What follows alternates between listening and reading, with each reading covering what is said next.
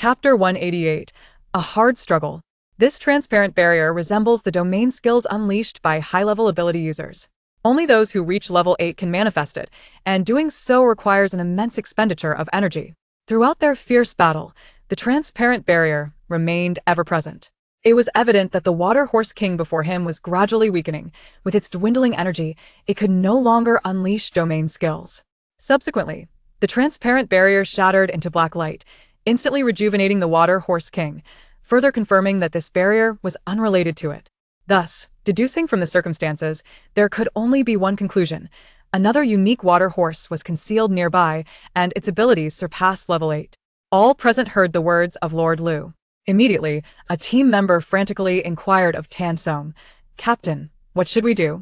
Seeing that the transparent barrier had vanished and the opponent had regained its powers, Tan Song was about to urge everyone to flee. To his astonishment, the dissipated transparent barrier began to coalesce once more. Although this iteration appeared notably dimmer than before, it once again obstructed the team's retreat. Tan Song gritted his teeth in frustration.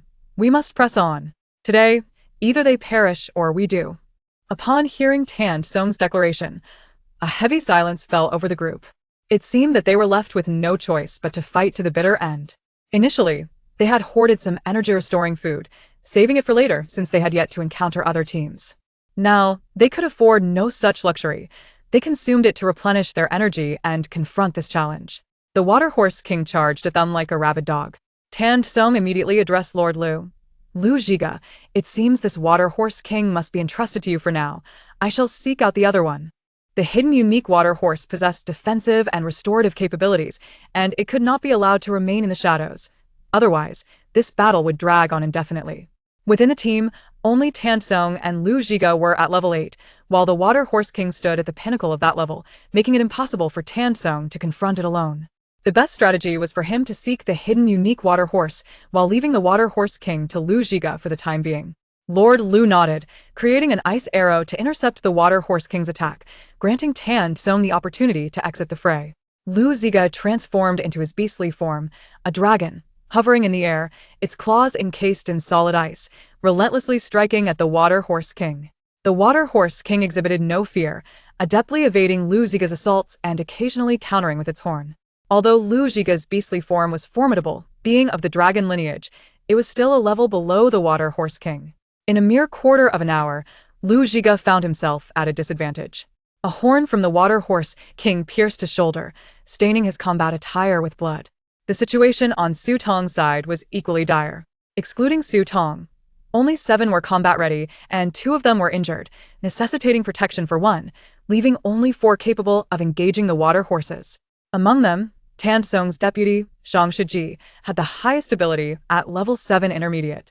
Xiao Yufan transformed into his beastly form, soaring through the air with Su Tong, evading the water horse's energy attacks while occasionally launching wind blades and small tornadoes at the water horses below. Su Tong was not idle either. She retrieved her particle gun and sought opportunities to fire at the water horses, aiming to alleviate the pressure on Zhang Shiji and Lu Xinheng. Lu Xinheng tossed a compressed biscuit into his mouth, his expression cold. At that moment, his furrowed brow appeared even more resolute as he raised his right hand, unleashing an electric arc that felled a charging water horse, then swiftly turned to kick aside another water horse that attempted to ambush Zhang Shiji. Zhang Shiji, realizing Lu Xinheng had saved his life, paled as he whispered a muted thanks. He stuffed the last bun given to him by the female leader into his mouth, his keen eyes scanning the surroundings. They had fought desperately, yet they had only managed to slay 8 water horses. At least 15 more remained. But his comrades were nearing their breaking point. He consumed his final morsel of energy food, despair flooding his heart. After extricating himself from the battle, Tan Song raced towards the water horse nest. There was no time for a meticulous search for the hidden unique water horse. Instead, he thrust his hand into the earth, using his energy to stir the surrounding soil. As his energy rapidly depleted, he finally located the hiding place of the unique water horse, 20 meters ahead of him. It was a water horse nest by the water's edge. Tan Song hastened toward it. The concealed unique water horse seemed to sense it had been discovered. Before Tan Song could reach its nest, the special water horse dashed out and positioned itself before him. At that moment, Tan Song beheld the true form of the water horse that had remained hidden. It was a mottled gray-black water horse, slightly smaller than both the water horse king and ordinary water horses. It bore a single horn atop its head, not black like the water horse king's, but gray. Upon its emergence, it charged directly at Tan Kong. He instinctively attempted to evade, but as he moved aside, a transparent barrier ensnared him. Indeed, the previous barriers were the abilities of this unique water horse. Trapped within the transparent barrier, Tan Song found himself unable to break free in the short term. With no means to evade, he was compelled to confront the water horse head-on. In a flash, he transformed into his beastly form, summoning a wall of earth to shield against the special water horse's assault. The next moment, with a resounding impact, the unique water horse collided with the brown bear. Ultimately, the water horse's collision prowess proved slightly superior, sending Tan Song stumbling back several paces, a numbing pain surging through his chest. He immediately sensed that this batch of unique water horses possessed intermediate level 8 abilities. He had to exhaust this water horse's powers immediately. Otherwise, if it revived the water horse king and the rest of the herd, they could truly face annihilation. Tan Song retrieved the energy food bestowed by his female leader to replenish his energy. From that point onward, he held nothing back in his attacks, striving to avoid direct confrontations with the unique water horse, focusing solely on depleting its energy. His strategy aligned with those of Lu Zhiga, Xiao Yufan, and Lu Xinheng. The four of them employed every conceivable tactic to wear down the water horses. Time seemed to stretch endlessly. After what felt like an eternity, only half an hour had passed. Even Lu Zhiga, who had initially brought ample energy food, was nearly out. Despite sustaining injuries, he remained relatively well. Even while engaging the water horse king, he still retained about 40 to 50% of his energy. The water horse king, however, appeared utterly drained, panting heavily and scraping its hooves against the ground in a frantic display, clearly in a state of exhaustion and desperation. Meanwhile, on Su Tong's side, as they depleted their energy food, they finally whittled down the number of water horses from over a dozen to just 6 or 7. In the team, only Lu Xinheng and Xiao Yufan retained their combat abilities. In Tan Song's battlefield, he spat out a mouthful of blood, roaring as he leaped into action, his beastly form of the brown bear lunging at the unique water horse. This time, the unique water horse did not resist his assault, but instead suddenly dashed toward the water horse king. As it neared the water horse king, the transparent barrier reappeared around it and the herd, shifting colors before shattering, poised to transform into the same scattering black light as before. Tan Song's eyes widened in horror at the sight. Chapter 189. The fierce battle concludes. It was imperative that the unique water horse not be allowed to restore the water horse king and the herd once more. Gathering all the stellar energy within him, Tan Song unleashed his extraordinary abilities in a fierce assault against the special water horse, calling out the name of Lord Lu. Lu Zhiga, quickly, lend your aid. As the special water horse charged forward, Lord Lu was already acutely aware of the situation. His reaction was no less swift than Tan Song's. Engaged in a fierce confrontation with the water horse king, he had worn the beast down to a critical state, with both parties prepared to unleash their final trump cards. In that moment, disregarding the explosive water balls hurled at him by the water horse king, Lu Zhiga braved the impact and wielded his talons to conjure a sharp ice spike aimed directly at the special water horse. Lu Zhiga's strike was even faster than Tan Song's.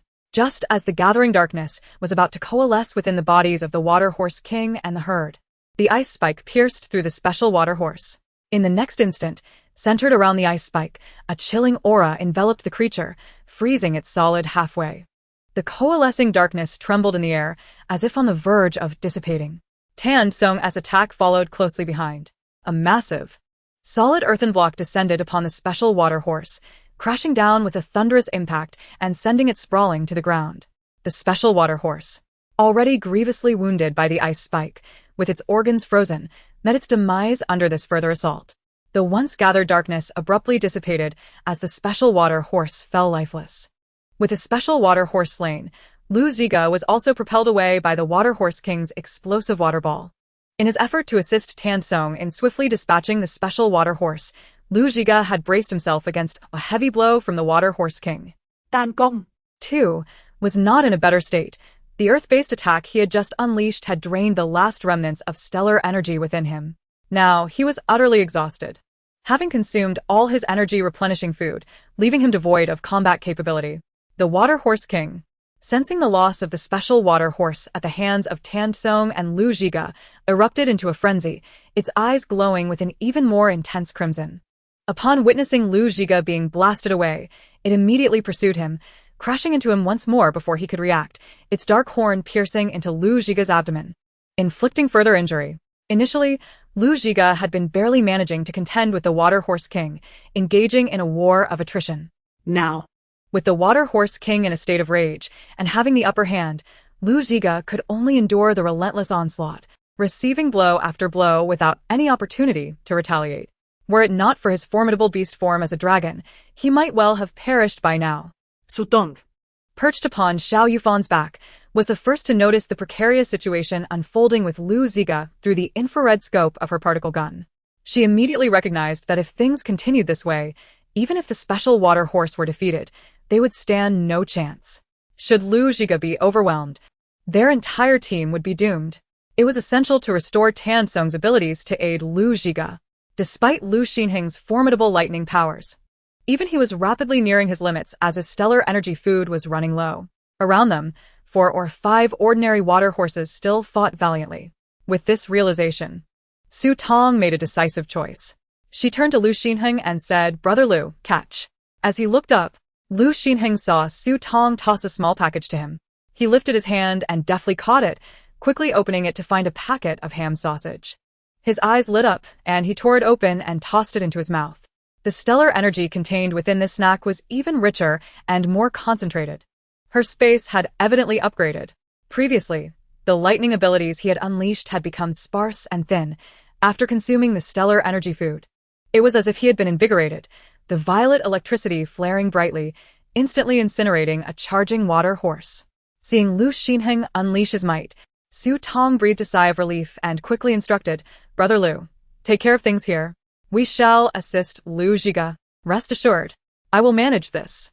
Just be careful." Beside them, Zhang Shiji, drained of stellar energy, was left astonished. He stared at Lu Xinheng, his mind swirling with questions. Hadn't Lu Xinheng just been nearly depleted of energy like him? How was it that he was now fighting more fiercely than ever? Had he not been using his full strength before?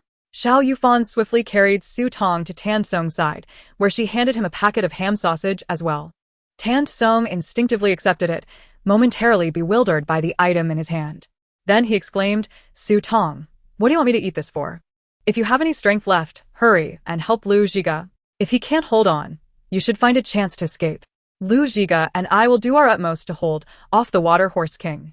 Su Tong did not respond to his words but rather, with a serious expression, urged him, "Hurry and eat." Having interacted with Su Tong several times, Tong understood that although she appeared delicate, she would never act frivolously at such a critical juncture. Instinctively obeying her, he tore open the packaging of the ham sausage and tossed it into his mouth. To his astonishment, after consuming Su Tong's offering, he felt a surge of stellar energy revitalizing him. The energy within this food was rich and potent, rivaling the stellar energy food his female master provided. This was at least a grade 5 stellar energy food. His eyes brightened, and he quickly stuffed the remaining food into his mouth, allowing the influx of stellar energy to wash over him, restoring his abilities. Once a portion of his energy was replenished, Tong looked incredulously at Su Tong. Her gaze remained unwavering, clear yet resolute. He opened his mouth to inquire about the source of the stellar energy in the food when Su Tong suddenly interrupted him. "Captain Tan, quickly assist Lu Zhiga." At her words, Tong snapped back to his senses, shaken from his astonishment at regaining energy. He turned to see Lu Zhiga struggling against the Water Horse King, being mercilessly battered like a punching bag, on the verge of losing consciousness. A jolt of alarm coursed through Tong's heart as he transformed into his beast form, a formidable brown bear, charging forward. This time, the Water Horse King's strike did not land on Lu Zhiga, but was intercepted mid-charge by the powerful brown bear. Tong raised his massive paws from the ground, lifting a colossal mound of earth that, under the influence of his powers, instantly transformed into an incredibly hard stone, hurling it at the Water Horse King. As Tong engaged the Water Horse King, Xiao Yufan and Su Tong reached Lu Zhiga's side. Lu Zhiga was covered in wounds from the Water Horse King's assaults, and his stellar energy was nearly depleted. Su Tong promptly retrieved a first aid spray from her space, administering basic treatment to his wounds. followed by a whole bottle of energy drink, which helped Lu Zhiga regain some of his strength and stellar energy. Taking a deep breath, Lu Zhiga suppressed the pain from his injuries and instructed Su Tong and Xiao Yufan, protect Su Tong and assist Lu Xinheng. Su Tong. Do not worry about this side. We should be able to conclude the battle shortly. With that, Lu Zhiga transformed back into his beast form, the dragon, and rejoined the fray. Although the Water Horse King had been significantly weakened, it was still too formidable for Tan Song to handle alone. They needed to strike together to swiftly bring it down. This opportunity was exceedingly rare. If they delayed, he feared his injuries would worsen. After assisting Tan Song and Lu Zhiga, Xiao Yufan and Su Tong quickly returned to the battlefield against the herd of water horses. After several hours of grueling combat, there were no longer any special water horses to restore energy. The last ordinary water horse, a level 7 initial stage, fell to a wind blade from Xiao Yufan. With the conclusion of this battle, the Water Horse King was slain by an ice shard from Lu Zhiga. As they surveyed the battlefield strewn with the corpses of mutated beasts, smiles finally graced the faces of all members of Tan Song's team. Chapter 190. Never have I been so fortunate. The group helped one another to their feet, with those nursing minor injuries tending to the more severely wounded. Su Tong was gently set down by Xiao Yufan, and at that moment, Tan Song assisted the city lord Lu to her side. The city lord limped, his battle attire marred by numerous tears, yet his expression remained defiant and proud as he gazed at Su Tong, exuding an air of childlike eagerness for praise. It must be said, had it not been for city lord Lu, Tan Song's squad would have been utterly annihilated by the Water Horse King. Observing his condition, yet witnessing his sudden childish demeanor, Su Tong couldn't help but chuckle, saying, Lu Zhiga, your contributions have been invaluable this time. I shall reward you with a fine gift shortly. Perhaps a larger bottle of Erguotu instead of that small one, just a couple of extra coins. Upon hearing Su Tong's words, Lu Zhiga's deep-set eyes sparkled with delight, instantly easing the pain and suffering he had just endured. Su Tong, you must honor your word, he declared. Rest assured, I have always been a person of my word, she replied. Standing nearby, Xiao Yufan couldn't help but twitch his lips, wondering if this flamboyant dragon could show a bit more restraint. Su Tong retrieved the medical supplies and medications that Tan Song had entrusted to her from her spatial storage for the injured. Initially, she had intended to treat the city lord's wounds personally, but Xiao Yufan interjected, let the medics handle it. We should hasten to clear the corpses of the water horses to prevent any unforeseen incidents. Although Tan Song's squad lacked a healer among their ranks, they did have combat medics well-versed in medical knowledge, who were far more adept than Su Tong at treating injuries. Realizing this, Su Tong handed the hemostatic spray to the nearest medic.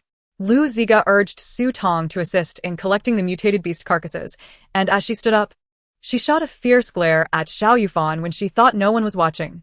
Xiao Yufan returned the glare with a friendly, albeit strained, smile.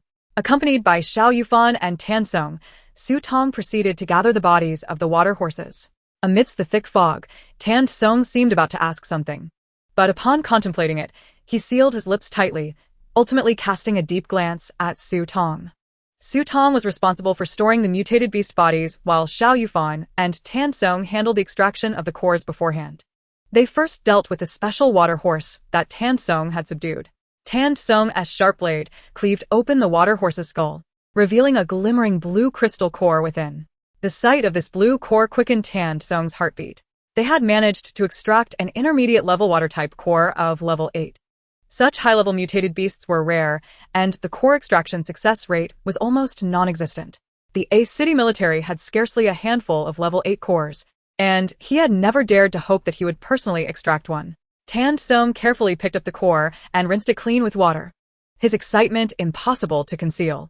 Even if the Water Horse King lacks a core, I feel content, he proclaimed. Su Tong swiftly stored the special water horse's body in her spatial storage, followed by the Water Horse King that Lu Zhiga had dealt with. This time, it was Xiao Yufan who took action. When they once again discovered that the Water Horse King had also yielded a core, Tan Song nearly shouted with exhilaration. It was yet another water-type core, but this one was at the peak of level 8. Tan Song felt that their squad had never been this fortunate before. Even if none of the ordinary water horses possessed cores today, he wouldn't mind. However, regarding the core extraction today, he felt as though Lady Luck had smiled upon them. Out of 40 ordinary water horses, they had astonishingly extracted 25 level 7 cores. in addition to the 2 level 8s. In a single day, they had amassed a total of 27 cores. Not only Tong, but even the other squad members were incredulous, including Lu Zhiga. Despite having served as city lord for several years, Lu Zhiga had never found high-grade cores to be so readily available. The 6 or 7 level cores he had exchanged with Su Tong had taken him a considerable time to accumulate.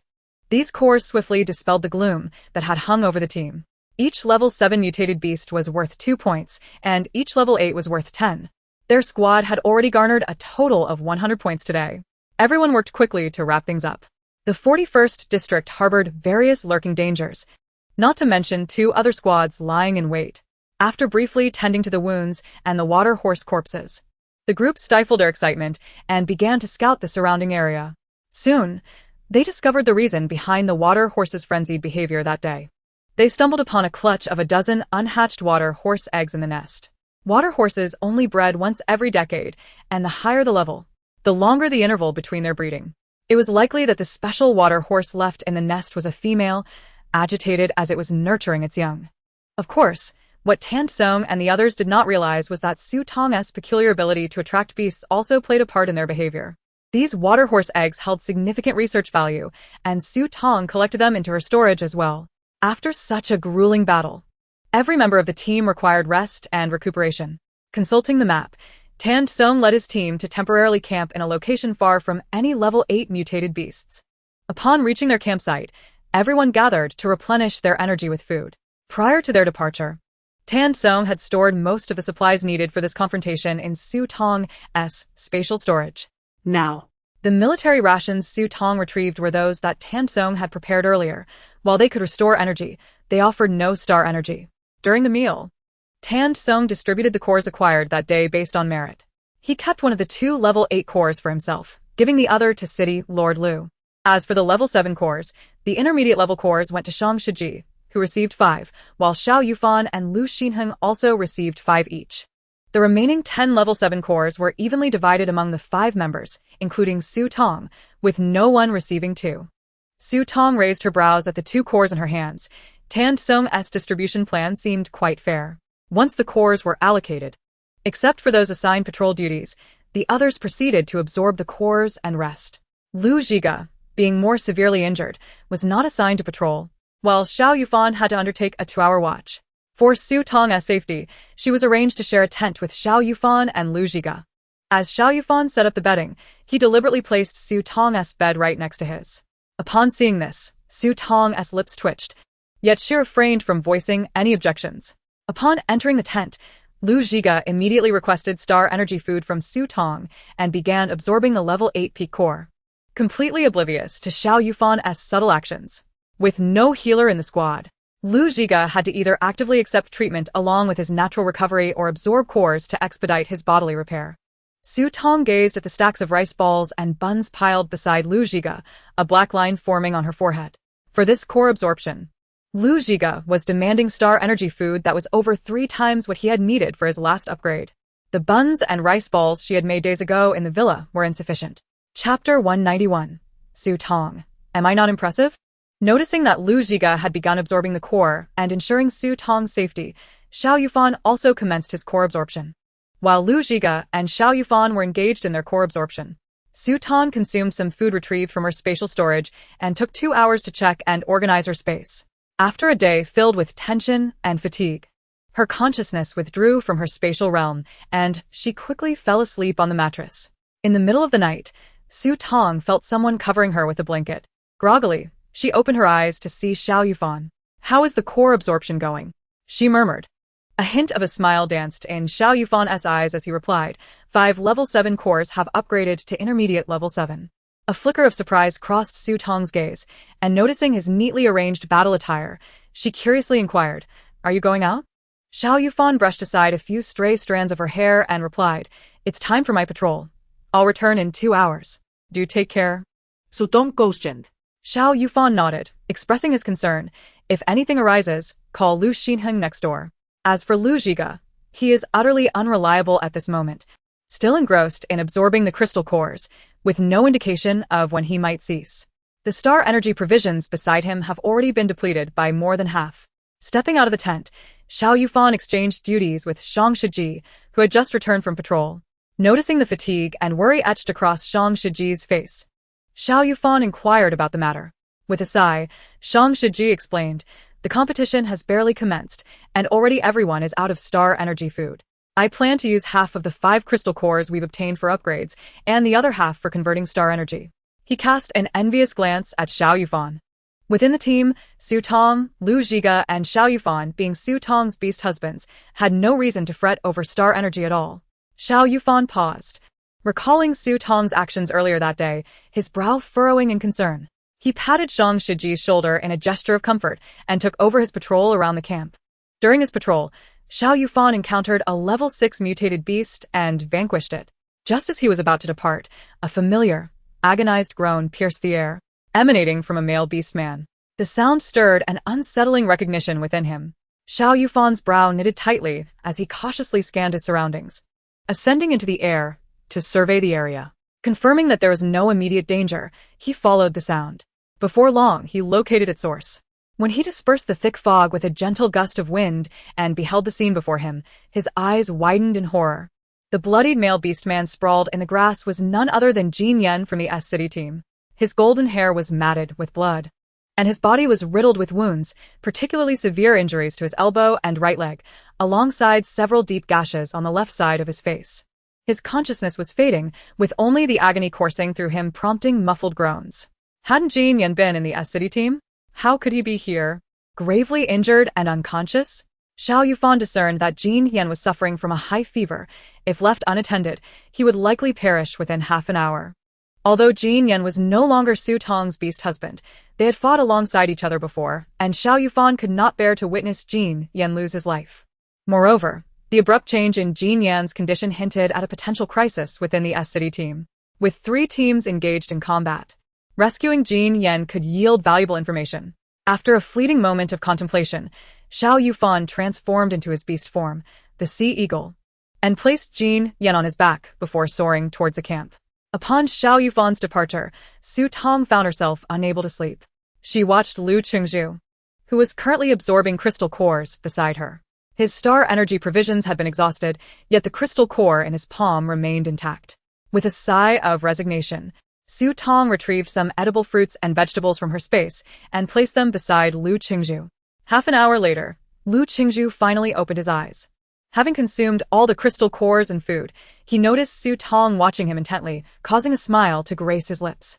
"Su Tong, are you worried about me?" Su Tong froze, feeling a pang of guilt. She was merely curious about how much more food he intended to consume. She quickly nodded. "How did the upgrade go?" Lu Qingzhu exhaled with relief. "I've reached the peak of level 8. What do you think? Am I impressive?" Su Tong was taken aback. With just a single level 8 crystal core, Lu Qingzhu had ascended a small tier. It was noteworthy that this was an upgrade to a level 8 ability, not a low tier. Was it possible that Lu Qingzhu possessed the finest potential and genes among her beast husbands? Lu Qingzhu was quite pleased with Su Tong's astonished expression. He extended his hand towards her, deliberately winking an eye. Su Tong was perplexed. What did that mean? Hadn't the star energy provisions she had given him been sufficient? Surely, he must have been satiated by now. Observing Su Tong's bewilderment, Lu Qingzhu cleared his throat and reminded her, "Didn't you say you would reward me?" Su Tong was taken aback. How could this insatiable male beastman have such a good memory? Before she could respond, Lu Qingzhu grinned mischievously. "If you don't want to give it, I shall take it myself." Before he finished speaking, Su Tong placed a bottle of ergotu into his hand. "Here, your reward." Lu Qingzhu was taken aback. Was she trying to deceive him? He had always thought this drink was a delicacy, but Su Tong often produced bottles and boxes of it. Was it truly as good as she claimed? Lu Qingzhu instinctively grasped the bottle, casting a dubious glance at Su Tong. She coughed lightly. "What? Don't you like it? Don't want it? Then give it back to me." Lu Qingzhu quickly retracted his hand. "Su Tong, I like whatever you give me." Seeing that Lu Qingzhu accepted the gift, Su Tong felt a twinge of regret. Had he refused, she could have saved a bottle of ergotu. Although she had dozens of boxes in her space, they were considered rare treasures in the Star Alliance beast world. With Xiao Yufan absent, Lu Qingzhu was about to coax Su Tong into resting with him. He intended to occupy Xiao Yufan's bed, leaving Xiao Yufan to return to the corner where his own bed lay. Just as he contemplated this, Xiao Yufan's voice echoed from outside the tent. "Medic!" Medic, come out and save someone. Lu Qingzhu frowned. In the middle of the night, who needs saving? What is Xiao Yufan thinking? As Xiao Yufan's call resonated through the camp, Tan Tsong immediately led the medics outside, and Su Tong, intrigued, followed suit. Naturally, Lu Qingzhu trailed behind her. Moments later, Su Tong witnessed Xiao Yufan placing the gravely injured and nearly lifeless Jin Yan onto a medical stretcher. Her eyes widened in shock, rendering her momentarily immobile. The once proud and robust golden-haired man appeared fragile, as if battered by a tempest, evoking a sense of trepidation in those who approached him. As Jin Yan was carried into the tent for emergency treatment, Lu Qingzhu suddenly turned his gaze towards a specific direction. In an instant, his previously relaxed brow furrowed intensely, and he instinctively shielded Su Tong within his embrace, issuing a warning. Everyone, be alert. Enemy attack. Chapter 192. You've fallen into a trap. What? An enemy attack? Even Tan Tsong found himself momentarily bewildered upon hearing those words. However, he quickly regained his composure, promptly instructing his team to prepare for battle. Xiao Yufan's mind rapidly pieced together the situation, and he coldly stated, "Is it the team that Su Xin is part of?" Lu Qingzhu cast a cursory glance at him. "Most likely. You've fallen into a trap. The Jin Yan you brought back is probably their bait." If it were the team Jin Yan belonged to that launched the ambush, he would not have sustained such severe injuries. The wounds on him, when Xiao Yufan brought him back, are genuine. Now that Jin Yan has become bait, it is highly likely that his original team has been decimated. Su Tong shared the same realization, though she had not anticipated such brutal skirmishes occurring merely a day into the competition. What had Jin Yan endured? Tan Tsong had two subordinates severely injured, and without star energy to replenish them, their combat effectiveness was severely diminished. With the recent rescue of Jin Yan, they were now down to 3 capable fighters. Lu Xinheng had also advanced to mid-level 7 and was currently standing beside Shang Shiji. Lu Qingzhu instructed Xiao Yufan, "Take care of Su Tong. I will join Captain Tan in confronting the enemy." Xiao Yufan opened his mouth to protest, but Lu Qingzhu had already stepped outside. Su Tong grasped Xiao Yufan's arm. Though Lu Qingzhu is still injured, he has just leveled up. His wounds shouldn't hinder him significantly. Xiao Yufan was taken aback. Lu Qingzhu had leveled up again? So swiftly.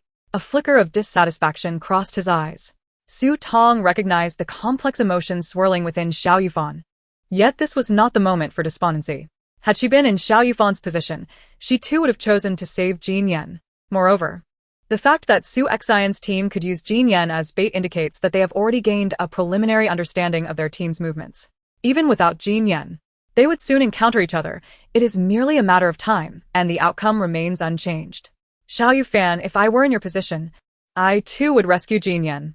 This is not your fault. Shall we check on Jin Yan's condition? Su Tong suggested. Xiao Yufan was taken aback, but nodded. A flicker of light passed through his originally dark eyes as he looked at Su Tong. To his surprise, Su Tong did not blame him for attracting the enemy while saving Jin Yan. Instead, she stood by him in support. With her words, Xiao Yufan felt that anything he did for her was worth it. The two quickly entered the medical tent, where the medic tending to the wounded was treating Jin Yan's injuries. Jin Yan's forehead was burning with fever, his handsome features flushed, yet his lips were deathly pale. His condition had not improved significantly. Su Tong furrowed her brow and inquired, "How is Jin Yan's condition?" The medic wiped the sweat from his forehead and replied, "He has too many wounds and has lost too much blood. These injuries must be treated immediately. The most critical issue is that his star energy is completely depleted. Even if he had a crystal core, he would be unable to convert it. He cannot use his abilities to strengthen his body and resist the worsening of his injuries. He can only hold on for another 20 minutes at most." Both Su Tong and Xiao Yufan were stunned upon hearing this. They knew Jin Yan was severely injured, but they had not anticipated that he was on the brink of death. Su Tong glanced at Xiao Yufan, and as the medic went to fetch treatment equipment, she poured a small cup of packaged juice into Jin Yan's mouth. Jin Yan, who was nearly delirious with fever, instantly sensed the sweetness in his mouth. The familiar star energy surged into his body, nourishing his meridians. His mind was clouded, yet he instinctively thought of Su Tong. Was it possible that Su Tong was by his side? However, his body was in so much pain and exhaustion that he could barely open his eyes. Jin Yan furrowed his brows tightly, beads of sweat forming on his forehead, and his pale lips pressed together, as if he was trapped in an endless struggle even in unconsciousness. Suddenly, Su Tong recalled what the attending physician had told her earlier at the medical station. She could soothe her beast husband. although Jin Yan had divorced her. Surely her comfort would have some effect, wouldn't it? Su Tong gently placed her slightly cool hand on Jin Yan's forehead, her fingertips caressing the furrowed lines of his brows, as if she were smoothing them out. Miraculously, as this familiar yet longed-for hand gently stroked him, Jin Yan's once fierce expression began to soften. His lips loosened, regaining a hint of color. Su Tong noticed his lips moving, but the sound was too faint to discern. She leaned closer, bringing her ear to his lips. As she drew near, she felt Jin Yan's hot, hurried breath, and then heard him murmuring her name, Su Tong. Su Tong's entire being froze. He was calling her name. She lifted her gaze to Jin Yan's pale yet handsome face, her heart a tumult of emotions. At that moment, the medic returned with the equipment. He resumed examining and treating Jin Yan, and upon connecting the device to Jin Yan's body, he exclaimed in surprise. He has star energy in him. His body is autonomously consuming star energy to combat the deterioration of his injuries. What is going on? This male beast man just moments ago had his star energy depleted. How can it suddenly reappear? The medic looked at Su Tong and Xiao Yufan with suspicion.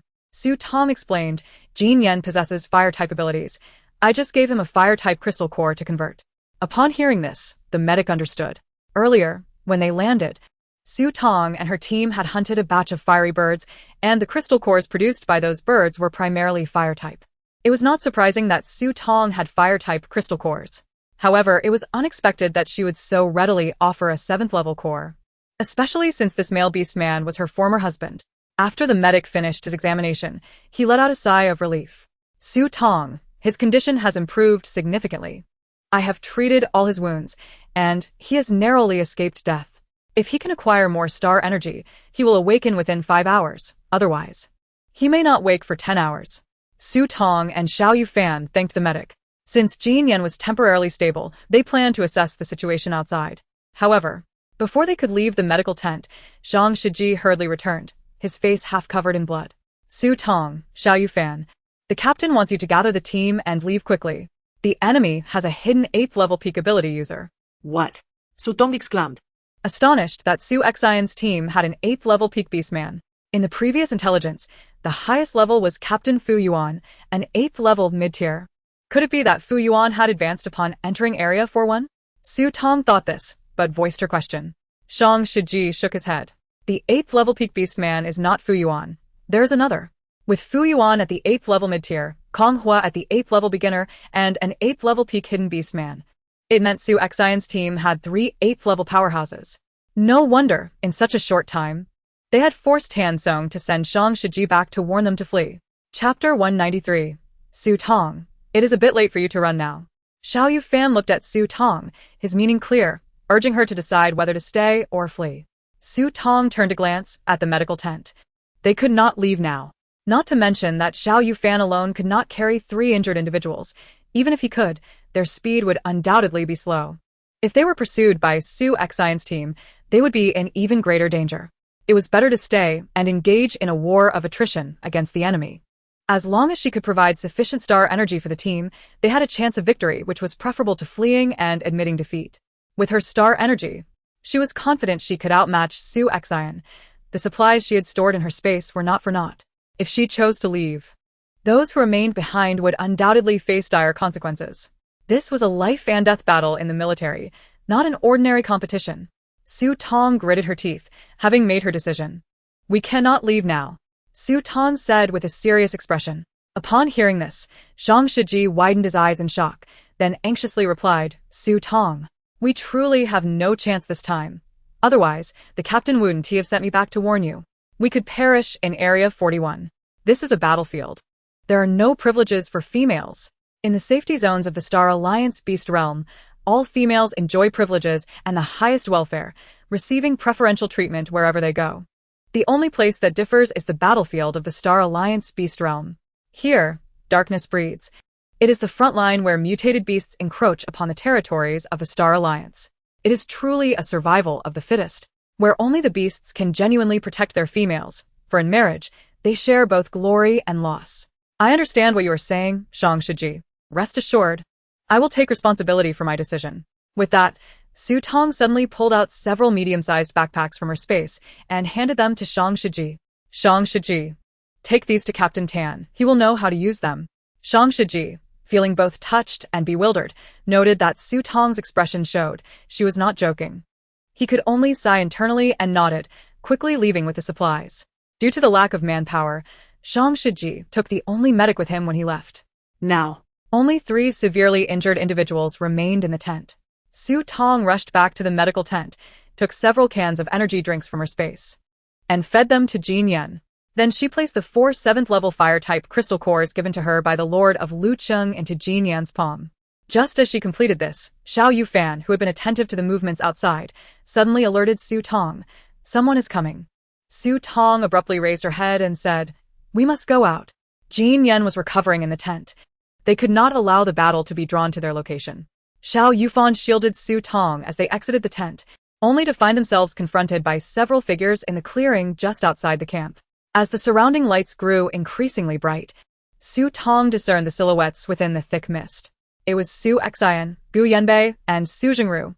Among them, Su Xian perched atop Gu Yanbei, who had transformed into a vermilion bird, while Su Jingru stood beside her clad in military green combat attire.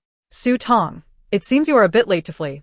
Su Xian fixed her piercing gaze upon Su Tong, akin to a ravenous wolf eyeing its prey, her excitement palpable. Upon hearing Su Xian's words, Su Tong momentarily froze, feigning a display of anxious regret. Observing the expression on Su Tong's face, Su Xian's heart swelled with triumph. Fortunately, she had arrived just in time. Had she delayed even a few more seconds, they would have had to exert considerable effort to pursue, utilizing specialized tracking devices that consumed high-grade crystal cores. Step aside. Su Xian. Su Tong ground her teeth in urgency. The more frantic Su Tong appeared, the more exhilarated Su Xian felt. In their previous encounters, Su Xian had borne the brunt of their clashes, often coming off worse. Now, the tables had turned. This day, she would ensure Su Tong would find it no easy task to escape her grasp.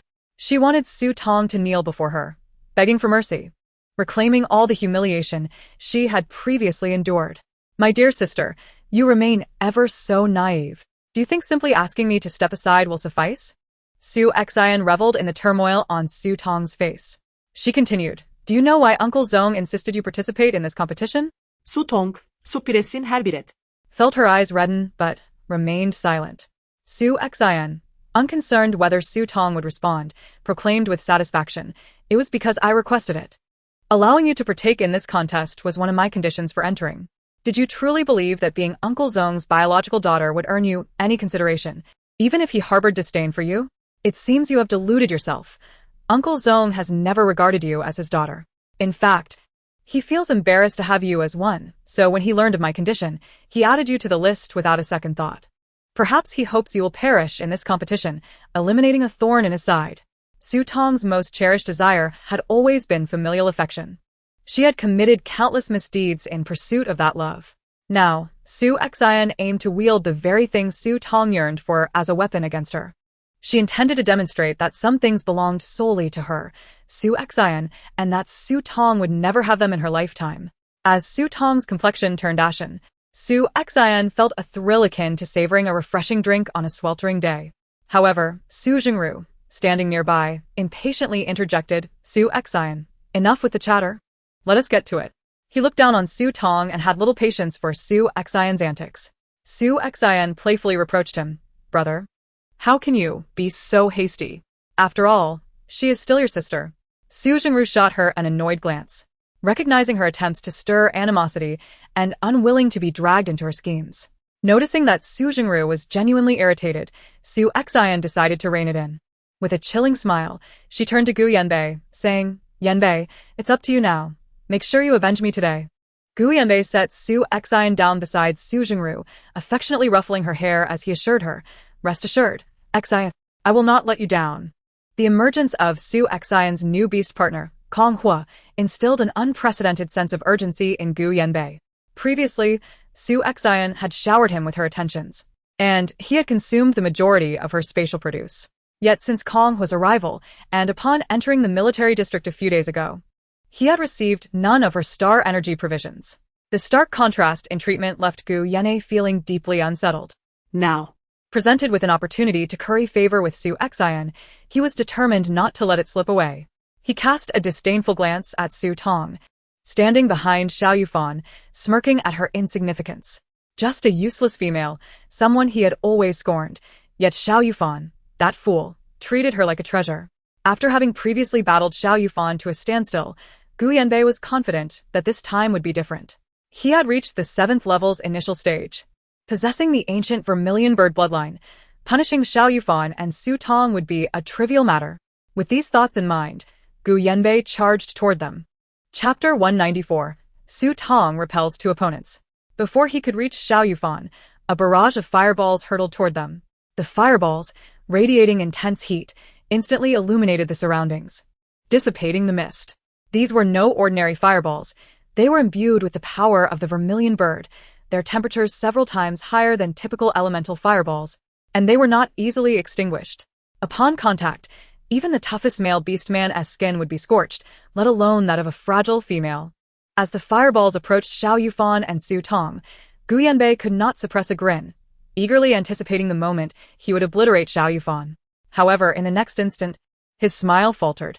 The fireballs, mere inches from their target, suddenly halted in midair, regardless of Gu Yanbei's attempts to influence them with his powers. They could not advance toward Xiao Yufan and Su Tong. To his shock, the fireballs began to veer back toward him. While ordinary observers might not grasp the situation, Xiao Yufan, acutely aware of the unfolding events, noticed that the fireballs were being manipulated by a subtle vortex, redirecting them toward Gu Yanbei. His own powers could not counteract the energy produced by that vortex. This indicated that Xiao Yufan's abilities surpassed his own. How could this be possible? Although he was at the initial stage of level 7, he was nearly at the intermediate level. Xiao Yufan, who had only just reached level 7, surely could not have advanced in less than a day and night since arriving in Area 41. Soon enough, Gu Yanbei would learn that in the realm of abilities, anything was possible. Left with no recourse, Gu Yanbei could only scowl as the fireballs hurtled toward him. He leapt, transforming into the vermilion bird, soaring into the air to evade the barrage. While he narrowly escaped, Su Xin and Su Jingru suffered the consequences. Su Jingru, a soil-type ability user, and Su Xin, a delicate female, were caught unprepared by the fireball assault.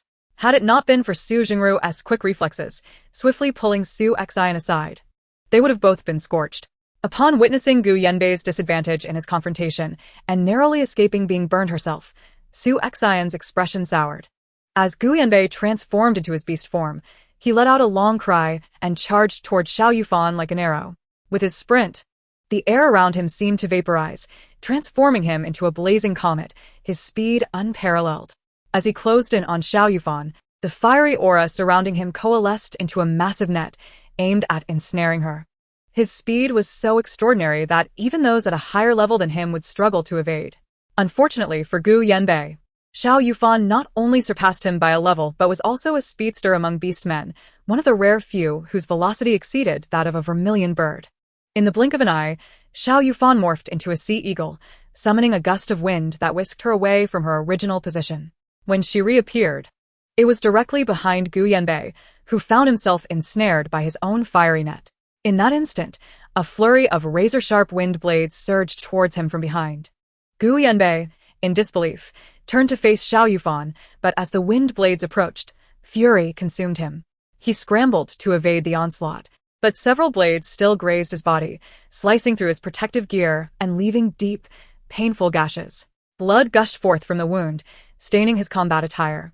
At this moment, even Su Xin discerned that something was amiss, let alone Gu Yanbei himself. Gu Yanbei, with reddened eyes, fixed his gaze on Xiao Yufan. "Aren't you a mere level 7 initial stage?" Xiao Yufan coldly retorted. "Do you still not perceive the truth?" With that, a colossal tornado descended upon Gu Yanbei, enveloping his entire beastly form within the swirling winds. At this juncture, Su Xin had utilized her abilities to ascertain Xiao Yufan's level. In astonishment, she exclaimed, "Xiao Yufan is actually at level 7 intermediate stage." Prior to the competition, she had assessed his abilities, and at that time, he had unmistakably been at level 7 initial stage. How had he advanced so rapidly in such a brief period? Upon hearing Su Xion's words, Su Jingru's brows furrowed deeply. "Are you certain?" Su Xian affirmed with a nod, then added, elder brother. Yanbei is no match for Xiao Yufan. It is time for you to intervene. Su Jingru had never held Gu Yanbei in high regard, and now, witnessing his inability to even contend with Xiao Yufan, his disdain grew exponentially. Prior to engaging, Su Jingru disdainfully remarked, "You are becoming increasingly ineffectual." In the next moment, Su Jingru gestured with his hands, erecting a wall of earth to obstruct Xiao Yufan's retreat, followed by a barrage of bricks raining down upon him. Seizing this opportunity, Gu Yanbei unleashed a torrent of flames directed at Xiao Yufan, caught between two assailants. Despite Xiao Yufan's remarkable speed, he could not evade all the attacks entirely. His left shoulder was struck by a brick while his right foot was scorched by fire. Su Jingru, possessing the pinnacle of level 7 abilities, was significantly more formidable than Gu Yanbei. Once he entered the fray, he became the primary force, relegating Gu Yanbei to a supportive role. No matter how gifted Xiao Yufan was, under the combined assault of a level 7 initial stage and a level 7 peak, his injuries began to accumulate rapidly. If this continued, he would soon be unable to endure, even before his star energy was entirely depleted. Observing Su Xian's increasingly triumphant expression from across the battlefield, Su Tong swiftly retrieved the particle gun gifted to her by Lord Lu Cheng from her spatial inventory and aimed it in Su Xian's direction. Just as the delighted Su Xian noticed a red appearing on her forehead, she was startled. Looking towards Su Tong, she saw her aiming a gun directly at her. Without a moment's hesitation, she cried out to Gu Yanbei, "Yanbei, save me." Su Xian's plea coincided almost perfectly with Su Tong pulling the trigger. Gu Yanbei turned just in time to witness the scene of Su Xian being targeted by Su Tong. In an instant, he could no longer afford to focus on his battle with Xiao Yufan and dashed towards Su Xian at his utmost speed. He positioned himself to shield her from Su Tong's shot with his own back. The male beastly transformation possessed formidable strength. Su Tong's bullet merely inflicted a shallow wound upon Gu Yanbei's vermilion bird wings. In the following moment, Su Tong squeezed the trigger once more. This time, Gu Yanbei swiftly took Su Xian to hide behind a nearby hill. Su Tong continued to unleash a barrage of bullets from her particle gun, leaving Gu Yanbei and Su Xian unable to show themselves. With Gu Yanbei protecting Su Xian, the only adversary left for Xiao Yufan was Su Jingru, which significantly alleviated the pressure on him. The situation, which had initially favored Su Jingru, began to shift. Eager to conclude the battle swiftly, Su Jingru unleashed lethal attacks. Although he managed to inflict some wounds on Xiao Yufan, his star energy was depleting rapidly. He cast a glance at Gu Yanbei, who was shielding Su Xian from Su Tong's bullets, his face reddening with frustration. He had expected Su Xian to possess some wit, but found her as ineffectual as Gu Yanbei. A single gun had managed to drive both of them back. Chapter 195. The Majestic Golden Lion. Su Xin. In a fit of rage, shouted, "Gu Yanbei, do you possess any intelligence? Come out and assist me in swiftly ending this." He turned to Su Xian. "Do not tell me you still fear that waste, Su Tong." Su Tong suddenly brandished her gun, executing precise shots that left both Su Xian and Gu Yanbei momentarily stunned and disoriented. With Su Jingru scolding, the two regained their senses. Though Su Tong's marksmanship was commendable, as long as Su Xian took adequate cover, she would suffer little harm. As for Gu Yanbei, being a level 7 advanced beast man, he was largely unfazed by such particle gun attacks. If he transformed into his beastly form, the damage from the particle gun would diminish even further. Having regained his composure, Gu Yanbei instructed Su Xian to stay concealed behind the hill while he charged forth to fight alongside Su Jingru. Sunnuntai tvenru prima relutokusedon combating Xiao Yufan. While Gu Yanbei seized opportunities to strike at Su Tong. When Xiao Yufan noticed Su Tong under attack, he instinctively prioritized her protection. In such circumstances, Su Tong had no chance to retaliate with her particle gun and was forced to stow it away. Accompanied by Xiao Yufan, she evaded the combined assaults of Su Jingru and Gu Yanbei. Despite Xiao Yufan's incredible speed, his need to safeguard Su Tong hindered his movements. A moment's inattention could result in being obstructed by Su Jingru's earth walls or being scorched by Gu Yanbei's flames. In just a quarter of an hour, Xiao Yufan was left battered and bruised. Even Su Tong, whom he had consistently shielded, bore several wounds. Hiding behind the hill, Su Xian observed the battlefield. And upon seeing Su Tong's disheveled state, she could not suppress a smirk. In her delight, she even retrieved some spatial food to replenish Gu Yanbei's star energy. With the sustenance provided by Su Xian, Gu Yanbei became even more ferocious in his assaults. Su Jingru encircled Xiao Yufan with walls of earth, sealing off all avenues of escape, and disdainfully stated, "Surrender willingly. I might grant you a quick end if I am in a good mood." Xiao Yufan could never submit. Should they truly be captured, Su Tong would be the first to lose her life, and Lu Zhiga was still engaged with the level 8 powerhouse on the opposing side. The quickest way to turn the tide was to eliminate Su Tong, ensuring their immediate victory. Gritting his teeth, Xiao Yufan swallowed the metallic taste of blood and fiercely protected Su Tong, transforming into his beastly form to break through Su Jingru's encirclement from above. However, Su Jingru had anticipated this move. Just as Xiao Yufan and Su Tong ascended into the air, a fiery net descended upon them. This was a ploy devised by Su Jingru and Gu Yanbei.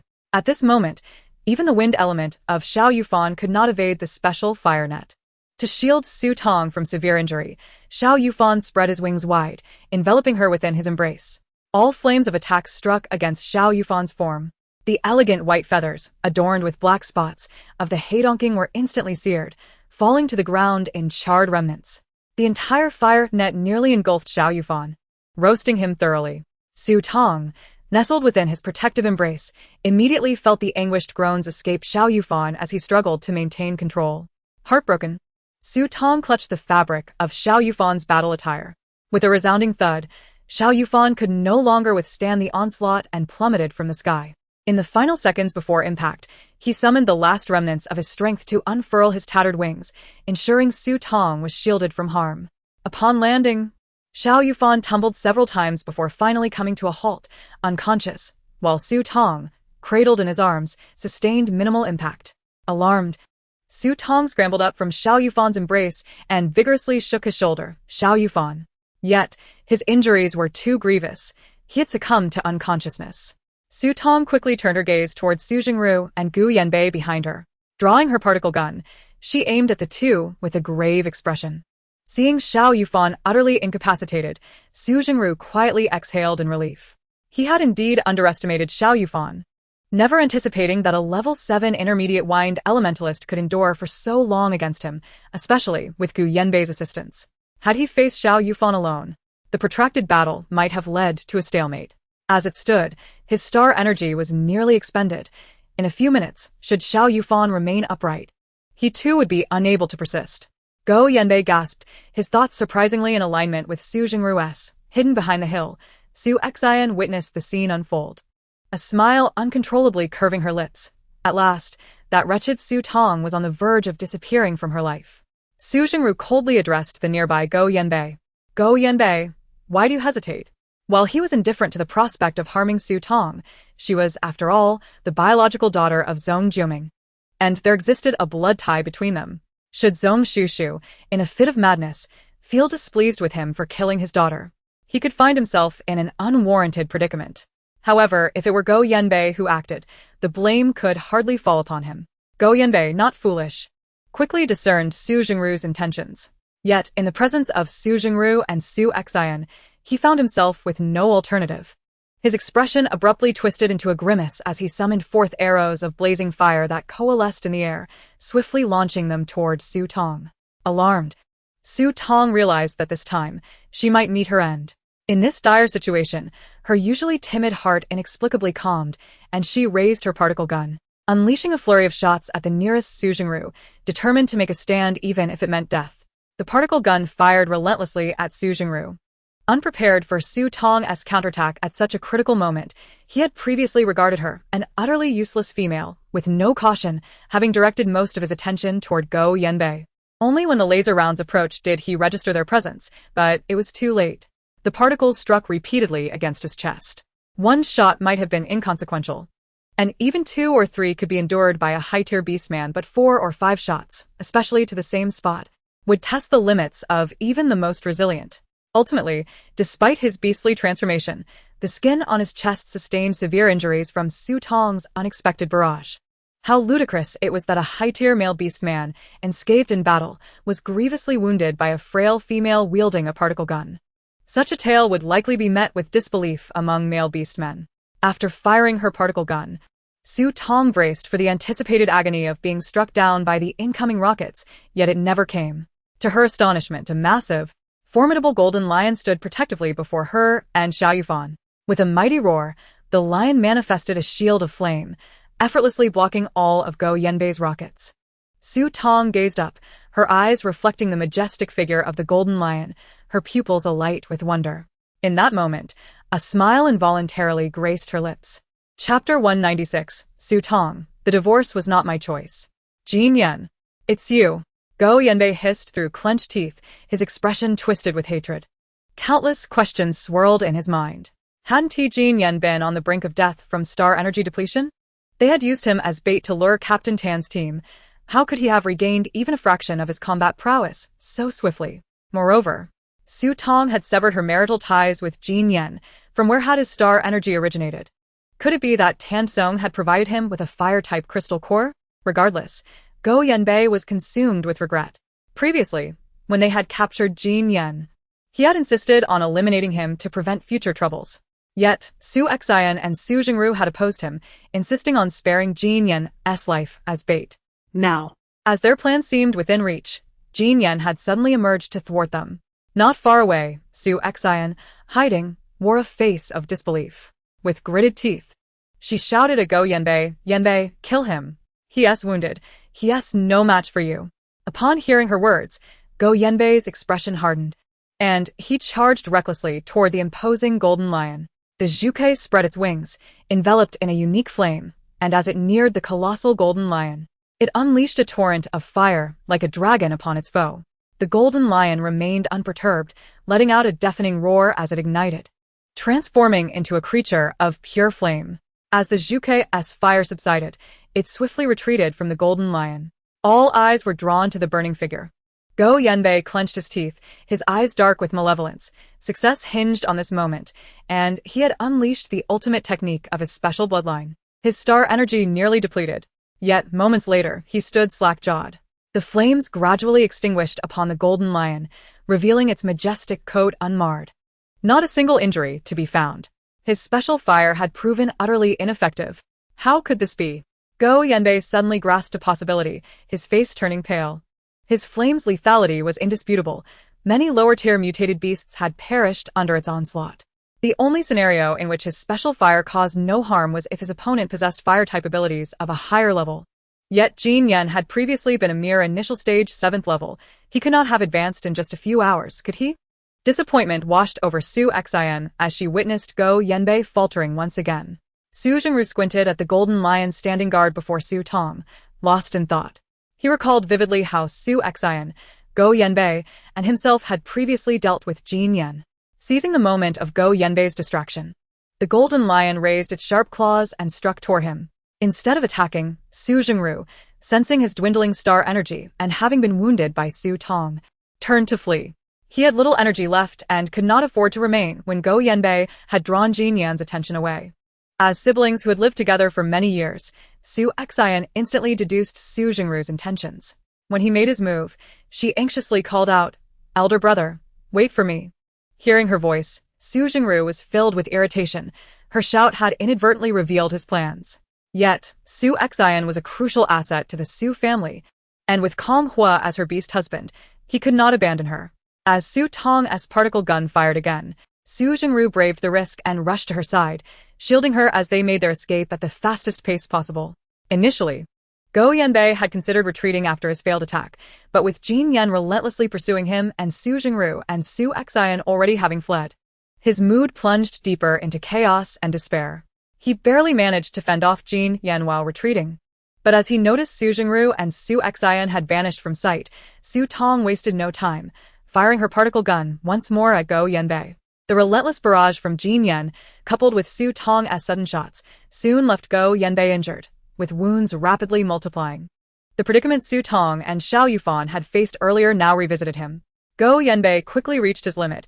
He shoved the last morsel of star energy food, previously given to him by Su Xian, into his mouth and ceased to counterattack, unleashing his maximum potential as he transformed into his beast form, the Zhuke, flying away without a backward glance.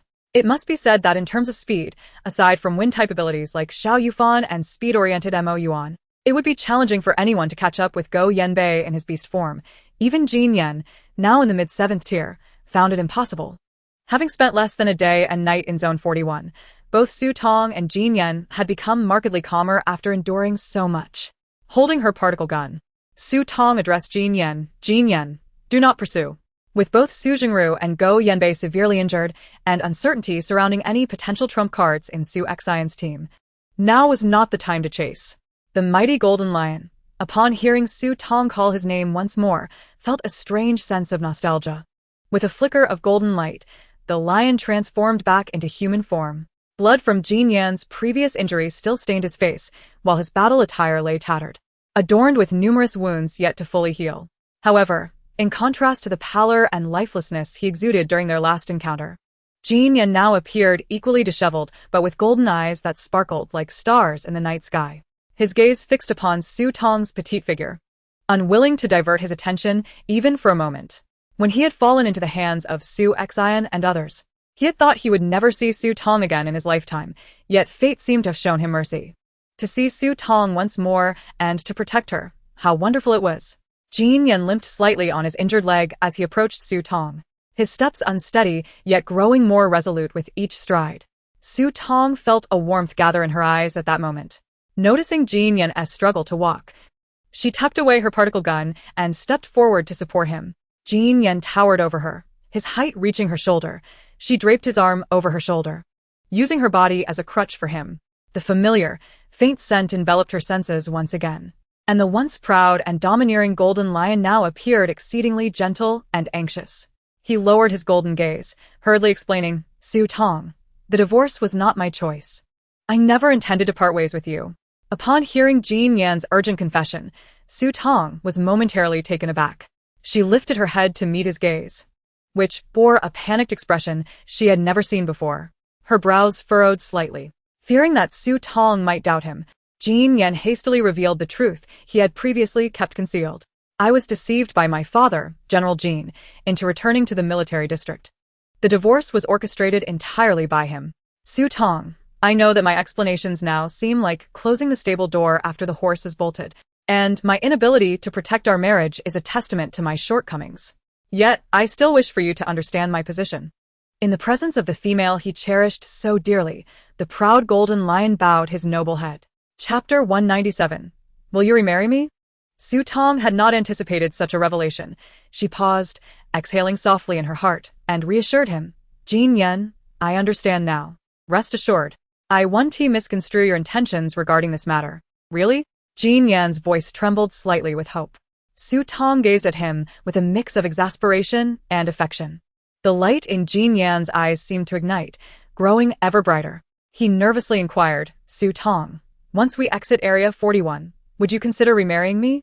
Taken aback by his sudden question, Su Tong's smile faltered, and she replied, let us focus on safely leaving Area 41 first. The flame that had just ignited in Jin Yan's eyes flickered violently. The smile that had begun to curl at the corners of his mouth quickly stiffened. Lowering his gaze, he caught sight of Su Tong's head, his golden eyes dimming. He had felt no hint of rejection from Su Tong moments ago.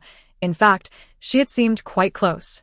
This indicated that she still harbored feelings for him. Moreover, he sensed that Su Tong had come to terms with his explanation. But as soon as the topic of remarriage arose, her demeanor grew serious, indicating considerable hesitation on her part. What could be the cause of this? Was it because of that newcomer with the red hair? Had Su Tong been influenced by him? Or perhaps it was due to Xiao Yufan's interference. Su Tong had never been one to enjoy being pressured. After spending so much time together, Jin Yan had come to understand her increasingly well. The more he pressed her, the further she would likely retreat. Jin Yan believed that as long as he remained by her side, there would come a day when they would reclaim their bond as husband and wife. Through this experience, he had learned the importance of patience. Suppressing the urgency and anxiety within him, he spoke with calm determination. We will discuss this matter after we leave Area 41. Seeing Jin Yan acquiesce, Su Tong felt a slight relief wash over her. She helped him to where Xiao Yufan rested, then quickly checked on his condition. Previously, when Jin Yan had dealt with Gu Yanbei, Su Tong had promptly tended to Xiao Yufan's wounds and provided him with an energy drink. Now, she needed only to conduct a thorough examination of his state. Jin Yan extended his hand to assist. With more experience than Su Tong, he quickly made his assessment.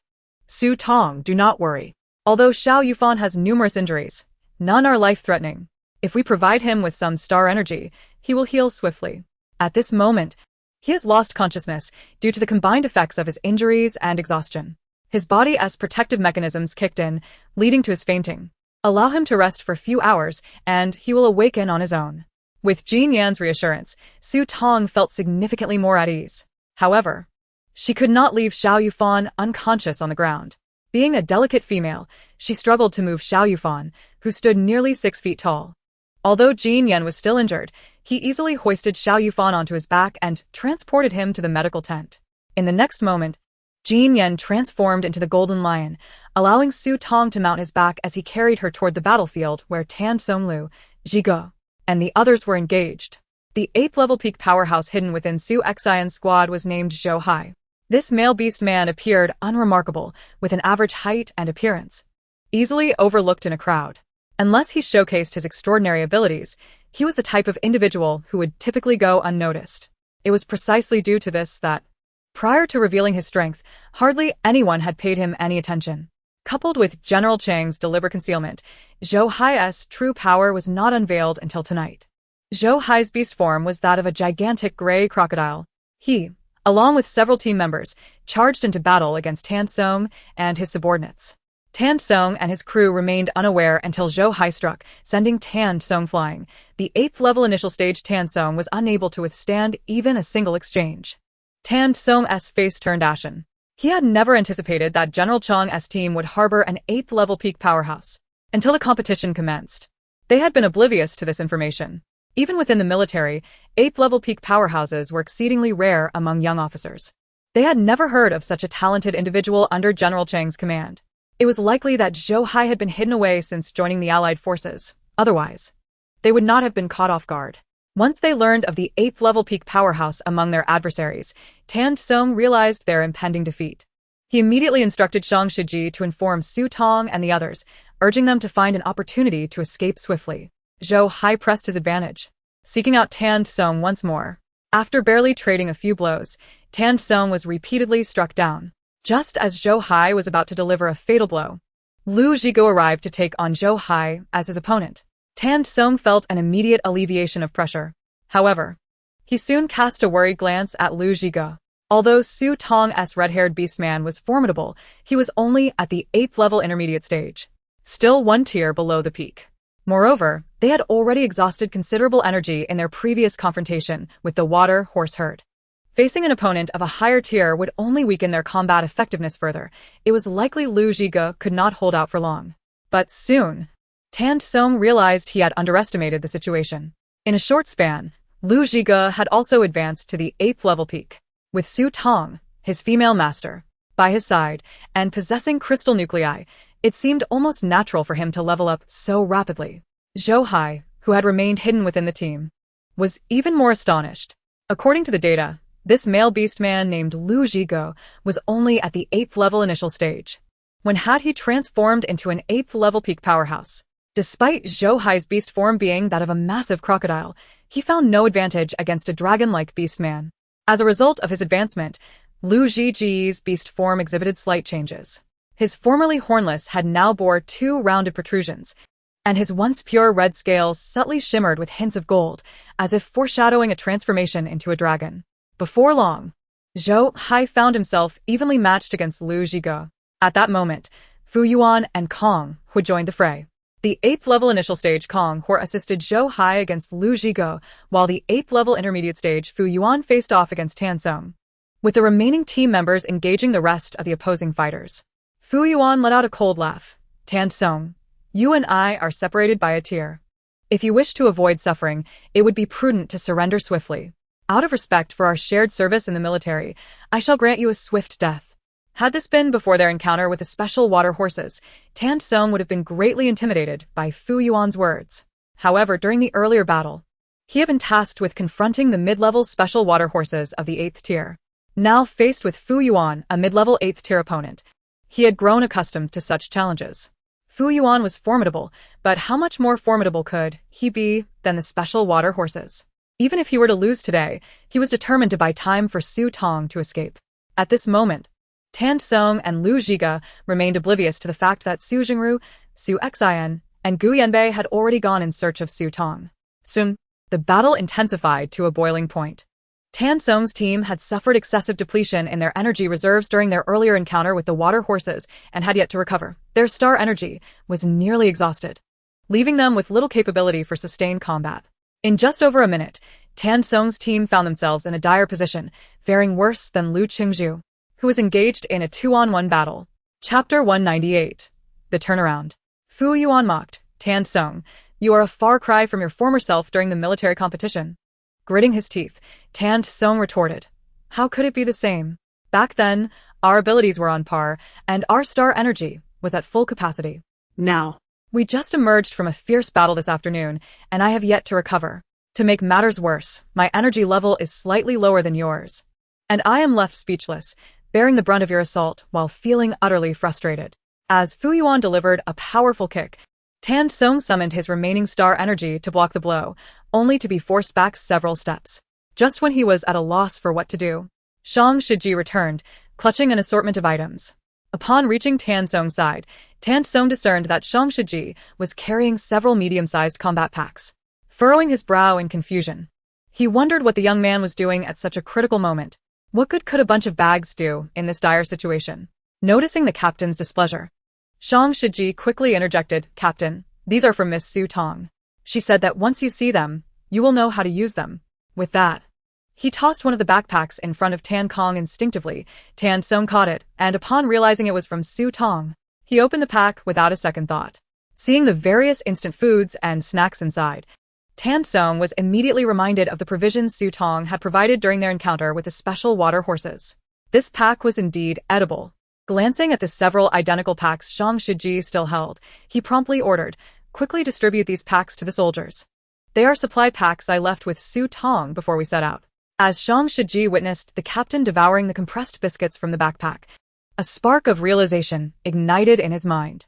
Before Fu Yuan's next assault could land, he swiftly dodged aside, observing as the captain, whose energy had been nearly depleted, suddenly regained his abilities to contend against Fu Yuan. Shang Shiji's eyes lit up with excitement as he quickly distributed the remaining packs to each teammate, ensuring that even Lu Xinheng received one, with the last pack being his own. Just the right number, not too few or too many. With the supply packs, Tan Song's team, once at a disadvantage, seemed to be miraculously revitalized, managing to withstand Fu Yuan's onslaught. Fu Yuan was infuriated, having underestimated Tan Song's hidden reserves of star energy.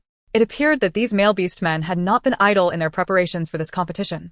Conversely, his own team began to experience excessive energy depletion. Even he was feeling the strain. With the life-or-death contest only 1 day in and 9 more days to go, none of his team members were willing to exhaust their energy supplies just yet. consequently, The side that had once held a significant advantage was now locked in a stalemate with Tan Song's team. Fu Yuan cast a glance toward Zhou Haikong and Kong Hua, ready to erupt in anger at their lack of effectiveness. One was at the peak of the 8th tier, and the other at the initial stage. And yet they had managed to gain little advantage against a peak 8th tier opponent, particularly Kong Hua, who frequently found himself sent flying by Lu Zhiga's powerful strikes. Then Fu Yuan turned his gaze toward Tan Song's camp, pondering how Su Jingru, Su Xian, and Gu Yanbei were faring in their ambush. Tan Song's high-tier beastmen were detained here, leaving Su Tong with at most a low-tier 7th-level protector, Xiao Yufan.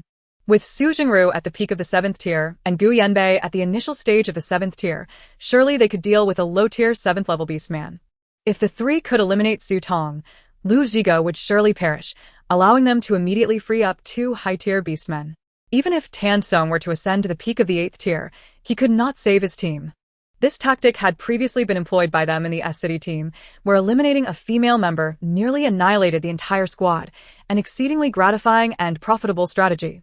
Fu Yuan was cautious about expending energy, which not only prevented him from suppressing Tan Song but also allowed Tan Song to restrain him. As time passed, Fu Yuan's anxiousness grew due to the lack of positive news from Su Jingru and the others. Suddenly, a commotion erupted from the direction of Tan Song's camp. Fu Yuan's expression brightened. Could it be that Su Jingru and his companions had returned? Had they managed to kill Xiao Yufan and capture Su Tong? But if they had captured her, why not eliminate her immediately? Did they intend to act before Lu Zhiga? Were these siblings truly that foolish? A sense of foreboding washed over Fu Yuan. Before long, his apprehensions were validated. As the figures drew closer, even through the thick mist, Fu Yuan discerned their identities. It was not Su Jingru and Su Xian, but rather Su Tong accompanied by a male beast man. This male beast man had transformed into an imposing golden lion, its mane billowing in the wind. It was none other than Jin Yan, the sole survivor from the S-City team. What were these two doing together, especially in such an intimate manner? Wait, wasn't Jin Yan supposed to be depleted of star energy and gravely injured at their hands? How could he still transform and stand here so majestically? Where were Su Xian and the others? Kong was seemed unharmed, and Su Xian appeared to be in no mortal danger. But where had their companions gone? At that moment, Fu Yuan's mind was flooded with a torrent of questions. As soon as Su Tong arrived on the battlefield, Lu Qingzhu expended every last bit of his star energy, invoking the powers of the ice domain to temporarily restrain Zhou Hai and Kong Hua. He then swiftly descended beside Su Tong, reverting to his human form. Upon landing, he assessed Su Tong's condition and cast a glance at the golden lion. Noticing the numerous cuts and bruises adorning Su Tong's body, his brow furrowed tightly. Su Tong. How did you get injured? Where is Xiao Yufan? Su Tong, unable to spare time for explanations, immediately recognized that Lu Ziga's star energy was nearly depleted. She frantically retrieved a variety of quickly consumable foods from her space and quickly stated, "We were ambushed by Su Jingru, Su Xian, and Gu Yanbei. Xiao Yufan was gravely injured and left unconscious at the camp. I sustained only minor injuries, I'm fine. Su Xian and the others fled. You all need to wrap up the battle quickly." Lu Qingzhu had already noticed the battlefield involving Tansong and was aware of the supplies Zhang Shiji had brought back for distribution. With a displeased frown, he addressed Jin Yan, "Protect Su Tong well. If anything happens to her, even if you are General Jin's son, I will personally end you." Upon hearing Lu Qingzhu's words, Jin Yan's golden pupils fixed intently on him. Noticing that Lu Qingzhu was still clad in the 7th level damp season combat uniform that Su Tong had previously selected for Tansong, Jin Yan felt a surge of displeasure. This uniform had originally been intended for him. Moreover, how did Lu Ziga know his true identity? A flash of realization crossed Jin Yan's mind as he felt an odd familiarity with the fiery-haired Lu Ziga. Chapter 199, Victory. Without waiting for Jin Yan to respond, Lu Ziga re-entered the battlefield. Jin Yan said, "Su Tong, let us return to the camp. If Su Jingru and his companions launch a surprise counterattack, Xiao Yufan and the other 2 severely injured comrades will be in jeopardy." Su Tong nodded. After providing Lu Ziga with star energy sustenance, she realized her presence here was futile, potentially offering the enemy an opportunity. It would be wiser to return to the camp and preemptively safeguard against unforeseen dangers. As Su Tong surveyed the battlefield between the 2 teams while seated upon the back of the golden lion, it wasn't long before Jin Yan led her away, disappearing into the distance. On Fu Yuan's side, he was entangled with Tansong, watching helplessly as Zhou Hai and Kong Hu were temporarily ensnared by Lu Ziji's icy domain.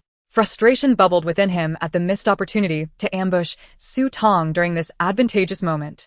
He seethed, "Kong Hua, let's change positions." Since they, an 8th level peak and an 8th level initial stage, were unable to contend with Lu Ziga, he proposed that Kong Hua confront Tansong, who was also at the 8th level initial stage. He believed he could coordinate effectively with Zhou Hai to swiftly subdue Lu Ziga once Lu Ziga was captured. Dealing with Tansong would be a mere formality. This line of thought bolstered Fu Yuan's confidence in his plan. Kong Hua, momentarily taken aback, acquiesced to Fu Yuan's suggestion. In truth, he was nearing his limit. Who could have anticipated that an 8th level peak beast man, whose true form was a flood dragon, would be so formidable? Since Fu Yuan was willing to shoulder this burden himself, Kong Hua was more than willing to allow it. After all, should this ruse of bait and ambush fail, he would not bear the blame. Moreover, Lu Ziga had just replenished his star energy, likely making him even stronger shortly. As Fu Yuan spoke, Kong Hua swiftly switched places with him. Tansong, upon realizing that his opponent had become the equally ranked Kong Hua, smirked and taunted. "What's the matter, Fu Yuan? Afraid to face me?"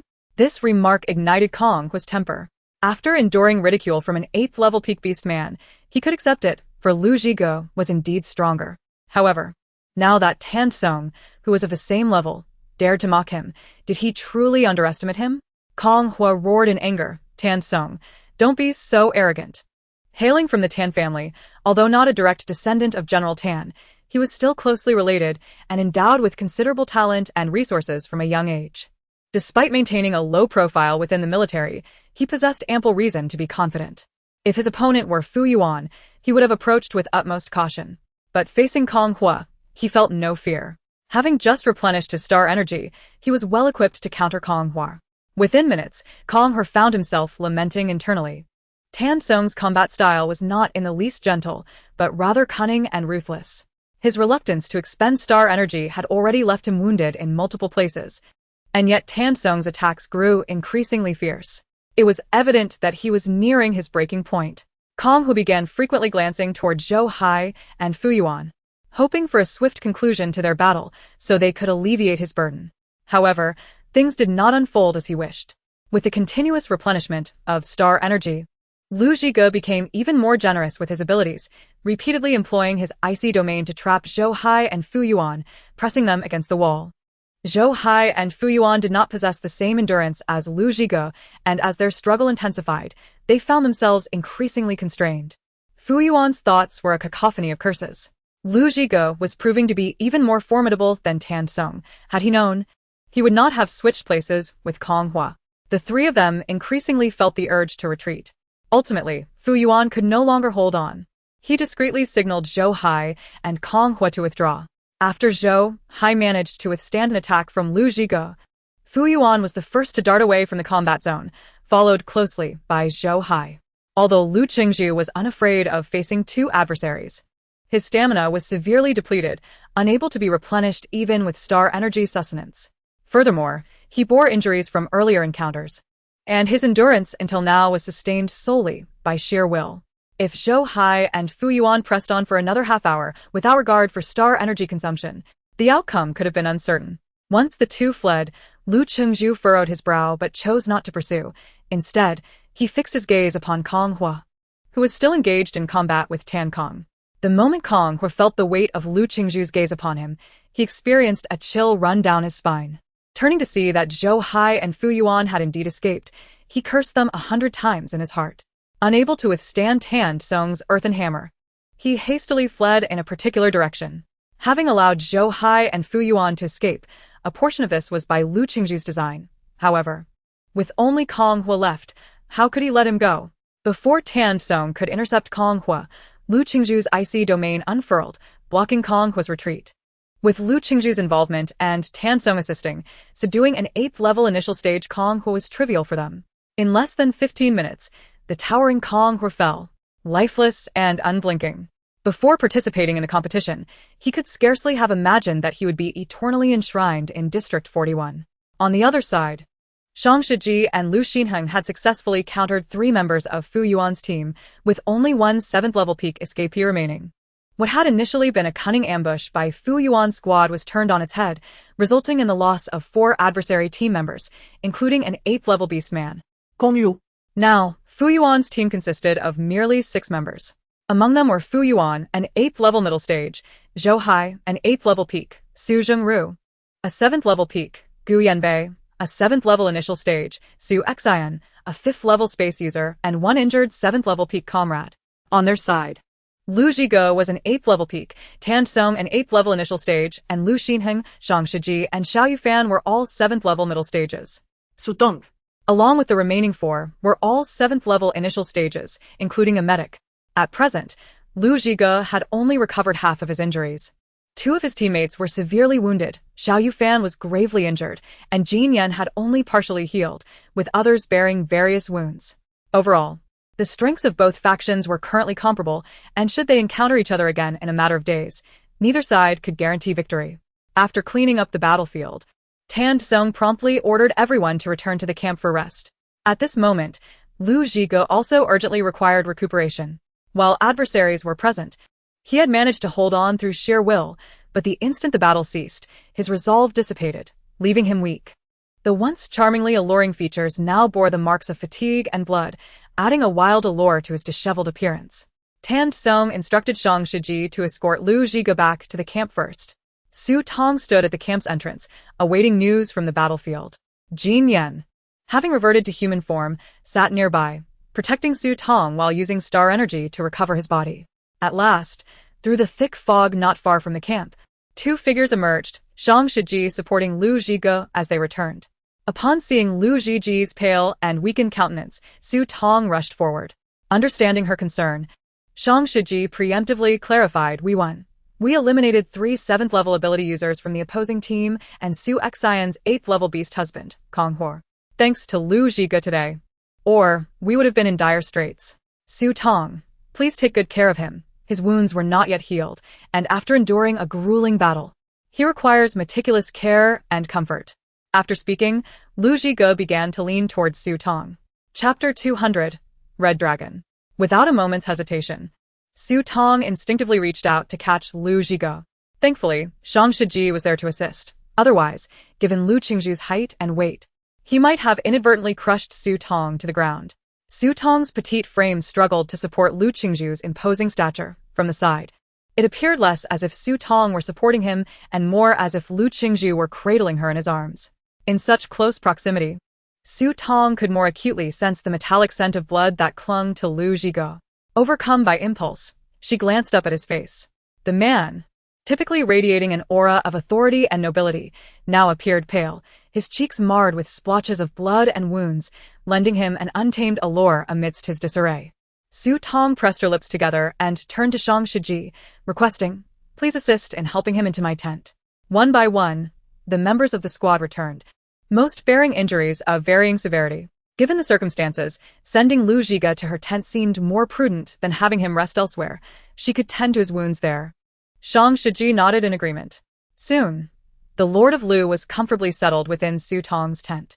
After delivering Lu, Shang Shiji, displaying remarkable tact, quickly took his leave, saying, "Su Tong, should you require anything, feel free to reach out to either myself or the captain. I shall head over to assist the captain now." Su Tong acknowledged him, and Shang Shiji swiftly lifted the tent flap and exited. Upon leaving the tent, he unexpectedly collided with Jin Yan, who stood outside with a somewhat grave expression. "You're awake, Jin Yan?" he exclaimed, surprised, recalling that Jin Yan had been unconscious in the medical tent when he had sent a message back to Su Tong. Jin Yan merely nodded coldly in response to Shang Shiji. Scratching the back of his head, Shang Shiji momentarily faltered. Realizing Jin Yan was Su Tong's ex-husband and unsure of what to say next. Just then, Su Tong's voice echoed from within the tent. "Jin Yan, could you please go to the medical tent and attend to Xiao Yufan? Once I have finished treating Lu Ziga's wounds, I will come find you." "Understood," Jin Yan replied. Casting a glance at the tent's flap, his eyes clouded with melancholy, his hands unconsciously clenched at his sides. In an attempt to alleviate the awkwardness, Shang Shiji coughed a couple of times and suggested, "Let us go. I'll accompany you to the medical tent. Our captain will surely want to inquire about the situation with the S-City squad." Outside the tent, Jin Yan followed Shang Shiji as they departed. Hearing their footsteps fade away, Su Tong released a sigh of relief.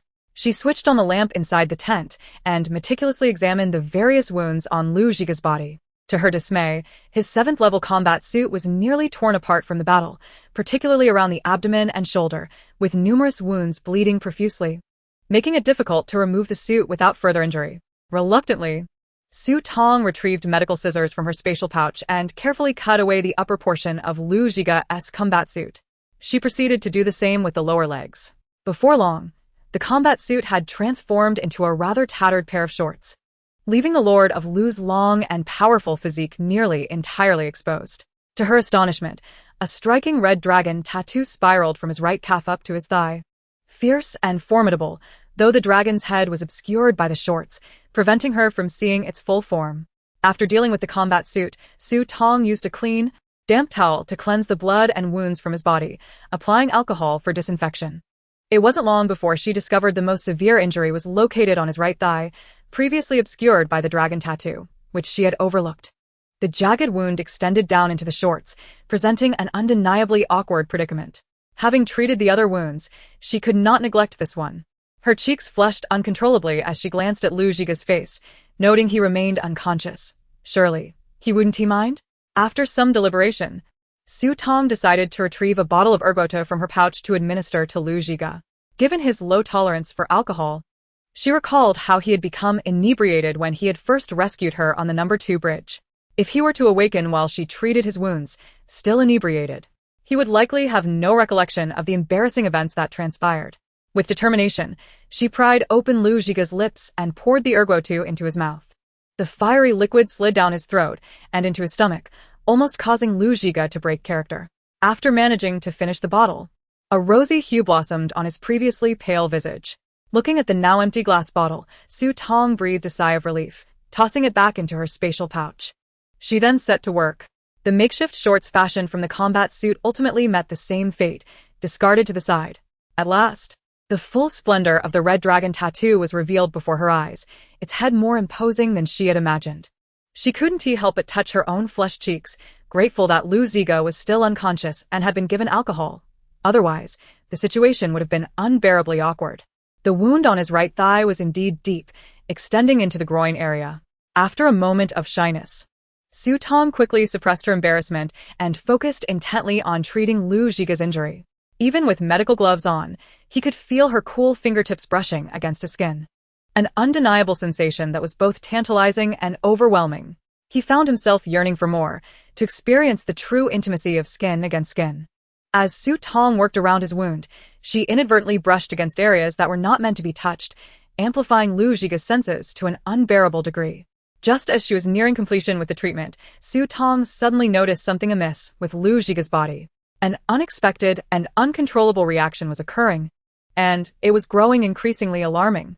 Wasn't he supposed to be unconscious and drunk? Wasn't it said that intoxicated men were incapable in that regard? Could it be that the male beast men of this world possessed a unique constitution? Su Tong never imagined she would witness such a brazen scene. She quickly glanced at Lu Zhiga's face, relieved to see him still in slumber. Perhaps her unintentional touch was merely a natural physiological response. In a flurry, she utilized the healing device to tend to his wounds, and once completed, she covered his body with a thin blanket. However, even with the blanket draped over him, a noticeable bulge formed in the middle, creating a rather awkward situation. Blushing, Su Tong felt embarrassed to look any further and turned to leave. Just as she began to rise, her slender wrist was suddenly seized by a powerful hand, pulling her forcefully towards Lu Zhiga. Su Tong's mind went blank. Chapter 201. Remove the combat suit. Had Lu Zhiga awakened? Did that mean he had witnessed her earlier actions? Or was he merely intoxicated and acting deliriously? Su Tong found herself uncontrollably tumbling onto Lu Zhiga, his body radiating heat, contrasting starkly with her own cool skin, reminiscent of a clash between ice and fire. Lu Zhiga, slightly tipsy and feverish from his injuries, coupled with the tantalizing touches from Su Tong, felt an overwhelming warmth enveloping him. The coolness of her body provided immediate relief from his feverish state, eliciting a deep, contented sigh.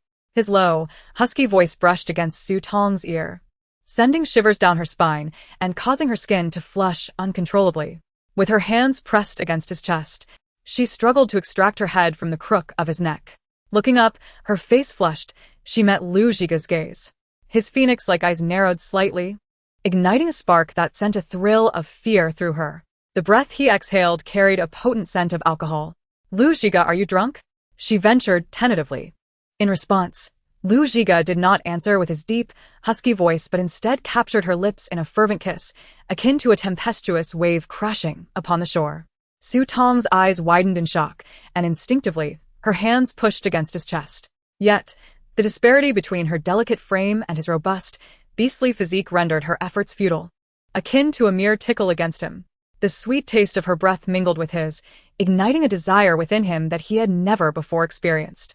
He found her scent intoxicating, compelling him to hold on tighter, to remain in this moment forever. His hand roamed over her body, unable to restrain itself, exploring the softness and sweetness he had never known. In that moment, Su Tong felt as though she could scarcely breathe. Lu Zhiga seemed as though he had not kissed in 8 centuries, not even affording her a moment to breathe. Despite his grievous injuries, his body marred with wounds, he remained insatiably mischievous, igniting flames of desire upon her. Su Tong felt a pang of annoyance, vexed that he should be preoccupied with such matters when he ought to focus on his recuperation. The sweetness on his lips seemed endless, a delicacy she could never tire of. The delicate visage of the petite female before him reddened further, as his large hand glided over her smooth skin, tightening as if to envelop her entirely within himself, ensuring that they would never part again. Suddenly, Lu Zhiga felt a warm slickness beneath his fingers, and Su Tong's flushed cheeks turned pale in an instant, followed by a muffled groan of pain. Lu Zhiga froze, lifting his fingers to inspect them.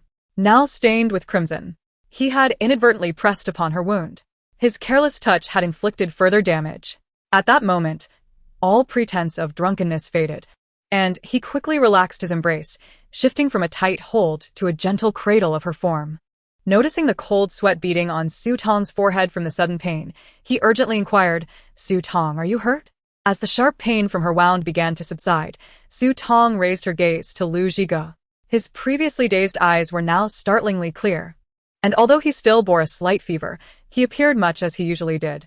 She blinked, tilting her head slightly, furrowing her brows in confusion.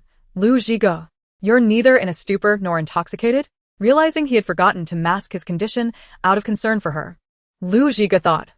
Was it too late to feign unconsciousness? He chose not to respond to her query, instead flipping her over in his arms so that her back faced him.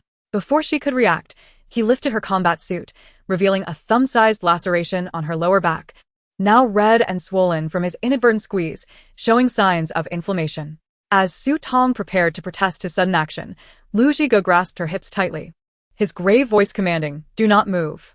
For reasons unknown, Su Tong instinctively obeyed. She glanced back nervously, questioning, "What's wrong? Are you injured? Did you not notice? Doesn't he hurt?" Seeing the wound on her fair skin, Lu Zhiji's brows furrowed tightly, his tone laced with an uncommon mix of concern and reproach. It was only upon his reminder that Su Tong became aware of the aches throughout her body. Earlier, while fleeing from the pursuers led by Su Jingru and Gu Yanbei, she had tended to Jin Yan and had sustained numerous injuries herself, most of which had gone unnoticed in her haste to assist. It wasn't until Lu Zhiga returned to the camp that she realized she had neglected her own wounds amidst the tension. Now, upon his mention, the pain in her lower back throbbed anew. Seeing Su Tong in a daze, seemingly still processing his words, Lu Zhiga softened his tone. "What about the supplies you used to treat your wounds? Bring them out. I shall tend to your injuries." Given her difficulty in addressing the wound on her lower back, and with no healer available, Lu Zhiga was indeed the most suitable person to assist her.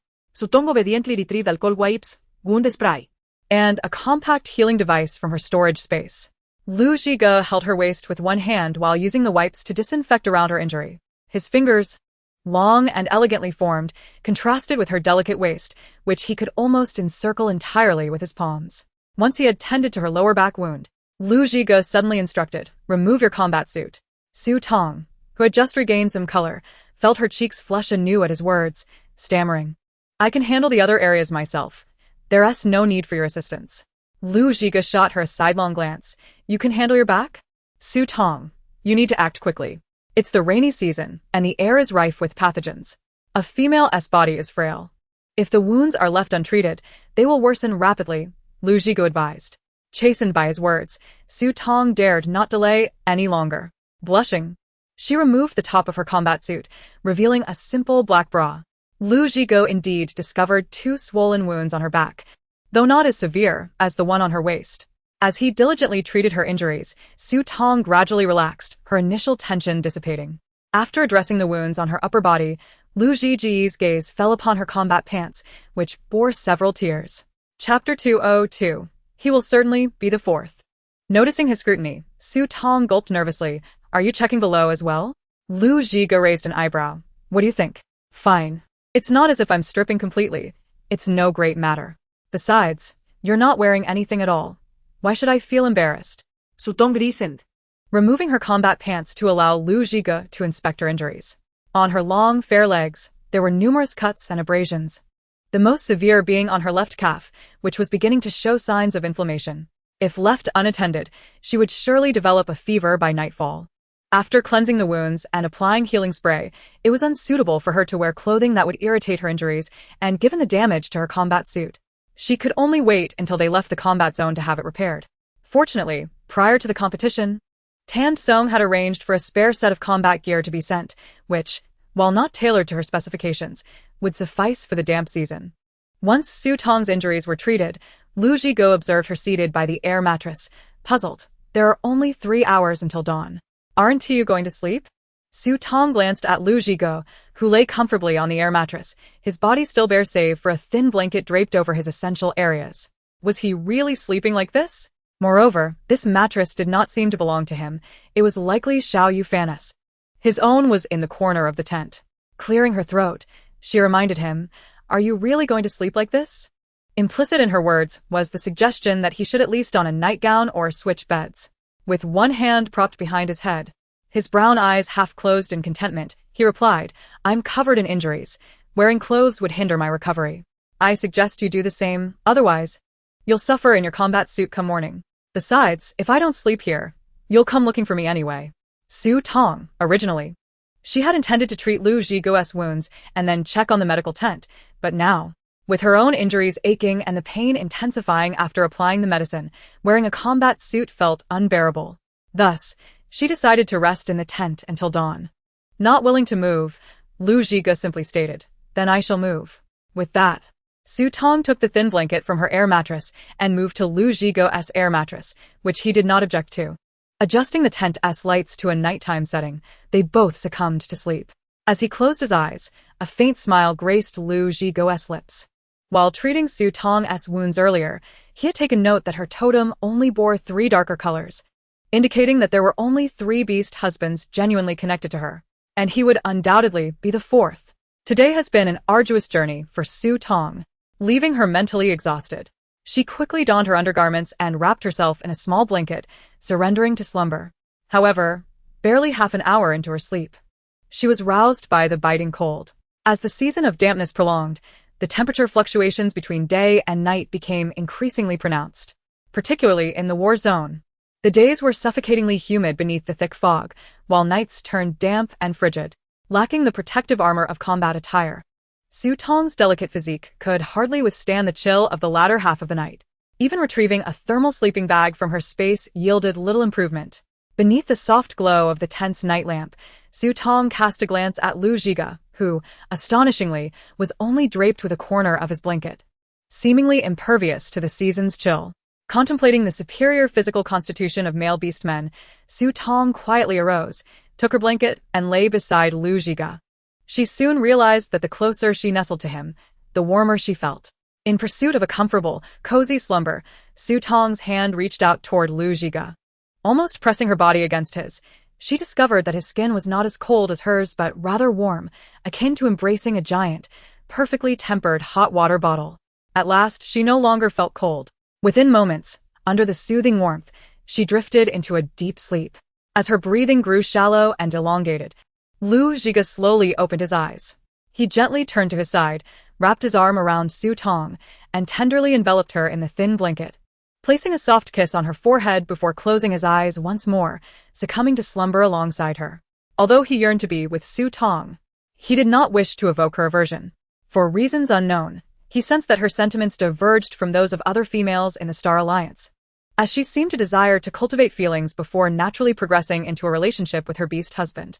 He had ample time and was willing to wait until the day Tong genuinely wished to be with him.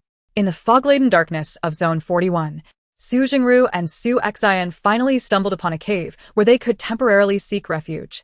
The siblings huddled together within the cave, gasping for breath, their faces pale with anxiety. At this moment, Su Xian harbored deep resentment towards her elder brother, Su Jingru. However, with only the two of them present and her lack of self-defense abilities as a female, she dared not voice her frustrations. Yet, unable to suppress her feelings, she remarked, "Brother, why did you flee without a word? What if Yan Bei cannot handle it?" Su Jingru shot her a cold glance, muttering that if Yan Bei could not cope, it was his own fault. In the Star Alliance, there was no shortage of male beast men. If necessary, their parents could find her another beast husband. Su Xin frowned.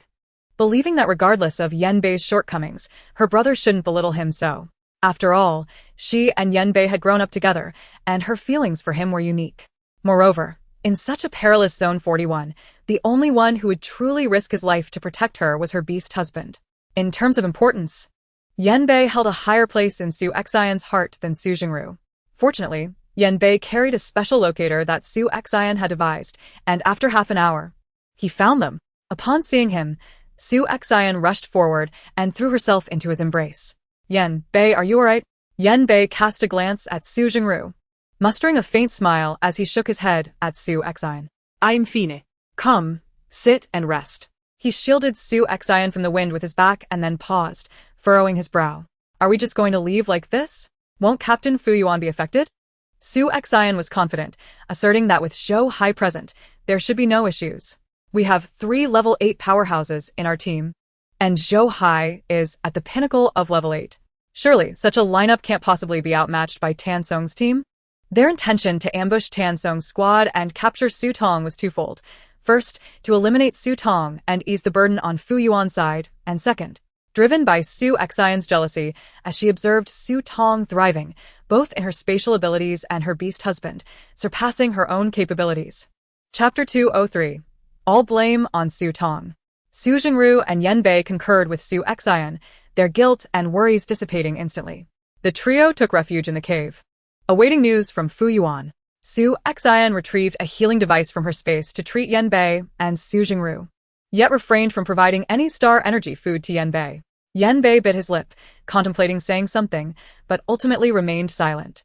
An hour and a half later, as Su Xian rested against Yan Bei, her complexion suddenly turned ashen. She sat up abruptly, disbelief etched across her face. Yan Bei startet, inquiret, Xiner, what's wrong? Su Jingru turned his attention as well. Su Xian murmured, how could this be? How could Kong Hua have met with misfortune? Although her voice was barely audible, Yan Bei caught her words. Kong Hua is in trouble? His expression darkened. Although the death of a beast husband would not fundamentally impact a female nor threaten her life, it would not entirely leave her unaffected. The demise of a high-level beast husband could diminish a female's spatial abilities. For instance, just moments ago, Su Xian's spatial ability had plummeted from level 5 to the peak of level 4. Su Jingru found it hard to believe that a level 8 ability user like Kong Hua would encounter trouble. Frowning, he advised, don't panic. Perhaps you're overthinking it. Let's wait for news from Fu Yuan. Su Xian found no solace in her brother's words, growing increasingly anxious. After another half hour, Fu Yuan arrived, accompanied by the remaining team members, joining Su Xian and the others. Upon noticing the absence of 4 individuals, including Kong Hua, Su Xian gazed at Fu Yuan in disbelief. Where is Kong Hua? The events had transpired, and it was impossible to conceal the truth any longer. Fu Yuan replied coldly. Kong Hua and 3 other team members have sacrificed themselves. What? Even with Fu Yuan's confirmation, Su Xian struggled to accept the reality. Combien? Along with Zhou Hai and Fu Yuan were all level 8 ability users. Why was it that only Kong Hua had perished while the others remained unharmed? Did they use Kong Hua as a shield? Su Xian inhaled deeply, her voice icy. Was it intentional on your part? Upon hearing Su Xian's accusation, Fu Yuan's already grim expression darkened further. Su Jingru, rein in your sister. Also, this is a battle of life and death. Before participating in the competition, you should have been prepared for the possibility that anyone could face death. Su Jingru immediately pulled Su Xian aside, shooting her a fierce glare. He addressed Fu Yuan. Captain Fu, Su Xian is simply distressed over her beast husband's death and spoke without thinking. I will counsel her properly. We have already suffered significant losses in this operation. The priority now is to rest and regain our strength. At this juncture, we cannot afford to let our own people fall into disarray. Fu Yuan's expression softened slightly at Su Jingru's words, as long as you understand the gravity of the situation. Fu Yuan was a direct subordinate of General Chang. While Su Jingru and Su Xian were descendants of the Zhong family, both sides had their own leverage. It was not the time for discord. Su Jingru exchanged a glance with Yan Bei, who promptly led Su Xian aside. Yan Bei, however, did not share the same pessimism. To him, Kong Hua's sudden demise was, in fact, a fortuitous event. With Kong Hua gone, Su Xian's attention would once again turn toward him, and the star energy food he had been deprived of would now be within his reach. Su Xian was infuriated, feeling as if she might bleed from the frustration of having lost an level 8 beast husband and seeing her spatial ability regress to level 4. Unbeknownst to Yan Bei, following her spatial regression, all the level 5 ranch animals she had secured from Su Lanqin perished instantly, along with the fruit trees and crops she had cultivated. This constituted a considerable loss for Su Xian. The next time her spatial ability returned to level 5, acquiring those ranch animals would not be a simple task. Su Xian felt her heart bleed with distress. Moreover, when she thought of Su Tong's mid-level 5 space, her teeth ground in frustration, her resentment towards Su Tong intensifying. Had it not been for Su Tong and her beast husband, Lu Zhigo, Kong Huo would never have met his demise. It is all Su Tong's fault. Following the failure of their ambush, Fu Yuan and the remaining team members deliberated and concluded that it would be unwise to confront Tan Song's team in the short term. Consequently, they were compelled to contemplate securing victory through points. Winning through points necessitated the hunting of mutated beasts or the procurement of valuable resources and plants. Thus, they would have to rely on Su Xian's spatial abilities. Therefore, it was imperative that they did not fall out with Su Xian before the conclusion of the competition. Regarding the hunting of mutated beasts, a smile crept across Fu Yuan's lips. General Chong had indeed been thoughtful, preparing numerous resources for them to secure victory in this military competition. For others in the war zone, hunting high-level mutated beasts was no simple task. Even within Area 41, where level 7 to 8 mutated beasts roamed, locating high-level beasts was not an easy feat. However, for them, finding high-level mutated beasts was remarkably straightforward.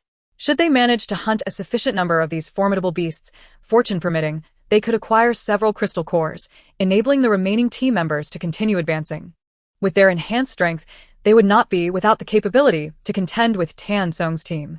With this decision made, Fu Yuan led the remaining team members to find a secluded spot to recuperate and tend to their injuries.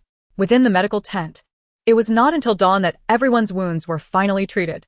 Noticing that Su Tong had yet to appear, Tan Song decided to take some rest. Jin Yan stood vigil by Xiao Yufan's bedside, which was positioned near the entrance of the medical tent. A slight parting in the tent flap allowed him to glimpse Su Tong's tent. Jin Yan remained seated beside Xiao Yufan, his gaze fixated on the entrance of Su Tong's tent throughout the night. Since his departure, the flap of Su Tong's tent had not been lifted again. As dawn broke, after a night of treatment and sleep, Xiao Yufan finally opened his eyes. Upon awakening, he was met with the sight of Jin Yan, whose eyes were ringed with fatigue. Momentarily taken aback, he inquired, "What are you doing here? Where is Su Tong? What is the current situation?" His mind raced back to the events of the previous night, his urgency mounting with each question. Jin Yan cast a glance at the now-awake Xiao Yufan, reassured him that the crisis had passed, Tan Song's team had emerged victorious, and Su Tong was safe and resting. Hearing this, Xiao Yufan let out a sigh of relief. He had not anticipated sustaining such severe injuries, ultimately collapsing from exhaustion. He surveyed his surroundings, realizing he was not in Su Tong's tent but within the medical tent, filled with injured team members, and Lu Zhigo was absent. His previously relaxed expression immediately morphed into concern as he asked, "Where's Lu Zhigo?" Jin Yan's voice turned colder, informing him that Lu Zhigo had accomplished great deeds the previous night and was currently resting in Su Tong's tent. A palpable sense of jealousy emanated from Jin Yan's words, leaving Xiao Yufan feeling sour. Xiao Yufan shot a glance at Jin Yan, sat up, threw off the covers, and limped out of bed. "Where are you going?" Jin Yan questioned him. "Nowhere, just returning to my own tent to rest," Xiao Yufan replied. Jin Yan noted that Xiao Yufan's jealousy was not much better than his own. Chapter 204, Excessive Exhaustion. Despite having only slept a few hours the previous night, the comfortable and warm environment allowed Su Tong to enjoy a high quality of sleep, and she awoke shortly after dawn. Upon waking, she discovered herself curled up in Lu Zhige's embrace, her limbs entwined around his body like an octopus. Meanwhile, Lu Zhige lay in a perfectly proper position, reclined on his back, reminiscent of a slumbering noble prince. Not only that, but the two had originally each had their own blanket. Yet Lu Zhige was now entirely wrapped in hers. Su Tong felt a wave of embarrassment wash over her. She carefully extricated her limbs from Lu Zhige's grasp and draped a blanket over him before donning a fresh set of combat attire. After completing these tasks and noticing Lu Zhige still asleep, she let out a sigh of relief. After a night of rest, her wounds had healed considerably, and with careful movement, she could dress without aggravating them. Presumably, with another couple of days of rest, her myriad of injuries would scab over. Lu Zhige's injuries, however, had healed at a much quicker rate. Within just one night, only the most severe two had yet to scab over. The physical prowess of a male beast man was indeed formidable. Having endured so much the previous night, Su Tong had yet to assess the situation within her spatial realm. Reflecting on this, she delved into her space to take stock. To her astonishment, she found that she had expended a considerable amount of resources in just one day. The output from the original owner's space had nearly been depleted by Lu Zhige and Xiao Yufan. Moreover, The items exchanged at the resource exchange had also been significantly reduced, with only rice and flour remaining, consumed in large part by Tong and his team. Su Tong had thought she could stockpile more from the exchange, never imagining it would deplete so rapidly. After collecting the eggs laid by the chickens, ducks, and geese, and harvesting some ripe vegetables to pair with water horse meat and flamingo meat, she prepared to make breakfast. Disappointingly, The clown chicken had not laid any eggs in recent days. After providing the animals in her space with spiritual spring water and watering her crops with it, Su Tong exited her space. As soon as she opened her eyes, she heard footsteps approaching the entrance of the tent. Rising to lift the flap, she found herself locking eyes with Xiao Yufan and Jin Yan. Upon seeing Xiao Yufan, a spark of joy flickered across Su Tong's face. Xiao Yufan, you're all right? Xiao Yufan peered into the tent, his gaze immediately falling upon Lu Zhigo, who lay bare-chested, hands clasped behind his head, wearing an expression of challenge, and occupying his bed. Xiao Yufan's already serious demeanor darkened further. He managed to force a smile at Su Tong and nodded, acknowledging that despite his severe injuries from the previous night, he had rested well and was no longer in critical condition. Su Tong quickly invited Xiao Yufan and Jin Yan into the tent. While the atmosphere at the entrance was still manageable, with the three men not directly interacting, Su Tong felt the air within the tent grow thick with tension as Lu Zhigo woke and Xiao Yufan and Jin Yan took their seats nearby. Noticing Xiao Yufan's pale complexion, Lu Zhigo remarked, "Xiao Yufan, you didn't rest well last night? Your complexion looks dreadful." Xiao Yufan responded with silence. "Last night, Su Tong intended to visit the medical tent to see you, but I stopped her. Thankfully, she didn't go. Otherwise, she too would have had a poor night's sleep." With that, Lu Zhigo boldly tossed aside the thin blanket covering him, displaying his impressive physique to Xiao Yufan and Jin Yan. The fierce red dragon tattoo boldly adorned his body. He strolled to the side, casually putting on his combat attire, as if Xiao Yufan and Jin Yan were non-existent in the tent. Su Tong felt her cheeks flush, glaring at Lu Zhiji's back and raising her hand to shield her eyes, utterly mortified. Meanwhile, Xiao Yufan and Jin Yan wore expressions of deep discontent. The sight of Lu Zhigo in such a state led them to wonder if he had spent the night with Su Tong. Almost simultaneously, their gazes fell upon Su Tong. Feeling the weight of their scrutiny, Su Tong was about to speak to alleviate the awkwardness when a voice from outside the tent called, "Shang Shiji, are you up? Captain Tan is looking for you." Instantly, Su Tong felt as though she had been rescued, responding, "I'm up." As she rose to leave the tent, Xiao Yufan and Jin Yan noticed that the color of the dragon totem on her neck had not darkened, and they both breathed sighs of relief.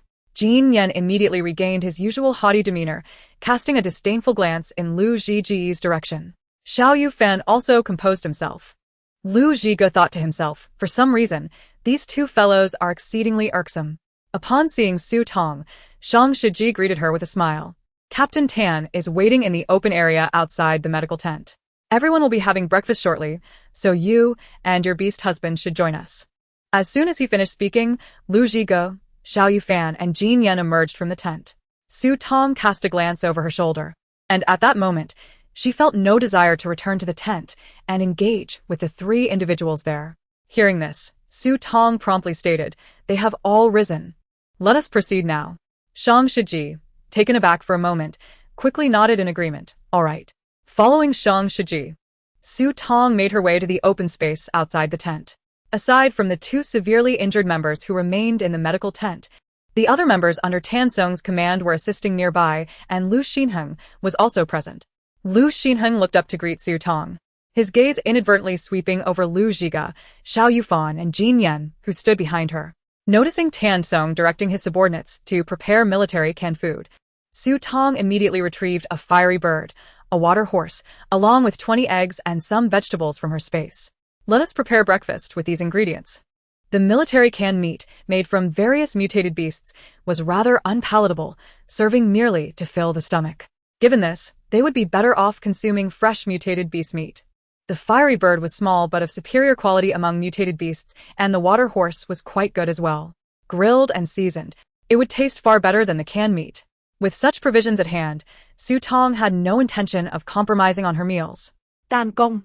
Seeing the fresh eggs and vegetables Su Tong had brought forth, had a flicker of surprise in his eyes and immediately instructed Shang Shiji to have the team prepare the ingredients.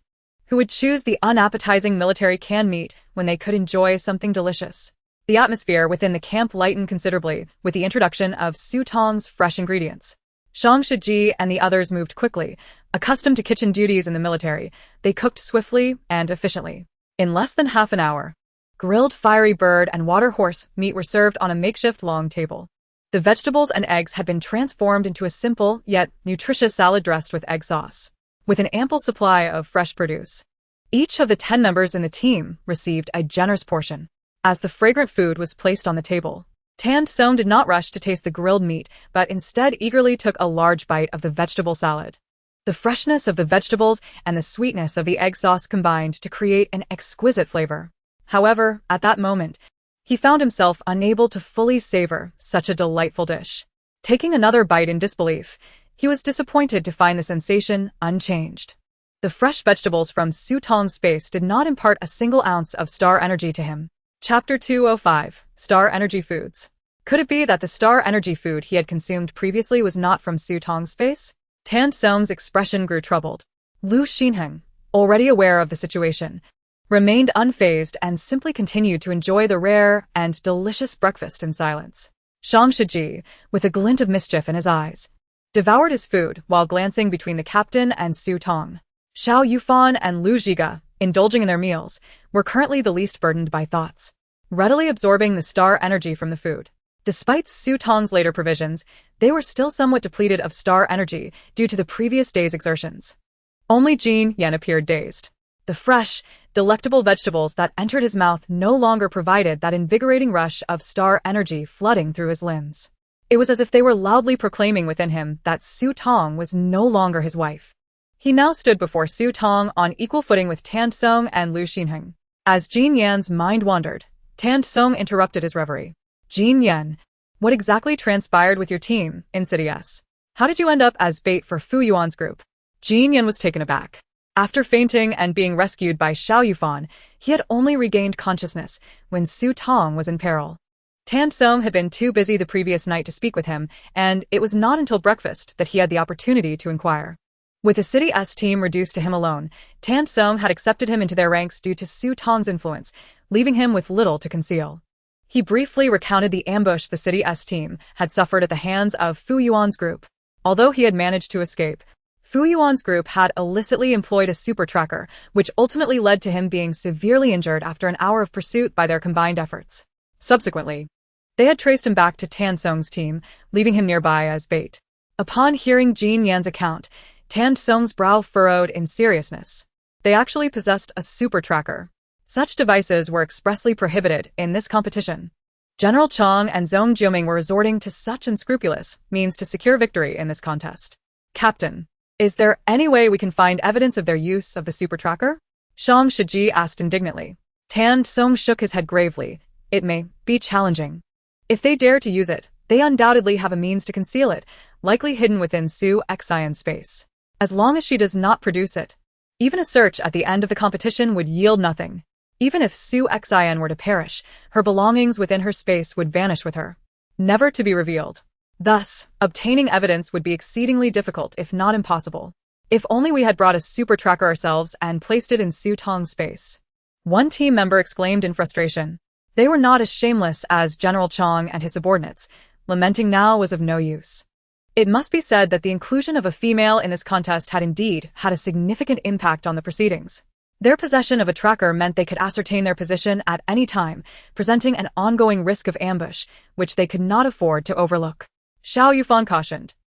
Song nodded, acknowledging that their strength had diminished in this confrontation. For at least the next 2 days, they would not dare to act against them. Rest assured. I will ensure that patrols are arranged for constant vigilance. With that, Song turned to Su Tong, saying, Su Tong, as a female, your self-defense capability is limited. Before we exit Area 41, you must ensure that at least one male beastman is always by your side for protection. Su Tong nodded. Recognizing the practicality of Song's words, Fu Yuan's team employed many underhanded tactics. She indeed needed to be cautious. The breakfast was sumptuous and delicious, and everyone ate swiftly. At the dining table, after a collective discussion, they decided to rest for a day at the camp before embarking toward the northern ice pool region of Area 41 in search of ice grass. although 2 types of level 8 mutated beasts resided near the ice pool. Their team boasted Lu Zhiga at the pinnacle of level 8 and Tan Song at the initial stage of level 8, making the venture feasible. Ice grass was one of the most effective cooling plants during the hot season, thriving only in regions inhabited by high-level mutated beasts. The ice pool was one of its growth locations. In this competition, a single stalk of ice grass was valued at 30 points, surpassing even the points awarded for level 8 mutated beasts. With their objective established, the injured team members were assigned to rest while the uninjured took to patrol. Tan Song invited Su Tong to speak privately. Su Tong had a general idea of what Tan Song wanted to inquire about and, after some contemplation, did not refuse. She stood up, just as Xiao Yufan, Jin Yan, Lu Zhiga, and Lu Xinheng all rose to follow. Su Tong glanced back and said to the group, "Xiao Yufan, you accompany me." Xiao Yufan quickly stepped up to walk alongside Su Tong, while Lu Zhiga raised an eyebrow and halted his steps. Jin Yan lowered his head slightly. His eyes clouded, and Lu Xinheng pressed his lips together, remaining silent. Tan Song, seeing that Su Tong had specifically requested Xiao Yufan's company, did not voice any objections. Once the 3 had walked a distance away, ensuring that no one could overhear their conversation, Tan Song inquired, "The food you provided us yesterday contained star energy?" Tan Song spoke candidly, and Su Tong had anticipated this question, nodding in agreement. In that moment, Tan Song noticed that Xiao Yufan's expression remained unchanged, indicating that he was already aware of the matter. This morning, Su Tong had deliberately brought out the vegetables and eggs from her space, prompting Tan Song to ask, "These foods that provide us with star energy are not from your space's yield?" Su Tong's greatest secret lay in her possession of 2 spaces, a truth she would not divulge to anyone, not even to her beastman. Allowing everyone to harbor such misunderstandings was the most advantageous outcome for her. Su Tong offered a slight smile. "The produce from my space. Did you not sample it at breakfast, Captain Tan?" Reflecting on Lu Xinheng's peculiar behaviors and his rapid advancement in abilities, as well as Jin Yan's swift recovery from severe injuries, he inquired, "Did you previously provide Lu Xinheng and Jin Yan with such star energy sustenance?" Having reluctantly revealed her secret, Su Tong felt unperturbed discussing this matter with Tan Song. She nodded in affirmation. Upon hearing Su Tong's admission, Tan Song's eyes widened with astonishment and delight. He eagerly asked Su Tong, "Where did you acquire these foods?" Su Tong fixed her almond-shaped eyes upon Tan Song and shook her head, responding, "I shall not divulge that information. Moreover, I hope you can keep this matter confidential." Tan Song's expression grew solemn as he contemplated the potential implications and established rules surrounding this revelation, his demeanor increasingly grave. After a moment's reflection, he cautiously nodded, saying, "Su Tong, rest assured, had you not produced the star energy food yesterday and saved us in a critical moment, we might have perished. I will guard this secret for you." However, Su Tong anticipated his next words. Chapter 206, The Transaction. "You wish to purchase star energy food from me?" Su Tong interjected, preempting Tan's statement. Unlike Lu Xinheng, whose rapid recovery was attributed to her inadvertent provision of star energy sustenance and Lu Lijuan's goodwill towards the original host, Tan Song's disposition, while commendable, was rooted in the influence of General Tan. By proactively offering star energy food to Tan Song, she was engaging in a mutually beneficial exchange. Rather than allowing Tan Song to initiate the discussion, it would be prudent for her to clarify the terms openly, especially since many friendships have soured over matters of self-interest. Tan Song was taken aback by Su Tong's swift and perceptive thinking. Recognizing her candor, he felt no need to withhold his own thoughts. He nodded, stating, "With 8 days remaining until the competition, my Team's star energy food supplies are nearly depleted. Without resupply, even if Fu Yuan's team suffers losses, their underhanded tactics could still jeopardize our chances of victory. You need not worry, I will negotiate a price with you first. Upon returning to the military headquarters from Area 41, I will compensate you in full with star coins or supplies. And I shall offer an additional 10% as an advance reward." Tan Song's sincerity was evident, and Su Tong considered his proposal, ultimately agreeing. But she remained resolute in not revealing her trump card to him. "I consent, but my remaining star energy food is limited." Su Tong's words did not surprise Tan Song. He suspected that such sustenance capable of providing energy to any male beast man was plentiful. "No matter, how much can you offer now?" 2 bags of 10 Jin rice and 1 bag of 10 Jin flour. Rice and flour. Tan Kong Edgar Lim, VCB Lee Dao Lai. The energy density of rice and flour exceeded that of the compressed biscuits and sausages they had consumed the previous day. Excellent. How would you like to trade? He asked eagerly. 300,000 star coins, and one condition. If the military department or the general hall has supplies I require, I would like to have priority for purchase. Su Tong stated her terms without hesitation. Tan Song was surprised by the reasonableness of her offer and promptly agreed. Absolutely. Su Tong added, this price applies solely to our current transaction. Should another opportunity arise, we will negotiate anew. Her spatial level would continue to increase, along with the energy density of the supplies within her space, making high-energy food prices incomparable to those of the present. Tan Song found Su Tong's conditions quite reasonable and readily accepted. To ensure fairness, they signed a transaction contract on the spot, storing it in their wrist devices. Subsequently, Su Tong retrieved 2 bags of rice and 1 bag of flour from her space and handed them to Tan Kong. Upon returning to the camp, Tan Song immediately instructed his subordinates to steam the rice and flour into rice and buns, sealing them in bags for preservation. While Tan Song busied himself, Su Tong was also occupied. The stockpile of rice balls and buns had been nearly exhausted. Seizing the opportunity while Tan Song prepared meals, Su Tong extracted the rice, wheat, fruits, vegetables, and eggs harvested from the original hostess space and entrusted them to 2 beast men accompanying her to the war zone, directing them to start making rice balls and noodle dishes suitable for immediate consumption. Xiao Yufan, having previously taken turns cooking in the villa, although not as skilled as Huaixi, managed reasonably well. Conversely, Lu Zhige stood bewildered before the bags of rice and wheat, having never cooked in his life, let alone dealt with such rudimentary ingredients. When returning to Su Tong's villa, his assistant Jiang had suggested he enroll in a class to learn food preparation and culinary skills, as every female possessed a space, and the output from that space was the source of energy for the beast men. It was impractical for the males to offload all agricultural tasks onto the females. They must contribute their share. Thus, food preparation became a mandatory subject for beast men.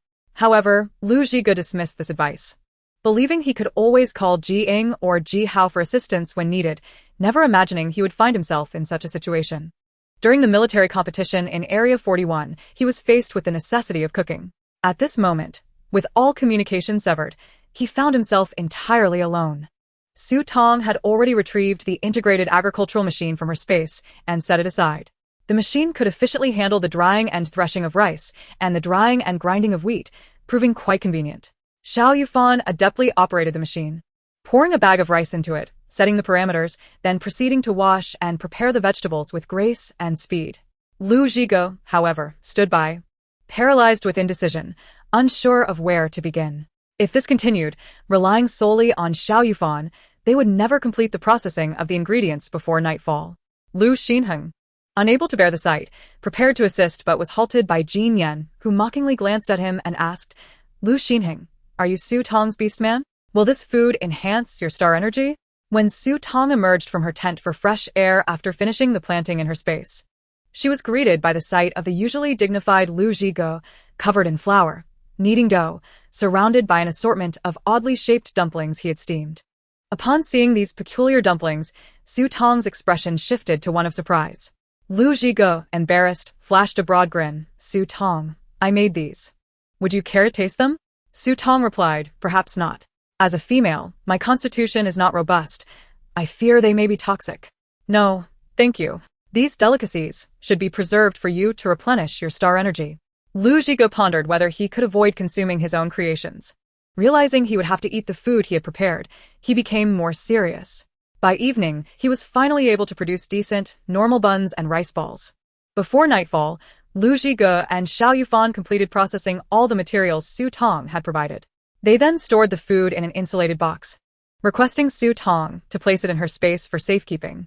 Lu Zhige felt that cooking for half a day was more exhausting than battling mutated beasts for the same duration. During the evening's barbecue, he preferred to abstain from eating and volunteered to patrol, ensuring the camp's safety. That night, Su Tong continued to share a tent with Lu Zhige and Xiao Yufan, while Jin Yan was temporarily assigned to share a tent with Lu Xinheng. After a long day of cooking, and with both of them nursing injuries, Lu Zhige and Xiao Yufan settled down for a restful night's sleep, quickly dozing off. Su Tong's injuries had significantly improved, and she was comfortable sleeping in her combat attire. That night, the tent remained peaceful, allowing them to sleep soundly until dawn. The The following morning, the team had a simple breakfast before breaking camp and heading toward the ice pool. Meanwhile, on the other side, Fu Yuan observed the screen on his wrist device and soon remarked, they are heading north toward the ice pool. Chapter 207, The Fortunate Perspective of Fu Yuan's Team. An ice pool? Is there truly ice grass there? Su Xin inquired. Fu Yuan nodded affirmatively. Prior to the competition, he had meticulously reviewed the latest report from Area 41, confirming the presence of ice grass in the ice pool. In this competition, a single ice grass plant is worth 30 points. Moreover, it is one of the essential resources for the scorching season. Is the ice pool dangerous? Su Xin promptly asked. Fu Yuan let out a cold laugh. How could it not be dangerous? In the beast world of the Star Alliance, every valuable resource is accompanied by immense risks. Not to mention a rare plant like ice grass. The ice pool is home to at least 2 types of level 8 mutated beasts, and these advanced mutants tend to be social creatures. Just hearing Fu Yuan's words sent chills down the spines of Su Xin, Su Jingru, and Gu Yanbei. Level 8 mutated beasts are already formidable adversaries, and to imagine confronting a group of them in the ice pool is a harrowing thought. Is Tan Song's team seeking their own demise? Su Xin furoret herbrov. Fu Yuan, who regarded Tan Song as a bitter rival, shook his head. Tan Song is not that foolish, and he is quite cunning. He likely anticipates that we are outnumbered and hesitant to approach the ice pool, which is why he seeks to collect points there. If he has a way to temporarily lure away the level 8 beasts to gather ice grass, or to draw out 1 or 2 for extermination, it is not beyond the realm of possibility. Are we to simply watch Tan Song's team collect ice grass? Zhou Hai interjected at this moment. Fu Yuan snorted coldly. Do you think I am someone who can sit idly by while our opponents scheme? Compared to Tan Song's team, they possess a super tracker that allows them to constantly monitor Tan Song's team's location. Therefore, they must leverage their advantages to the fullest. Since Tan Song dares to covet ice grass, they shall employ a strategy akin to the mantis stalking the cicada, with the yellow sparrow behind. When Tan Song and his team are preoccupied with the level 8 mutated beasts while attempting to harvest the ice grass, they will suddenly appear to snatch the fruits of their labor. By then, even if Tan Song were to choke on his fury, he would be powerless against them. Merely contemplating this brought immense satisfaction to Fu Yuan. After sharing the plan with his teammates, excitement surged among them, especially Su Xin. If given the chance to capture Su Tong, she would not hesitate to repay her past deeds. However, carrying out that plan required gathering some energy. And while they were close to accumulating enough, the abrupt demise of Kong had delayed their progress. After deliberation, Fu Yuan's team took a detour along another route toward the ice pool in Area 41. Along the way, in their quest to gather crystal cores and enhance their strength, Fu Yuan led his team to hunt any encountered mutated beasts. They spent 3 days reaching the vicinity of the ice pool. During these 3 days, they were exceptionally fortunate, encountering mostly solitary high-level mutated beasts, which made their extermination efforts relatively effortless. Furthermore, they collected 2 target plants along the way, earning a total of 150 points. Upon arriving near the ice pool, Fu Yuan's team had successfully slain 5 level 8 mutated beasts and 10 level 7 star beasts. They were fortunate enough to acquire 1 level 8 beginner crystal core and 2 level 7 intermediate crystal cores. Remarkably, 2 of these crystal cores were obtained under the guidance of Su Xin. According to the rules within Fu Yuan's team, the one who kills a mutated beast is entitled to open its crystal core, which then belongs to that team member. Coincidentally, 1 level 7 intermediate crystal core was opened by Gu Yanbei, while the level 8 beginner crystal core was opened by Su Jingru. Fu Yuan, Zuai. And another level 7 peak team member only received 1 level 7 intermediate crystal core. Although Fu Yuan felt a twinge of imbalance, ultimately, Gu Yanbei and Su Jingru were still part of his team, and the cores they used did not disadvantage him. Not to mention, whether it was due to Su Xion's presence in the team, the probability of obtaining crystal cores during this hunt was notably higher than usual. Level 7 and level 8 crystal cores are exceedingly rare, even within the military, particularly the level 8 cores, of which even the Su family has none to spare. Otherwise, Su Jingru would not be perpetually stuck at the level 7 peak without advancing further. Upon acquiring the crystal cores, Gu Yanbei and Su Jingru did not hesitate and used them to advance that very night. The next day, Gu Yanbei ascended from level 7 beginner to level 7 intermediate, while Su Jingru achieved a remarkable breakthrough to level 8 beginner. It is noteworthy that within the Su family, the highest level of supernatural ability is held by Zhong Jiuming, who is merely at the level 8 peak. Among the younger generation, Su Xin is the first to reach level 8. After ascending to level 8, Su Xin transformed from his former despondency, exuding confidence. Fu Yuan was pleased to find that the remaining team member also used the level 7 intermediate crystal core to elevate himself to level 8. Now, Aside from Gu Yanbei and the female Su Xin, the other 4 members of the team had all attained level 8 supernatural abilities. Their strength had not only improved, but had advanced significantly. With the collective upgrades, Fu Yuan felt even more assured about confronting Tan Song's team at the ice pool. Fu Yuan retrieved the super tracker to check Tan Song's team's location. Observing a row of red dots on the tracker, Su Xin remarked curiously, "It has been 3 days. Why are they still en route to the ice pool?" Tan Song's team had chosen the shortest route to the ice pool in Area 41. Fu Yuan had opted for the longest route to temporarily avoid them. The overall distance they traveled was a third more than that of Tan Song's team. Fu Yuan's group had not deliberately accelerated their pace. Logically, Tan Song's team should have reached the vicinity of the ice pool a day prior. Yet, in reality, they had only covered 2/3 of the distance. Could they have encountered some trouble along the way? Du hai spekut? Fu Yuan frowned. Logically, that should not be the case. The route they chose was considered the safest, with few high-level mutated beasts' habitats. What should we do now? Su Xin inquired. We wait. Let's give it 2 more days. They must arrive eventually. In any case, we have the super tracker. If they do not come, we can alter our plan. During these 2 days, we will split into groups to hunt mutated beasts. Perhaps we can obtain a few more crystal cores, Fu Yuan decisively concluded. Indeed, the route Tan Song selected to the ice pool was both safe and reliable. He had considered choosing a concealed path, but for Fu Yuan's team, equipped with a super tracker, no matter which path he selected, it would be transparent to Fu Yuan. It was better to choose an accessible route. At least this path assuredly lacked high-level mutated beast nests, allowing them to conserve their strength to guard against Fu Yuan's potential ambush. However, he could hardly have anticipated that what seemed to be the safest route would be overrun by numerous level 7 and level 8 mutated beasts. The quantity of these beasts exceeded his estimates for the most populated routes. After setting out for just 1 day, they had already encountered no fewer than 15 level 7 and level 8 mutated beasts. Were it not for the certainty that their Area 41 route map was authentic, he might have suspected they had stumbled into a nest of mutated beasts. Chapter 208. I have a plan. With Xiao Yufan and Lu Zhiga having Su Tong, the female lead, by their side, they were constantly replenished with star energy, so the mutated beasts encountered on the road were swiftly dispatched by the two. Xiao Yufan was responsible for the level 7 mutated beasts, while Lu Zhiga took on the level 8 ones.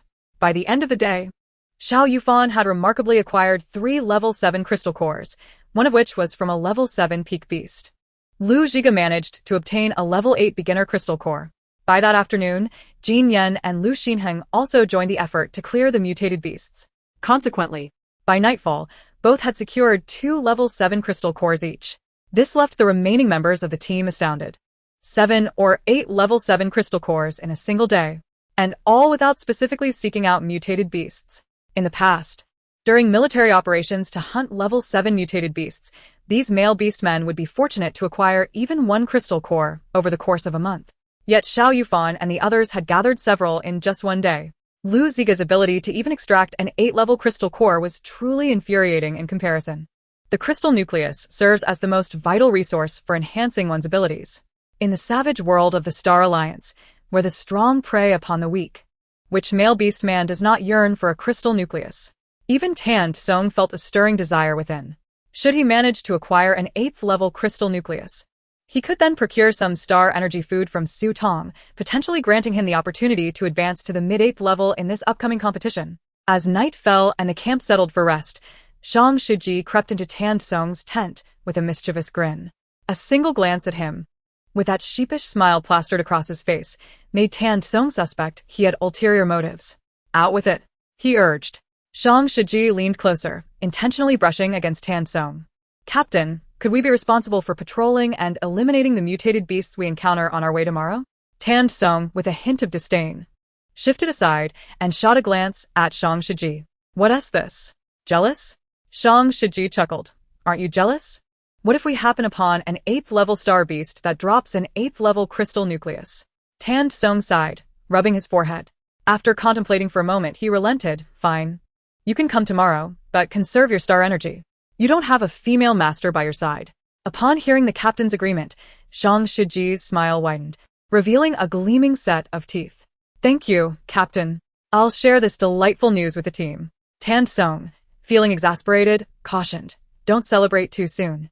We may not encounter as many mutated beasts tomorrow. Before he could finish, Zhang Shiji's figure had already vanished through the tent flap. Before dinner, Lu Ziga and Xiao Yufan presented the crystal nuclei harvested from today as hunt to Su Tong. She admired the 4 exquisite crystal nuclei in her palm before returning Xiao Yufan's 3 7th-level ones, advising him to keep them for his upgrade. Given that Lu Ziga had already reached the pinnacle of the 8th level, ascending to the 9th was no trivial matter, so she retained only the nucleus he gifted her. Nearby, Jin Yan and Lu Xinheng observed the exchange and approached, offering their own nuclei to Su Tong.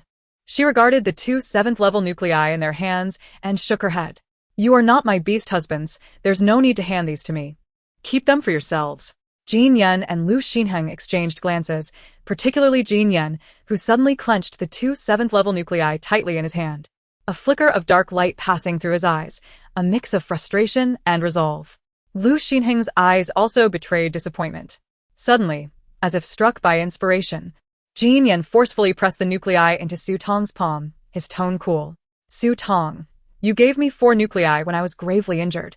These 2 are my return to you. I still owe you 2. Su Tong was taken aback, not expecting such a gesture from Jin Yan. With a hint of reluctance, she ultimately accepted the nuclei he offered. Seeing her acquiescence, Jin Yan's expression softened slightly. The following day, Tan Song indeed organized his team members for reconnaissance and patrol duties, just as he had discussed with Zhang Shiji. To his surprise, they encountered a significant number of mutated beasts, even more than on the first day, including several 7th-level star beasts. By the end of the day, Tan Song and his team had thoroughly satiated their need for combat and harvested a bountiful collection of crystal nuclei. Su Tong was tasked with storing the star beasts they hunted into her spatial dimension.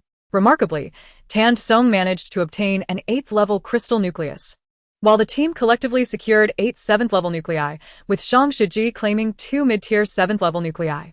What should have been a 2-day journey turned into 3. And they still had not reached their destination. Were it not for their objective being the ice pool, they might have chosen to linger on the road indefinitely.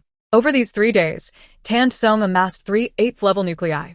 Zhang Shiji acquired 6 7th-level nuclei, with each team member obtaining at least 1 7th-level nucleus. After returning Su Tong's 4 7th-level nuclei, Jin Yan had 1 remaining, while Lu Xinheng and Xiao Yufan each collected 5 7th-level nuclei. Lu Ziga gifted all 3 of his 8th-level nuclei to Su Tong. On the 4th day, as dusk approached, Tan Song's team finally reached the vicinity of the ice pool. Looking back at the path they had traversed, filled with the thrill of the hunt and a sense of accomplishment, they felt a swell of pride. That night, Tan Song discreetly sought out Su Tong and, using his personal funds, purchased a 10-kilogram bag of rice and a 10-kilogram bag of flour, spending 300,000 star coins. Upon receiving the star energy supplies, Su Tong informed him that her stock of star energy food was depleted. Grateful, Tan Song left with his provisions. That evening, the camp was eerily quiet, save for the team members assigned to patrol, as if the stillness was pregnant with impending energy. The next morning, as everyone gathered for breakfast, Tan Song and his team appeared, brimming with vigor.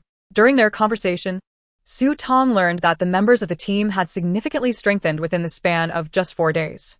Tan Song had advanced to mid-8th level. Among the team, aside from Jin Yan, who remained at mid-7th level, all others had achieved the pinnacle of the 7th level. Even the medic among them was no exception. Su Tong glanced at Jin Yan, contemplating whether to return the 4 7th-level nuclei he had given her, considering he was the only one left unadvanced in the entire team. However, after breakfast, Jin Yan, along with Lu Xinheng, set off to patrol the camp surroundings, depriving her of the opportunity. Su Tong, along with Lu Ziga and Xiao Yufan, approached Tan Song to discuss their plans moving forward in his tent. Captain, we've arrived near the ice pool. What are your intentions? Su Tong inquired. Tan Kong Frauen. Acutely aware that the Yuan squad was likely lurking nearby, fully aware of their location. This put them at a considerable disadvantage. Over the past few days, he had ruminated on this issue, yet had failed to devise a solid plan. The Yuan team, equipped with super tracking devices, inherently held the upper hand. Su Tong squinted, a glimmer of cunning illuminating her beautiful features. I have a plan. Previously, whether they were dropped into the 41st battle zone or ambushed while camping, they had consistently found themselves in a reactive position. This time, it was their turn to take the initiative. Chapter 209. Each to take action. Captain. They're on the move. Huaixi exclaimed, noticing the shifts of the reds on the super tracker, promptly relaying the information to Yuan. Yuan, Su Xin. And Su Xin quickly gathered around the tracker to observe. Yanbei noted with surprise that the red, representing Tong and Jin Yan, had entered the ice pool area and was continuing to delve deeper. They've entered the ice pool, and at an astonishing speed. Captain, should we follow them? A newly promoted 8th level team member inquired anxiously. Yuan narrowed his eyes, momentarily wavering. Just a moment ago, Tong's team had been notably slow. How could they suddenly accelerate so dramatically? Was there some trickery afoot? Captain Fu. They're heading towards the ice grass. We should set out quickly, or they'll seize it first. Su Xin fervently. Having arrived a day or two earlier to await Tong's team, Huaixi and Su Xin had discreetly infiltrated the ice pool to observe from a distance, discovering dozens of ice grass plants growing in the center. That was a substantial score in terms of both points and star coins. The value of ice grass was on par with that of the precious Tomo liquid. Even if it weren't for the points, they were determined to secure it. Everyone pressed Yuan to act swiftly. Ultimately, unable to withstand his team's insistence, he gritted his teeth and conceded. Before they set off, he took a deep breath to bolster his confidence. Although his team had dwindled to fewer than 10 members, each member's abilities had risen at least one tier. In a short span, Tong's luck could not possibly surpass that of his team.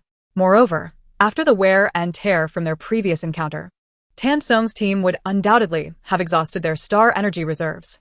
Even if they had hunted several high-level mutated beasts in recent days and were fortunate enough to procure a few nuclei, the converted star energy would still be quite limited.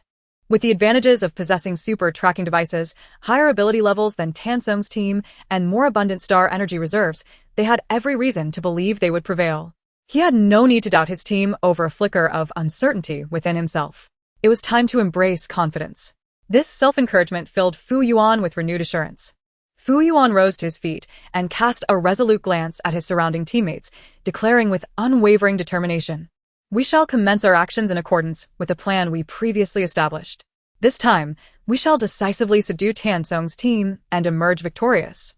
Su Xin, brimming with confidence, chimed in, "Captain, rest assured." Just before Yuan's team set out, Su Xin unexpectedly entrusted all of her previously stored resources to Yuan and Huaixi. Observing this scene from behind, Yanbei's head hung slightly, his hands tightly clenched at his sides.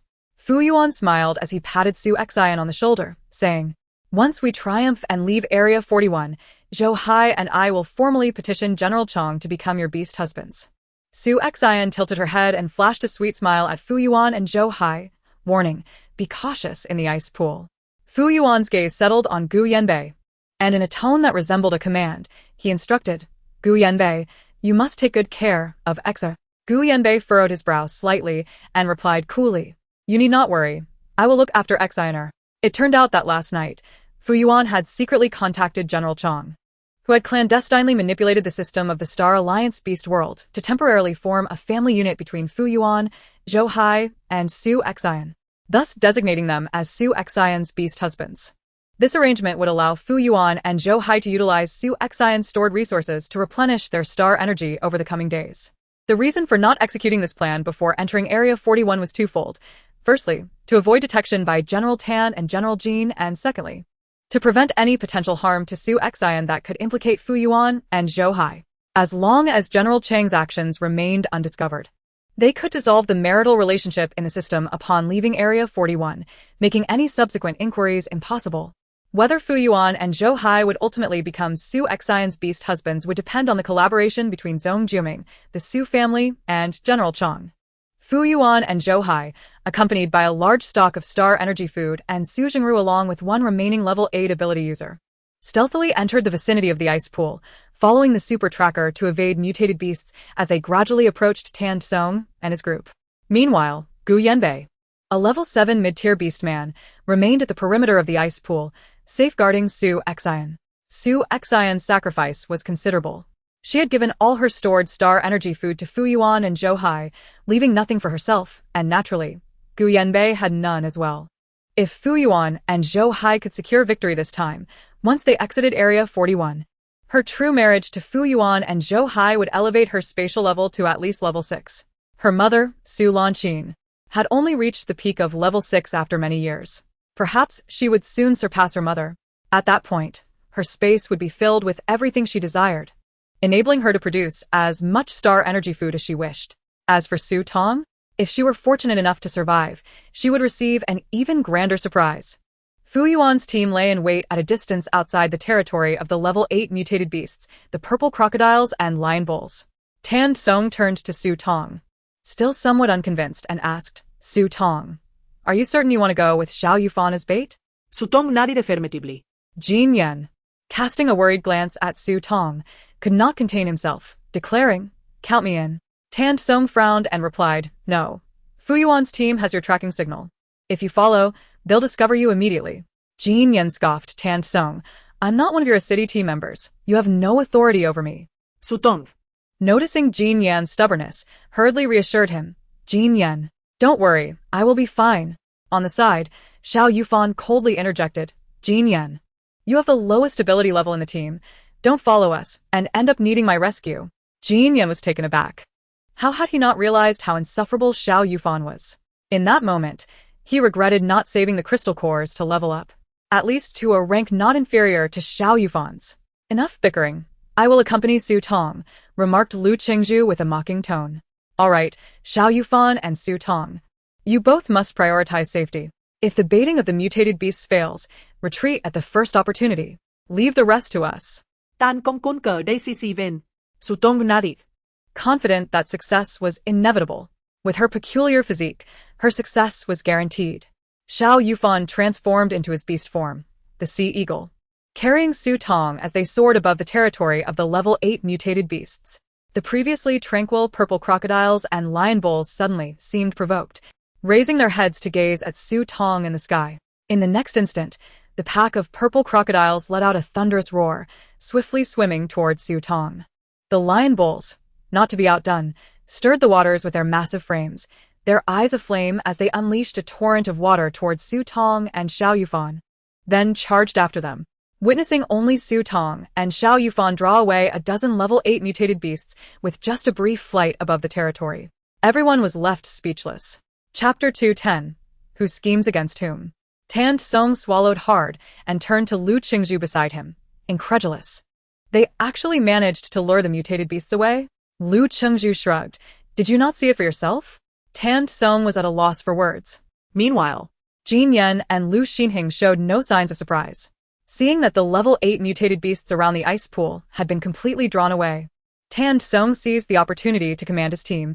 Let us move out immediately, head towards the center of the ice pool. The group of 8 emerged from their hiding spot and rushed forward. Fu Yuan had been closely monitoring the super tracker and noticed the red dots representing Tan Song. Lu Zhiga and Jin Yan were moving, his eyes narrowing as he realized they were starting their operation towards the center of the ice pool. Captain, what about us? Zhou Hai asked anxiously. Pick up the pace. We must reach the center of the ice pool before them and seize the ice grass. With that, Fu Yuan handed the super tracker to the only remaining teammate, instructing, keep an eye on the tracker and alert me immediately if anything happens. Yes, Captain. The 4 hastened their pace and midway, the teammate alerted Fu Yuan, Captain, they split into 2 teams. One smaller team is with Tan Song heading towards the center of the ice pool, while the other team includes Lu Zhiga, Jin Yan, and Lu Xinhing. This is bad. They've drawn away the level 8 mutated beasts, and Tan Song is going to collect the ice grass. We need to speed up. We cannot allow the ice grass to fall into Tan Song's hands. Fu Yuan declared fiercely. Thus, the 4 pressed on with all their might. Meanwhile, Tan Song and Lu Zhiga, having deliberately split into 2 teams, remained idle as Tan Song slowed his pace. Without the interference of mutated beasts, their speed was swift. They were now only a few hundred meters from the ice grass, just a short distance away. Shang Shiji, growing impatient, remarked, why is Fu Yuan so slow? We're about to doze off waiting. Tan Song shot him an exasperated glare. On the other hand, Fu Yuan, in an effort to hasten their progress, transformed his entire team into their beast forms, reaching the vicinity of the ice pool's center at the fastest speed. Upon arrival, Fu Yuan spotted Tan Song and his 2 teammates just arriving near the ice pool as well. He couldn't help but smile smugly. Tan Song, it seems your timing is rather unfortunate. Tan Song's expression shifted from delight to seriousness, his anger flaring as he retorted, how did you get here? How did you know we would come here at this time? Fu Yuan scoffed, guess. Tan Song's face paled as he suddenly leapt forward, aiming to snatch the nearby ice grass. Fu Yuan coldly huffed, Tan Song, do you really think I'm blind enough to be distracted while you grab the ice grass? As Tan Song made his move, Fu Yuan simultaneously leapt to obstruct him. Su Jingru, positioned behind Fu Yuan, engaged with Shang Shiji and another teammate. As they fought, Fu Yuan quickly instructed Zhou Hai, take care of the opponents. You all go gather the ice grass. With no level 8 mutated beasts present, it was clear they had been drawn away by Lu Zhiga and Lu Xinheng, making this the perfect opportunity to harvest the ice grass. In the current situation, if they could seize the ice grass, they would not only eliminate Tan Song and his 2 team members swiftly, but also significantly diminish the opponent's strength, truly a twofold achievement. Their rapid consumption of stellar energy to reach the center of the icy pool would not be in vain.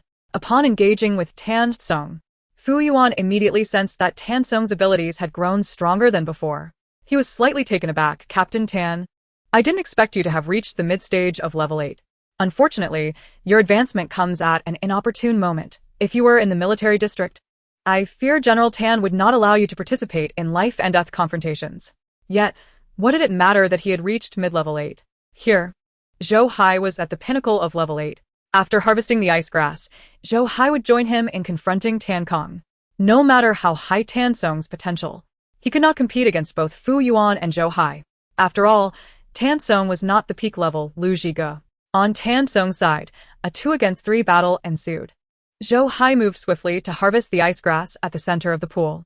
As the first stalk of ice grass was plucked, the spores suddenly burst forth, releasing numerous blue specks that settled upon Zhou Hai and the level 8 novice team member.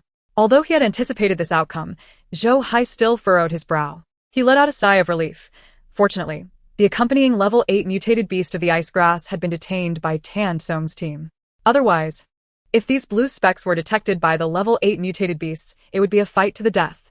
By the time Zhou Hai harvested the 3rd stalk of ice grass, he was already surrounded by blue specks, and the other individual was similarly affected. The struggle between Tan Song and Fu Yuan was evenly matched, with neither side gaining an advantage, while Shang Shiji was similarly engaged in back-and-forth combat. Just as Zhou Hai continued to gather ice grass, a series of beast roars suddenly erupted from the nearby icy pool. Everyone instinctively turned toward the source of the sound, only to see a pack of red-eyed purple crocodiles and lion bulls charging towards them. Half of the icy pool was frozen over, the ice on the surface shattered by the purple crocodiles, sending ice fragments soaring into the air like hail. Ahead of them, Xiao Yufan and Su Tong were shrouded in thick mist, their figures considerably dwarfed by the purple crocodiles and lion bulls, causing Fu Yuan and the others to overlook them. The startling scene unfolded so suddenly that even Fu Yuan was momentarily stunned.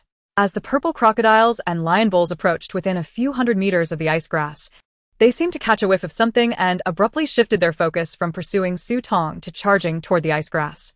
Fu Yuan immediately sensed that something was amiss. His eyes widened in alarm as he urged Zhou Hai, run.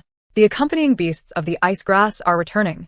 There are over a dozen level 8 mutated beasts among them, including peak-level purple crocodiles and lion bulls.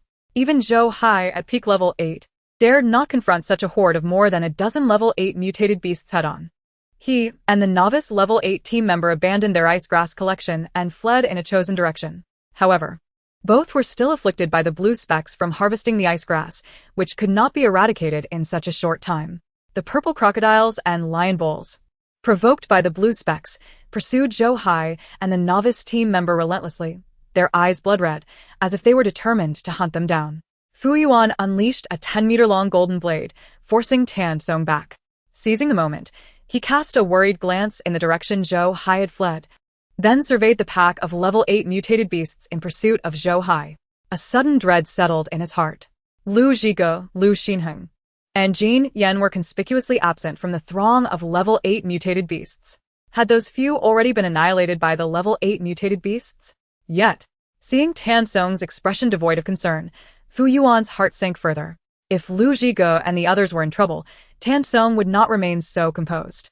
Soon enough, Fu Yuan's gaze swept over the thick mist, and he spotted Xiao Yufan and Su Tong concealed within.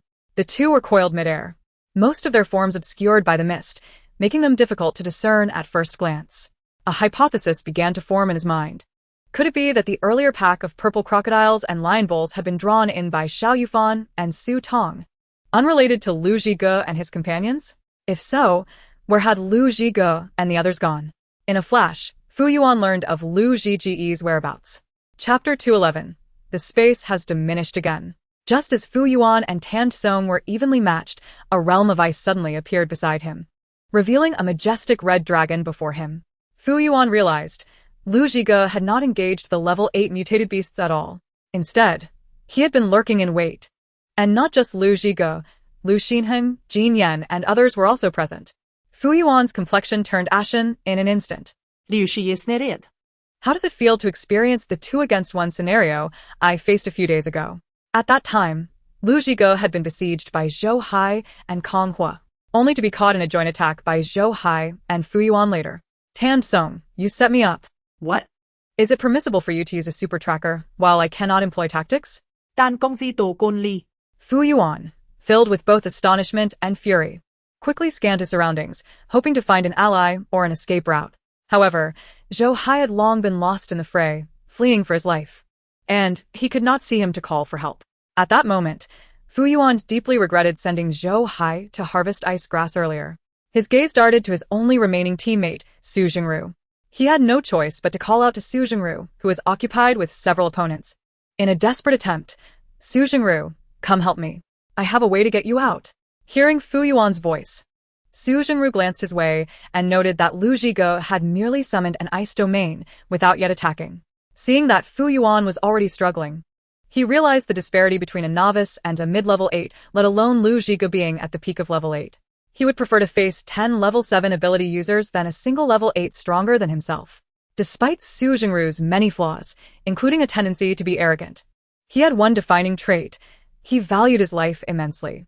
At that moment, Lu Xinheng and Jin Yan arrived to assist, their lightning and fire abilities becoming a nuisance for Su Xingru. Fortunately, none of them were level 8, allowing him to manage, albeit barely. If he heeded Fu Yuan's call and went to assist, it was likely that Fu Yuan would take advantage of that opportunity to abandon him, just like Kong Hua in the past, turning him into cannon fodder. Now, with the focus of the level 8 Tan Song and Lu Zhige not yet on him, Fu Yuan, desperate to survive, would not easily concede, thereby buying himself time to escape. At this moment, Su Xingru realized that he should not help Fu Yuan but rather focus on his own escape. Otherwise, once Tan Song and Lu Zhige dealt with Fu Yuan, he would lose any chance to flee. Weighing the pros and cons, Su Xingru acted decisively. He ignored Fu Yuan's pleas, erecting a formidable earth shield before Lu Xinheng and the others. The shield then rapidly thinned, merging into the mist and encasing his attackers within. This was the earth domain crafted by Su Xingru, consuming 80% of his stellar energy. Such domain-type skills could only be mastered at level 8. Even a dozen peak level 7 beings would find themselves helpless against an 8-level domain. They could only watch helplessly as they were trapped within. Seizing the opportunity, Su Xingru fled into the earth without a backward glance. Fu Yuan turned to witness the scene, his face darkening in anger and embarrassment. He had used teammates as shields to ensure his survival countless times, yet he had never imagined he would find himself in such a predicament. Error, Su Xingru. As long as I live to escape, this isn't over between us. Tan Song flicked his wrist, manifesting a sword of earth that surged toward Fu Yuan's vital points. You should be more concerned about how to survive. Fu Yuan transformed into his beast form to withstand Tan Song's earthen sword, then frantically stuffed stellar energy food into his mouth. Upon tasting the food, he realized that the energy contained within was not rich at all. It bore no resemblance to the output of a level 5 space, resembling rather that of a level 4.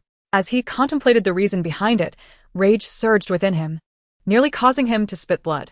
The death of Kong Hua had inexplicably led to the degradation of Su Xian's spatial level. How could Su Xian have failed to inform them of this? Both he and Zhou Hai had believed that Su Xian still possessed a 5th level space. The low-grade star energy food he supplied was insufficient, severely diminishing his abilities. In mere moments, Lu Zhige had dispatched Fu Yuan to meet the beast god. After Fu Yuan was taken care of, The domain left behind by Su Jingru gradually dissipated, allowing Lu Xinheng and the others to emerge from within. Upon seeing that both the captain and Lu Zhiga were unharmed, Zhang Shiji hurriedly inquired, "Su Jingru has escaped. Should we pursue him?"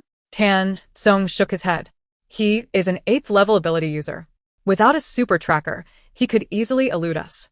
There's no time to waste. Everyone should take a moment to recuperate. The 8th level mutated beasts are likely to return." This was the true challenge they faced in this battle. Xiao Yufan descended from the sky, with Su Tong. For now. "Let Xiao Yufan and I divert the mutated beasts while you all lure them one by one from the ground and deal with them individually. Do not attempt to harvest the ice grass until we have eliminated the purple crocodile and lion cow." They had recently witnessed the overwhelming attraction the blue luminescent spores released during the harvesting of ice grass had on the accompanying beasts. Su Tong's unique ability to attract monsters was insufficient against such odds. Zhou Hai and another team member, pursued by over a dozen 8th level mutated beasts, met their demise far quicker than Fu Yuan. The 8th level initial stage member barely managed to escape for a few minutes before being ambushed by a peak 8th level purple crocodile, which tore him to shreds before he could even fight back. Even Zhou Hai, at peak 8th level, could only hold out for a mere quarter of an hour as he desperately stuffed star energy food into his mouth. Both of them were soon covered in blue luminescent spots, inciting frenzied attacks from the purple crocodile and lion cow. Even in death, they were devoured, leaving not a single intact corpse behind. Having slain their adversaries, the purple crocodiles and lion cows instinctively returned to the area where the ice grass grew. Meanwhile, Su Xian and Gu Yanbei, who had been hiding on the periphery of the ice pool, anxiously awaited news of Fu Yuan and the others. A sudden wave of uncertainty washed over Su Xian as she turned to Gu Yanbei, saying, "Yanbei, Fu Yuan and Zhou Hai's mission will surely succeed, don't you think?" Gu Yanbei, still grappling with the loss of Kong Hua, felt a strong aversion towards Fu Yuan and Zhou Hai, yet his own abilities paled in comparison. He didn't wish to leave Su Xian with a negative impression. Hearing Su Xian's question, Gu Yanbei's expression darkened, but he managed to force a reassuring smile. "Yes, Xinea. There is no need to worry. One is an 8th level intermediate and the other a peak 8th level user. They will be fine. What we should concern ourselves with is Su Tong's team." As if the words of those around her were effective, Su Xian felt somewhat relieved. However, before she could even manage a smile, a sudden, sharp pain coursed through her body, and she uncontrollably spat out a mouthful of blood. Gu Yanbei was startled by her sudden action and quickly wrapped his arms around her, his voice filled with concern. "Xian, what is wrong? Are you unwell?" The pain persisted for half a minute before subsiding. Having experienced it once before, Su Xian was all too familiar with this sensation. It was the side effect of her spatial downgrade. Her space had indeed regressed. The abrupt and significant decline in her spatial ability could only be attributed to the death of a high-level beast partner. If either Fu Yuan or Zhou Hai had encountered trouble, her space would not have dropped so drastically from peak 4th level to peak 3rd level. It was highly likely that both of them had perished. Chapter 2:12. The battle concludes. Su Xian's breaths came in rapid succession. Her face pale as she leaned weakly against Gu Yanbei. After a moment, she murmured, "Yanbei, something has happened to Fu Yuan and Zhou Hai." Gu Yanbei, incredulous, replied, "They are an 8th level intermediate and an 8th level peak user. How could they fall so easily? Moreover, they took a considerable amount of star energy food with them." "Are you certain?" Gu Yanbei still found it hard to believe. Su Xian nodded, hesitant to reveal the drastic downgrade of her space directly to Gu Yanbei, instead stating, "My space has been affected." Gu Yanbei's brow furrowed suddenly. "What shall we do next?" Su Xian found it difficult to fathom how Fu Yuan and Zhou Hai could have met their demise. She worried for her brother.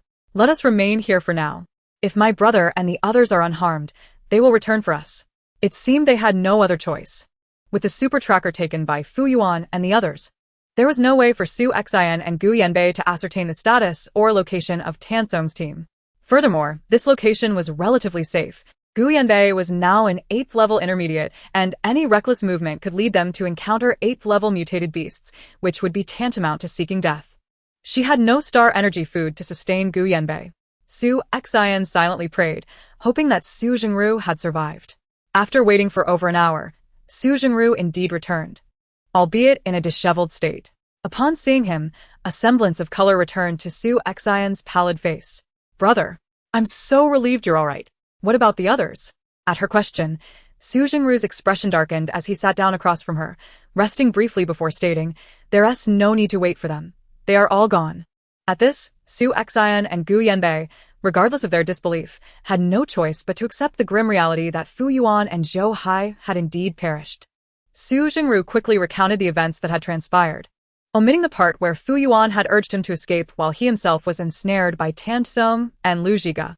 "Fu Yuan told me to leave first. He couldn't escape as he was held back by Tan Tsong and Lu Zhiga. Furis, Su Xin seteth, datam su Tong. I will not let this go." However, it was futile to dwell on such matters now. Our immediate priority must be to evade Tan Tsong's team and gather as many points and resources as possible over the next 3 days, Su Jingru stated calmly. Perhaps Tan Tsong's team will recklessly confront the purple crocodile and lion cow. They are a formidable group of 8th-level mutated beasts, and even if Tan Tsong's team is powerful, they have already expended a significant amount of star energy. Their reserves cannot be substantial. If they engage the 8th-level mutated beasts, the likelihood of survival is minimal. They might just be fortunate enough to gather those resources and turn the tide in this life-and-death military competition. Currently, the only ones capable of fighting were Su Jingru and Gu Yanbei, with Gu Yanbei being an 8th-level intermediate and lacking star energy replenishment. They would have to bide their time for the next few days. Su Xian and Gu Yanbei readily agreed to Su Jingru's proposal. The three of them quietly departed the perimeter of the ice pool along a small path, wary of being discovered by the 8th-level mutated beasts lurking within. No one could have anticipated that after all the preparations, only Su Xian, Su Jingru, and Gu Yanbei remained of General Chang's team. After Fu Yuan's demise, more than a minute later, Tan Tsong's team indeed heard the distant roars of mutated beasts. The temperature around the ice pool was frigid. The ice surface, previously damaged in the battle, had refrozen, shrouded in a mist that mingled with the swirling white vapor.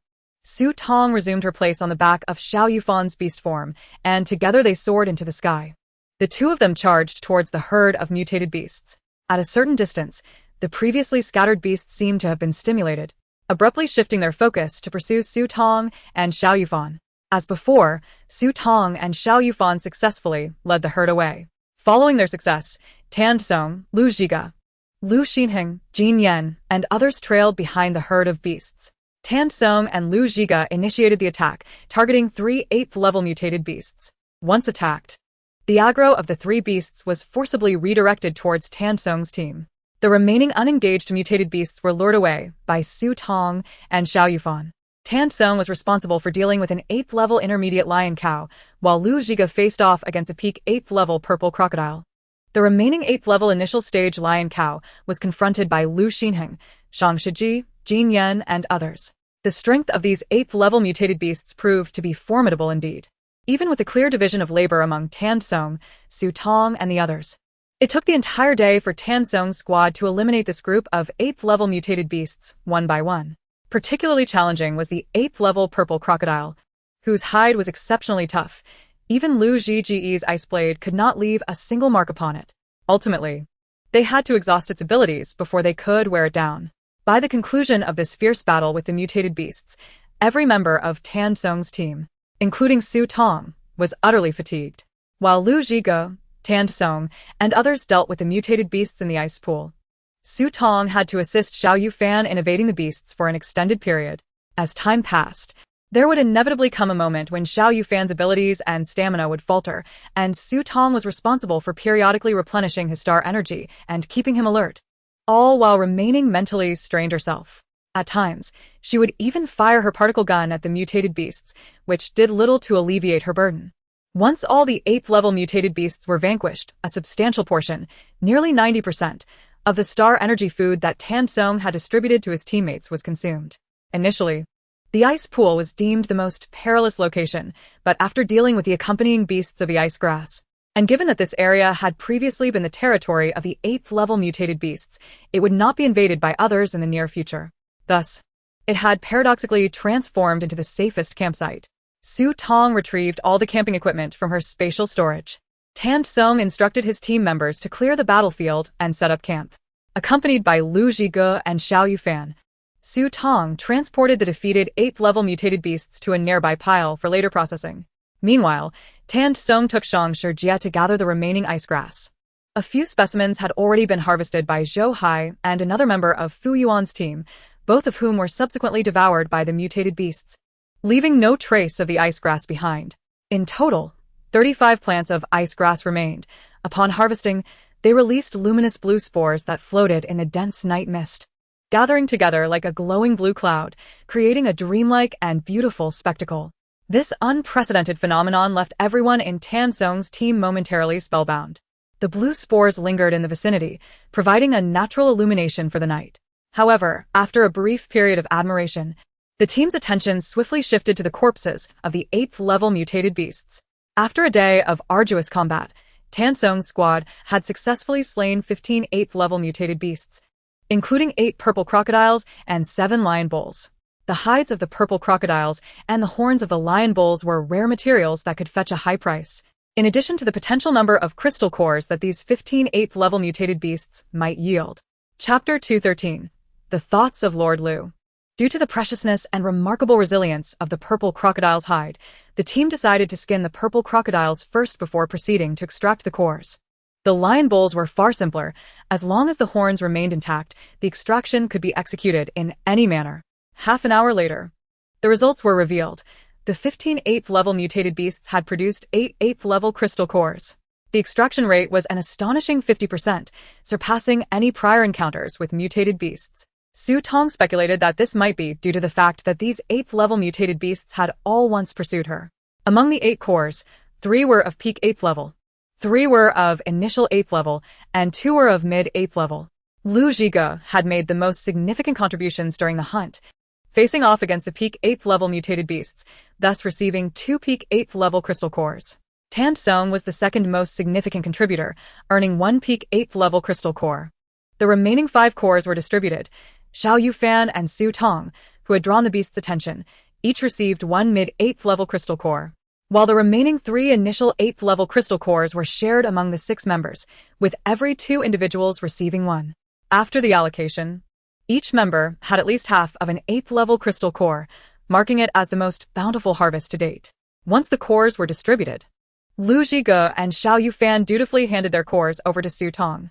In her possession, she now held 2 peak 8th level crystal cores, 2 mid 8th level crystal cores, and 1 initial 8th level crystal core that Lu Zhige had previously given her. Jin Yan, having only shared 1 initial 8th level crystal core with Lu Xianheng, had no cores to offer Su Tong. He stood slightly apart, his head bowed, a shadow of gloom upon his countenance. Lu Zhige cast a glance at Xiao Yufan and the distance between him and Jin Yan, then suddenly smiled at Su Tong, saying, "Su Tong, why not share my crystal core with Xiao Yufan? Let him quickly advance to 8th level, and give 1 initial 8th level crystal core to Jin Yan. After all, he is currently the lowest ranked member of our team. It wouldn't be right to let him lose face as your beast husband." Upon hearing Lu Zhige's words, Su Tong felt somewhat speechless. How could this guy always be so insufferable in his remarks? Although she had indeed entertained that thought, she couldn't let Lu Zhige articulate it so bluntly. Clearing her throat, she returned Xiao Yufan's mid-8th level crystal core to him, and then handed him another mid-8th level crystal core. Xiao Yufan. While the remaining members of Fu Yuan's team do not pose a significant threat to us at the moment, Area 4-1 remains fraught with danger, and our immediate priority should be to upgrade our abilities. Xiao Yufan, inherently calm and composed, though displeased with Lu Zhige's comments, recognized the wisdom in Su Tong's words and nodded, accepting the crystal core. Su Tong then approached Jin Yan, retrieving the 4 7th level crystal cores he had previously lent her, along with the initial 8th level crystal core given to her by Lu Zhige, and presented them to him. "Jin Yan, take these. They are what I borrowed from you, so remember to return them later." After speaking, Su Tong looked up at Jin Yan and even winked at him. Over the past few days, she had sensed that Jin Yan's emotions seemed somewhat off. If this continued, he might spiral into an uncontrollable darkness. After all, he had risked his life to save her before, and she felt a responsibility to soothe this little wolf dog teetering on the edge of fury. In the presence of the gentle and smiling female before him, Jin Yan's violent thoughts and impotent rage seemed to dissipate in an instant. He parted his thin lips, yet the words of refusal eluded him. Ultimately, he merely managed to stammer a low, bashful acknowledgement. The previously agitated lion was calmed by Su Tong's gentle demeanor. Lu Zhige observed that both had accepted their crystal cores, a slight smile forming on his lips. He refrained from further provoking Xiao Yufan and Jin Yan, knowing that since they now possessed cores for advancement, they would surely focus on absorbing them to level up, leaving him with the solitary task of accompanying Su Tong to sleep. It seemed this cunning Crimson Dragon had cleverly orchestrated the distribution of crystal cores to Xiao Yufan and Jin Yan for his own advantage. Generally, one initial 8th level crystal core could be exchanged for around 10 7th level crystal cores. Jin Yan still held one 7th level crystal core, and together with the 4 from Su Tong, he had 5 in total. After sharing an initial 8th level crystal core with Lu Xian, he now exchanged the 5 7th level crystal cores with him for that 8th level initial crystal core. Lu Xian tightly gripped the crystal core in his hand and cast a furtive glance at Su Tong's retreating figure before quietly departing. The temporary campsite's tents were swiftly assembled. To expedite rest, only 3 tents were erected this time. Naturally, one was designated for Su Tong, as she was a female and had made significant contributions to the team, a fact that elicited no dissent from anyone. The other 2 large tents had specific purposes. One was designated for treating injuries sustained during the battle against the 8th level mutated beasts, as everyone had incurred some wounds. And the other was for the eager members wishing to absorb their crystal cores and advance. After all, having crystal cores in hand, the most prudent course of action was to swiftly absorb and convert them into their own abilities, thereby enhancing their strength, especially given their presence in a perilous war zone where anything could happen. Tan Song, with a bold demeanor, approached Su Tong to purchase star energy food, but this time, she refused to sell any to him. He surmised that even if there were still some star energy food left in her spatial storage, it must be limited. And he did not press the issue. Thus, the 8th level peak crystal core he possessed would have to remain set aside for the time being. Despite a day filled with battle, Tan Song felt an undeniable thrill coursing through him. He eagerly volunteered for patrol duty, determined to safeguard the group through the night.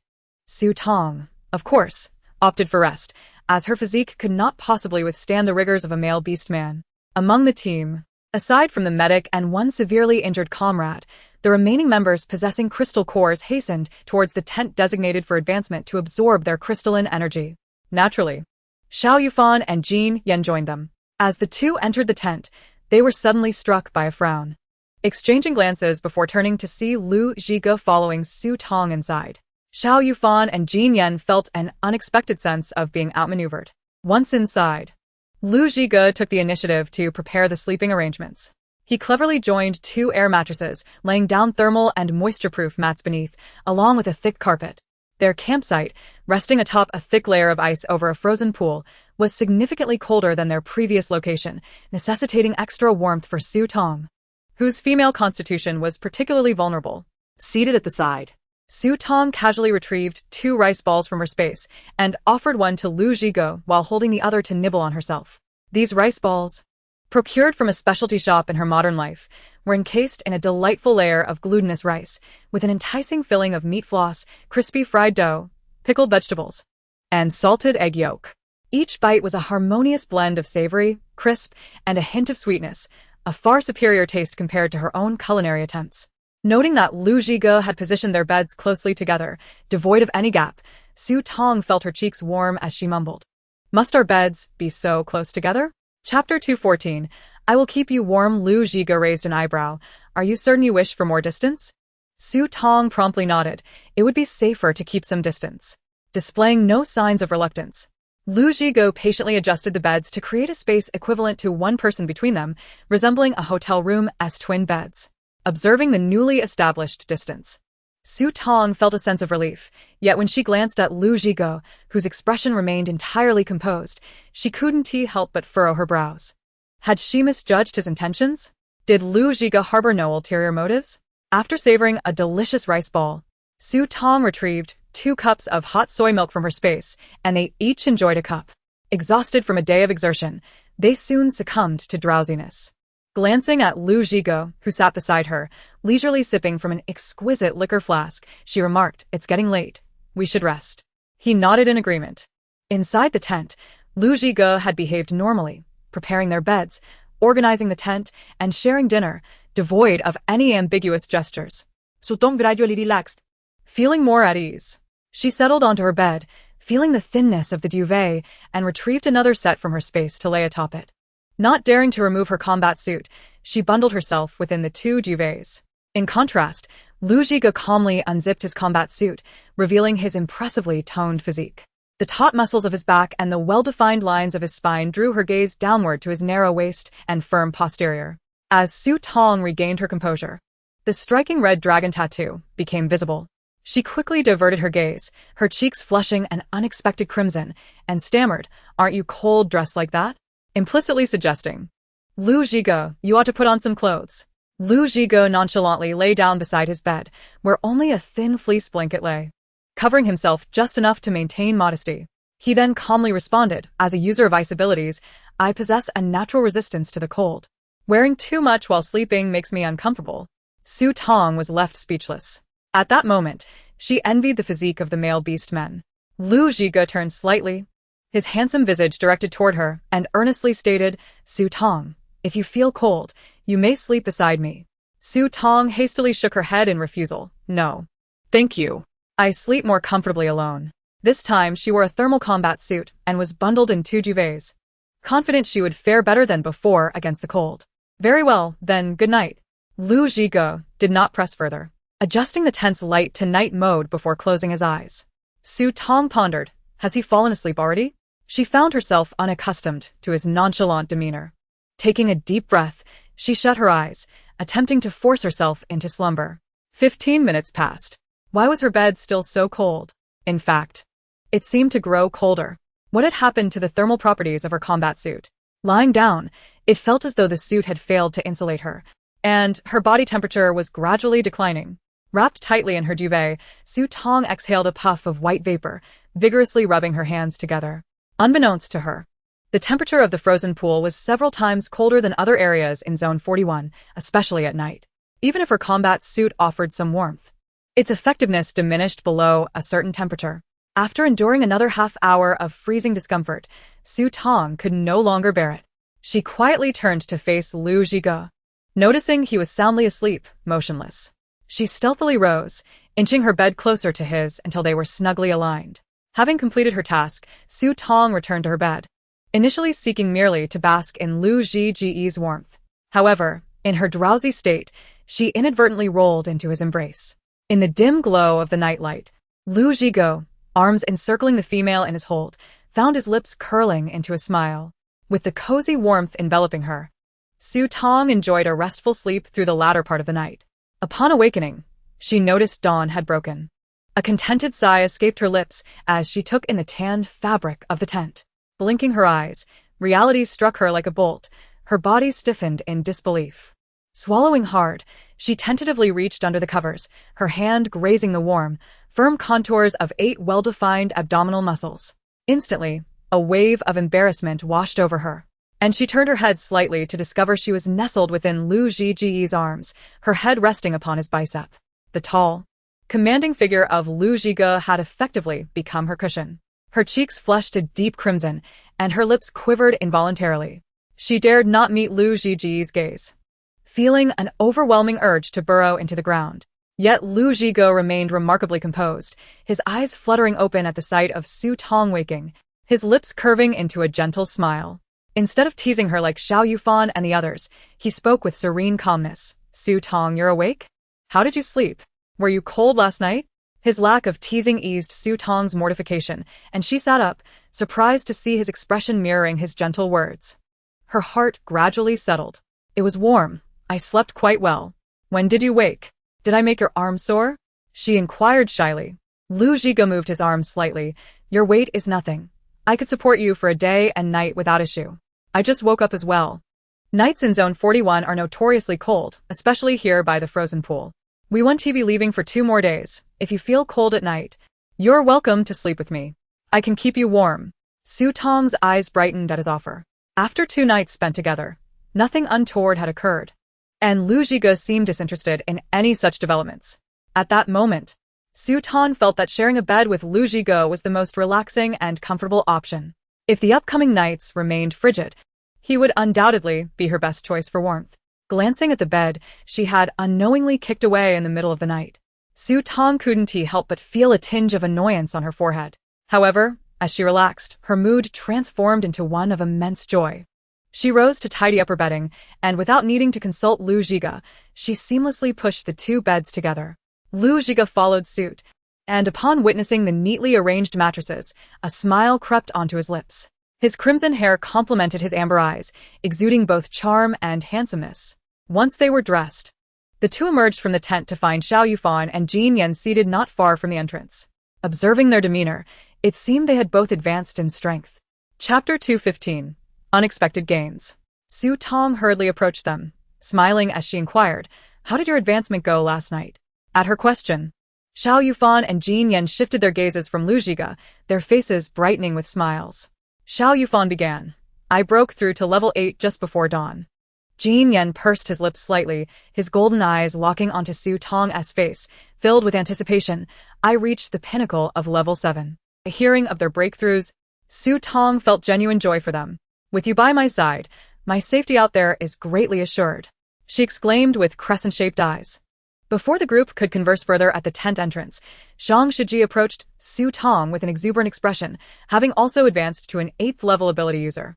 Now, Within Tan Song's team, alongside Xiao Yufan, Zhang Shiji, and Lu Xinheng, there were a total of 5 members at level 8 or above, with the lowest now at the pinnacle of level 7. As the 9th day of the competition unfolded, Tan Song's team not only incurred no losses but also saw a significant enhancement in the abilities of all its members. Zhang Shiji excitedly informed Su Tong. "You must see this." Tan Team and Lu Xinheng had discovered grass carp around the ice grass. Upon hearing this, Su Tong's eyes sparkled.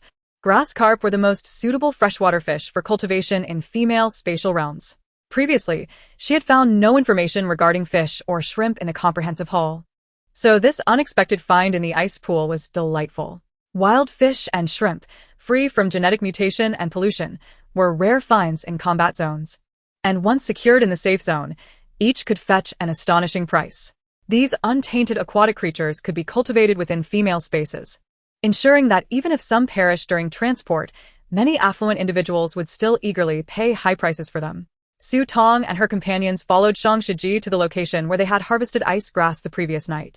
After a night's passage, the blue, luminescent spores had completely dissipated. Not far from the ice grass, Tan Song and Lu Xinheng were diligently hammering at the ice surface. Su Tong hastened over to investigate. And to her astonishment, Tan Song and Lu Xinheng had already created a 3x3 ice pit. Upon closer inspection, she noticed fish swimming about within the pit. Nearby, a 2 to 3 pound fish lay frozen solid on the ice, its cylindrical body and tea-colored scales unmistakably resembling the grass carp she recalled. To confirm, Su Tong activated her wristwatch to capture a photo of the fish, utilizing AI recognition, which corroborated it as grass carp. Lu Xinheng, noticing the excitement on Su Tong's face, broke into a rare smile. "Wait here, I'll catch a few live ones for you shortly." Su Tong nodded vigorously. Akin to a chick pecking at grains. "Thank you, Brother Lu. How did you discover there were grass carp here?" Tan Song, seeing that the ice pit was nearly completed, stood and said, "This morning, while Lu Xinheng and I were checking the ice grass, I deduced that these plants not only sheltered the nearby grass carp but also provided them nourishment. Otherwise, they wouldn't be able to survive here. It's likely that the ice grass has prevented the genetic mutation of these fish, preserving their original form." The deeper they ventured into the combat zone, Su Tong noted that untouched flora and fauna seemed to be guarded by high-level mutated beasts or rare exotic plants. The grass carp near the ice grass had likely gone unnoticed due to the presence of a pack of 8th-level purple crocodiles and lion bulls. They were fortunate to have camped nearby last night. Had they left, these precious grass carp would have slipped away from them. Grass carp were delicate, and a group of powerful high-level beastified individuals dared not utilize their abilities near the swimming fish in the ice pit, resorting instead to using their swift reflexes to catch them by hand. Jin Yan, in a moment of clumsiness, accidentally killed a grass carp he had caught.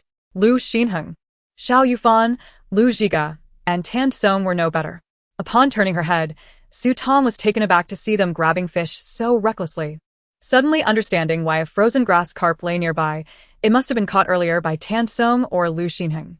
She rushed over to halt their brutish methods and, after a moment's thought, retrieved a fishing net from her spatial realm. Following a technique she had seen online, she carefully placed the net into the ice pit. While waiting for the fish to enter the net, she enlisted the help of her companions to excavate additional ice pits. Once finished, Tong handed them fishing rods and bait, instructing them to fish in the adjacent ice pit. Though her methods were primitive, they proved to be the most effective way to capture the grass carp alive. Initially, everyone struggled with this non-ability approach, but as they began to see fish biting, they quickly grew fond of the experience of being anglers. 2 hours later, nearly everyone had caught fish, with Tong's net yielding the most, 6 sizable grass carp. Together with the fish caught by Lu Zhiga, Xiao Yufan, and the others, they totaled 16. Among these, 3 were notably plump, suggesting they were nearing spawning. After several hours of fishing beside the ice grass, the bites gradually ceased, indicating they had caught most of the fish in the ice pit. Tong collected all the fish into her original spatial realm, placing them in the small river within. In total, they had acquired 34 grass carp, with 4 having perished during the capture. She had previously discussed with Song to keep 10 for herself, while the remaining 24 would be sold after exiting the combat zone, to be evenly divided among the team members, aiming to earn additional points in the competition. In the afternoon, the team packed up their camp and departed the ice pool to hunt high-level mutated beasts in small groups. As the final day of the competition concluded, Song's team successfully hunted 10 7th-level mutated beasts and 5 8th-level star beasts, acquiring 5 7th-level crystal cores and 2 8th-level crystal cores, with all the beast carcasses stored within Tong's spatial realm. Throughout the 10 days of this competition, Song's team had amassed more high-level crystal cores than he had in the last decade combined. In recent days, they had also attempted to locate the survivors of Yuan's team, Su Xin, Gu Yanbei, and Su Jingru. However, with the vastness of Area 41, without a super tracker, discovering their whereabouts was akin to searching for a needle in a haystack. As the competition period drew to a close, Song retrieved a specially designed signal flare from his backpack and released it into the sky. Simultaneously, Xiao Yufan transformed into his beastified form, the Sea Eagle, soaring into the sky to survey the area, and he spotted another signal flare ascending about several dozen kilometers away from them. Chapter 216. The Gathering of the 3 Generals. Upon returning to the ground, Xiao Yufan remarked, "The remaining members of Yuan's team are still alive, but they're several dozen kilometers away." A distance of several dozen kilometers was quite far. Even if they rushed over now, they would be too late. This competition would ultimately be a matter of points. 10 minutes after the signal flare was set off, military mechas swiftly arrived to retrieve everyone. Song led a considerable number of team members aboard the mecha. Once everyone was on board, the mecha ascended and rapidly sped towards the safe zone. In the square of the military district near the edge of the war zone in City A, high-ranking officials from various military departments gathered early this morning. The periphery of the square was guarded by soldiers armed to the teeth. At the center of the square, 3 solid wooden armchairs were occupied by General Tan, General Jin, and General Chong, 3 prominent figures. Behind them stood their trusted aides. As the 10-day deadline concluded, everyone soon witnessed the signal flares shooting into the sky.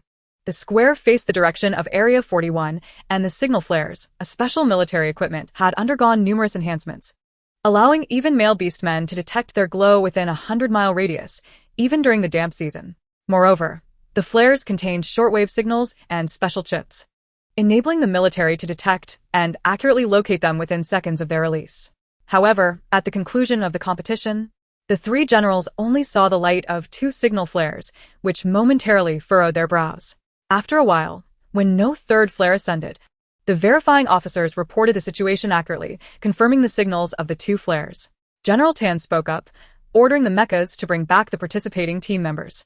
2 waiting mechas swiftly set off. The absence of a signal flare indicated that one of the 3 teams had faced total annihilation. General Chong, never one to suspect his own team, had prepared several contingency plans for Yuan.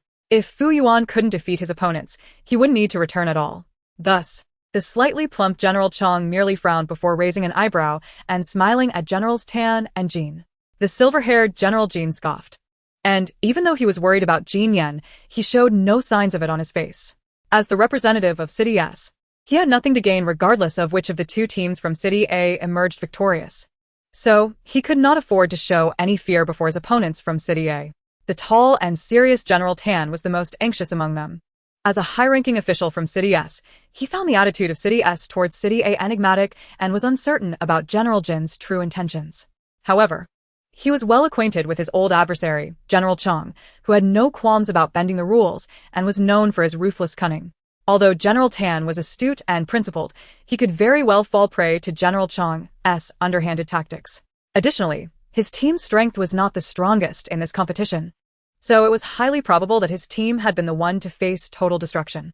With this thought, General Tan's right hand involuntarily tightened around the armrest of his chair. General Chang's teasing voice broke through.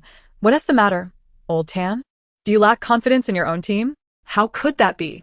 "I'm merely concerned that these youngsters might have been too reckless in the competition, injuring too many opponents and causing you and old Jean distress," General Tan replied, his serious demeanor not betraying his determination. General Chang chuckled. "Old Tan. That sounds a bit arrogant." General Jean, with his air of superiority, remarked, "It seems that the two generals do not regard us from City S with any seriousness." Amid the banter among the three generals, the two mechas quickly returned. The mechas halted at the center of the square, prompting even these high-ranking generals to rise from their seats to greet them. The large mecha hatch opened slowly, first allowing soldiers to disembark, followed by the participants of the competition. The first to exit the mecha was Su Xin. Upon alighting, he immediately glanced toward General Chang, who stood behind him, and soon spotted Zhong Jiuming. The corners of Zhong Jiuming's mouth lifted slightly. He knew Su Xin and his companions would not disappoint him. Following Su Xin was Su Xin, and then Gu Yanbei. Seeing the three of them, Zhong Jiuming's smile broadened. Well done. Not a single promising talent from the Su family was lost. After this event, General Chang would undoubtedly trust him more, solidifying his position in the military of City A. General Chang was eagerly awaiting the arrival of Fu Yuan and Zhou Hai, the latter being a promising talent he had concealed in the military for years. However, as time passed, no one else descended from the mecha. Frowning, he shot a glance at Zhong Jiuming, who immediately called out, "What are the rest of you doing still in the mecha? Don't you see the generals are waiting here?" Su Xin, and Xiao Yanbei exchanged glances. Zhong Jiuming's words elicited no response from the mecha. It was Su Xin who finally mustered the courage to reply, "Colonel, only the three of us remain from Captain Fu Yuan's team. The others have perished in the competition." General Chang and Zhong Jiuming. What? How is that possible? Fu Yuan was a level 8 intermediate powerhouse, and Zhou Hai was even at the pinnacle of level 8. They had a super tracker in their team. How could they possibly have died in the competition? Zhong Jiuming looked at Su Xin and the others in disbelief. Su Xin, this is not the time for jokes. Su Xin felt the pressure of their gazes and stammered. "Colonel, we wouldn't dare joke at a time like this."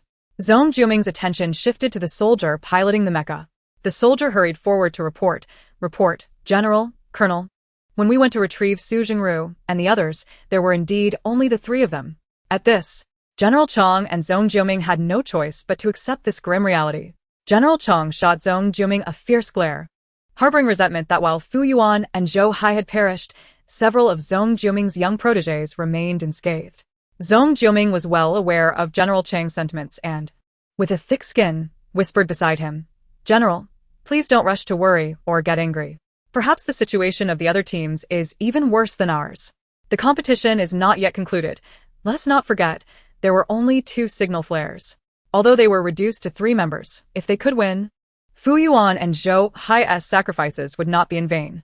General Chang paused, suppressing his anger, and nodded slightly. His gaze then fell on the remaining mecha. At this point, Generals Tan and Jin had lost the desire to mock General Chang. Regardless of the situation, at least General Chang's team had not been entirely wiped out. The team that faced total annihilation must belong to either General Tan or General Jin. The consequences would be dire for whichever general's team it was, especially for General Jin, whose only son was among the participants. The thought of losing his son caused General Jin's complexion to turn pale uncontrollably. The mecha slowly opened its hatch. Chapter 217. Victory in the competition. All eyes were fixed on the hatch at that moment.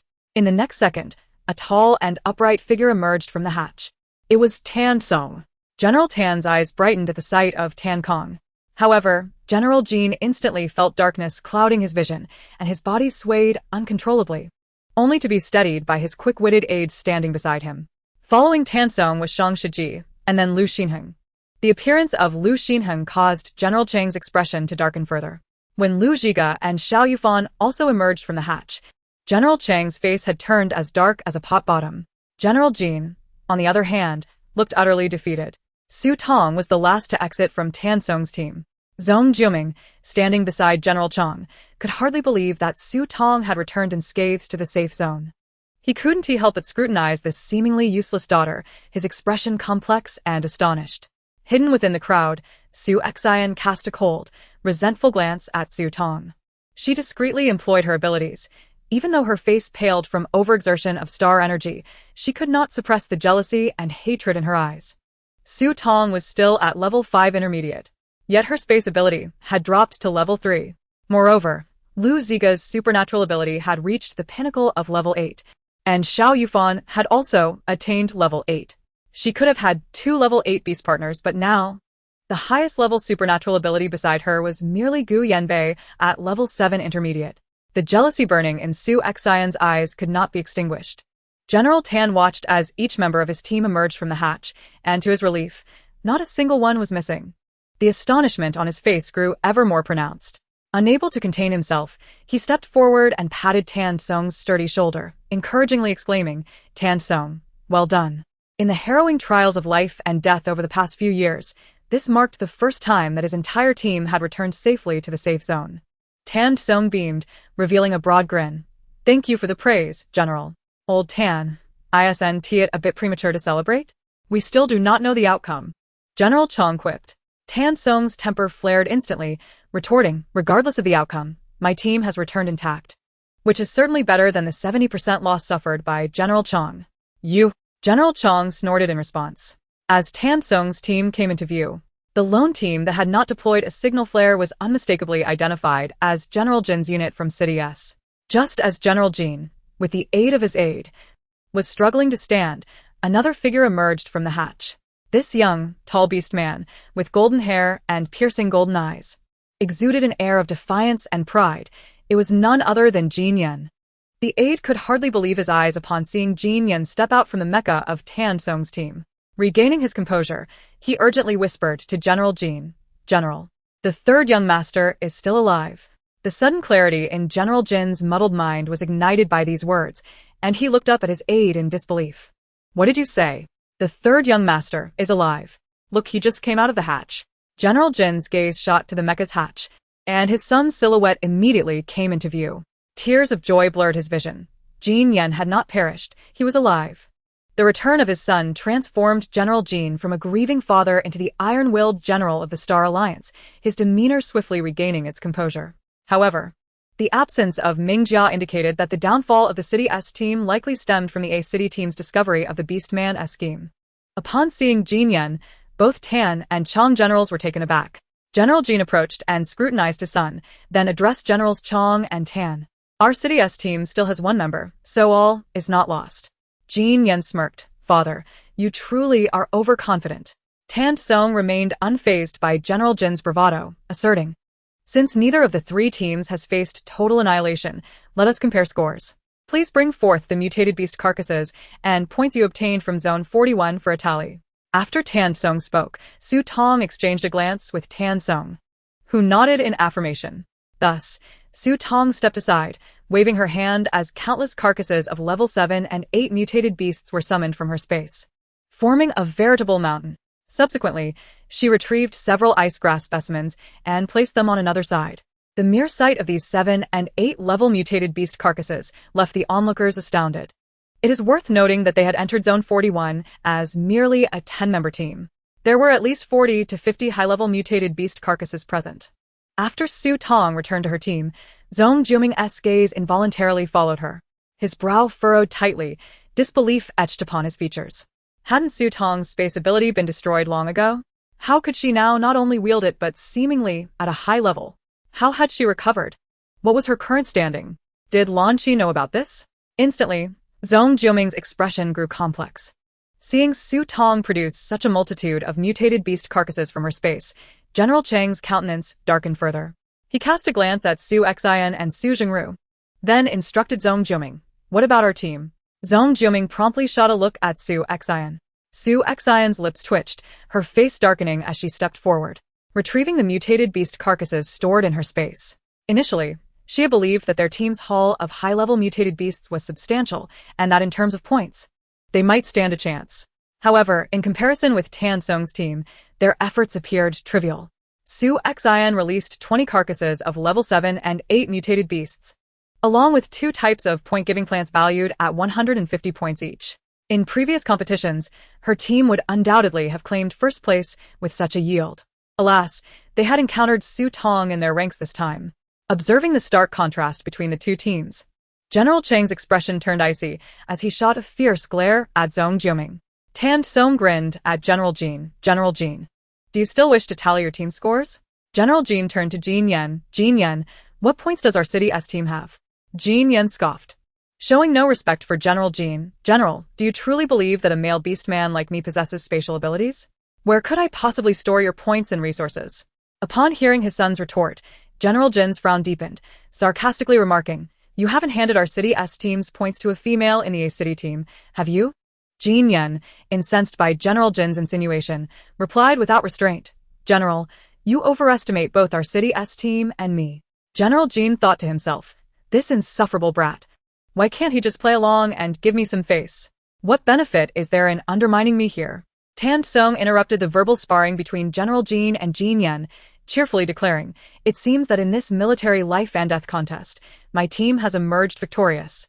Chapter 218, Relaxation. Upon Song's declaration, both Generals Chong and Jin's expressions soured in unison. Particularly General Chong, who had claimed victory in the previous military contests, had seen his influence in the A City military grow immensely. Had he continued to win this time, he would have commanded over 50% of a city's military power. Now that Song had thwarted his plans, how could he possibly feel pleased? With the outcome laid bare, he felt no inclination to remain. Uttering a curt farewell, General Chong departed with a stormy expression, a throng of followers trailing behind him. Noticing Su Jingru, Su Xian, and Gu Yanbei still in a daze, Zhong Jiuming shot them a glare. Su Xian promptly gathered the mutated beast carcasses and point resources she had released, storing them in her space before hastily following Su Jingru and Gu Yanbei out. Song, observing General Chang's dark demeanor, felt an unprecedented sense of joy. He patted Song's shoulder and kindly smiled at Lu Zhigo and Su Tong. You've all worked hard in Zone 41 these days. The military rewards will be distributed to you over the next few days. For now, rest well at the military headquarters. I will arrange the best accommodations for you. Thank you, General. Su Tong replied.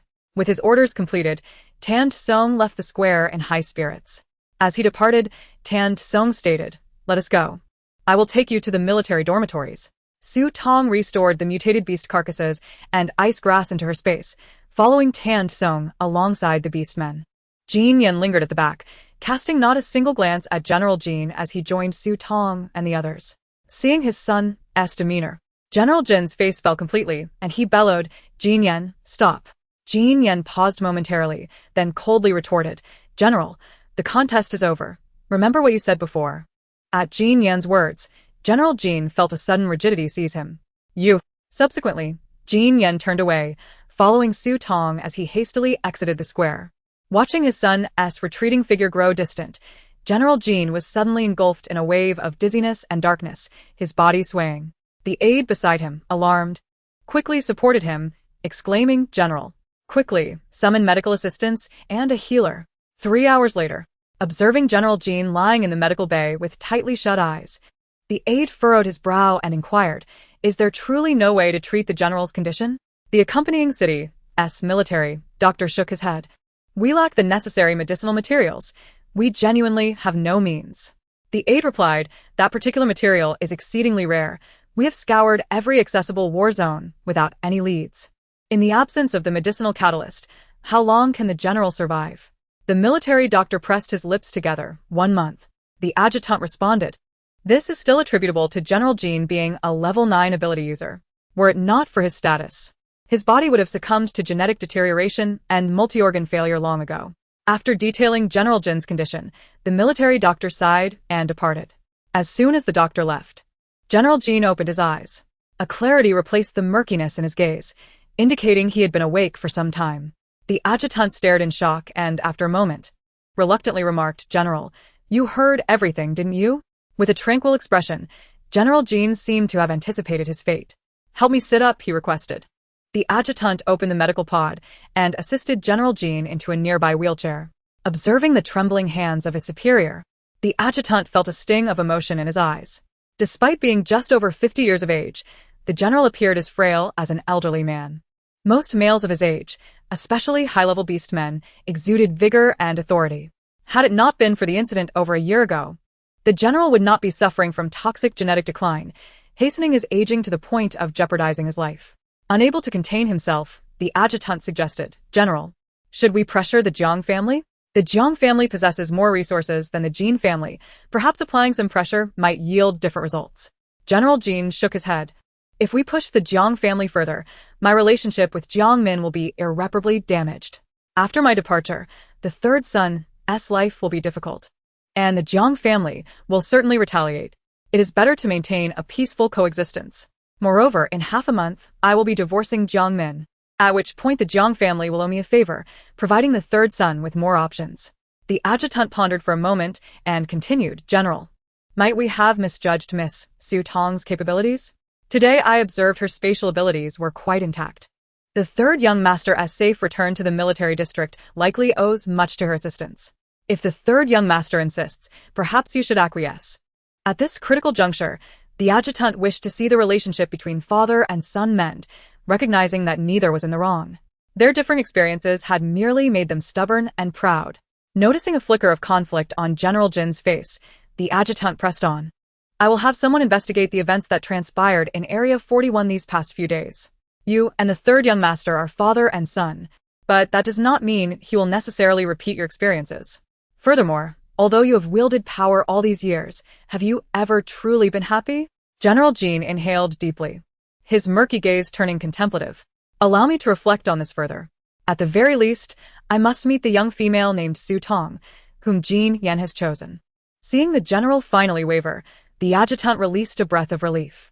Su Tong's party was escorted by Song to the military district's high-end accommodation area, designed to host mid-level military and political personnel, featuring the highest security and luxurious duplex villas. Su Tong was assigned to Villa number 7. Upon entering the villa's living room, Song transferred the previously owed 600,000 star coins to Su Tong. They further discussed the distribution of the mutant beast corpses and ice grass. The recent hunt had yielded high-level mutant beasts, with most of their pelts and bones holding value. Song, with military channels, would handle their disposal. Su Tong retrieved the mutant beast corpses from her spatial storage and handed them to two middle-aged females accompanying Song.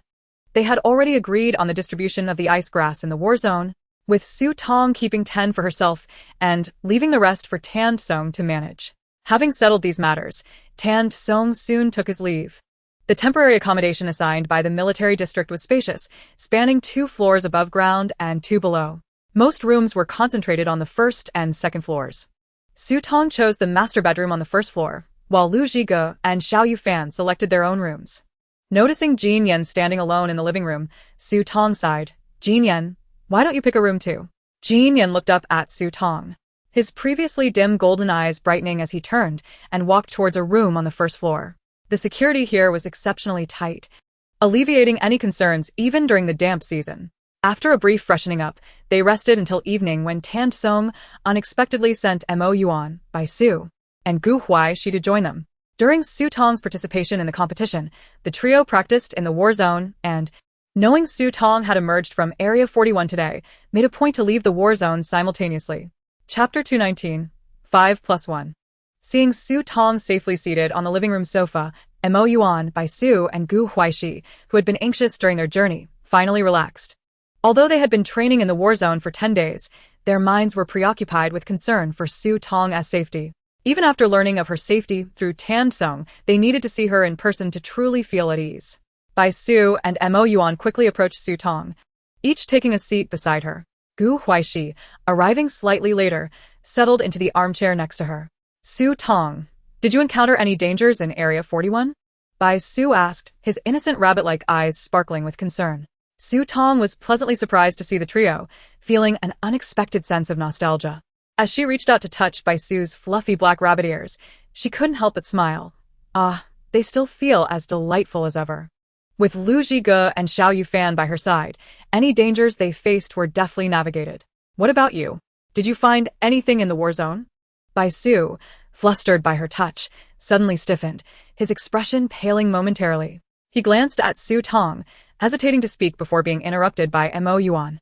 In the past 10 days, we ventured to zones 11 and 17. Although our haul was modest, we did bring you a gift. Su Tong noticed Bai Su's strange expression and was about to inquire further when Yuan diverted the topic to the gift, capturing her attention.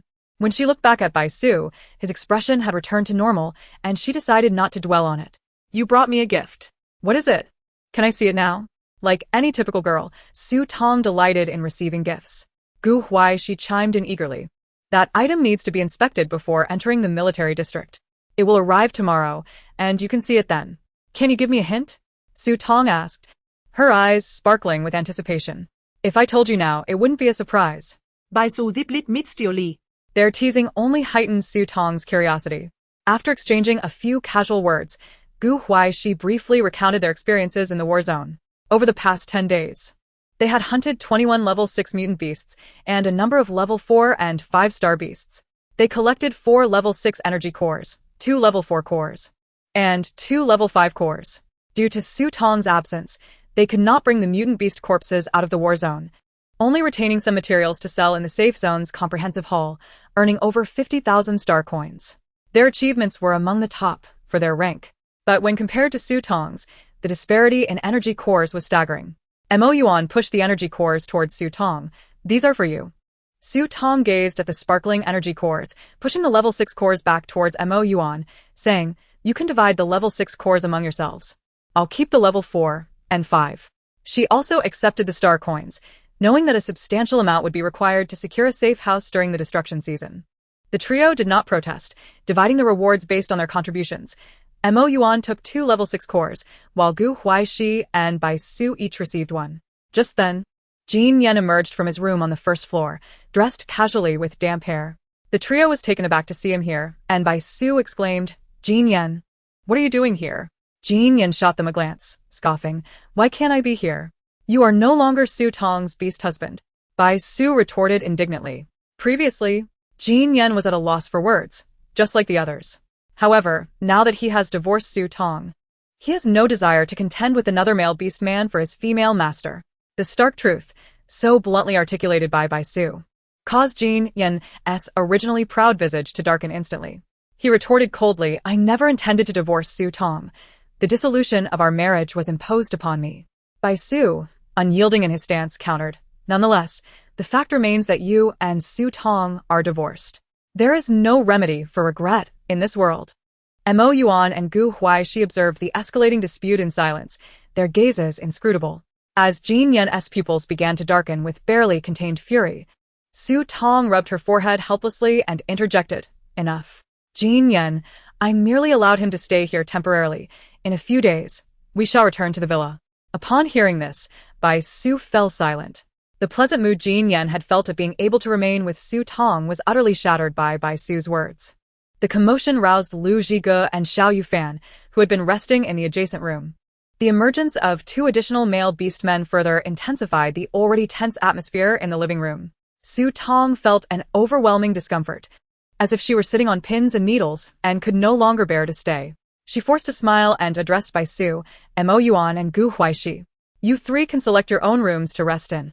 Since everyone is back, let us gather for dinner tonight. Turning to the silver-haired, blue-eyed Huaixi, she added with a pleading tone, Huaixi, I would love to eat the baked rice you make. Let us head to the kitchen, and you can prepare it for me. Upon hearing her request, the melancholic glimmer in Huaixi's eyes transformed into warmth, and he smiled at her, saying, all right. Thus, Su Tong, under the watchful eyes of everyone, pulled Huaixi toward the kitchen on the first floor. Jin Yan and the other beast men exchanged glances. Bai Su, feeling disgruntled, muttered, so it turns out that male beast men can cook delicious meals. Perhaps I should hone my culinary skills. Jin Yan, who lacked any culinary aptitude, merely scoffed. Liu Shi equipped. Should he not inform Ji Ying to enroll him in a cooking course? Leaning against the door, Xiao Yufan secretly observed his 5 rivals. With Su Tong absent from the living room, the male beast men, who naturally found each other irksome, had no desire to linger together. The rooms on the first floor had already been claimed by Lu Zhige, Xiao Yufan, and Jin Yan, leaving only the rooms on the second floor available. Yuan glanced at Bai Su and said, while Huaixi is busy in the kitchen, let us head upstairs to select our rooms. Eager to be ahead of Gu Huaixi, Bai Su quickly grabbed his travel backpack and hurried after Mo Yuan. Upon reaching the second floor, Bai Su's hand rested on the doorknob of her room, but had yet to turn it when Mo Yuan's deep voice resonated from behind. Bai Su, I believe it is best not to disclose that matter to Su Tong for the time being. Don't you agree? Instantly, the sunny smile faded from Bai Su's face as he turned to Mo Yuan. An invisible barrier of confrontation seemed to establish itself between them. Moment later, Bai Su relented. Furrowing his brow as he fixed his gaze on Mo Yuan, do you think that if I keep silent, Gu Huaixi will too? Mo Yuan narrowed his eyes, a cold glint flashing within. He was in no position to risk it. Bai Su snorted dismissively and entered the room. Just before the door closed, Mo Yuan heard Bai Su's voice. I promise to keep this secret for now, but should you pose any threat to Su Tong, regardless of your difficulties, I will expose you. Standing at the door, Mo Yuan's dark eyes gleamed ominously, his lips pressed into a thin line. Unbeknownst to them, Xiao Yufan had appeared at the corner of the staircase on the first floor, having overheard their exchange. Meanwhile, Su Tong retrieved vegetables, fruits, rice, and flour from her spatial storage, in addition to a chicken, duck, and goose. Prior to cooking, Gu Huaixi used his healing abilities to check Su Tong, discovering that besides her unhealed wounds, she had no other ailments, which relieved him. A gentle white glow enveloped Su Tong's body, and soon, all the scabs and impurities on her skin were completely eliminated. By 6 in the evening, dinner was served. A variety of delectable dishes adorned the table, filling the villa with tantalizing aromas.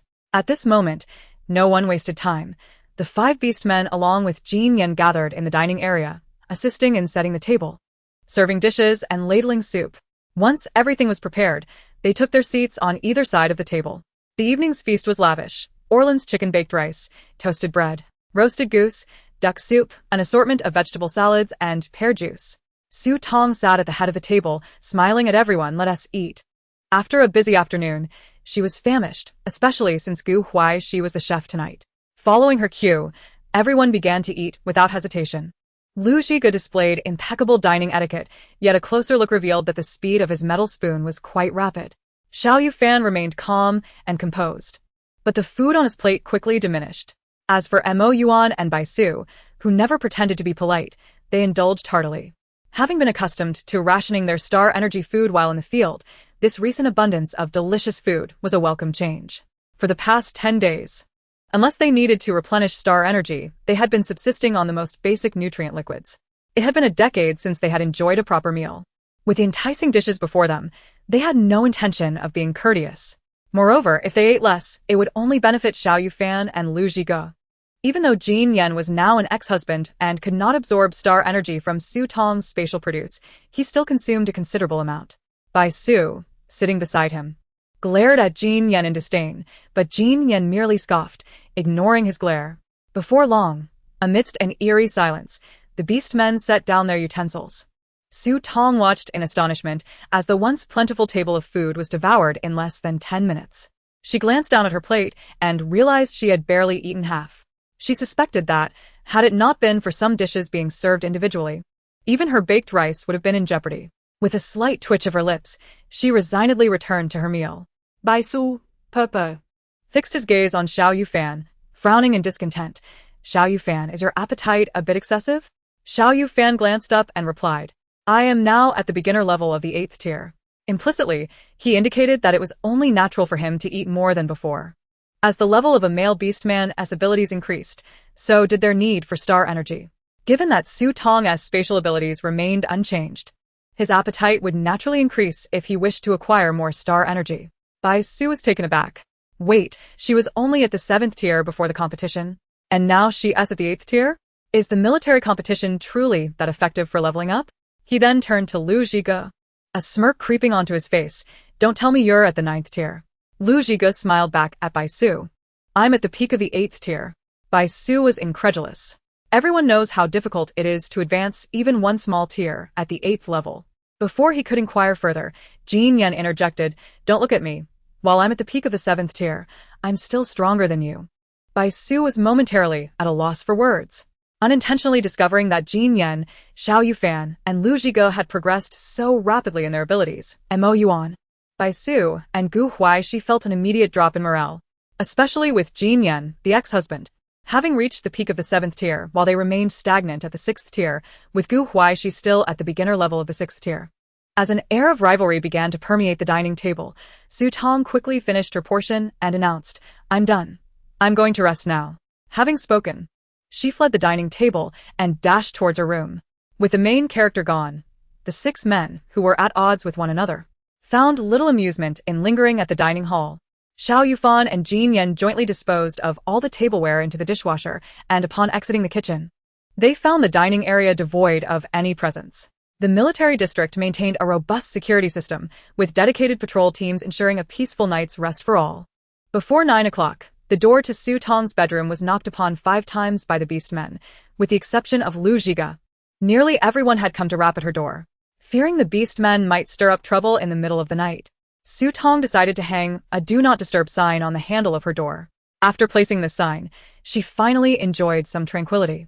Reflecting on the disturbances she endured from the beastmen, if she had to choose a companion for the night, she would most prefer Lu Zhiga. At least being with him was the most relaxed option, sparing her from the pressure of sharing a room with male beastmen. Unbeknownst to her, Lu Zhiga did not come to knock because he did not wish to, but rather because he was currently entangled in bureaucratic affairs.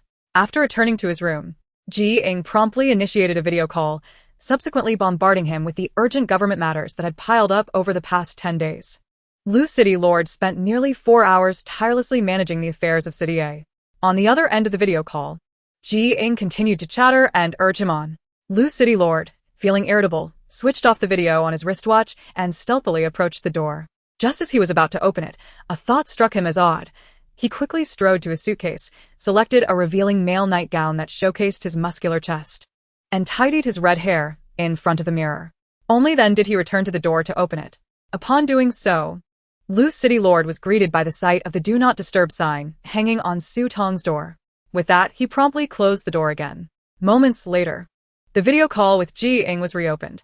Ji Ying, astonished at the sight of the City Lord clad in such revealing attire, exclaimed, "Have you been rejected by Miss Tong?" Lu City Lord forced a smile that barely concealed his irritation, retorting, "Silence. Tonight, we work through the night." Yink. Though wishing for the City Lord to swiftly conclude his accumulated bureaucratic tasks, was not keen on enduring a sleepless night himself. Being young, he still sought a mate. He worried about going bald too soon. Chapter 221. The Mutated Coffee Tree Bears Fruit. After enjoying her solitude, Tong finished her personal hygiene routine and lay on her bed, feeling profoundly relaxed with no beastmen nearby. Remembering the neglected state of her space and the accumulation of 10 consecutive draws at the resource exchange, she promptly immersed herself in her consciousness to enter her space. The original owner's space had little remaining resources, as 50% of what was produced had been consumed by Lu Zhiga's ability upgrades. The remaining 40% was used for combat and daily sustenance, leaving only 10% saved, consisting solely of some fruits and vegetables. Tong placed the saved fruits and vegetables in a corner of her space, planning to use the machines to turn them into dried snacks for storage the following day. The new batch of rice and wheat would not be ready for harvest for about another week, so there was no need for immediate attention. She had collected over 20 eggs from chickens, ducks, and geese, and the clown chicken was leading the numerous chicks, ducklings, and goslings frolicking in the pasture. Additionally, there was a mutated egg that the clown chicken had recently laid. The grass carp, introduced into the small river, swam about leisurely, appearing quite content. Tong fetched spiritual spring water from her space to irrigate the fruit trees and provide feed for the poultry in the pasture. Also pouring some spiritual spring water into the river, uncertain if it would aid in the growth of the grass carp. After completing these tasks, Tong turned her attention to the fire nettle and the mutated coffee tree. The fire nettle, watered with spiritual spring water and nettle fungi, was growing slower than the other crops. In 10 days, the new batch of fire nettles had yet to mature. It seemed that her hopes of quickly profiting from selling fire nettle tea and fire nettle pills were unlikely to materialize in the short term. To prevent any issues with the cultivation of fire nettles, Tong deliberately left 5 fresh fire nettles in her space as backup seed stock. Finally, Tong added a bit of Tamora liquid and spiritual spring water to the mutated coffee tree. Despite having grown in the original owner's space for so long, it had yet to bear fruit, while normal coffee trees had already produced 2 harvests. Upon closer inspection, the mutated coffee tree seemed to have grown a bit. Previously blooming flowers had all fallen, leaving only the largest flower at the center of the tree. It was uncertain whether this flower would also drop or if it would eventually yield fruit. Su Tong sighed at the sight of the mutated coffee tree, utterly perplexed by its condition. After tending to the original owner's space, it was time to turn to her own. Upon glancing into her space, Su Tong couldn't help but be astonished. Unbeknownst to her, the resources exchanged had been significantly depleted during the recent competition. This was merely the consumption by Tan Song's team during the contest. Although Tan Song had promised to keep her secret regarding the star energy food, Su Tong was not so naive. She understood that such secrets inevitably leak. For her own safety and a better life, she needed to store more star energy resources through the exchange and aim to secure a certain degree of power and status within this beastman world. Otherwise, once the secret was revealed, her freedom and the life she cherished would likely come to an abrupt end. Witnessing the rapid depletion of resources filled Su Tong with a sense of urgency. Taking a deep breath, she approached the resource exchange. The resource exchange had accumulated a total of 10 exchange opportunities, with the available resources being star beast meat and mutated eggs. The options for exchange remained unchanged from the last time: compressed biscuits, canned meat, and random items. Without hesitation, Su Tong confirmed the exchange. In an instant, a large quantity of star beast meat vanished from her space, leaving less than 5 tons remaining. As the star beast meat disappeared, it was replaced by 9 boxes of compressed biscuits, 9 boxes of canned meat, and a small wooden box. Random item. Su Tong's eyes brightened. To her surprise, she had managed to draw a random item this time as well. She quickly grasped the random item and opened it. Inside the wooden box was a small, thumb-sized mechanical bee. Staring at the remarkably lifelike bee, Su Tong was unsure of its purpose. However, given that the random items exchanged in the resource exchange had never been useless, this seemingly ordinary mechanical bee undoubtedly had its unique utility. Sifting through the wooden box, Su Tong quickly located the corresponding instruction manual for the mechanical bee. Upon discovering that this mechanical bee was designed specifically for pollinating mutated coffee trees, her excitement surged. She had been troubled by the fact that the mutated coffee tree had only been flowering without bearing fruit. The manual also explained why her mutated coffee tree had only produced flowers and no fruits. Since there was only one mutated coffee tree, it required cross-pollination from different trees to yield fruit. To achieve this, either another tree needed to be found, or this mechanical bee could be utilized for pollination. However, mutated coffee trees were exceedingly rare, making the prospect of finding another one incredibly difficult, entirely a matter of luck. At least Su Tong had checked the records in the comprehensive hall. In the past 50 years, no mutated coffee tree had been listed among the exchange items. The mechanical bee was intricately designed, capable of collecting pollen from male plants, making slight genetic modifications, and then pollinating the female plant, tricking it into believing it was receiving pollen from another mutated coffee tree, thereby initiating the fruit development process.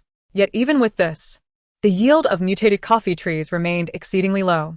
Under normal cultivation, a mutated coffee tree only flowered once every 2 years and bore fruit once, with most of the time yielding only a single fruit.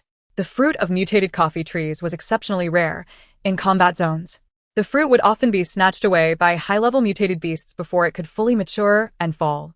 It was said that the fruit of mutated coffee trees had the power to repair irreversibly damaged genes, though this had yet to be confirmed in the publicly available literature of the Star Alliance. Regardless, let us first place the mechanical bee upon the mutated coffee tree. Su Tong personally set the mechanical bee beside the only flower of the mutated coffee tree and activated it. The mechanical bee, resembling a genuine bee, buzzed and danced before landing on the remaining blossom of the mutated coffee tree. After securing the mechanical bee, Su Tong arranged the supplies exchanged at the trading post before withdrawing her consciousness from the space. A night devoid of dreams passed, and as Su Tong opened her eyes, she eagerly entered the space to inspect the mutated coffee tree. Upon entering, she sensed an unusual change within the space. Hastening to the mutated coffee tree, she discovered the mechanical bee perched immobile on the trunk, and where there had been a flower the previous night now stood a mature, deep red fruit. The fruit, roughly the size of a cherry, emanated a rich aroma of fruit and flowers, accompanied by an intriguing scent of concentrated coffee. Having previously reviewed information on coffee trees, Su Tong recalled that if the coffee fruit released a potent fragrance, it indicated ripeness. If not harvested promptly, it would swiftly fall from the branch and decay upon contact with the ground. Observing this, Su Tong delicately plucked the cherry-sized fruit, and to preserve it well, she sought out an exquisite wooden box, palm-sized. Subsequently, she placed the box containing the mutated coffee tree's fruit into her time-stop space. Su Tong was pleasantly surprised that the coffee tree, which she had tended for over a month, bore fruit overnight.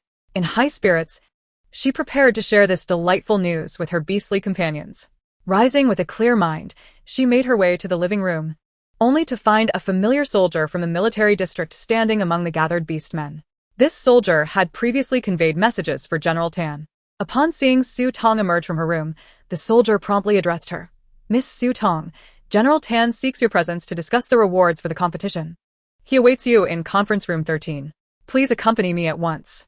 Su Tong was somewhat astonished, such urgency. Moreover, General Tan had not previously mentioned that the rewards required her consultation. Chapter 222. Why are you here? Acknowledging the soldier, Su Tong replied that to avoid delaying General Tan, they should depart immediately. Beside her, Yuan and Bai Su promptly chimed in unison, "Su Tong, we will accompany you." Su Tong nodded in agreement. Given her unfamiliarity with the military district, it was indeed safer with her companions by her side. Leaving her residence with Yuan and Bai Su, the soldier ushered them to an armored vehicle parked in the villa's courtyard. Once they emerged, he invited them to board the vehicle. The journey proceeded smoothly, and Su Tong kept a wary eye on the map displayed on her wristwatch, noting they were indeed heading towards the military district's office building, which somewhat alleviated her concerns. 15 minutes later, the armored vehicle halted outside the office building. The soldier disembarked and led Su Tong inside, guiding her toward conference room 13. Upon reaching the floor housing the conference room, Su Tong noticed the bustling military personnel had dwindled, leaving the corridor remarkably quiet. At the entrance to conference room 13, the soldier paused, instructing Yuan and Bai Su, "You two did not participate in the competition, and the general is unaware of your presence.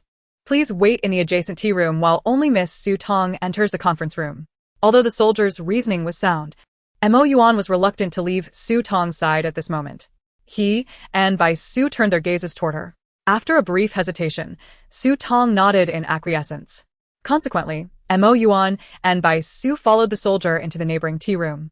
Given that the tea room was adjacent to conference room 13, they reasoned that should Su Tong require assistance, they could respond immediately, making the situation more bearable. Su Tong shared this sentiment.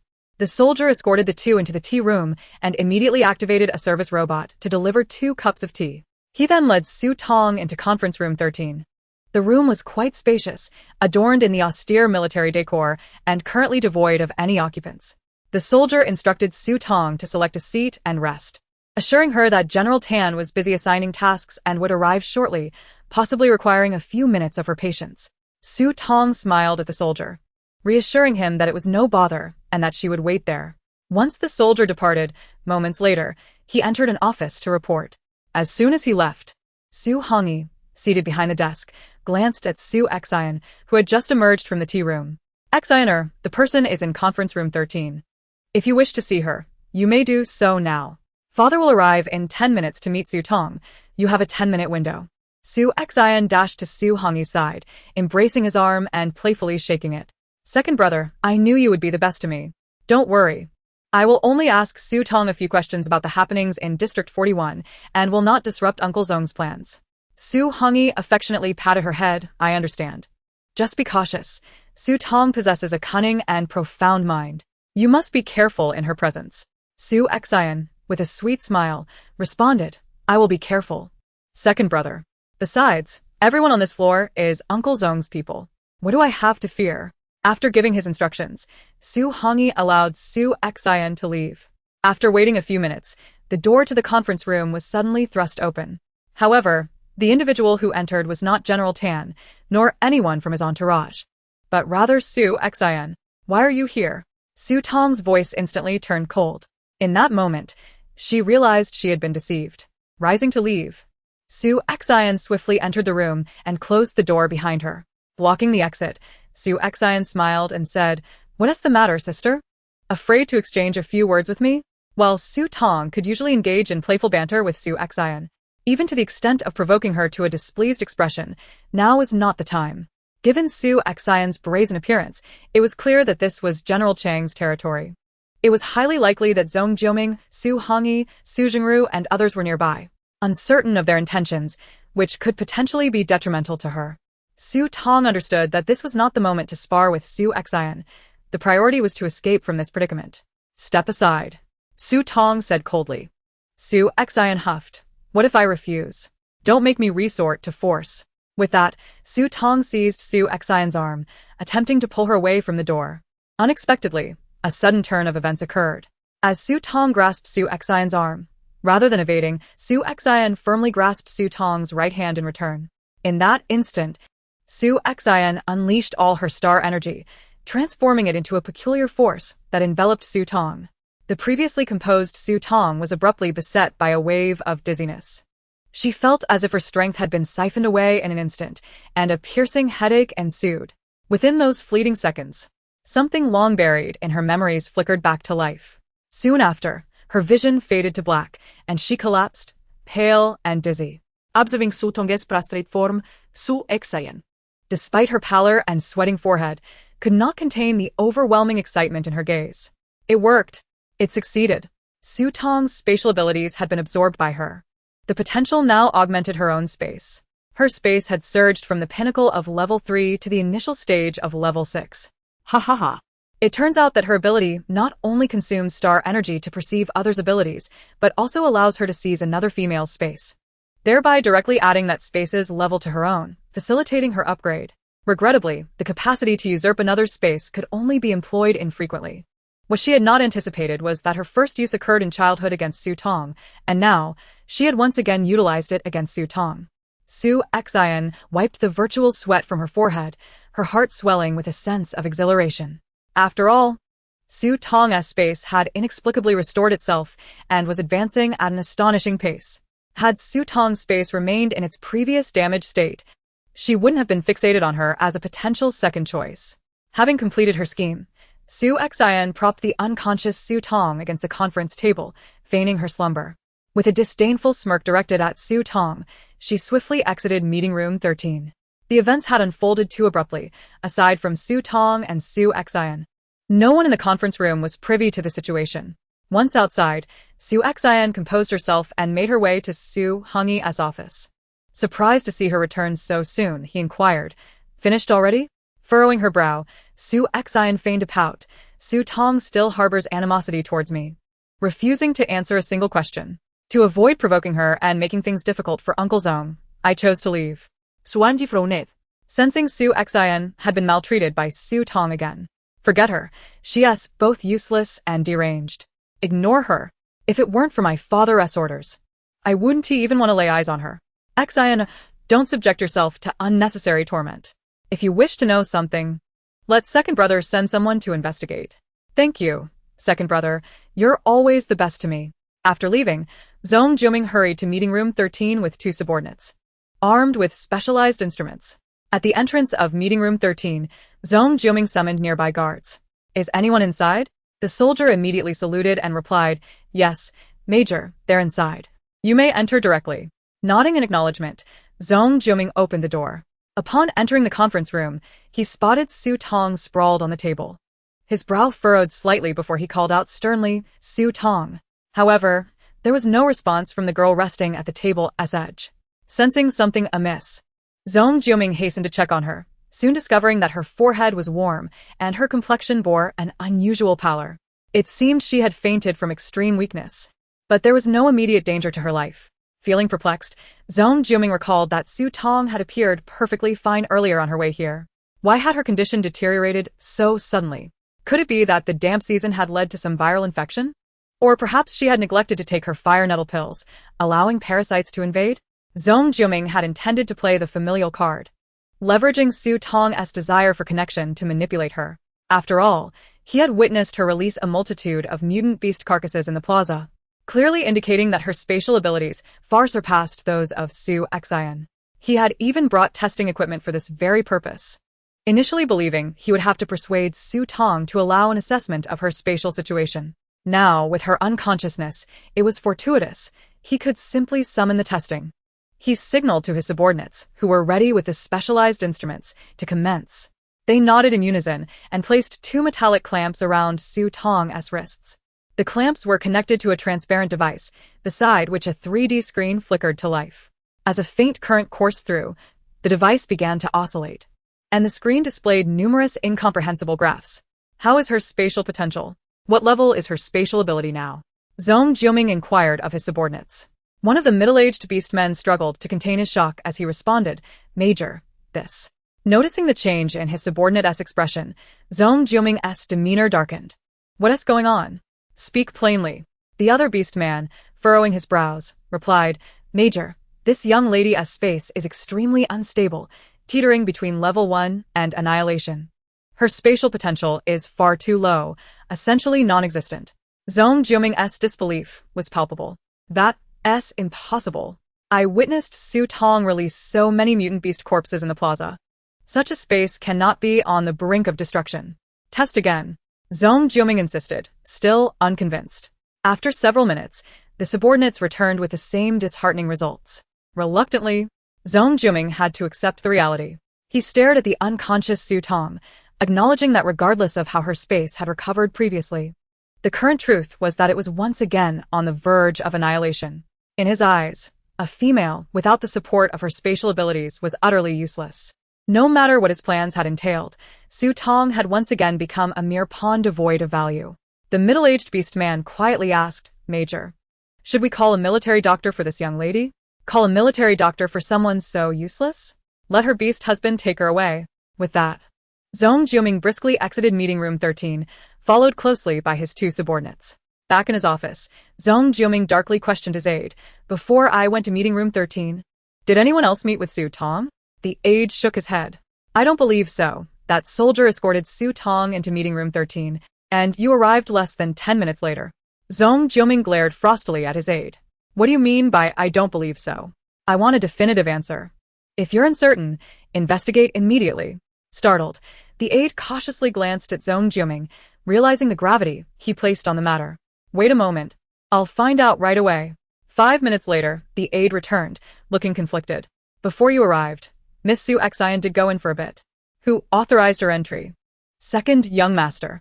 Truly his devoted son. Have someone follow Su Xin for these days. Do not let second young master become aware." "Yes, Major." Outside the military compound, the sound of a car coming to a halt echoed near Su Tong's residence. Jin Yan, positioned not far from the entrance, spotted Tan Song and Shang Shiji disembarking together. His brow furrowed immediately as he approached the door. Tan Song, heading towards the entrance, waved at Jin Yan. "Where's Su Tong?" "I'm here to inform her that the military rewards have arrived." Jin Yan's expression turned serious and cold. "Didn't your General Tan send someone to take Su Tong away early this morning? Why are you back?" Tan Song, taken aback by the accusation, replied, "I just came from General Tan's office. He asked me to deliver this good news to Su Tong personally. Didn't he send anyone to fetch her?" In that moment, both Jin Yan and Tan Song sensed something amiss. The group hurried towards the villa's first-floor living room. "Lu Zhiga, Xiao Yufan, Gu Huaixi," Jin Yan shouted. Upon hearing his voice, the three appeared in the living room at once. Jin Yan quickly relayed his suspicions to them. Lu Zhiga's expression darkened significantly. "Jin Yan, you go seek help from General Jin. Tan Song, I ask you to request General Tan to apply pressure. Xiao Yufan and Gu Huaixi, we will head straight to the military district office building S meeting room 13. Everyone nodded and immediately dispersed. Tan Song arranged for a military vehicle for Lu Zhiga and the others to use. En route, Lu Zhiga messaged Ji Ying and Ji Hao.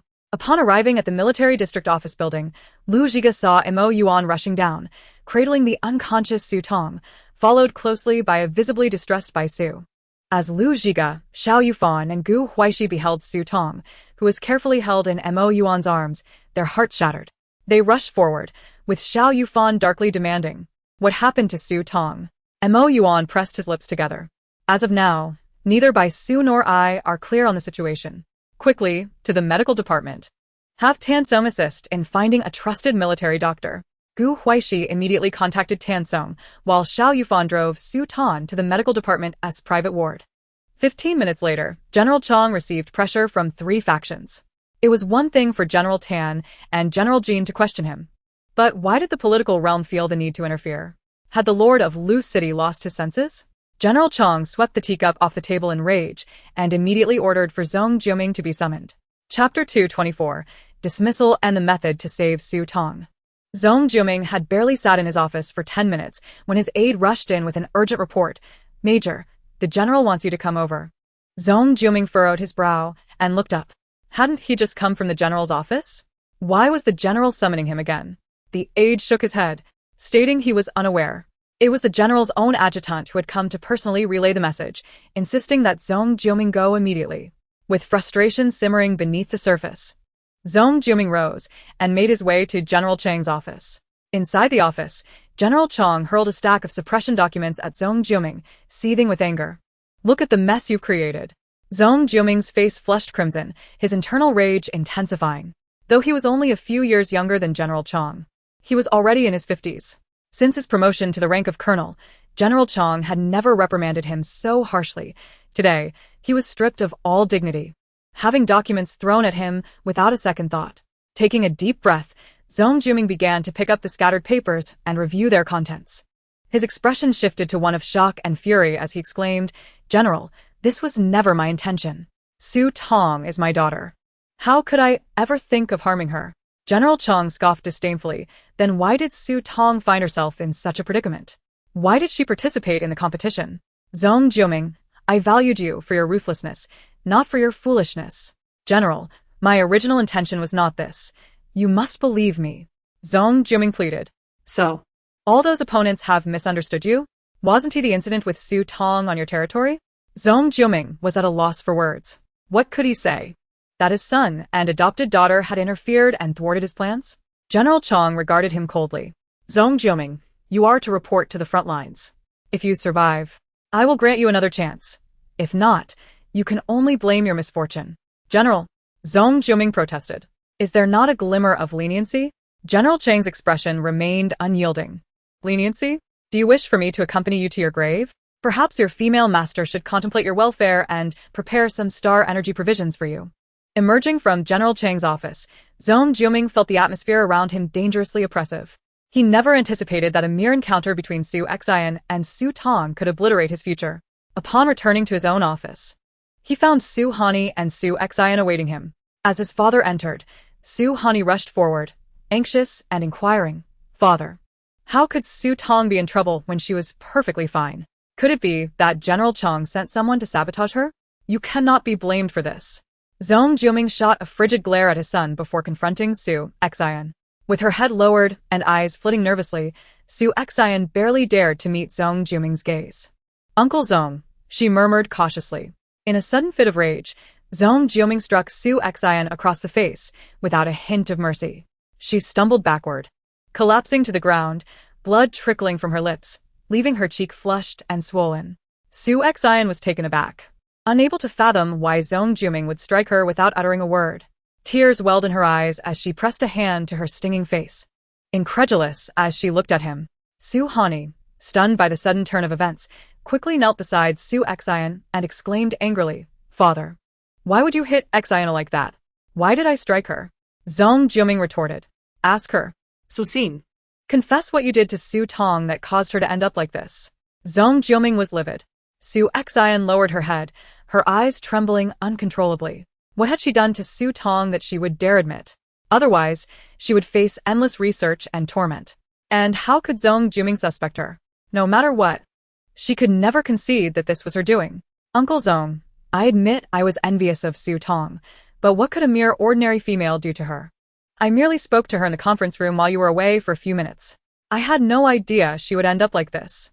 Second brother can vouch for me. After speaking, Su Xin cast a pitiful glance at Su Hani. From a young age, Su Hani had been particularly fond of his younger sister, and he hastily defended her. Father, I can attest to this. Xena is weak. How could she possibly harm Su Tong? Perhaps Su Tong was already unwell. Father, you cannot lay the blame on Xi. Zhong Juming was exasperated by his foolish son. He coldly regarded Su Hani. Hani, I once thought your immaturity stemmed from youth, but it seems I was mistaken. You are genuinely foolish, even inferior to Su Jingru. To be toyed with by a mere female and remain unrepentant, especially one who is not even your mate. You disappoint me greatly. One day, you will pay for this. Zhong Juming returned to his desk, coldly issuing an order to both his son and Su Xin. You both need to leave. Ow. Su Xin, not daring to linger, quickly departed with Su Hani's assistance, eager to escape the tumultuous environment. As they left the office, Su Hani couldn't resist glancing back at his father, wishing to defend Su Xian further. However, upon seeing the disappointment etched on Zhong Jiuming's face, he bit his lip and chose to leave in silence. The emergency treatment room's red light was illuminated, and everyone waited anxiously outside. Lu Zhiga received a message on his watch and opened it with a glance. It was from Jiying. City Lord, Zhong Jiuming has been dismissed, and his fate now awaits him on the front lines. The Su family's influence is undergoing substantial contraction. For now, we can only manage the situation. Lu Zhiga moved his fingers, leveraging connections to assign Zhong Jiuming the most perilous tasks at the front, while also dispatching individuals to monitor Su Hani and Su Xian, particularly Su Xian. Understood, I will take care of it immediately. Suddenly, the emergency treatment room's light shifted from red to green, and the door slowly opened. They soon saw Su Tong being wheeled out of the treatment chamber by medical staff. Several beastmen and Jin Yan rushed forward. Upon seeing Su Tong in the medical pod, her complexion had improved from its previous pallor, and everyone let out a collective sigh of relief. Xiao Yufan eagerly inquired of the attending physician, "Doctor, how is Su Tong?" The physician surveyed the anxious faces surrounding him. "Are you all the patient's mates?" They nodded vehemently, including Jin Yan, though no one had the presence of mind to confront him at that moment. The patient's spatial abilities have inexplicably regressed and become unstable, which caused her body to fail momentarily. After treatment and stabilization, her condition is currently stable, and her spatial abilities have returned to level 1. However, this stability is only temporary, to facilitate a swift recovery. You must find ways to help the patient elevate her spatial abilities quickly. Chapter 225. Su Tong Wakens, Spatial Condition. After the physician's explanation, he directed the staff to transfer Su Tong to a military hospital ward. Upon hearing the doctor's words, the beastmen and Jin Yan exchanged various expressions. Gu Huaixi then asked, "When will Su Tong wake up?" "In about 2 hours. Once she regains consciousness, ensure she replenishes her star energy intake to aid her recovery." With that, the physician departed. As there were more urgent cases awaiting his attention within the military, Su Tong's private room had been specifically arranged by General Tan Song, designated as a special care ward. The space was expansive and equipped with comprehensive facilities. During the wait for Su Tong to awaken, Lu Xinheng, Tan Song, and Shan Shiji all visited her, with Tan Song reassuring Su Tong's mates that she could stay as long as she needed in the special care ward without incurring any medical fees. As General Tan had granted special approval, the beastmen and Jin Yan remained in silence, anxiously awaiting Su Tong's awakening. Time seemed to stretch infinitely, though only 2 hours passed. It felt longer than 2 years. Especially for Mo Yuan and Bai Su, both felt immense guilt, believing that had they remained by Su Tong's side, she would not have encountered such a fate. As the seconds ticked by, nearly 2 hours later, Su Tong's eyelids fluttered, and with great effort, she opened her eyes. The sudden brightness of the hospital room left Su Tong momentarily disoriented. She squinted her eyes, gradually discerning the scene before her. 5 beastmen, along with Jin Yan, encircled her bed, their faces etched with concern. In an instant, Su Tong felt a wave of confusion wash over her, and she hoarsely uttered, "What has happened? Why are you all here?" As she spoke, memories flooded her mind. Su Xian, the abrupt severance of her space, her body weakened, and her ensuing unconsciousness. Her eyes widened in panic, her expression betraying her fear as her complexion paled. Noticing her distress, Xiao Yufan quickly reassured her, "Su Tong, you're all right now. Don't be afraid." Sitting beside her, Gu Huaixi gently stroked her hair, channeling his soft, healing powers into her, gradually calming her frayed emotions and allowing both her body and mind to relax. With the soothing words of Xiao Yufan and the alleviating powers of Gu Huaixi, Su Tong finally began to regain her composure, the pallor of her face slowly fading. She turned her gaze towards Jin Yan and the beastmen, weakly inquiring, "What is my condition now?" Lu Zhiga, rarely using such a gentle tone, replied, "You're fine now. Mo Yuan and Bai Su brought you out of the military district's office, and you are currently in the medical ward of the military hospital. The doctor has examined you, and you are no longer in life-threatening danger." Even with Lu Zhiga's comforting words, Su Tong still felt a profound discomfort throughout her body, particularly a severe dizziness clouding her mind. She raised her hand to rub her forehead, her dark brows knitting together as she thought, My space. Jin Yan regarded Su Tong with an unusual tenderness, his previous arrogance and sarcasm absent as he spoke softly. It's all right, your space is still intact. Even if it weren't, I would always be by your side to protect you. Though slightly calmed, Su Tong struggled to trust the reassurances from the beastmen. She took a moment to sense her own space. Thankfully, it remained, both her own and that of the original owner. However, the original owner's space had regressed from its previous 5th-level status to merely the 1st level. Its size had diminished accordingly, with the once flourishing creek now vanished, and the grass carp she had recently placed within it lay dead. The ranch was similarly lost, the fates of the chickens, ducks, and geese mirroring that of the grass carp. To her astonishment, the comical chicken resembling an ostrich had survived, huddled in a corner of the space, unconscious and reduced to nearly the same size as when she first acquired it.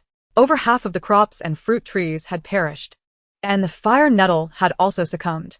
Yet, the mutated coffee tree, despite being stripped bare, retained a flicker of life, not entirely extinguished. Su Tong recalled the moment she encountered Su Xin, feeling as if her space had been forcibly stripped away, reminiscent of her initial arrival when she discovered the original owner's space had been destroyed. It became apparent that Su Xin's true trump card lay in her ability to seize the spatial powers of other females. The original owner's space had been destroyed previously due to her machinations. Having assessed the status of the original owner's space, Su Tong immediately plunged her consciousness into her own. Upon entering her space, she sensed a stark difference. The supplies remained unchanged, as did the spiritual spring water. But the resource exchange point had regressed. Previously capable of exchanging 2 tons of star beast meat at a time, it could now only manage 1 ton. Suddenly, her space flickered, and as her consciousness regained clarity, Su Tong keenly perceived that it seemed to have shrunk slightly. A bold hypothesis took root in her mind. Could it be that Su Xin, utilizing her abilities, had usurped the original owner's space? The original space should have been utterly destroyed, but because her space existed, it had merged with the original, balancing the forces of both spaces, thus preventing the complete annihilation of the original owner's space and leaving it at a 1st-level status. Perhaps due to the uniqueness of her space, the mutated comical chicken and the mutated coffee tree managed to cling to life, avoiding total demise. Yet, she sensed that the original owner's space seemed to be continuously siphoning her space's power to maintain its 1st-level state. If this issue remained unresolved, her own space would quickly degrade as well. The consequences of such an event were uncertain. Realizing the urgency of the situation, Su Tong withdrew her consciousness and turned to the beastmen, forcing a faint smile as she confessed, "My space has now reverted to the 1st level." Su quickly offered reassurance. "It's all right, Su Tong. You can upgrade it again. You have us. What is there to fear about your space not being able to upgrade?" Su Tong feebly curled her lips into a smile, yet her spirits remained low. Montag Yuan, observing her despondence, felt as if his heart were being tightly gripped, rendering him breathless. His words emerged almost painfully. Su Tong, who is behind this? At that moment, Su Tong had already identified the culprit and could not conceal the truth from the beastmen any longer. She coldly affirmed, "It's Su Xin. She possesses a unique ability to usurp the spatial powers of females." Despite previous suspicions pointing towards the Su family, hearing the truth from Su Tong's lips left them all profoundly shocked. The ability to seize another female's spatial power was a terrifying prospect. Su Xin must be kept under constant surveillance. She could not be allowed to remain. It was not only Su Xin, but the entire Su family. Were it not for Zhong Jiming's influence in the A City military district, they, along with Su Tong, would not have been deceived. And Su Xin wouldn't have found the opportunity to strike. The Su family could not be spared. Chapter 226, The Gifts from Mo Yuan, by Su and Gu Huaixi. Su Tong, the attending physician advised, "You need to elevate your space level as soon as possible, otherwise, your body may face the risk of collapse." Lu Ziga timely conveyed Su Tong's medical condition to her. Upon this reminder, Su Tong felt the truth of it. The original owner's space had not been destroyed. It was entirely her own space that was dragging her down. Moreover, her space was continuously decreasing in level due to the burden of the original owner's space. Su Tong could not be sure if she did not upgrade the original owner's space, her own would revert to its primitive state. If that happened, the resource exchange and the spiritual spring within her space would vanish, and whether they could be restored was uncertain. Understanding the urgency of the matter, Su Tong became acutely aware of the need for action. After noting her improvement, The attending physician was called back by the beast men to examine Su Tong once more. The examination lasted half an hour, and apart from earlier instructions, Su Tong's condition was deemed stable enough that, if she wished, she could be discharged to recuperate at home. Given this, Su Tong chose to leave the hospital. No matter how well-equipped the military medical facility was, it could not compare to the comfort of her own home. The beast men, concerned about her weakness, prepared a wheelchair for her. Yuan lifted her effortlessly into the chair, while Huaixi pushed her out of the ward. Upon exiting, they spotted Lu Xinheng resting on a chair outside the room. Su Tong was slightly taken aback. "Brother Lu, what brings you here?" Having witnessed Su Tong's slight recovery, Lu Xinheng let out a quiet sigh of relief, the tension in his resolute features easing somewhat. He smiled as he asked, "I came to see how you were faring. Are you feeling any discomfort now?"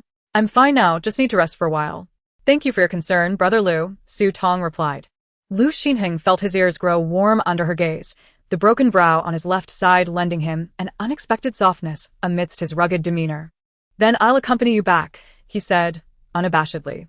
Before Su Tong could respond, Xiao Yufan interjected, "There's no need for that. It's not far from here to our residence. We can take Su Tong back. The more people there are, the less secure we feel." With that, Xiao Yufan effectively placed a barrier between Lu Xinheng and Su Tong. Lu Xinheng noticed that Su Tong did not refute Xiao Yufan's words, and the expressions of Su Tong's other beast husbands varied as they looked at him. Feeling somewhat awkward, he tugged at the corners of his mouth and said, "Very well. I will escort you to the entrance of the medical facility. Shortly, I will convey the good news of Su Tong's discharge to Captain Tan."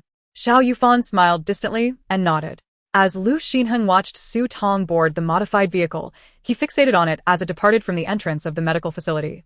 His disappointment finally manifesting, he inhaled deeply, quickly regaining the composed and resolute demeanor of a seasoned officer. He turned and entered the medical facility, seeking out Dr. Lu, the physician attending to Su Tong. "How is Miss Su Tong's condition?" he inquired. Dr. Lu, busy at his desk, finally looked up at Lu Xinheng and replied, "I cannot disclose a patient's condition without knowing your relationship with Miss Su Tong." Lu Xinheng was momentarily taken aback, but swiftly devised a response, stating, "General Tan sent me to inquire." Dr. Lu, being part of General Tan's faction and familiar with his network, regarded Lu Xinheng as one of Tan's subordinates. Without a word, Dr. Lu handed over a medical report to Lu Xinheng, saying, "Everything you need is here. Please ensure it reaches General Tan." Lu Xinheng examined the report thoroughly and paused in surprise upon reading that Su Tong needed to upgrade her spatial abilities urgently. After expressing his gratitude to Dr. Lu, he departed with the report in hand. Upon returning to the temporary residence at the military district, Su Tong noticed a modified vehicle affiliated with the general hall waiting outside the villa. As she heard the vehicle's approach, a young, unfamiliar male beast man emerged, surveying Su Tong from head to toe. Matching her to the information displayed on his wristwatch, he smiled and said, "Are you Miss Su Tong? I am a courier from the general hall, here to deliver a package." "A package?" she thought, puzzled, as she had not ordered anything from the general hall recently. Before Su Tong could respond, the young courier turned and opened the trunk of the vehicle, extracting a sizable cage and placing it 3 meters away from her. The cage was covered with a special fabric, obscuring its contents, yet occasional rustling sounds indicated that it contained a living creature. Just as Su Tong was about to inquire whether the delivery was a mistake, Yuan approached the cage and unveiled the covering. Inside the sturdy iron cage were 2 adorable lambs, their long, curly wool and perked ears adding to their charm. One was entirely snow white while the other sported black ears and a pink nose. Upon seeing the covering removed, they gazed at Su Tong with wide, curious eyes. 2 delightful little lambs. Su Tong beamed, her first smile of the day lighting up her face. Yuan regarded her tenderly, asking, "Do you like them, Su Tong?" At his question, Su Tong recalled that Yuan by Su and Huaixi had mentioned a gift for her upon their return last night, although it had been left at the general hall for inspection and would not arrive until the following day. Could this be the gift they had spoken of? In delight, Su Tong exclaimed, "This is a gift?" By Su and Huaixi nodded, affirming, "We specially brought these back from the war zone for you." Naturally, Su Tong was enthralled. Lambs were indeed a rarity. Previously, she had heard rumors of lambs being captured in Area 41 and had hoped to find clues during their trip there, only to see nothing by the end of the competition. Yet, despite this, Yuan and the others had managed to find and capture them from another war zone, hinting at the challenges they must have faced. The lambs were not only adorable and rare, but would also be delicious when grown, whether roasted whole, skewered, or in stews. What female could resist such charm? Tong was no exception. Unable to resist, she stepped forward to play with the lambs, who were unafraid and even reached out with their tongues to lick her fingers, their endearing antics widening her smile. However, there was a slight disappointment. Her original spatial capacity was only at level 1, and raising large livestock required level 5 space, meaning she could not temporarily keep the 2 lambs in her spatial realm. Moreover, livestock with primitive genes brought out of the war zone would not survive long in the safe zones where the Alliance's beastmen lived, as the environment was unsuitable for them. In such circumstances, she would either have to sell them quickly to a female with level 5 space for breeding or consider slaughtering them for meat. If she wished to retain these precious lambs, she must urgently upgrade her spatial level to 5. Chapter 227, Choosing Lu Zhiga. The 2 lambs could only be temporarily kept at the villa. Upon returning to her temporary residence, Tong intended to head directly to her room to rest, but was intercepted by her beast husbands. Tong, we need to talk, Xiao Yufan stated solemnly. Feeling a slight trepidation, Tong understood she could not evade the conversation and turned to sit on the sofa in the living room. The beast husbands followed suit. We have already discussed your health situation at the medical facility. Tonight, you must choose one person to accompany you, Xiao Yufan declared. Tong was taken aback by Xiao Yufan's directness. She momentarily froze, her cheeks involuntarily flushing. Raising her gaze, she met the concerned and somewhat expectant eyes of her beast husbands. Tong, not lacking in insight, understood the gravity of this upgrade and realized it would be preferable to choose a beast husband with whom she had not shared a bed. This left her with Lu Zhiga and Huaixi as options. Jin Yan did not count, being her ex-husband. As for Huaixi, Tong held a sliver of doubt. If the raven-haired Huaixi were to suddenly appear, she would find it difficult to cope. Moreover, she remained uncertain whether her future antagonistic beast husbands had truly altered their perceptions of her. What if her spatial upgrade did not yield favorable results? Would they entertain ulterior motives? After all, their initial relationship was founded on mutual interests, much like Xiao Yufan's initial intentions when they first became intimate. Perhaps it was her uniqueness that drew them to her, unwilling to depart. In this world, where females were scarce and their constitutions weaker, survival without protection was far more arduous than for male beastmen. After all she had endured, Tong was no longer as naive. It was time to consider her own interests. Regardless, this was an opportune moment to gauge her beast husband's true intentions. Stealing a glance at Jin Yan, she noted that Lu Zhiga was distinctly different from the others. Although he had not been her chosen beast husband, but rather one matched by the Alliance. He was not a villain from the original narrative. The time spent together had been comfortable, and she felt the least pressure around him. That evening, whether Lu Zhiga or she herself felt reluctant, they could express their feelings openly as friends without any compulsion. This arrangement was fair to both her and Lu Zhiga. Having made her decision, Tong's gaze finally settled on Lu Zhiga's red-haired visage. Xiao Yufan, Yuan, and Bai Su had already anticipated her choice. They believed she would not select them, narrowing it down to either Huaixi or Lu Zhiga. They thought Huaixi had an 80% chance, while Lu Zhiga only had 20, given that Huaixi was from the same cohort and Lu Zhiga was a newcomer with less time spent with Tong. Even Huaixi felt a slight flush creeping to his ears. Yet the outcome took them by surprise. Tong ultimately chose Lu Zhiga. In that instant of realization, Huaixi's flushed face paled dramatically. His azure eyes trembled slightly, and he lowered his head, allowing his white bangs to obscure his gaze.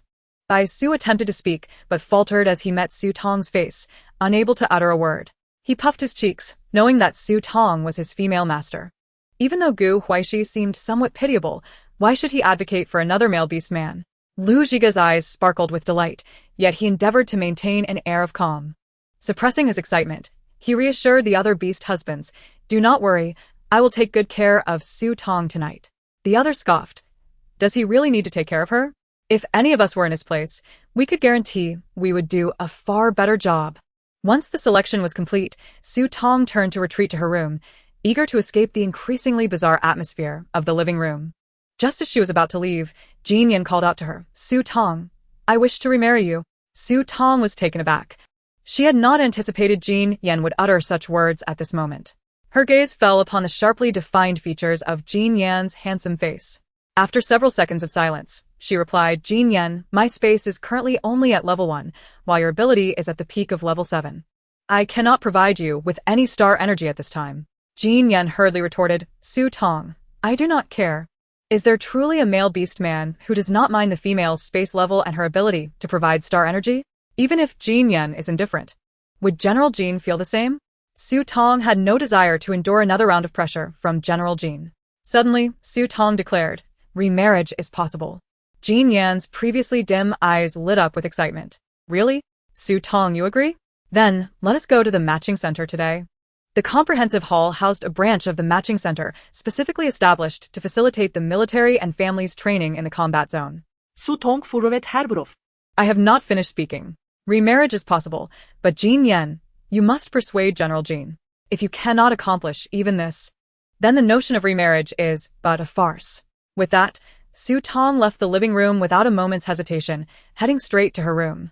Had it not been for Su Tong's pressing need to upgrade her spatial abilities, there would have been voices of mockery or attempts to intervene the moment Jin Yan brazenly suggested remarriage. Although Jin Yan was not the most favored, he was certainly preferable to other formidable male beast men, and there existed a mutual understanding among them. If another character like Lu Zhiga were to emerge, they would truly find it unbearable. Xiao Yufan patted Jin Yan on the shoulder. If you can return, I will accept it. Bai Su rolled his eyes. Let him first deal with his father. Lu Zhiga chuckled. Jin Yan, time waits for no man. Mo Yuan cast Jin Yan a challenging glance, while Gu Huaixi remained silent. Jin Yan shot a glance at his rivals, his demeanor defiant as he turned to leave. After he departed, the others took turns guarding the living room, prepared for any sudden calls from Su Tong. That evening, before nightfall, Lu Zhiga arrived at Su Tong's door, knocking gently. Dressed casually in leisure wear, his short red hair still slightly damp, it was evident he had just bathed. At that moment, it was Gu Huaishi's turn to stand guard in the living room. When Su Tong opened the door, she was met with Lu Zhiga's relaxed appearance, resembling a friend stopping by for a casual chat, which alleviated her earlier tension. Lu Zhiga entered the room and casually placed the towel draped over his shoulder on the sofa. Su Tong, what are you up to? Su Tong pointed to the virtual screen on her writing desk beside the bed. I took a nap this afternoon, and after waking up, I couldn't fall asleep again. So, I'm just watching a drama. The Star Alliance Beast World had various governmental and independent television stations, broadcasting fixed programs daily, but due to the harsh living conditions, the entertainment industry was less developed than in Su Tong's modern life, resulting in a smaller audience. Thus, Lu Zhiga settled beside Su Tong to watch the drama with her. His patience was commendable. Not only did he accompany her, but he also engaged in discussions and speculations about the plot. Their views on the characters aligned perfectly. Initially, Su Tong had only chatted with him to ease the awkward atmosphere, but as the conversation flowed, they became engrossed in the drama. After more than an hour, Su Tong was surprised to find herself thoroughly engaged in discussing the storyline with Lu Zhiga. Just as she contemplated retrieving some juice from her space to quench her thirst, she suddenly recalled the current state of her space and halted her movements. Lu Zhiga, as if reading her mind, said, after all this talking, I feel a bit thirsty. Su Tong, wait here, I'll get us something to drink. Su Tong nodded, somewhat taken aback. Lu Zhiga naturally rose to head to the kitchen. The kitchen had drinking water, along with beverages and nutritional supplements prepared by the military personnel, all devoid of any star energy, but sufficient for quenching thirst. Once in the kitchen, instead of grabbing a drink right away, Lu Zhiga sent an urgent message to Ji Ying via his wristwatch, instructing him to notify the A City television station to change the program. When Ji Ying received the message from the Lord, he was perplexed. The Lord had never previously involved himself with television matters. Why the sudden request for a program change? Despite his confusion, Ji Ying complied swiftly, deeming it a trivial task. Before long, Lu Zhiga returned to Su Tong's room, carrying a tray. He placed the tray on the small coffee table in front of the sofa. It contained 2 glasses filled with beverages, one pink and the other blue, alongside a small plate of snacks, comprising several unknown cookies. Lu Zhiga produced an exquisite flask from somewhere and opened it, releasing the familiar scent of erbotu. He poured some from the flask into both glasses. Just as Su Tong was about to decline, Lu Zhiga said, I couldn't bear to drink the fine liquor you gave me, and fortunately, I hadn't finished it. The doctor mentioned you need to replenish some star energy food for your recovery. I only have the good liquor you provided. So I mixed a little into the drinks for you. It's fine. Su Tong's protest was caught in her throat. After all the time she had offered Lu Zhiga her cheap liquor, the tables had turned, and now it was her turn to drink. Yet, she felt reluctant to refuse. However, her tolerance for alcohol was non-existent, and Erguotu was a potent 56 degrees. Could she truly handle it? Su Tong awkwardly tugged at her lips. Then just pour a little. Lu Zhiga replied gently, all right, just a little. Indeed, he poured about 30 to 40 milliliters into the blue drink and only a mere 10 into the pink one. Seeing Lu Zhiga's modest pour, Su Tong breathed a sigh of relief. It was merely a small amount of liquor. Surely, it would be manageable. At that moment, the virtual screen transitioned, the daily drama concluded, and a movie began to play. Perfectly timed, the snacks complemented the film. To create a more cinematic atmosphere, Lu Zhiga stood to turn off the room lights. Instantly, the room dimmed, illuminated only by the flickering glow of the virtual screen.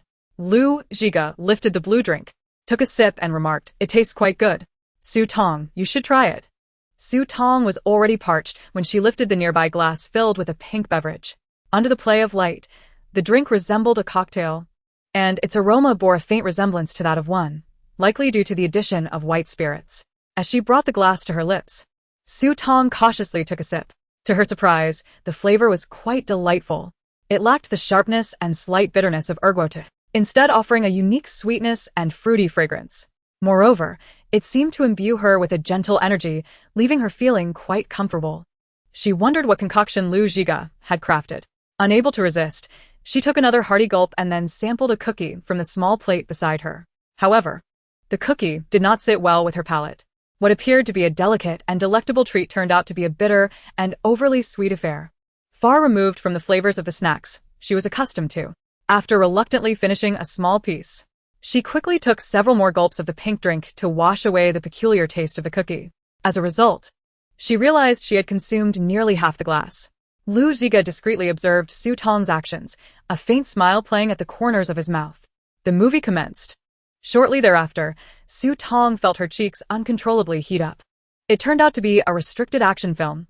Could such a movie be casually aired on television without any rating system? Gradually, she felt a flush creeping up her neck. And before she knew it, she had finished her glass of pink drink, leaving her with a pleasantly dizzy sensation. She couldn't help but glance at Lu Zhiga, who was calmly engrossed in the film. A surge of bravado rushed to her head. She stared at him and foolishly pointed at his nose, declaring, Lu Zhiga, I suddenly think you are even more handsome than the male lead in this movie. Lu Zhiga turned to face her, a smile breaking through his composed demeanor. Su Tong. What makes you think I am more handsome than the male lead?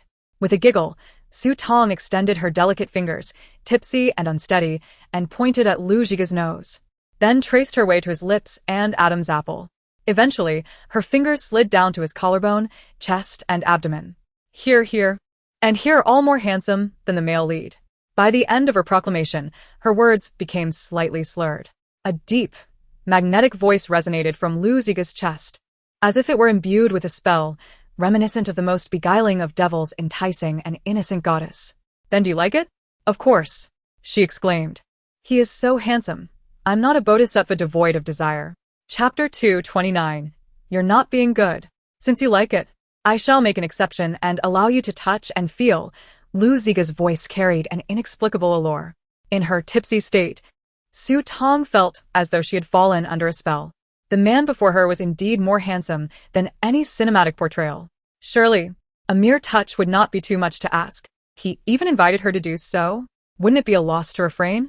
With flushed cheeks, she leaned in closer, exhaling warm breath as she whispered, Then I'm going in, but you mustn't make a sound for others to hear. Lu Zhiga reclined on the sofa, exuding an air of indulgence, his lips curving into a deeper smile, yet his brown eyes harbored a storm capable of engulfing her. In that moment, he resembled a wicked wolf luring an unsuspecting little rabbit. His voice, now a low whisper, was barely contained. Rest assured, if I can't suppress myself, you can simply cover my mouth. Su Tong leaned closer, eager to bridge the distance. Puffing up her cheeks, her gaze hazy, she declared, This is your suggestion. I shall not hold back. Do not hold back, he replied. As Su Tong turned to glance at the movie, she noticed the male lead bound to a bed, disheveled and immobile. The female lead leaned in close, playfully blowing gently into his ear. Without fully understanding her motivations, Su Tong mimicked the female lead's actions, inching closer to Lu Zhiga. In her tipsy state, her vision wavered, and she misjudged the distance. When her soft lips brushed against Lu Zhiga's earlobe instead of merely blowing air, his body became instantly rigid, akin to a tightly drawn bowstring. In her imitation of the female lead, she asked Lu Zhiga, "Are you hot?" Lu Zhiga was momentarily at a loss. He regretted having coaxed Su Tong in such a manner. It was proving to be a challenge for him. Before he could respond, Su Tong, continuing her playful imitation, extended her fair index finger, tracing a circle in front of Lu Zhiga. "Now tell me, where would you like me to kiss you?" Another shiver coursed through him, a blend of sweetness and bitterness flooding his expression. Clearing his throat, he merely stated, "Of course, on the lips." Lu Zhiga swallowed hard, echoing the male lead's words. The female lead, with a teasing smile, responded, "All right, I shall grant your wish." And so, she bestowed upon him a fervent kiss. Su Tong, also smiling, reached for Lu Zhiga's chin, slowly drawing closer as her sweet breath caressed his face, her voice a soft melody in his ear. "All right, I shall fulfill your wish." However, in the next moment, her kiss did not land on Lu Zhiga's lips, but rather on his nervously shifting Adam's apple, continuing downward to rest at the collarbone revealed by his slightly open shirt. Lu Zhiga felt as though the places Su Tong had kissed were alight with an intoxicating warmth, a heat that coursed through his entire being. With a delighted laugh, Su Tong teased, "Lu Zhiga, you guessed wrong. Did you think I would kiss your lips?" Lu Zhiga gazed at the blissfully dazed girl, her eyes sparkling yet playful, as a whirlpool of desire swallowed his rationality whole. He had been patient enough for one night, but he could not allow Su Tong to continue this playful escapade. If this persisted, she might very well drive him to madness. In the film, the female lead kissed the male lead's lips and then asked him where he wished for her to kiss him next. His gaze drifted downwards.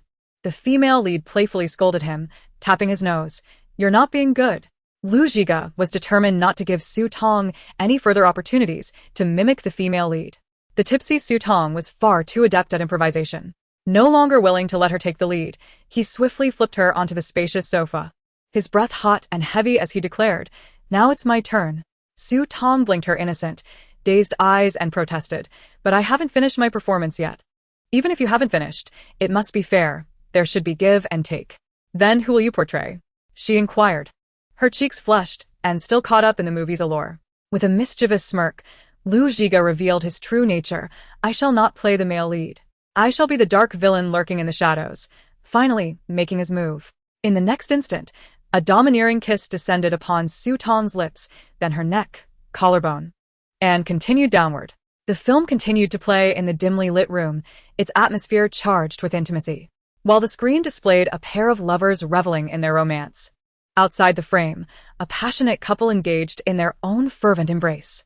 Lu Zhiga, a dragon long deprived of indulgence, once he tasted the sweetness of passion, became uncontrollable, like a house engulfed in flames.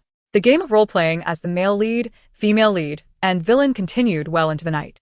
Fortunately, Su Tong's low tolerance for alcohol meant that just a little ergotu had her pleasantly dazed, allowing her to play along for a while. Otherwise, their first encounter might have ended with her angrily kicking him off the sofa. As dawn broke, Su Tong awoke the next morning, her body aching and her head pounding. She turned her head slightly and saw Lu Zhiga lying naked beside her, and only then did she remember what had transpired the previous night. Su Tong. The virtual screen in the room had long since been turned off, and gentle light filtered through the curtains. As Su Tong's gaze fell upon the strawberry marks adorning Lu Zhiga's collarbone, she recalled his drunken antics from the night before, teasing him, and couldn't help but twitch her lips. Subsequently, Lu Zhiga had taken the initiative, and she had nearly succumbed to the moment. It was she who had first made a move. Thus, she could not blame Lu Zhiga. Su Tong raised her hand to cover her face, lamenting her inability to control her desires. At that moment, she felt an overwhelming sense of unreality, as if she had inadvertently engaged in an intimate encounter with her closest friend while intoxicated. Yet, upon reflection, this feeling was not entirely unpleasant. Her connection with her best friend seemed to transcend mere friendship. Had the fragile vessel of their camaraderie capsized? Just as Su Tong found herself lost in these chaotic thoughts, a powerful arm draped over her shoulder. In the next moment, a warm body drew near, enveloping her in a comforting embrace. Su Tong. peeking from Lu Ziga's embrace. She gazed at his face, noticing that he still had his eyes closed. She reached out a finger to poke his muscular chest, gently reminding him, Lu Ziga, it's getting late. You should wake up. Lu Ziga furrowed his brows and mumbled, just a little longer. You kept me up late last night. I hardly got any sleep. Su Tong's eyes widened in disbelief. How could he be so shameless? While she had indeed initiated the evening's mischief, it was he who had pursued her afterwards. She was about to retort, but being so close, and with the morning light casting a gentle glow, she noticed the dark circles under Lu Ziga's eyes, indicating he truly had not rested well. The words caught in her throat. Never mind. If he wished to sleep, she would let him indulge a little longer, as long as he didn't move. Unbeknownst to her, Lu Ziga had hardly slept these past few nights, diligently attending to pressing matters while also worrying about her. As she observed Lu Ziga's breathing lengthen, signaling his return to slumber, Su Tong remained still, allowing her consciousness to drift into her space. Chapter 230. Restoration of the Space. The once diminutive space expanded anew, revealing the pasture and the babbling brook. The clown chicken, previously cowering in a corner, appeared more animated upon noticing Su Tong's arrival, letting out a plaintive squawk as if lamenting its plight during the upheaval. However, the creature's grotesque appearance did little to evoke sympathy. Nevertheless, as Su Tong's first pet, she promptly prepared feed and spring water for the clown chicken. Upon seeing the spring water, the creature abandoned its complaints and dove eagerly into the basin, greedily lapping up the refreshing liquid. The wilting mutant coffee tree, now rejuvenated by the space's upgrade, finally regained some vitality. Su Tong tended to it with nutrient-rich liquid and spring water, loosening the black soil surrounding it. At this point, Su Tong confirmed that her space had indeed returned to its pinnacle at level 4. It was but a step away from level 5. Only upon reaching level 5 could the brook transform into a river, allowing her to rear larger livestock. Once lush with crops, poultry, and rare flora, the space now appeared desolate, as if it had regressed to a time before liberation. Su Tong rummaged through her space for the seeds of crops and vegetables she had previously set aside, replanting them in designated areas. The fruit trees followed suit. Fortunately, she had retained 5 fire nettles as backup, otherwise they would have been entirely lost. After planting the fire nettles, she watered them with nettle spores and spring water. The ordinary coffee trees had perished, leaving her to cultivate anew from the remaining coffee seeds. While crops, vegetables, and fruits could be replanted, the losses among the chickens, ducks, and geese in the pasture necessitated repurchase, along with the grass fish that had taken so much effort to acquire. Uncertain if Tan Song's grass fish had sold out, Su Tong resolved to contact him shortly.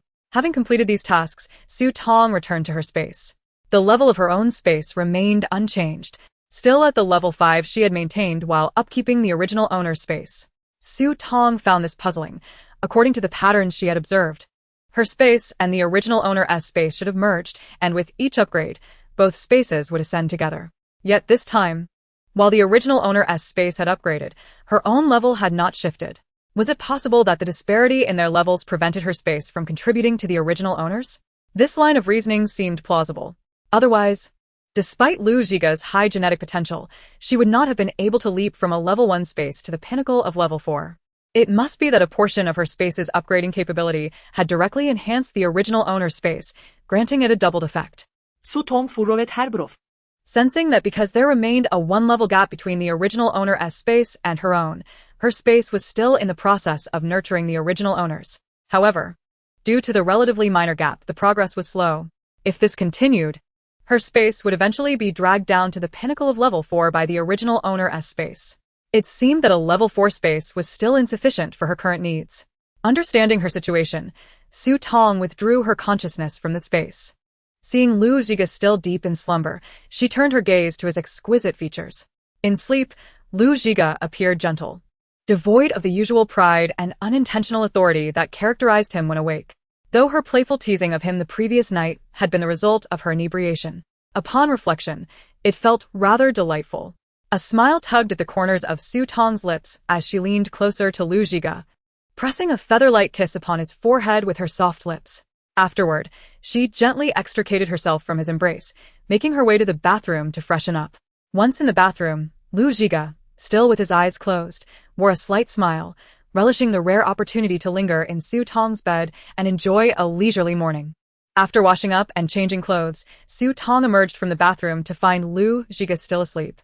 She chose not to disturb him and quietly left the room. In the living room on the first floor, Gu Huaixi was seated on the sofa. The moment Su Tong stepped out, his gaze fell upon her. Gu Huaixi, with his white hair and blue eyes, bore an uncommon hint of intensity in his gaze, making Su Tong feel somewhat uneasy. She greeted him, Gu Huaixi, good morning. Instantly, his intense gaze softened, reverting to his usual demeanor. He lowered his eyelids, the fringe of his white hair casting shadows over his brow. He nodded and inquired, Su Tong, how are you feeling today? How much has your space recovered? Before Su Tong could respond, she involuntarily furrowed her brow. Why did Gu Huaixi's tone suddenly seem peculiar? Unlike his usual self, typically, he was gentle, introverted, and somewhat self-effacing, rarely speaking so directly. She couldn't help but steal another glance at him. Yet, seated on the sofa, he appeared unchanged, showing no signs of alteration.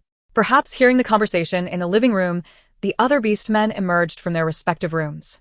In an instant, aside from Lu Zhiga and the departing Jin Yan, Xiao Yufan, Mo Yuan, and Bai Su were all present, their expressions filled with concern as they turned their gazes towards Su Tong. Su Tong sighed inwardly, yet when conveying the truth to the beastmen, she held back slightly. You needn't worry. I am feeling much better now. My spatial abilities have recovered to the initial stage of level 4, and, for the time being, it should not have a significant impact on my health. Su Tong concealed a portion of her spatial level. As long as she refrained from undergoing a series of examinations akin to those she had the previous day at the hospital, and temporarily withheld the star energy food stored within her space, the beastmen would remain oblivious to her secret. Upon hearing Su Tong's explanation, the others breathed a sigh of relief, only to be subsequently astonished by Lu Zhiga's genetic potential.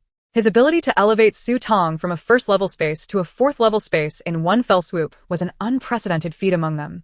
Though a twinge of jealousy lurked in their hearts, they could not deny that Lu Zhiga had indirectly salvaged Su Tong's predicament, and thus they had no choice but to concede. For a moment, silence enveloped the group until Gu Huaixi, with a hint of sarcasm, remarked, I didn't expect Lu Zhiga to be so unremarkable. I thought he could restore Su Tong's space to the 5th level. Xiao Yufan, Montag Yuan. And by Su, has this lad consumed the heart of a bear and the gall of a leopard? How dare he utter such words? Bai Su, who was typically impulsive, remained silent. Instantly, the trio felt as though they too had become the target of Gu Huaixi's insinuations. Ironically, Gu Huaixi had not yet become Su Tong's true beastman, leaving them without a justifiable reason to confront him. Su Tong glanced at Gu Huaixi, who maintained his usual demeanor, his brows lowered, revealing a finely sculpted nose and a pale chin. Were it not for the fact that his hair showed no hint of darkening, she might have suspected him to be that black fox. Chapter 231. A bunch of cowardly fools. Despite receiving good news, the brows of the other three remained furrowed, with the exception of Gu Huaixi. Last night, Xiao Yufan had inquired about the contact information of the attending physician from Tansong, adding the doctor's Star Network account to ask detailed questions. Dr. Lu revealed that for Su Tong to achieve a complete recovery, it would be best for her to return to her original spatial level in the short term, as this would be most beneficial for stabilizing her condition. Prolonging the timeline could lead to unpredictable consequences. Currently, Lu Zhiga had managed to elevate Su Tong to the initial stage of the 4th level, yet that was still insufficient. Both Mo Yuan and Bai Su were aware of this. It was precisely this consideration that prevented the beastmen from obstructing Jin Yan's efforts to remarry Su Tong. Suddenly, the three turned their gazes toward Gu Huaixi. It seemed he had grasped their unspoken intention, his tone tinged with excitement. Am I to take action now?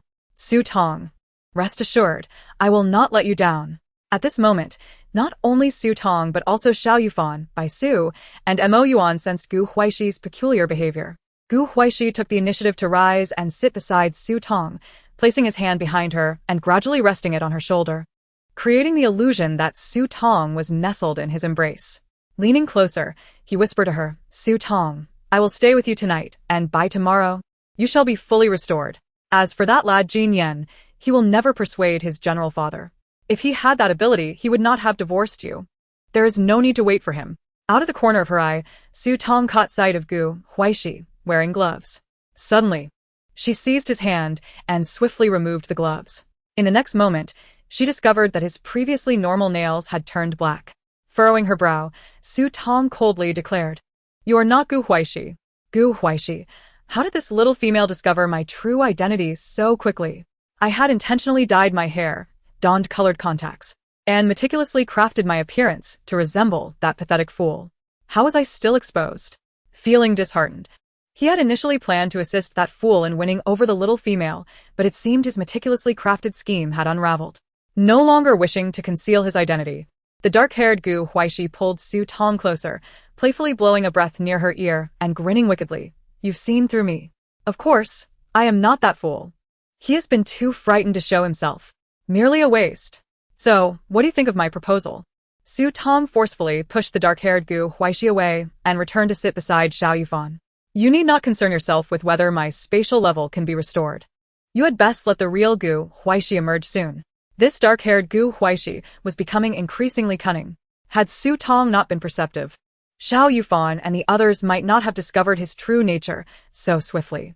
The trio discreetly separated Su Tong from the dark-haired Gu Huaixi. Hearing Su Tong's harsh words, the dark-haired Gu Huaixi tightened his lips, a glint of malice flashing in his eyes. With a cold laugh, he relaxed against the back of the sofa. And in an instant, his true nature revealed itself, transforming his handsome visage into a menacing countenance. He snarled, "Xiao Yufan, mo Yuan by Su. And even that foolish coward hiding and licking his wounds, you are all worthless. Your female master is being bullied so ruthlessly that her space is on the verge of destruction, and you still have the leisure to sit here? As male beast men, you should raise your fists and fight. Kill. Storm the Su family and eliminate Su Xin. A bunch of cowardly fools. Even that 8th level peak who is still asleep is no different." The sudden eruption of madness from the dark-haired Gu Huaixi stunned Su Tong and the others. Xiao Yufan. By Su and Mo Yuan's expressions darkened considerably. Xiao Yufan coldly promised, "Rest assured, I will not let Su Xin and the Su family escape unscathed." Mo Yuan and Bai Su silently pledged the same in their hearts. The dark-haired Gu Huaixi scoffed, "What good are empty words?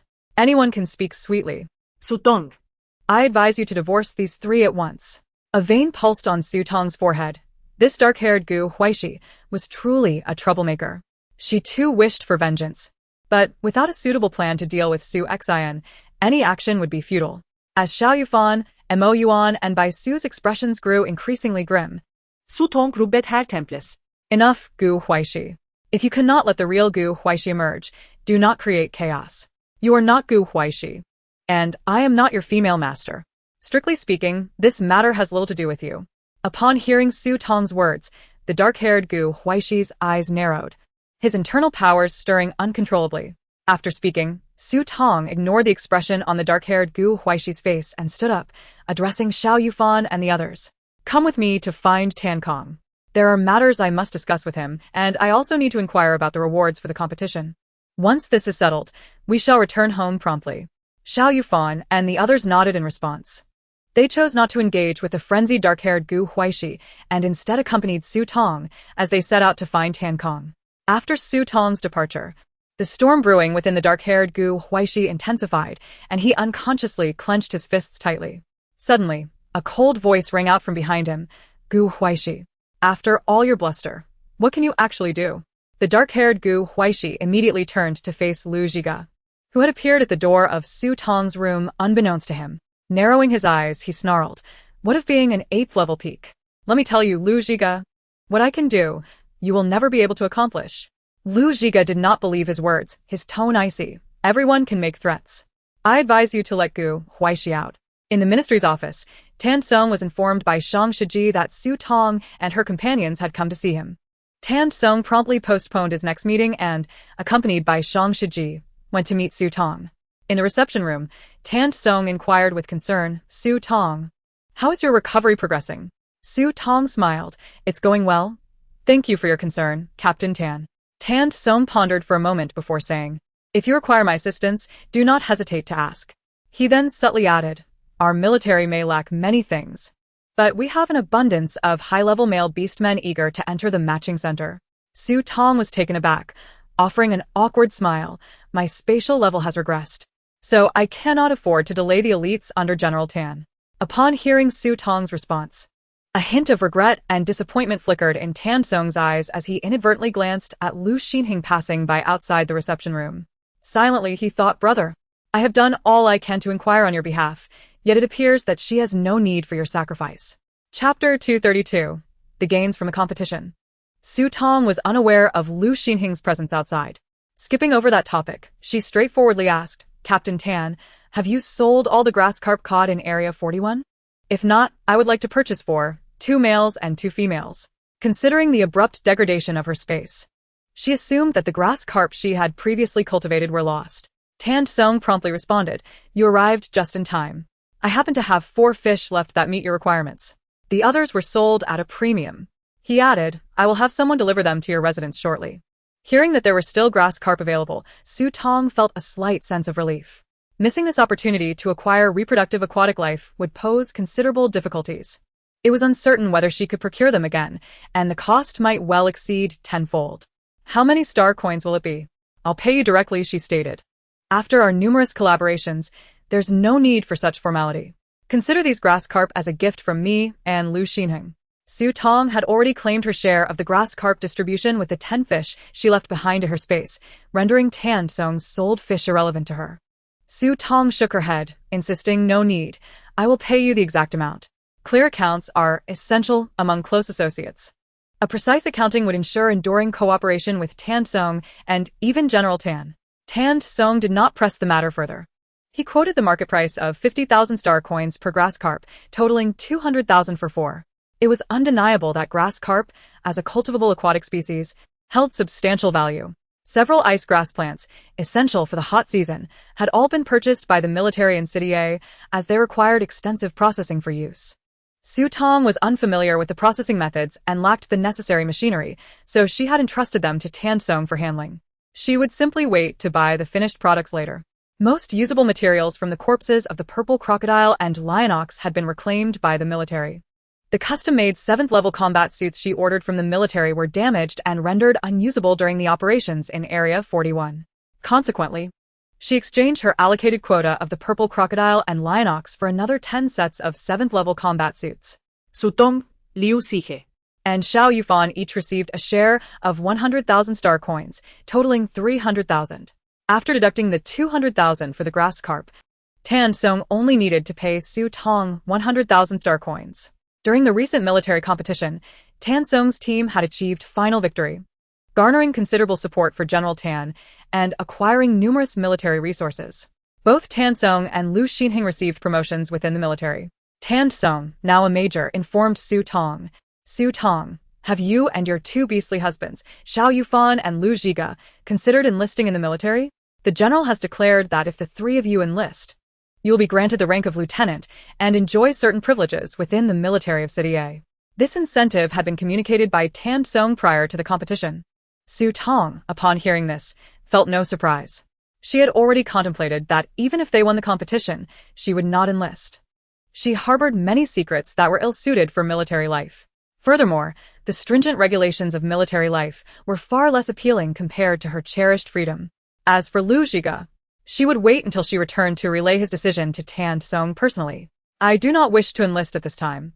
I appreciate the kindness of Captain Tan and General Tan." After speaking, Su Tong turned to Xiao Yufan. He pondered for a moment before responding, "Captain Tan? Please allow me 2 days to consider, and I will give you my answer then." Su Tong's response did not surprise Tan Song, however. Xiao Yufan's willingness to contemplate the offer raised his eyebrows, as he initially assumed that Su Tong's husbands would decline military service. "Very well, that is perfectly acceptable," Tan Song replied. "Additionally, the military has another reward, a spacious apartment in the central area of City A. It is situated in a prime location. I will have someone deliver the transfer documents, property deed, and keys to you shortly." Su Tong was taken aback. She had not anticipated such a substantial reward from the military. Properties in the heart of City A were exorbitantly priced, inaccessible to the average person. Females were considered precious and enjoyed favorable treatment within the Star Alliance, receiving not only husbands upon maturity, but also housing and vehicles. However, it was implausible for them to be allocated apartments in prime central locations, much less villas in the city center. While the damp and hot seasons might be manageable, The lush season was undoubtedly unsuitable for residing in suburban villas, as the danger would escalate exponentially. During that time, many female families living in the suburbs would flock to the city center for temporary rentals, causing property prices to skyrocket. At that moment, city center properties would become priceless. It was undeniable that offering a property in the city center as a reward for Su Tong demonstrated the careful consideration of General Tan and the military. "Then I shall graciously accept," she replied. "Do not be so formal. This is what you rightfully deserve."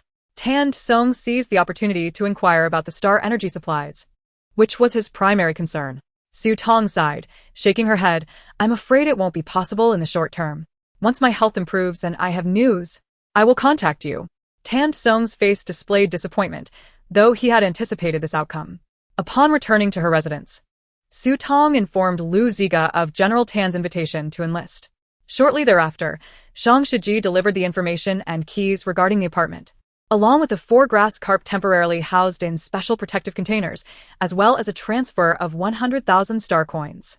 This represented the primary gains from Su Tong and her companion's participation in the competition. Simultaneously, Shang Shiji conveyed some unwelcome news. The Su family had acquired the 10 grass carp that Tan Song had consigned at the comprehensive hall through an auction, of which Su Xian had received 4. All the beastly husbands in the living room heard this disheartening news. At the villa where General Jin resided, his aide excitedly rushed into the study to report, "General, the 3rd young master has returned." Upon hearing this, General Jin, who was dealing with military affairs in S City, immediately relaxed his furrowed brow and looked up in surprise. "Really?" Glancing at the digital clock on the table, which indicated it was not yet 7 p.m., he exclaimed, "Hurry and have the kitchen prepare dinner. I will dine with the 3rd young master shortly." "Yes, General, I will inform the kitchen at once." Coincidentally, Tan Song had sent over a grass carp that day. Though it had perished, it was remarkably fresh and a rare natural delicacy. After the aide left the study, General Jin lost interest in his military affairs. He stood up and began to pace nervously in the study, lost in thought. 15 minutes later, Jin Yan was escorted to the dining room by the aide. The table was already adorned with a dozen delectable dishes, and 2 sets of utensils were placed at adjacent seats, creating an intimate atmosphere. General Jin, dressed in military attire, occupied one of the seats. Hearing footsteps, he looked up at Jin Yan approaching, and for once, his stern face softened with a warm expression. "Come, 3rd young master, sit down. There are many delightful dishes tonight," General Jin said amiably. Jin Yan cast a glance at his usually strict father and, this time, did not refuse but obediently sat beside him. The dinner was indeed impressive. Most of the ingredients were fresh and organic, particularly the centerpiece fish, which closely resembled the grass carp they had caught in Area 41. The other dishes were likely sourced by General Jin at great expense, being non-genetically modified natural ingredients. Remarkably, there was not a single piece of mutated beast meat on the table. Once Jin Yan was seated, General Jin immediately picked up his chopsticks and served him a piece of braised grass carp, saying, "Try this." It was sent by General Tan. It truly was from that batch of grass carp. Normally, Jin Yan would have made a sarcastic comment, but this time, he kept silent and quietly ate the fish his father offered him. General Jin, pleased, served him another piece and then tasted it himself, praising, "The flavor is excellent, not inferior to the produce from the female spaces. The affairs of City A are nearly concluded. In a couple of days, you shall accompany me back to City S." Jin Yan, having refrained from consuming a second piece of fish, set down his chopsticks and, with a serious expression, turned to his father, whose hair was now grayed with age. "Father," he declared earnestly, "I shall not be returning to City S for the time being. I have resolved to remarry Su Tong." The jovial countenance of General Jin darkened immediately upon hearing his son's words. He lifted his gaze, meeting the eyes of his son, which bore a striking resemblance to his own. After a moment's silence, he pronounced with authority, "Third son, after all these years, do you insist on opposing me? Can you not heed my words for once?" Faced with the formidable pressure of his father's authority, Jin Yan remained undaunted, his golden eyes growing even more resolute. "If I were to listen to you, I would no longer be Jin Laosan, but rather Jiang Laosan. There has never been any evidence to prove that following your counsel is the right course of action." General Jin was momentarily rendered speechless by Jin Yan's retort, his chest rising and falling with suppressed fury. "If Su Tong had not encountered this incident, I would have consented to your remarriage. But now, it is out of the question. Su Tong's spatial abilities have regressed to level 1. And I will never permit you to wed a female whose powers are both minimal and precariously unstable. Should anything further occur with Su Tong's abilities, your future would be irrevocably jeopardized. Even the Jin family would not shelter a descendant devoid of growth potential. I must pave the way for your future with foresight. In recent days, the aide had privately gathered substantial information regarding Su Tong. He acknowledged his earlier misjudgment. Su Tong was indeed a commendable female, and his son held affection for her. He had been wavering, contemplating that if his son were to bring up this matter again, he might relent. Little did he know that Su Tong would suddenly encounter trouble within the military. Everyone understood how crucial spatial abilities were for females. Before arriving, Jin Yan had anticipated his father's stance and had been suppressing his anger, believing that as long as his father agreed, he could concede on other matters. However, his father's stubbornness and pragmatism shattered Jin Yan's composure. The pent-up rage surged forth, and with a derisive laugh, he no longer addressed his father with the customary respect. General Jin, do you think that the high-potential, high-rated females you selected for me are immune to calamity? Before the competition, had I not insisted on entering into a temporary marriage contract with Ming Jia, it's likely that not a single member of the City S team would have survived. And you would never see me again. Let me be clear. Without Su Tong, I would not have emerged alive from the competition. You wouldn't even see my corpse. General Jin was taken aback by his son's outburst, then coldly retorted, "Do you think I exerted pressure on General Chong because of Su Tong's incident? This matter was originally of no concern to us in City S, and I have already repaid you this favor. You need not dwell on it any longer. Return with me. Once we are back, find a young female with high potential to marry and join me at the military headquarters in City S." General Jin, have you forgotten your earlier words? You stated that as long as I returned alive from the competition, you would no longer interfere in my affairs. I tell you, I have made up my mind to remarry Su Tong, and your disagreement holds no weight. At worst, we shall sever our father-son relationship. With that, Jin Yan rose abruptly from his seat, causing the wooden chair to screech as it was pushed aside. His cold expression and stubborn profile bore a striking resemblance to General Jin in his youth. General Jin, who had managed to maintain a semblance of composure, turned ashen upon hearing his son's words. The aide, witnessing the shift in the general's demeanor, exclaimed in shock, "Third young master. The general is only looking out for your best interests. How can you provoke him so?" Prior to Miss Su's incident, the general indeed intended to consent to your remarriage. His current decision is motivated by a desire for your future stability. Jin Yan scoffed. Your concern for General Jin is quite commendable. It would seem I should bestow upon you the identity of the Jin family's third young master. General Jin, in a fit of agitation, rose to his feet, trembling as he pointed a finger at his son. However, the words that followed were cut short as he turned pale, collapsing without warning. Fortunately, the aide was close enough to catch the frail general, exclaiming in alarm, "General! General! Please, wake up!" The military doctor had previously warned that if the general were to experience another sudden emotional upheaval, it could lead to dire consequences. Observing General Jin unconscious in the aide's arms, Jin Yan's expression turned grim, and he mockingly remarked, "General Jin, using the same ruse twice is rather tiresome. This time, I shall not be deceived." Previously, General Jin had employed the pretense of illness to manipulate Jin Yan into returning. With that, he strode determinedly towards the exit. The aide, seeing the general's lifeless complexion, could no longer contain himself and revealed the truth. "Third young master, the general is genuinely gravely ill. He does not have much time left. His actions are solely for your future." Jin Yan whirled around, fixing a fierce gaze on the aide. His lips pressed into a thin line, his fiery golden eyes locking onto the aide as if to threaten him with death should he utter a single untruth. The aide offered a wry smile. "Third young master, at this juncture, is there any need for deception? If you do not believe me, you may inquire with the doctor upon his arrival." As General Jin lay unconscious, the aide had already summoned emergency medical assistance.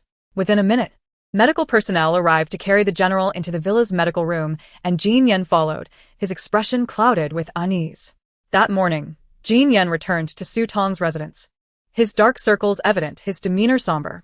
Huaixi, seated on the sofa, cast a glance at him, then at his own black-painted nails, and remarked coolly, "It seems Mr. Jin's aspirations for remarriage have gone awry." Su Tong winced at the comment, wondering why Huaixi, with his dark hair, seemed so intent on fanning the flames. Typically sharp-tongued, Jin Yan remained unresponsive to Gu Huaishi's words, appearing like a wandering soul, distinctly out of sorts. Unable to restrain her curiosity, Su Tong asked, Jin Yan, what is troubling you?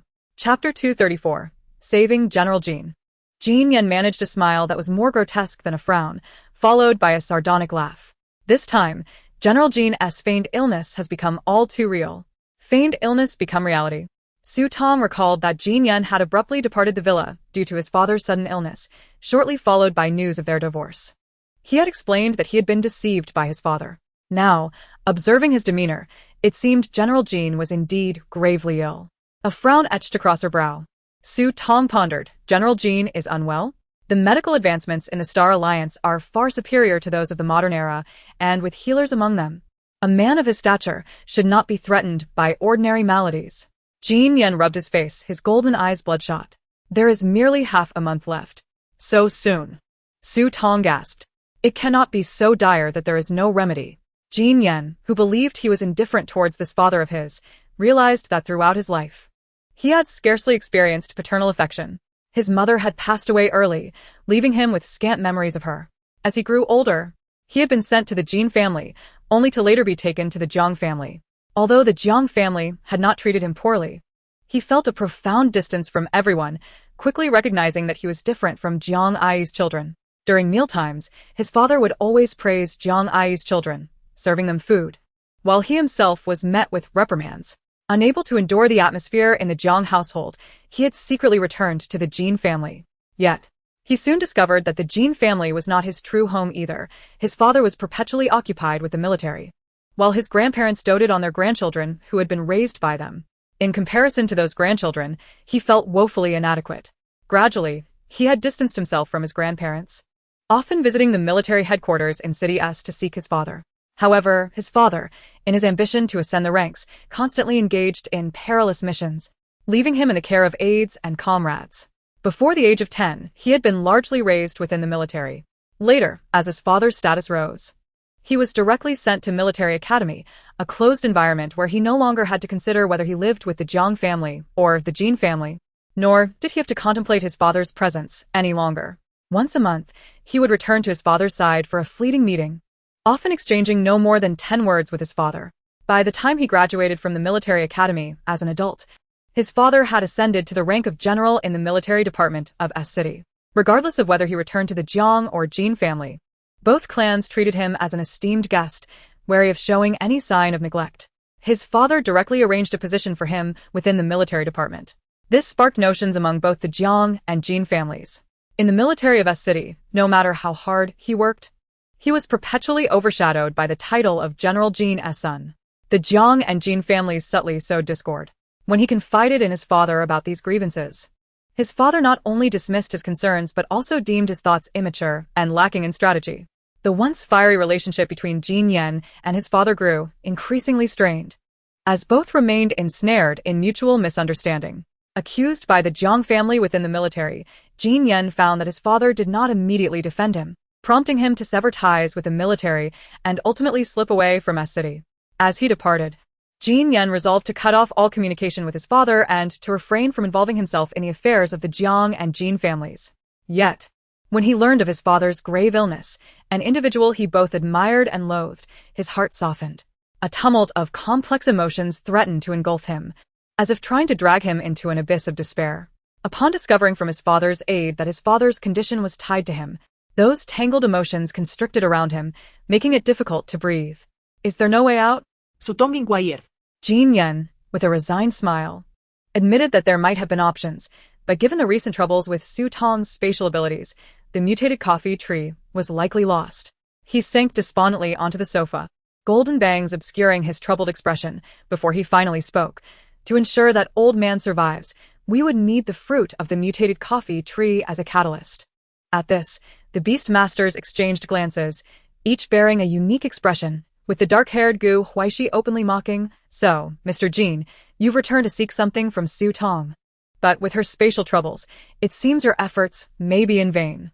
Jin Yan was acutely aware of this, yet a glimmer of hope lingered in his heart. It was the first time Lu Zhiga learned of Su Tong's possession of a mutated coffee tree, raising his brows slightly. This tree was quite renowned. After a prolonged silence, Tong swiftly made a decision. The mutated coffee tree was extraordinary. Jin Yan knew it was unstable, and Tong hesitated to reveal its fruit, fearing the consequences of withholding it at such a critical moment. It would be wiser to present it when he needed it most. General Jin's influence was significant, and having offended General Chong, their days in a city would undoubtedly be turbulent. If they could secure General Jin's assistance, the fruit of the mutated coffee tree would not be given in vain. Tong regarded Jin Yan earnestly and suddenly declared, when the spatial troubles arose, although that mutated coffee tree perished, it bore fruit once before, just a single piece. She withheld part of the truth. Initially devoid of hope, Jin Yan's attention snapped to her. Tong retrieved the preserved fruit of the mutated coffee tree from her spatial storage and placed it on the coffee table before Jin Yan. The fruit, contained in a small wooden box, was deep red, the size of a cherry, exuding a rich floral and fruity aroma with an intoxicating hint of coffee. Jin Yan trembled, uncertain of what to say in that moment. Tong gazed at the rare fruit and urged, "Take this to save General Jin." Words of refusal failed to escape his lips as he grasped the fruit, clutching it as if it were his last lifeline. "This coffee tree fruit was procured by General Jin for you. In return, I will ensure the Jin and Jiang families compensate you with an equivalent value." Tong did not decline, nodding in agreement, as that had been her intent. Jin Yan swiftly departed with the fruit. Once Jin Yan's figure vanished from the living room, the others regained their composure. Huaixi, with dark hair, scoffed Tong. "You just gave him such a valuable item? What if he fails to deliver?" Yuan shot Huaixi a sidelong glance, retorting, "If you keep talking, no one will mistake you for a mute." Su focused on the direction Jin Yan had vanished, concern flickering in his eyes. "Can we truly rely on that kid?" Yufan crossed his arms and coolly analyzed. "Reliability aside, we have no choice but to trust him for now. General Jin requires the mutated coffee tree fruit to survive, and Jin Yan is aware that Tong possesses it. If Tong withholds it, should Jin Yan spread word of this, it would be Tong who finds herself at a disadvantage. Let's not forget, he is no longer one of Tong's beastmasters." By Suga the Mat? Is it really necessary to view Jin Yan so negatively? One must always guard against potential threats, Lu Zhiga summarized. Chapter 235. Make a big move. Since the spatial incident, Tong had not retrieved any produce from her space. That evening, the group subsisted on nutrient solutions, and Tong was no exception. While resting, Lu Zhiga knocked on Tong's door once more, carrying a tray with a plate of desserts he had acquired from an unknown source. Tong opened the door and, to her surprise, allowed him entry. The dark-haired Huaixi, who had yet to return to his room on the second floor, witnessed this scene and felt a surge of anger, a shadow of stubbornness flashing in his gaze. Once the door to Tong's room closed, sealing off all sound, Huaixi bit his thumb, his tone laced with cold sarcasm. "Did you see that? Tong would rather spend every day with Lu Zhiga than choose you. Do you truly believe that your silent devotion in the shadows will earn her attention?" No one in the darkened living room responded to Huaishi's remarks. After a moment, his handsome visage twisted into a sinister grin as he licked his lips excitedly. "So, what do you say? Have you thought it over? Shall we collaborate and make a big move?" Half an hour later, a slender figure departed the military villa, climbing into a modified vehicle. In recent days, the Su family had been enveloped in a dense atmosphere of anxiety. Their well-laid plans had not only failed to materialize, but had also resulted in Zhong Jiuming losing the military rank he had earned over many years. The Su family had nearly lost all influence within the military of a city. Yet that was not all. Zhong Jiuming was to be dispatched to the front lines, with little hope of survival. As the military planned to escort Zhong Jiuming directly to the front lines, he was afforded no opportunity to return to the Su family. Upon receiving this news, Su Lanqin found it hard to believe and hurriedly tasked her son, Su Hongyi, to deliver some star energy food to Zhong Jiuming. When Su Hongyi handed the food to his father, Zhong Jiuming entrusted him with a letter, insisting that he deliver it to Su Lanqin. On the way back, Su Hongyi couldn't resist opening the letter to read it. After finishing, his eyes widened in disbelief. He could not fathom that his father suspected Su Xian of having sabotaged Su Tong, questioning whether Su Xian's spatial abilities were compromised, and urging his mother, Su Lanqin, to keep an eye on Su Xian, even to test her.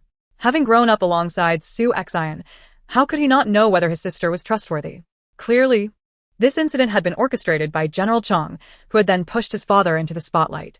Not only did Zhong Jiuming lack the courage to oppose General Chang, but he also directed his suspicions towards Su Xian, a seemingly fragile female.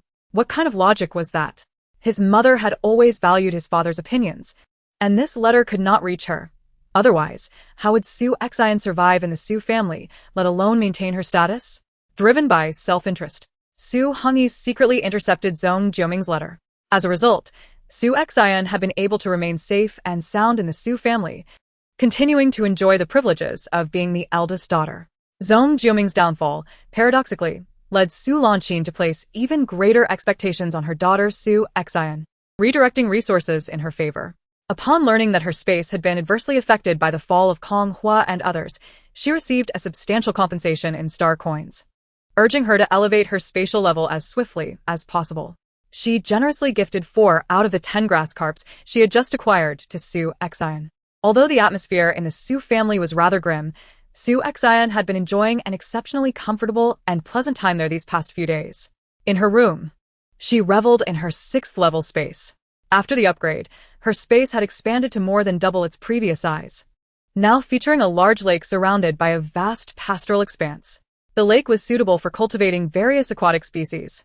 She carefully released several grass carps into the lake, which immediately began to swim joyfully in the water.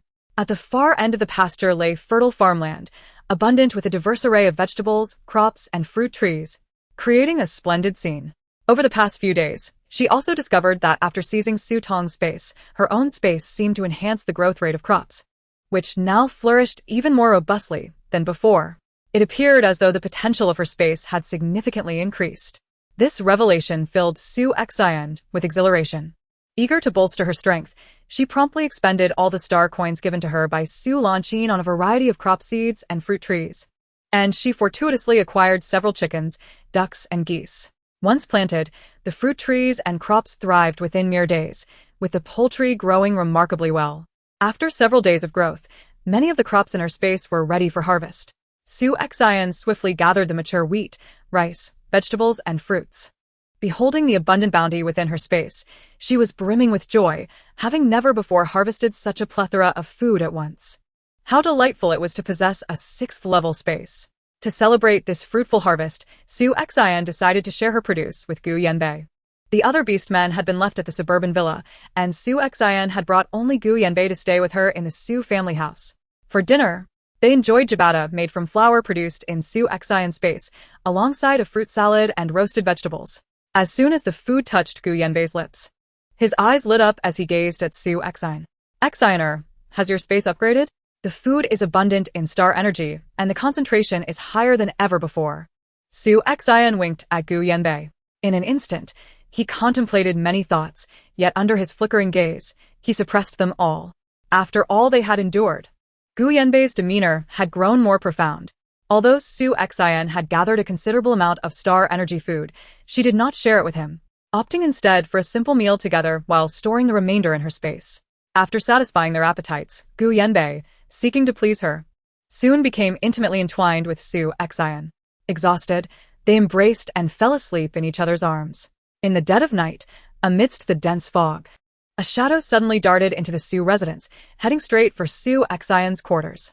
The inky darkness enveloped the night, the fog thickening, when suddenly, a pale, handsome face appeared at the window, intently watching the slumbering Su Xian and Gu Yanbei. In the next moment, a colossal black hole emerged above Su Xian, as if an endless abyss sought to devour her entirely. The figure outside, hands radiating a dark aura, manipulated the black hole, drawing closer to Su Xian, who was perilously close to its grasp. Suddenly, Gu Yanbei, who was sleeping beside Su Xian, bolted awake, realizing the unfolding scene. He swiftly wrapped Su Xian in his arms, rolling off the bed to evade the black hole's assault. Awakened by this abrupt turn of events, Su Xian opened her eyes in terror. The next moment, she heard Gu Yanbei's cold voice. Gu Huaixi, what are you doing here? Chapter 236. Tarjet Su Xin. Gu Huaixi flashed a malicious grin. What business is it of yours? Before the words left his lips, another black hole materialized beside them. Gu Yanbei, having previously encountered Gu Huaixi's dark abilities, knew their potency and did not dare to underestimate them. Cradling Su Xian, he rolled off the bed, swiftly retreating to a corner of the room. With a crash, The window shattered as Gu Huaixi kicked it in, entering through the thick fog outside. Without wasting words, he gestured, and suddenly, swirling black mist erupted from his hands. The ethereal black mist coalesced into a dense net, weaving towards Gu Yanbei and Su Xin. With one arm around Su Xin, Gu Yanbei raised a wall of fire before them. The flames blazed brightly, illuminating the room and casting Gu Huaishi's face into stark relief for Su Xin to see. The current Gu Huaixi exuded an entirely different aura from before. His exquisitely refined features betrayed an oppressive madness, his blue eyes wild. Lips curled in a smirk that held a malevolence that made Su Xin tremble involuntarily. Su Xin felt as if she were frozen by the intensity of Gu Huaishi's gaze. Astonishingly, the black net penetrated the fire wall, as if the two did not exist within the same realm. The black net surged toward Gu Yanbei and Su Xin. Gu Yanbei's expression darkened. Realizing he could not withstand it, he could only evade. He shielded Su Xin as they dodged towards the doorway. The black net unleashed by Gu Huaixi sliced through the room's furniture like a laser, reducing it to splinters, and in an instant, half of Su Xion's once cozy bedroom lay in ruins. This devastation only deepened the grim expressions of Gu Yanbei and Su Xin. Gu Yanbei urged Su Xin to stay behind him, whispering a quick instruction, then raised his voice to warn Gu Huaixi, for the sake of our blood ties, I advise you to leave now. This is not the suburban villa where you can wreak havoc. This is a villa in the city center. And not only does the Su family possess numerous individuals with superior abilities, but in 10 minutes, the security team will arrive to apprehend you. Gu Yanbei believed such words would restore some semblance of reason to Gu Huaixi, but the reality was that Gu Huaixi was utterly unfazed. Thank you for the reminder, dear brother. But I have no intention of leaving today. Gu Yanbei was incensed, transforming into his beast form, the vermilion bird, and confronting Gu Huaixi head-on. Gu Huaixi, you are courting disaster. Do you truly think you stand a chance against me with your current powers? In their initial confrontation, Gu Yanbei had discerned that Gu Huaixi was merely at the beginner 6th level, while he himself had reached the mid-7th level due to his experience in the military competition. Having previously suffered a setback at Gu Huaishi's hands, this time, filled with ample star energy and possessing a significant level advantage, he was resolute that he would not falter. Moreover, he had instructed Su Xin to alert the Su family for assistance and to call the authorities. Even if Gu Huaixi were to suddenly advance to 7th level today, he would find himself ensnared in an inescapable trap. Determined to subdue Gu Huaixi swiftly, Gu Yanbei spared no effort in unleashing his powers. As the vermilion bird, he flapped his wings, sending 6 fireballs hurtling towards Gu Huaixi from all directions. Upon reaching him, the fireballs morphed into 6 towering walls of flame, encasing Gu Huaixi in a fiery prison with no means of escape. The box formed by the fire walls constricted, radiating an intense heat that threatened to incinerate Gu Huaixi within. Witnessing this, Su Xion's eyes sparkled, and Gu Yanbei felt invigorated as well. Yet in the next instant, a black hole appeared not far from Su Xin, and the previously ensnared Gu Huaixi emerged unscathed from within. He had not suffered a single injury from Gu Yanbei's fire abilities. Seeing this, Su Xin was horrified, and at that moment, Gu Huaixi stood alarmingly close to her, the malevolence radiating from him palpable. Instinctively, Su Xin cried out for Gu Yanbei to protect her. Yanbei! As her voice rang out, a black hole materialized before Su Xin. Gu Yanbei would never allow Gu Huaixi to inflict harm upon her. His eyes were filled with a feral desire as he transformed into his true form, rushing towards Su Xin with utmost speed while unleashing his full power to attack Gu Huaixi. Fireballs, each resembling the size of a ping-pong ball, hurtled towards the spot where Gu Huaixi stood. As long as Gu Huaixi ceased the black hole, he was conjuring towards Su Xin. He could evade the onslaught of these fireballs. This way, Gu Yanbei would achieve his goal of rescuing Su Xin. However, when the first fireball struck Gu Huaixi, he did not dodge. The black hole inched ever closer to Su Xin, to the point where a strand of her long, flowing hair had already been drawn into the void, consumed by it. Subsequently, a barrage of fireballs rained down upon Gu Huaishi's back, and after several strikes, his back was singed, a burnt odor permeating the air. The disparity in their abilities was glaring. Gu Yanbei's powers inflicted greater harm upon Gu Huaixi. In mere moments, Gu Huaixi was left on the brink of death from Gu Yanbei's fireballs. At that instant, the black hole engulfed Su Xin. A searing pain coursed through her body, as though she were being torn asunder. An overwhelming agony surged like a tidal wave, and amidst such torment, her consciousness flickered for but a second before she succumbed to unconsciousness. Gu Yanbei witnessed this harrowing scene, his heart shattered. He had never anticipated that Gu Huaixi would be so reckless, willingly enduring all his attacks just to target Su Xin. From the very beginning, his focus had solely been on her. A torrent of unbridled fury welled within Gu Yanbei's chest as he unleashed all his remaining powers in Gu Huaishi's direction. When the black hole passed through Su Xin, Gu Huaixi felt an unexpected surge of satisfaction. Seeing that Su Xin had merely fainted and had not vanished or been torn apart, his expression darkened. It seemed her spatial abilities were even more formidable than he had anticipated. Just as he prepared to enact his plan once more, Gu Huaixi found himself bereft of opportunity. Gu Yanbei, like a rabid dog, launched another wave of attacks, sending the already grievously injured Gu Huaixi flying. Gu Huaixi fell to the ground like a discarded rag doll, creating a deep crater upon impact and sliding several meters before crashing against the villa's courtyard wall.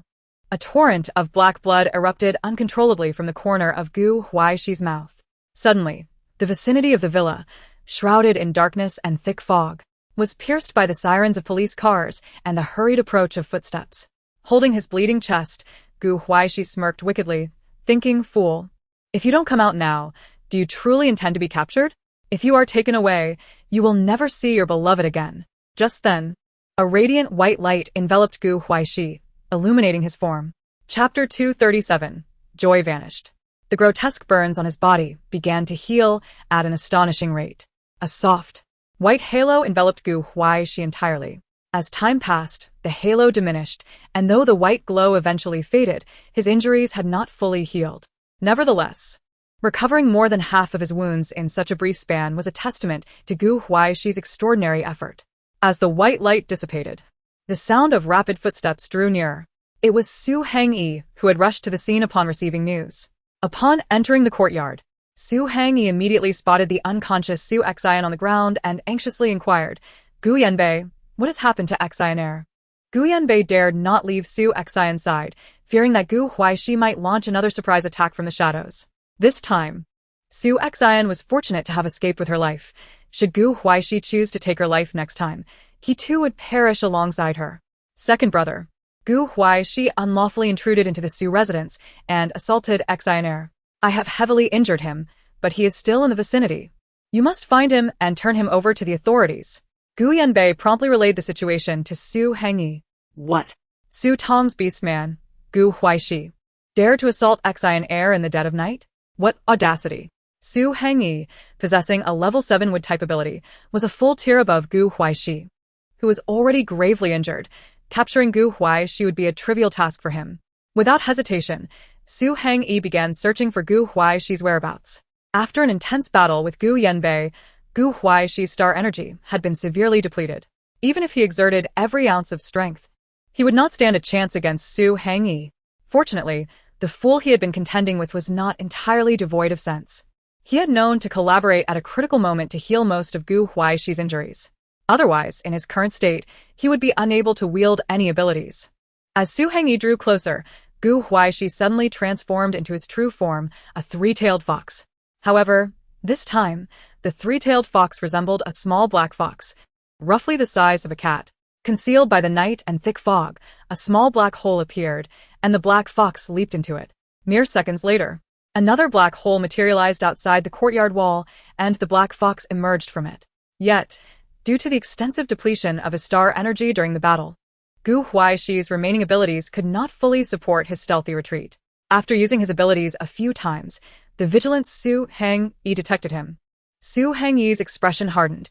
He had invaded the Su residence, harmed Xin, and still dared to flee.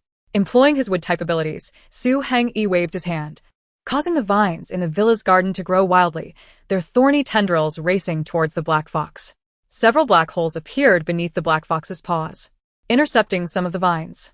Even so, many vines ensnared the black fox, their sharp thorns piercing through its fur and drawing blood, which was swiftly absorbed by the vines.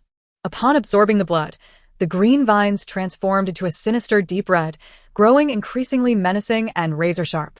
Gu Huaixi could distinctly feel that as the vines drained his blood, they also siphoned away his powers.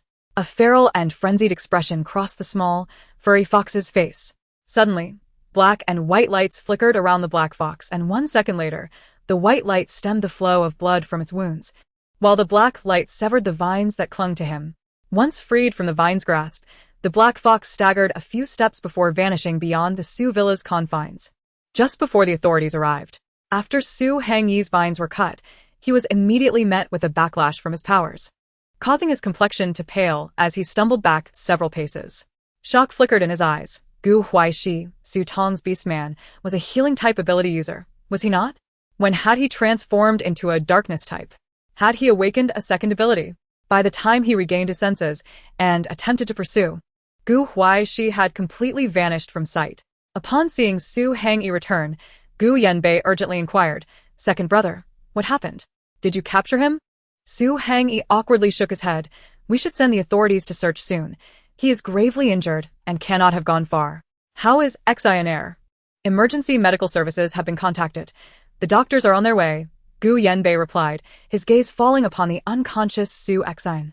Though no visible wounds marred her body, her complexion was ghastly pale, her lips tinged with blue, and her entire form felt icy. Her condition was likely dire.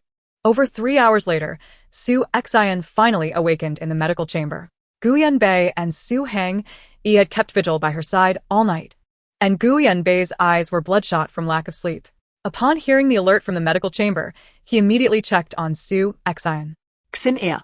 "You have finally awakened." As soon as Su Xian regained consciousness, panic flooded her eyes, and she plunged her awareness into her own spatial realm. Upon entering, she was met with a harrowing sight. Her space had been downgraded. It had reverted to a peak level 3. The large lake was gone. The grass fish she had nurtured in it were all dead, and the chickens, ducks, and geese she had procured with great expense had perished. The crops and fruit trees she had painstakingly acquired were withered, and her ranch had shrunk to a mere fraction of its former size. Everything that had been acquired and established during the 6th level vanished in an instant, akin to smoke dissipating into the air. Just as Su Xian had savored the joy of the 6th level, that happiness was abruptly snatched away. She felt as if she were Cinderella at the stroke of midnight, reduced to her original state. When Gu Huaixi's supernatural ability enveloped her, she frantically attempted to resist, only to realize that what she would sacrifice was the space she had just pilfered from Su Tong. When had Gu Huaixi's powers acquired such an effect? At that moment, Su Xian harbored a deep-seated hatred for Gu Huaixi. "Xianer, are you feeling unwell?" Gu Yanbei and Su Hangyi stood by the bedside, their faces etched with concern. Su Xian's complexion was ashen. Withdrawing her consciousness from the space, she gritted her teeth and asked, "Did they capture Gu Huaixi?" Gu Yanbei and Su Hangyi exchanged awkward glances, and Su Hangyi quickly responded, "The security team is searching the vicinity. He has injuries. I'm confident he will be apprehended soon." Unable to control her tears, Su Xian clutched Su Hangyi's sleeve, pleading, "Brother, you must ensure they catch Gu Huaixi. I cannot swallow my anger until I see him face justice." Su Hangyi immediately reassured her, "Xian, do not worry." The previous night, Lu Zhiga had visited Su Tong's room to deliver desserts, and shortly after, he left, not spending the night there, which improved Su Tong's impression of him slightly. That evening, Su Tong enjoyed a restful sleep. The following morning, she instructed her beastmen to pack their belongings in preparation to leave the military district for the suburban villa. It was only then that they realized Gu Huaixi was missing, and there was no one in his room. Chapter 238. No one expected Gu Huaixi to be here. Su Tong hastily contacted Gu Huaixi through her wristwatch via the Star Network. However, the message was sent, and the Star Network indicated that Gu Huaixi was temporarily offline. Furrowing her brow, she inquired of the beastmen, "Do you know where Gu Huaixi has gone?" "That fellow appears to be in his black-haired state. He wouldn't be causing trouble outside, would he?" Xiao, Yufan, Lu Zhiga, Mo Yuan, and Bai Su all shook their heads. Gu Huaixi was inherently introverted, and although he had become more acerbic in his black-haired form, he remained reclusive, leaving them with fewer opportunities to converse. With no other option, Su Tong sought Tan Song's assistance to retrieve surveillance footage from near their residence. Upon investigation, a discovery was made. In the early hours of the previous night, Gu Huaixi had left the residence alone, driving a modified vehicle out of the military district, and had yet to return. Given Gu Huaixi's nature, he would never return to the family he despised. Reflecting on his words and actions over the past 2 days, Su Tong gasped. He wouldn't have stealthily gone to the Su family, would he?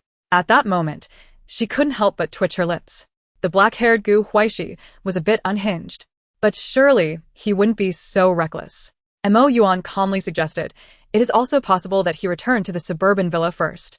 Xiao Yufan concurred, proposing, why don't we head back to see if Gu Huaixi is there? If he isn't, we can inquire in the city center. The others found this plan plausible. Thus, their afternoon itinerary was moved forward. Originally, Lu Xinheng had obtained permission from General Tan to see Su Tong off at the military district gate, unaware that Su Tong had suddenly altered her plans. By the time Lu Xinheng learned of this, Su Tong had already departed a city military district with her beastmen. 2 hours later, Su Tong and her companions returned to the suburban villa, having been unoccupied for over half a month. Some defenses had been compromised by insects lurking in the dense fog. Upon arrival, the beastmen immediately began assigning tasks to repair the villa. After a thorough search around the villa, they found no trace of Gu Huaixi. Su Tong's brows knitted together in concern. Observing Su Tong's worry, Lu Zhiga discreetly contacted Jiying, requesting him to investigate whether any unusual incidents had occurred near the Su family in the city center the previous night. Moments later, Jiying reported back to Lu Zhiga. The Su family had contacted the security team late at night, claiming that intruders had entered their residence, yet as of today, no one had been apprehended. Lu Zhiga was taken aback. Could Gu Huaixi have truly trespassed into the Su family home last night? While he could directly ask Jiying to investigate, he could not disclose such information to Su Tong so bluntly. Therefore, Lu Zhiga suggested, Su Tong, since Gu Huaixi hasn't returned here, we should inquire in the city center. It would also be a good opportunity to check out the house General Tan provided. Regardless, leaving the black-haired Gu Huaixi outside posed too many unstable factors. It was best to locate him as soon as possible. Lu Zhiga's proposal coincided perfectly with Su Tong's thoughts. With Xiao Yufan and Yuan off to repair the villa's defenses, Su Tong turned to Lu Zhiga and Bai Su, saying, would you accompany me to the city center? We have a house there, and if we delay, we might as well stay the night in the city and return tomorrow. Bai Su not that big on scene. His black rabbit ears standing tall. While Xiao Yufan and Yuan had been eager to showcase their abilities before Su Tong and had been vying for tasks, now they were left behind to slowly repair the villa. As the modified vehicle roared to life, Xiao Yufan and Yuan realized what was happening. The two rushed to the car, bending down to ask Su Tong, we just returned. Where are you going now? Bai Su, seated in the driver's seat, interjected, while you're busy at home, we are off to the city center to gather information on Gu Huaixi and check out the house. Xiao Yufan and Yuan exchanged glances, stunned into silence. Before they could respond, Bai Su had already started the modified vehicle. He waved at them from the window, assuring them, don't worry, we will return soon. With that, the vehicle vanished from their sight, still holding their repair tools. The two stood at the villa entrance in silence for a long moment before they grimly resumed their work. That day, the insects and small mutated beasts that dared invade the villa met their demise, vanquished without a trace by the two of them. By the time the damp season ended, it was unlikely that Su Tong's villa would face such pestilence again. As Bai Su drove in the front seat, he noticed Lu Zhiga comfortably leaning beside Su Tong, enjoying the view outside the window, which stirred a sense of imbalance within him. Both he and Lu Zhiga were Su Tong's beastmen, and he had been matched with Su Tong first. Why was it that he felt like a mere chauffeur while Lu Zhiga basked to her presence? Bai Su deliberately cleared his throat and remarked to Lu Zhiga, when we return, you can take over driving. Lu Zhiga, his mouth curling into a smile behind his sunglasses, responded amiably, sure, I will drive when we get back. Bai Su was somewhat taken aback by Lu Zhiga's response, sensing something off, and frowned slightly, no backing out. Su Tong was too preoccupied to heed their conversation, focused on her wristwatch's virtual screen, searching for any reports from government departments regarding the security team near the Su family the previous night. She even reached out to Lu Lijuan, who lived nearby, for information. But regrettably, she gleaned no useful news. Bai Su drove swiftly, and upon entering the city center, they circled the villa area where the Su family resided, searching for clues, and even made a trip to the security team. After 2 hours, they still found nothing. The messages sent to Gu Huaixi remained unanswered, and even Bai Su, who had been accompanying Su Tong, began to wear a grim expression. He speculated, Su Tong, could Gu Huaixi be deliberately playing hide-and-seek? Perhaps he intends to make you worry? Maybe he will return when he finds it dull. Lu Zhiga's face darkened as well. He had privately asked Ji how to inquire, and there was no information about Gu Huaixi, within the A city government network. The fact that Su Tong remained unscathed suggested that Gu Huaixi had not encountered any misfortune. It might indeed be, as by Su suggested. After all, Gu Huaixi's erratic temperament meant he could act unpredictably. Su Tong, you've exhausted yourself searching. Let's check out the city center house and rest for a bit. Later, by Su and I can come out and inquire some more. After contemplating, Su Tong nodded in agreement. Upon entering the address provided by Tan Song, the trio swiftly arrived at a luxurious residential complex known as Yuan, which, to their surprise, was adjacent to the Su family villa district. Su Tong's new residence, a reward from General Tan, was situated on the 6th floor of Building 3, an expansive flat with a single unit per floor. At the entrance of the complex, Su Tong presented her identification, and the security personnel personally escorted her group to the building, even assisting with parking. As Su Tong ascended to the 6th floor via the elevator, the doors opened to reveal the entrance of her new home. In that moment, however, she found herself utterly distracted by a bloodied figure at the threshold, a man, covered in crimson, who was none other than Gu Huaixi. No one had anticipated that the man they had been searching for would be found here. Chapter 239. I'm not that useless, am I? Gu Huaixi, what happened to you? Su Tong exclaimed, hastening towards him with a furrowed brow, gently pushing him in concern. Gu Huaixi, his face ashen, struggled to open his eyes and met Su Tong's worried gaze. Despite the pain coursing through him, he managed to force a smile, saying, Su Tong, I knew you would find me. Su Tong thought to herself, how could she possibly have known he would be here? It was merely a serendipitous encounter. At that moment, a wave of unease washed over her. Don't speak. Let us get you inside and tend to your wounds. She couldn't fathom why Gu Huaixi always seemed to emerge from their encounters battered and bruised. This time, his injuries appeared even more severe. Apart from his face, his body bore no unscathed flesh, and a pool of his blood spread out like a crime scene at the entrance. Suddenly, Gu Huaixi grasped Su Tong's hand, his blue eyes shining with a hint of excitement. Su Tong, I went to the Su family to teach Su Xin a lesson, but unfortunately, she had Gu Yanbei by her side. Later, Su Hongyi arrived, and I could only strike once, using my ability to devour the space Su Xin had taken from me. If I had another chance, she would never have the opportunity to bounce back. A glint of ruthlessness flickered in his eyes. Su Tong stood in shock, realizing that he had indeed infiltrated the Su family and attacked Su Xin, even managing to do so in the presence of 2 level 7 ability users. Overwhelmed with conflicting emotions, she simply stared at the pale, weakened Gu Huaixi, unsure of what to say. As pain surged through his wounds, Gu Huaixi fought through the haze of agony and beads of sweat forming on his brow. Su Tong, though I may possess the lowest rank of abilities among the beastmen, I am not utterly useless, am I? He gazed steadfastly into her eyes, his blue orbs sparkling like stars. At that moment, Su Tong felt an overwhelming urge to comfort him. She reached out to caress his cold, pallid face, speaking earnestly, Gu Huaixi, you must not underestimate yourself. To me, you have always been invaluable. Upon hearing her sincere words, a gentle smile graced Gu Huaishi's lips, though it was fleetingly interrupted by a violent bout of coughing. His injuries were grave, and the delay in treatment had taken a toll. With each cough, blood seeped from the corner of his mouth, leaving him increasingly disheveled. Quickly, help me get him inside, Su Tong urged, her voice laced with urgency. She swung open the door, and Bai Su and Lu Zhiga carefully carried the injured Gu Huaixi to the sofa in the living room. Bai Su volunteered, I'll fetch a doctor. Su Tong nodded, retrieving a portable treatment device and some medicinal supplies from her space. Lu Zhiga took over, beginning to administer first aid to Gu Huaishi's wounds. Recognizing that Gu Huaixi must have exhausted his internal star energy, Su Tong initially hesitated to offer any star energy food, but changed her mind upon seeing his condition. She extracted a piece of unwrapped Dove chocolate from her space and placed it in Gu Huaishi's mouth. The sweetness melted upon his dry lips, reminiscent of the first star energy food he had tasted from her back at the Xingmei Hotel when she had come to rescue him from a middle-aged female captor. Noticing he merely held the chocolate against his lips without swallowing, Su Tong gently urged, hurry and eat. You need the star energy.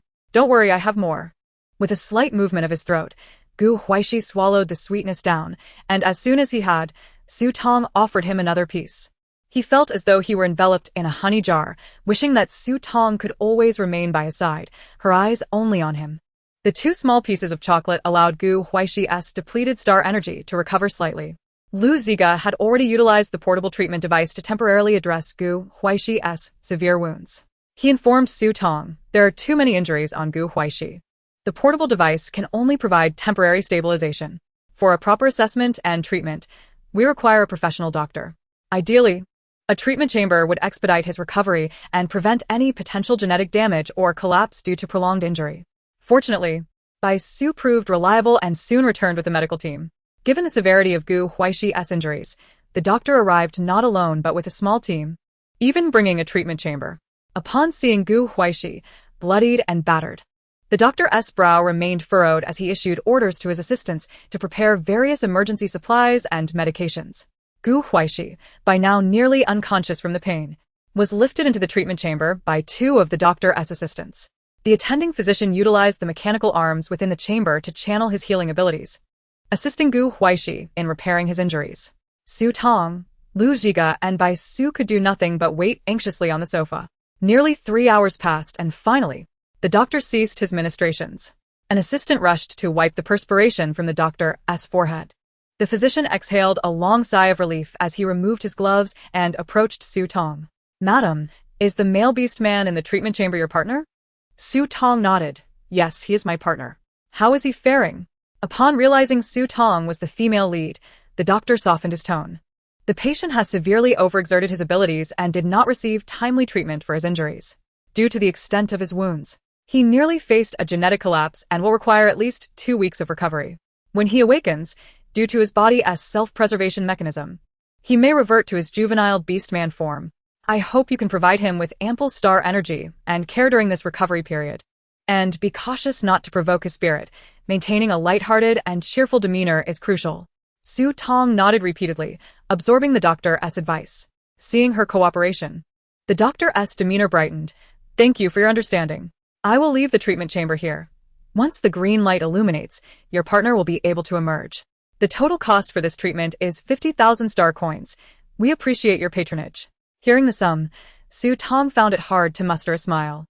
50,000 for a single visit, especially for a male beast man, was indeed exorbitant.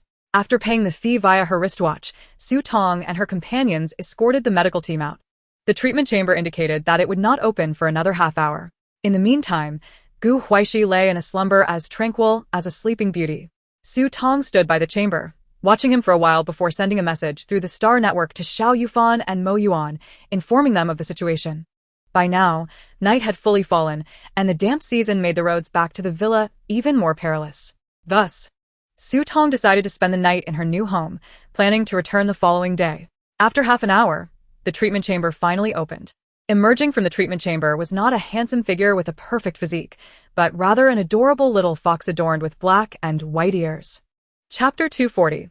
The Heart-Wrenching Little Fox. The little fox was predominantly pure white, with one ear half black, with white as its primary hue. Could this truly be the real Gu Huaixi? Observing the little fox crouched beside the treatment chamber, its blue eyes timidly glanced in Su Tong's direction. Yet it did not approach. Su Tong smiled and waved gently at the little creature.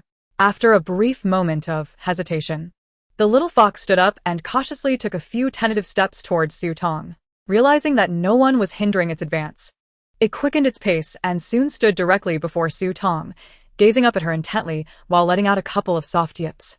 Unable to resist, Su Tong reached out to stroke the little fox's fluffy head. The little fox happily squinted its eyes and nuzzled against Su Tong's palm. Observing this from the side, Bai Su felt a twinge of jealousy and could not help but roll his eyes. Had Gu Huaixi's intelligence truly diminished? Su Tong shot Bai Su a glare, urging him to refrain from speaking, as this was a delicate moment for him. Bai Su shrugged, surrendering to her silence. As time pressed on, it was clear that rest was in order. Bai Su awkwardly cleared his throat and inquired where the little fox would sleep that night, suggesting it might stay in the treatment chamber. Su Tong glanced at the little fox curled up beside her, clearly in a poor state, its entire being appearing listless. She casually replied, "He will sleep with me tonight. There are plenty of rooms here. You and Lu Ziga can choose any 2 rooms to rest in." Lu Ziga cast a fleeting glance at the little fox, a flicker of light sparking in his eyes as he contemplated something. After a moment, he stood and addressed Su Tong. "I will take my leave to rest now." Su Tong, call for me if you need anything. Lu Zhige chose the room closest to the master bedroom. Bai Su remained sprawled on the sofa, noticing that Su Tong was not heading into the bedroom. He made no move to leave either. Su Tong, exasperated, picked up the little fox and made her way to the master bedroom. Upon entering, Bai Su finally got up, checking the safety measures in the spacious flat before settling into the room adjacent to Su Tong's. Although the house was furnished, it only contained the most basic of furniture. The master bedroom lacked even a mattress or bedding. Fortunately, Su Tong had duplicates of these items stored in her space. She quickly made the bed.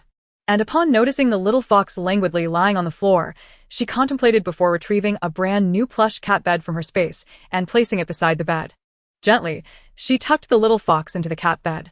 Remembering the doctor's advice, Su Tong fetched a small packet of milk powder from her space, mixed it with warm water, and presented it before the little fox along with several milk biscuits, an apple, and 2 small sausages. Upon catching the scent of the food, the little fox's eyes lit up, sitting up and gazing longingly at the offerings before it, clearly hungry. Watching the little fox's polite and restrained demeanor only deepened Su Tong's affection for it. She smiled softly and encouraged, "Go ahead, it's all prepared for you." The little fox tilted its head and yipped a couple of times, but still did not touch the food. Unable to decipher its intention since the temporarily gene-degraded goo Huaixi could not speak, Su Tong could only speculate. "You don't like these? Do you want something else?" Hearing this, the little fox anxiously shook its head, then paused, extending its snowy white paw to push the tray of food towards Su Tong. In that instant, Su Tong comprehended the little fox's meaning. "Are you worried I haven't eaten? Want me to eat first?" The little fox yipped and nodded vigorously. Such a well-behaved little fox melted Su Tong's heart. Feeling her own hunger, she retrieved a chilled soda from her space, along with a hamburger and an egg tart. Turning to the little fox, she said, "This is my dinner. You should eat up." As she spoke, Su Tong unwrapped the hamburger and took a bite, followed by a large gulp of soda. It had been a while since she had indulged in a hamburger and cola, and the delightful taste made her eyes squint with happiness. Noticing Su Tong had food, the little fox finally lowered its head and began to eat. After finishing the hamburger and egg tart, Su Tong felt satisfied, leaving half a cup of soda remaining. The little fox continued to lick the milk from the plate. Rising, Su Tong announced, "I'm going to wash up. I'll be out shortly. You can rest after you finish eating." The little fox yipped in response. Within 20 minutes, Su Tong emerged from the bathroom to find that the little fox had devoured all its food and was now curled up in the cat bed she had prepared, peacefully asleep. Instinctively, Su Tong reached for the remaining half cup of soda, only to find the paper cup light as air. The little fox, pretending to be asleep, could not resist letting out a small burp. Su Tong realized that the curious little fox had quietly finished the soda. Who would have thought such a small creature could eat so much? It seemed she would need to prepare more star energy food for it in the morning. Fetching a small blanket from her space, she draped it over the little fox before she too settled down to rest, dimming the lights. In the middle of the night, however, she was suddenly stirred by a faint, pitiful whimper. Rubbing her sleepy eyes, Su Tong discerned that the sound was emanating from the little fox. Turning on the light, she quickly checked on the little creature. To her dismay, she found the little fox curled into a tiny ball, trembling uncontrollably, appearing utterly helpless. Instantly concerned, Su Tong reached out to touch the little fox, discovering its body was cold and its paws icy. Furrowing her brow, she lifted the little fox and placed it beside her on the bed, covering it with a corner of her blanket. Perhaps the warmth of her surroundings alleviated some of its shivering, but its condition still caused her worry. Since the little fox could not speak and was lost in slumber, Su Tong decided to hold the fluffy creature close to her, both of them nestled together in sleep. On a damp night, the temperature dipped low, but wrapped in blankets and with the warmth of the furry companion, Su Tong found it quite comfortable. Uncertain if the little fox shared her sentiment, it seemed to relax further against her, its tiny brow unfurling slightly as its body gradually warmed up. In this cozy environment, it wasn't long before Su Tong fell back into a deep slumber. 2 hours later, the once comfortable temperature began to rise gradually. In her dream, Su Tong felt as though she were enveloped in fluffiness. From her waist to her thighs to her calves, she seemed ensnared by something soft and fuzzy. The soft fur continually teased her, causing beads of sweat to form on her forehead as she instinctively attempted to push away the warmth, yearning for a cooler spot beside her. Unfortunately, she felt as if she were trapped, like a doll ensnared in fluff, unable to extricate herself. If one were to gaze from the edge of the grand bed in the master bedroom, they would see a 3-meter-long black fox lying beside Su Tong. Its fur glossy and dark, with only the tips of its ears slightly white. It had completely enveloped the sleeping girl in its embrace. Its deep fox eyes fixated on her, as if asserting its claim over her. Chapter 241. Gu Huaixi. Your scars are not ugly at all. Suddenly, the fox's eyes narrowed, and its entire form transformed from black to white. In no time, the fox encircling the girl on the bed had transformed into a magnificent white 3-tailed fox, with merely the tips of its ears retaining a hint of black. In the dark of night, the pure and noble giant 3-tailed fox cradled the girl within its embrace, like the most devoted guardian. Unable to endure the oppressive heat of being surrounded by fluff, Su Tong stirred awake. The moment she opened her eyes, the white 3-tailed fox reverted to the form of Gu Huaixi. With his eyes closed, his exquisite features resembled those of a celestial fox. Due to the warmth, Su Tong instinctively pushed against him, her consciousness still clouded, as if she were attempting to lift the covers that enveloped her. With this motion, she suddenly heard a man's muffled groan of pain. Su Tong was jolted awake, her eyes fluttering open to meet the tightly furrowed brow of Gu Huaixi, who lay with his eyes closed. His bare torso revealed a pallid complexion marred by an array of scars, remnants of burns that rendered his skin grotesque. In his beastly form, these disfigurements were obscured, but in human guise, they appeared particularly horrific, especially in stark contrast to his previously flawless skin. The scars, a ghastly shade of flesh pink, were uneven and bumpy, leaving little unblemished flesh on his upper body. Although she had previously known of his grievous injuries, they had been concealed beneath his combat attire, rendering their severity less apparent. Now, confronted with the visceral reality of his wounds, Su Tong's eyes widened in shock. It was unfathomable to consider the pain he must have endured when these scars were inflicted. The injuries were most severe on his back, and recalling her instinctive motion of pulling back the covers, Su Tong realized she must have inadvertently brushed against one of Gu Huaixi's scars. For his expression in sleep bore an unmistakable agony. Unable to contain herself, Su Tong reached out to gently caress the jagged scar on Gu Huaixi's body. As she had anticipated, the texture was rough and uneven. These scars were the price he paid in his quest for vengeance on her behalf. The moment Su Tong's fingers grazed his skin, Gu Huaixi's body reacted as if ignited by fire, his previously calm eyelashes quivering slightly. It was only at that moment that Su Tong recognized he was awake, and a flicker of surprise ignited within her. Just as she was about to speak, Gu Huaixi hastily shrank away from the edge of the bed, evading the touch of her fingers. He swiftly turned his back to her, concealing his scarred skin, burying himself beneath the covers, leaving only his head exposed. In a husky whisper, he murmured, "Su Tong, don't look. It's too ugly, all scars." Stunned by his sudden actions, Su Tong was abruptly struck by the realization that Gu Huaixi was reluctant for her to see him due to his feelings of inadequacy and the belief that his body was repulsive. He had always been the quiet, self-effacing fox, selflessly giving, tender, yet sensitive in his self-doubt. He never imposed himself, never forced her attention, but rather patiently awaited the moment she might gaze upon him. In that instant, Su Tong's heart swelled with compassion. She instinctively moved closer to Gu Huaixi, lifting the covers he had cocooned himself in, slipping beneath them to press her soft, yielding form against his scarred back. Feeling the jagged contours of his scars against her body, her slender arms encircled his waist, embracing him gently from behind. In a soft whisper by his ear, she declared, "Gu Huaixi, in my eyes, your scars are not ugly at all, truly." As she felt the warmth of her proximity and heard her words, Gu Huaixi trembled uncontrollably. A flicker of light seemed to blossom in the depths of his darkened gaze, dispelling the shadows that had lingered, illuminating him with a newfound brilliance. He feared that he might awaken from this dream to the harshness of reality, terrified that standing atop a mountain, he might suddenly plummet into an abyss. Gu Huaixi, his voice trembling with disbelief, sought confirmation from Su Tong. Really? Their time together had revealed to Su Tong that his repeated need for affirmation stemmed from his insecurities. Suddenly, Su Tong threw back the covers, rising to cross over him, lying down on his other side. They faced each other, her head nestled in the crook of his arm, their gazes locking. Su Tong leaned in closer, their breaths mingling. She smiled softly, kissed his lips lightly like a dragonfly, and with earnestness, looked into his eyes, assuring him, "Of course, it's all true." With that, She reached out to caress a red scar near his collarbone, her voice imbued with tenderness. These scars are marks of bravery. Not blemishes, but medals earned for me. Gu Huaixi's eyes sparkled like stars. Having long been enamored with Su Tong, her heartfelt words ignited a tempest of emotions within him. In the next moment, he disregarded everything and enveloped Su Tong in a fierce embrace, unmindful of the pain that might come from touching his scars. Fiery kisses graced her forehead, her eyes, the tip of her nose, and her lips, a display of fervor he had never before shown.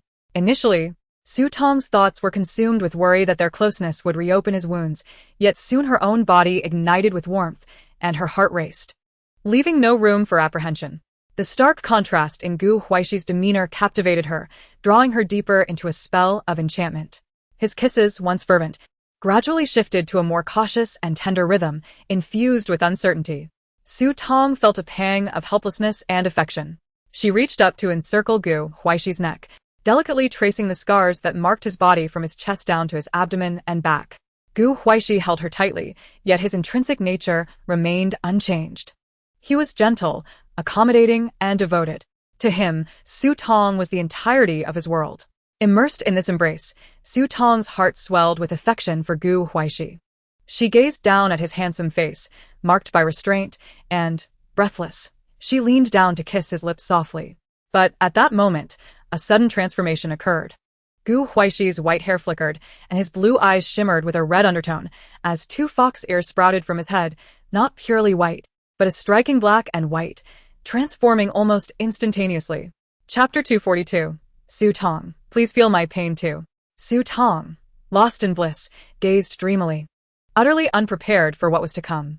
In the blink of an eye, the world turned upside down, and she found herself pinned beneath the solid frame of the male figure. Momentarily dazed, she quickly regained her senses, fixing her astonished gaze upon the man before her. Gu Huaixi now boasted a pair of black fox ears, his blue eyes glinting with a hint of crimson, radiating a wildness that was both exhilarating and terrifying. Su Tong felt a mix of embarrassment and anger. She pressed her hands firmly against Gu Huaixi's chest, exclaiming, "What do you mean it's you? Bring back Gu Huaixi at once." Upon sensing her resistance, Gu Huaixi's expression froze, and with a swift motion, he subdued her flailing hands, pinning them atop her head. "When that fool was around, you were so forward. Now that it's me, you suddenly withdraw? Su Tong, how can you be so heartless? Do you think without me, that fool would dare to storm the Su residence? If it weren't for me, would he ever have earned your kindness and care?" Su Tong remained unmoved by his words, glaring coldly at him. "Even if you say that, you are not the Gu Huaixi I know. You are not my beast husband. Release me, or I'll call for help." With that proclamation, she struggled more vigorously, and finding her hands restrained, she resorted to using her feet. Gu Huaixi attempted to forcibly restrain her, but he was acutely aware that doing so could harm her. Thus, he merely pressed his towering frame against her, exerting enough force to keep her in place. Before long, the scabbed, ghastly wounds on his body began to split open once more due to her resistance, blood oozing forth in an eerie and grotesque display. Yet, Gu Huaixi's taut expression betrayed no sign of pain, as though he felt nothing at all. Soon, Su Tong's strength waned, and she gradually ceased her frantic struggles, realizing that Gu Huaixi's torso was once again stained with blood. Angrily, she glared at him. "Do you think this isn't your body, so you don't care? You've ruined what could have been saved by tonight's treatment pod." Previously, the dark-haired Gu Huaixi, who was perpetually adorned with a mocking expression, suddenly descended into a state of despondency. He managed a bitter smile, questioning, "Who says this is not my body? If that fool ceases to exist, I too shall vanish. We are one entity." His deep, crimson-tinged eyes fixed intently on Su Tong, who frowned at him with trepidation. Su Tong, "I am intimately aware of all Gu Huaixi-esque experiences. I am he, and he is I. We have always been one. He is your beast husband, and so am I. In the shadows, unbeknownst to you, I have been watching, attentive, and gradually falling for you. Su Tong, I too am Gu Huaixi. Will you not show me some tenderness?" Su Tong was utterly astonished by this declaration. She found it unimaginable that the black fox and the white fox were indeed one and the same.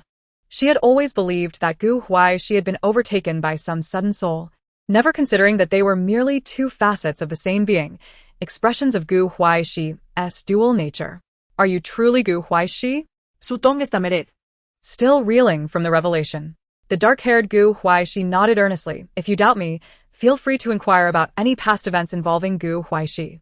Taking a deep breath, Su Tong followed suit and asked two intimate questions. The first pertained to their initial meeting at the Xingmei Hotel, while the second inquired about her favorite dish that Gu Huaixi prepared. To her astonishment, the dark-haired Gu Huaixi answered flawlessly, with not a single detail amiss. Su Tong was momentarily rendered speechless, her mind awash with disbelief. In that instant, the dark-haired Gu Huaishi's eyes flickered, and his black fox ears trembled, soon sprouting a hint of white. Seizing the opportunity amidst Su Tong's bewilderment, he earnestly mimicked Gu Huaishi's original gentleness, lowering his head to tenderly kiss her, akin to the most fervent of supplicants. Startled back to reality by the kiss, Su Tong noticed the change in the color of his ear tips and inquired, "Gu Huaixi, have you returned?" He remained silent, deepening the kiss. The sensation mirrored that of moments prior, enveloping the dazed Su Tong once again in a state of enchantment. To ascertain the authenticity of the Gu Huaixi before her, Su Tong took the initiative. This time, the Gu Huaixi adorned with pointed white fox ears offered no resistance, allowing her to take charge. Yet, whenever Su Tong found herself faltering, he would deftly shift to a more assertive role. After their encounter, Gu Huaishi's white fox ears transformed entirely to a pure white hue. Held closely in Gu Huaishi's embrace, Su Tong gasped for breath, yet an inexplicable sense of uncertainty lingered within her. Gu Huaixi gazed down at her flushed cheeks, softly pleading in her ear, "Su Tong, may we try again?" Given the earlier unexpected events, Su Tong had found the first experience somewhat uncomfortable, but she nodded in agreement.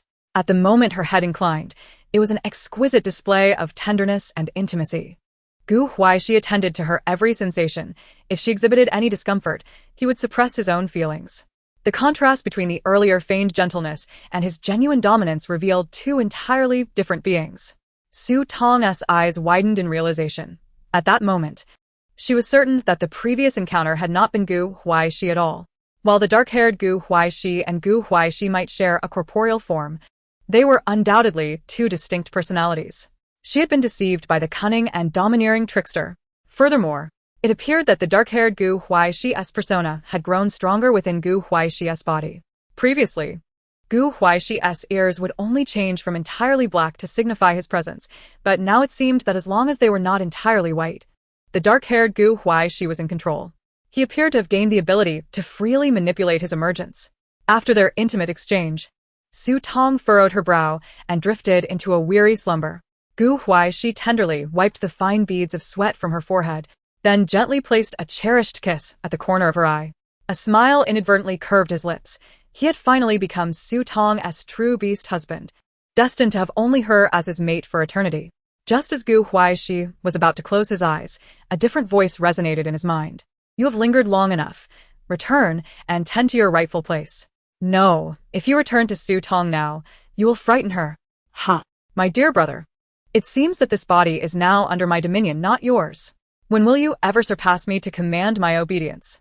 In the next moment, when Gu Huaixi opened his eyes again, a flash of crimson glimmered in his blue irises. He possessively drew Su Tong tightly against his chest, gently caressing the exquisite totem of the three-tailed fox adorning her bosom. The once subtle white three-tailed fox totem had morphed into a bizarre pattern, half white and half black. At some unknown point, Chapter 243, The New Function of Space. The following morning, Su Tong awoke from her slumber, the memories of the previous night flooding back into her mind. She instantly sat up in bed, intent on seeking out Gu Huaixi to clarify the situation. However, after scanning the room, she found no trace of him. Furrowing her brow, she rose to investigate the living room. Upon entering the living room, she observed the treatment pod illuminated, with Gu Huaixi peacefully resting inside it, while Bai Su occupied the nearby sofa, engrossed in a video game. Upon noticing Su Tong's awakening, Bai Su tossed aside his handheld console and approached her, exclaiming, "Su Tong, you're up." Su Tong's gaze fell upon the treatment pod, pondering when Gu Huaixi had entered it. Bai Su shook his head. "I'm not sure. He was already in the pod when I woke up." "What's going on? Wasn't his treatment supposed to be completed last night?" Su Tong sleep-stretched. Feeling it inappropriate to disclose that the wounds on Gu Huaishi's body had been inflicted by her the previous night. Perhaps he felt some lingering discomfort. which prompted him to return to the pod, she offered as a casual excuse. By the way, Lu Zhigo has gone out for an errand and won't return until after lunch. He asked me to pass that on to you. Tong nodded and approached the treatment pod to check Gu Huaixi's condition, relieved to see that all his bodily indicators were gradually stabilizing. Knowing she would have to wait for Lu Zhigo to return and for the medical staff to collect the treatment pod in the afternoon, Tong decided to return to her room to examine and organize her space. She asked Bai Su to keep an eye on Gu Huaixi status in the treatment pod before departing to her own room. Seated at the edge of her bed, she reflected on the events of the previous night. Tong could now ascertain with certainty that the two encounters had not involved the same person, but rather two distinct beings. This meant that she had been with two male beast metamorphs the previous night. The thought made her cheeks flush uncontrollably. Taking a deep breath, she endeavored to calm herself.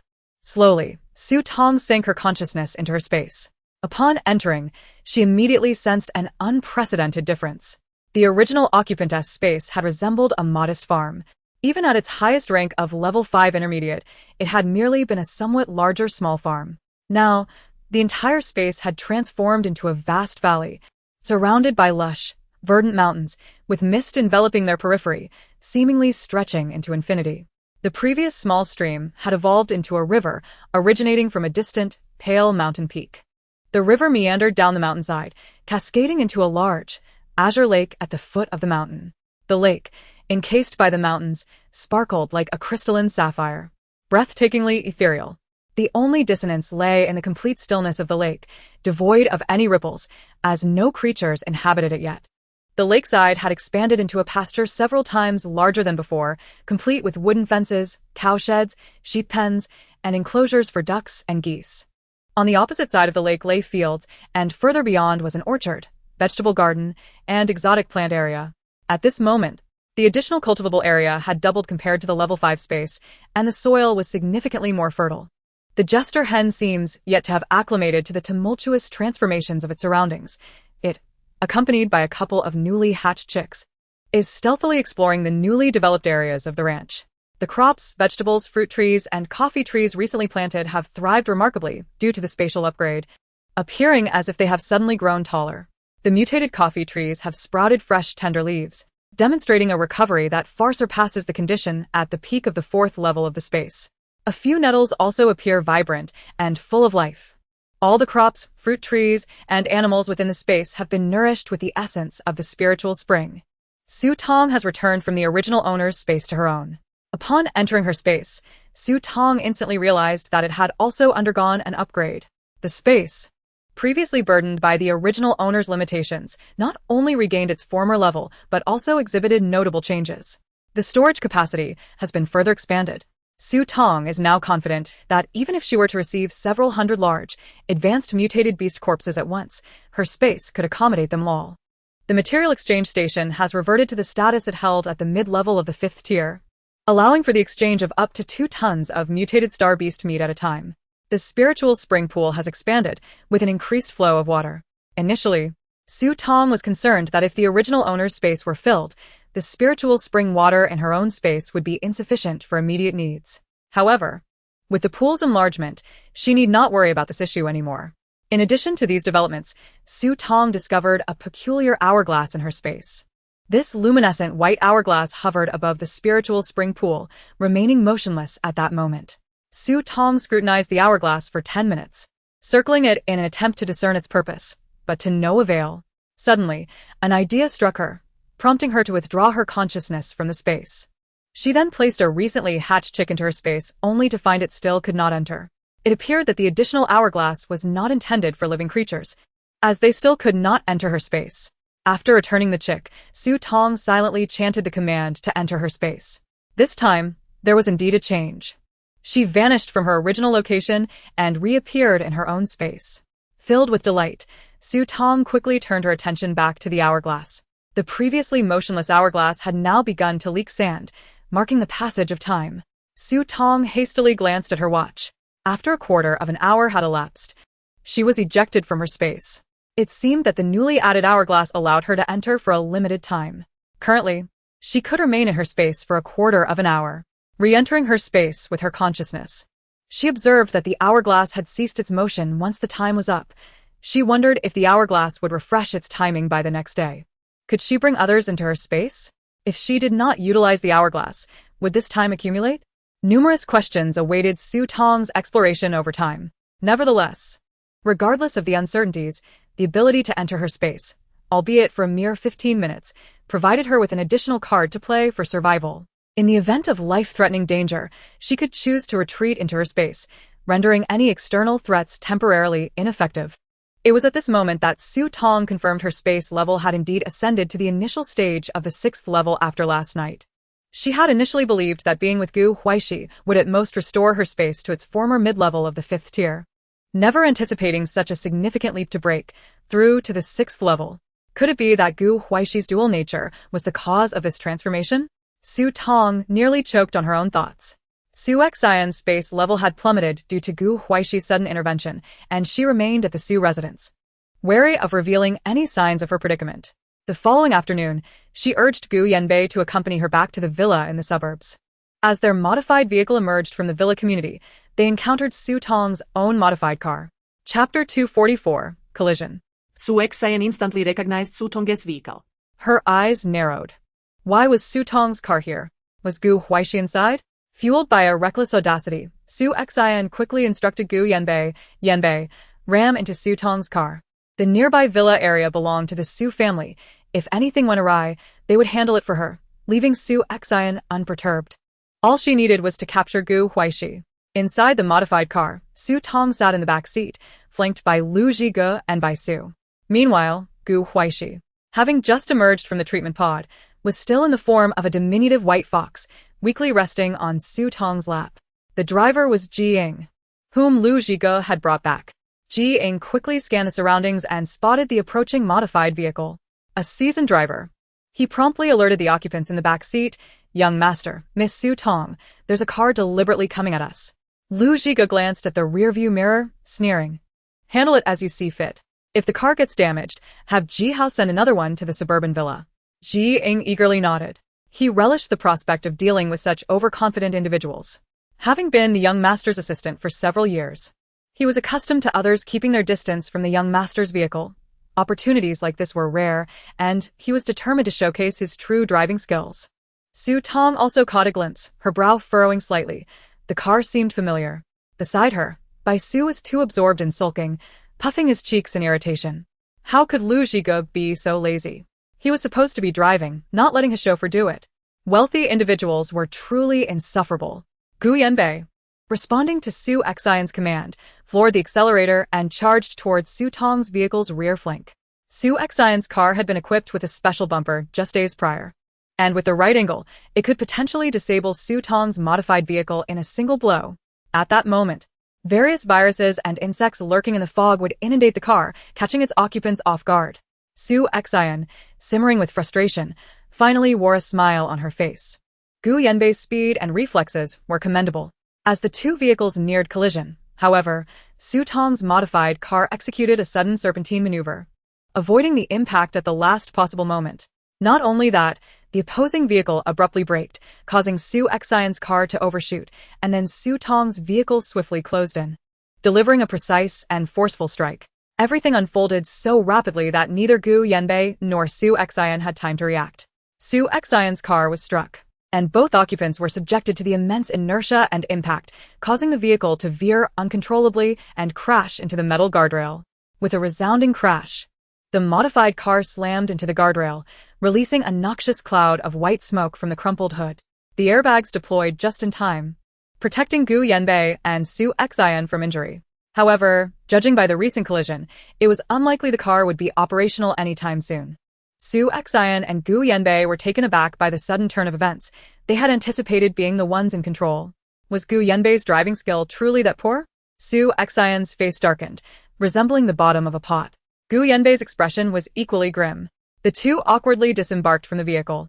Ignoring everything, Su Xian charged towards Su Tong's modified car, shouting, "Huaixi, get out of the car." Yanbei, fearing for Su Xian's safety, hastily followed. If Huaixi was truly inside, he would promptly escort him to the city's security team. As the tinted window of the car lowered slightly, Su Xian caught sight of the occupants within. To her dismay, Gu Huaixi was nowhere to be found. Instead, Su Tong and her two beast husbands were present, one of whom was an 8th level peak ability user. The realization that her scheme to have Gu Yanbei crash into Su Tong's car had not only failed but had resulted in her own vehicle being outmaneuvered by Su Tong's left her seething with rage. Su Tong, come down and compensate for my car. Su Tong cast not even a glance at Su Xian, directly addressing Jing in front of her. Let us go. Ignore her. Jing deftly maneuvered the steering wheel, executing a graceful drift beside Su Xian. Startled by the fear of being hit, Su Xian hurriedly dodged, only to witness Su Tong's modified vehicle gliding past her in an instant, leaving behind a fleeting silhouette she could not catch up to. In that brief moment, Su Xian discerned with her own abilities that Su Tong's spatial power had astonishingly reached level 6. How could this be possible?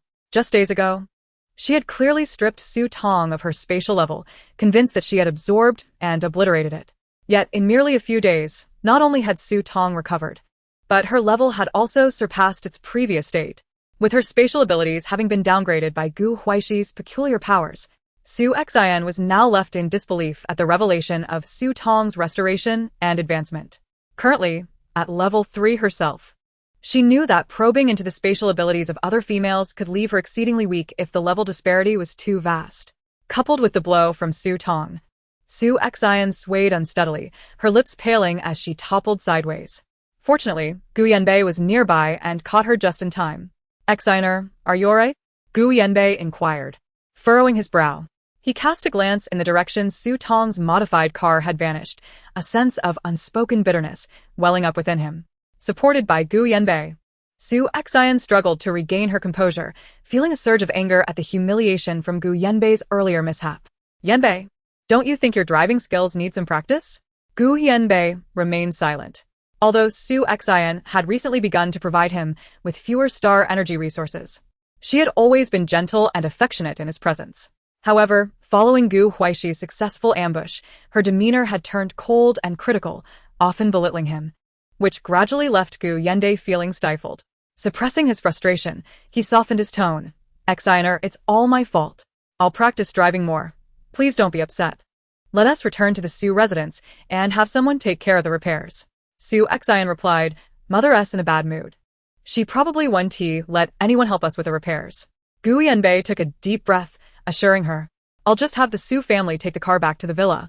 Don't worry, I'll hire someone personally to fix it without your mother knowing. Su Xian, feeling somewhat appeased, responded, That's more like it. She then added, if we're going to fix it, make sure it's done well. If this car had performed better, we wouldn't have even brushed against Su Tong's vehicle. Next time, I will definitely ruin her car. Gu Yanbei thought to himself that fixing the damp season's modified cars was already quite costly. Now, with Su Xian insisting on modifications, even if he had some spare funds, it would not suffice.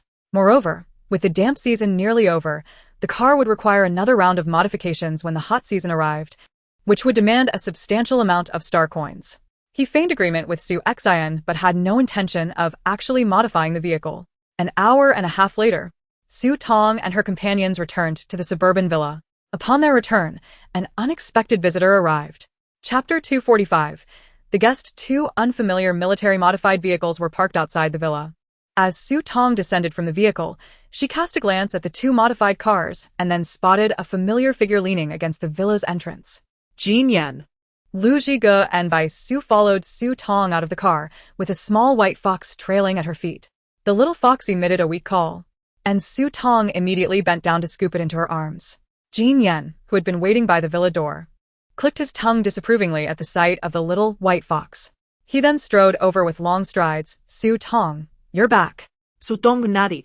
Glancing at Jin Yan, it was evident that after a few days apart he seemed to have recovered considerably.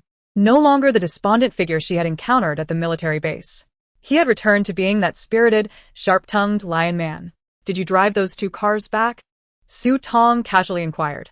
Jin Yan nodded slightly at Lu Zhige and Bai Su, his gaze disdainfully sweeping over the little fox in Su Tong's arms.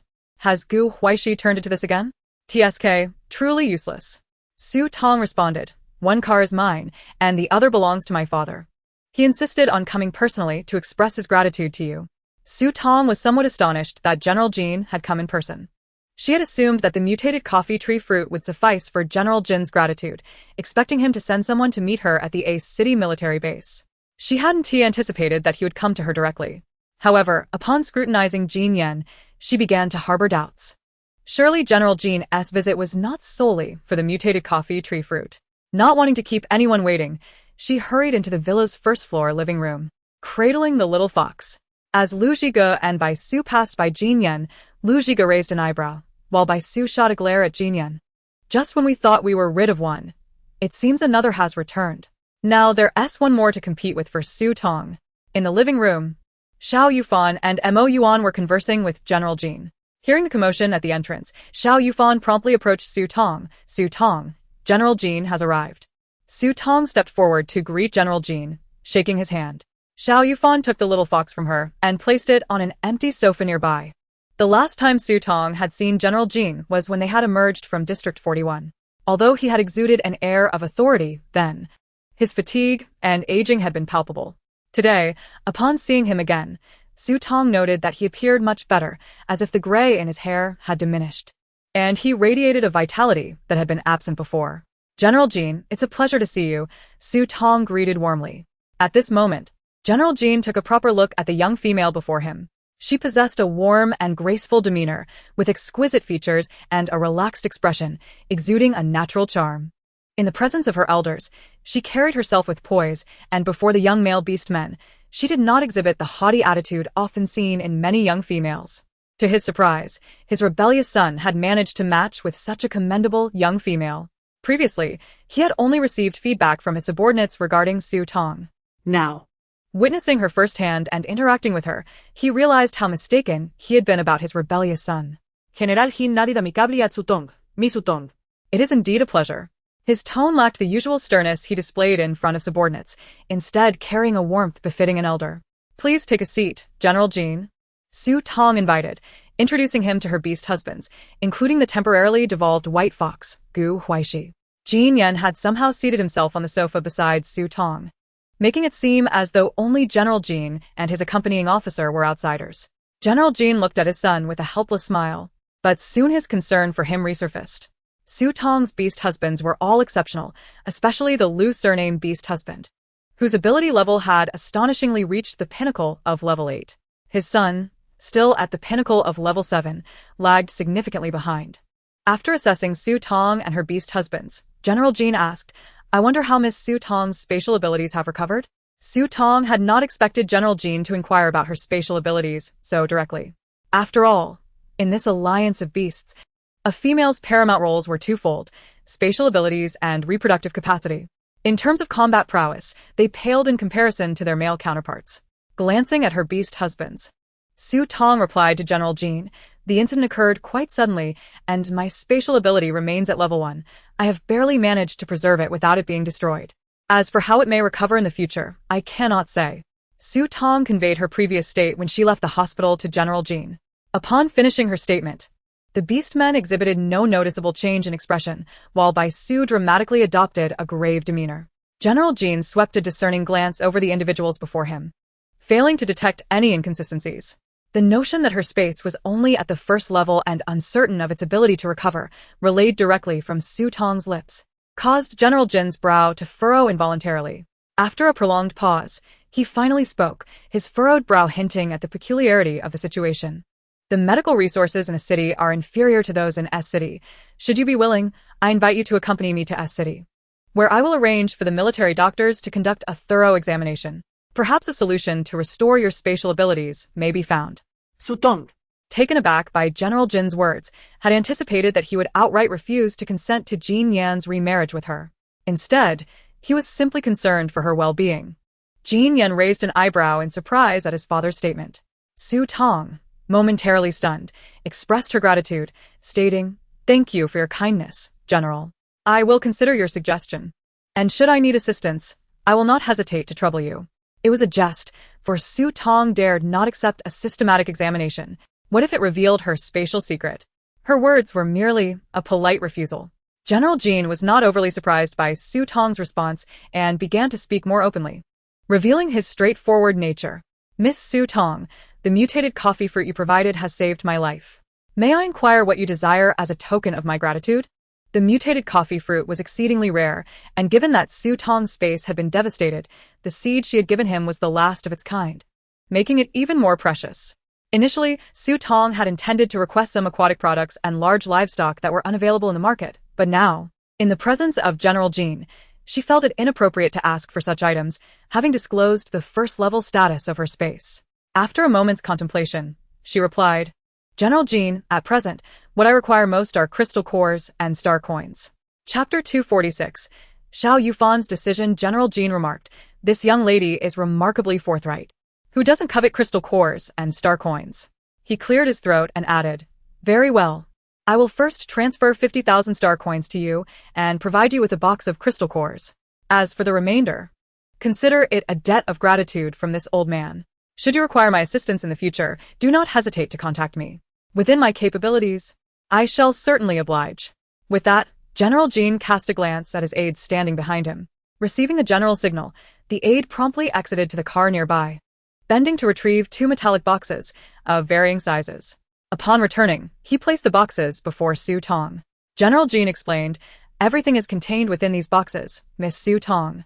Please take a look. Hearing this, Su Tong took the smaller box first. Upon opening it, she found on the left a card for an electronic transfer of 50,000 star coins, and on the right, a special badge emblazoned with a golden lion, complete with General Jin's signature beneath it. Su Tong examined the badge closely, and the aide interjected, Miss Su Tong, this is the General's seal, a testament to his promise. If you cannot reach him directly, you may present this badge at the City military headquarters to find me. General Jin nodded with a smile. Su Tong carefully set aside the transfer card and badge before opening the larger metallic box. As it opened, a dazzling light emerged. Inside lay a collection of crystal cores. There were actually more than what Lu Ziga had previously given her. All were of levels 6 and 7, with an astonishing proportion of the latter, approximately 70 to 80%. A rough count revealed 10 level 6 cores and 30 level 7 cores, with 5 of them being pinnacle level 7 cores. It was unlikely that anyone other than General Jin could have produced such a bounty of high-grade crystal cores at once. A glimmer of delight sparkled in Su Tong's eyes, yet it was tempered. Her reaction was far more subdued than General Jin had anticipated. Such an offering would elicit far greater astonishment from most, considering that many young beastman families would struggle their entire lives to accumulate such a quantity of high-grade cores. While Su Tong displayed happiness, it was tempered by an air of familiarity, as if she had possessed such wealth all along. This demeanor earned her a higher regard from General Jin. Su Tong was not one to feign emotion. Her gift of the rare mutated coffee fruit was not solely due to General Jin's relation to Jin Yan, but also because of his esteemed position and the resources he could provide. Graciously accepting the crystal cores, she expressed her gratitude. Thank you, General Jin. I shall gladly accept them. With a flick of her wrist, the 2 metallic boxes vanished into her space. Unpretentious and composed, Su Tong maintained her poise in the presence of someone accustomed to authority, which further pleased General Jin. Before he could speak again, Jin Yan could no longer contain himself and coughed lightly, addressing Su Tong. Su Tong, we shall go to the matchmaking center in a city for our remarriage tomorrow. Su Tong raised an eyebrow, refraining from responding to Jin Yan, instead directing her gaze toward General Jin. The general chuckled, I shall not interfere in matters of the young. You may decide for yourselves. In a few days, I must return to the City military district, and Jin Yan, once you have concluded your affairs, accompany me back. There are matters at home that require your attention. Upon hearing the general's words, the aide exchanged a pleased glance with Jin Yan.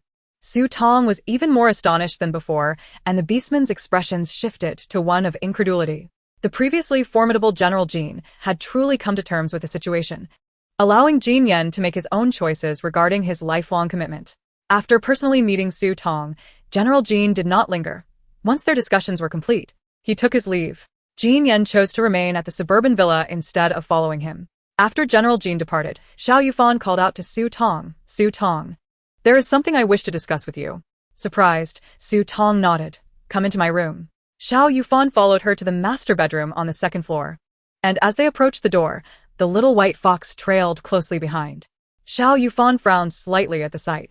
Su Tong, seeing this, helplessly shook her head at the little fox, which then drooped its ears and remained outside. Downstairs, Jin Yan observed the little fox's clinginess towards Su Tong with a hint of disdain.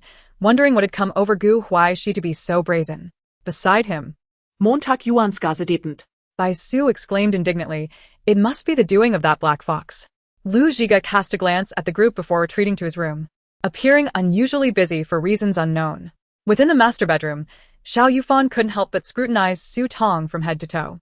Over the past few months, she had not only matured but had also become more intelligent and captivating. He had never contemplated staying by her side for an extended period, yet now it had become his singular thought.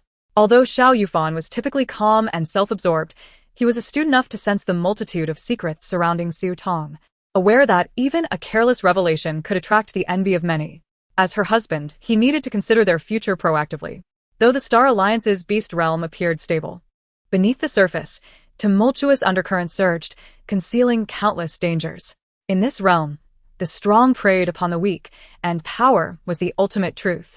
He had to acquire his own influence and authority to safeguard his mate. Despite Xiao Yufan's usual demeanor being composed and reserved, it was rare to witness him in such a serious light. Su Tong felt a twinge of guilt. Did he already know of her encounter with Gu Huaixi from the previous night?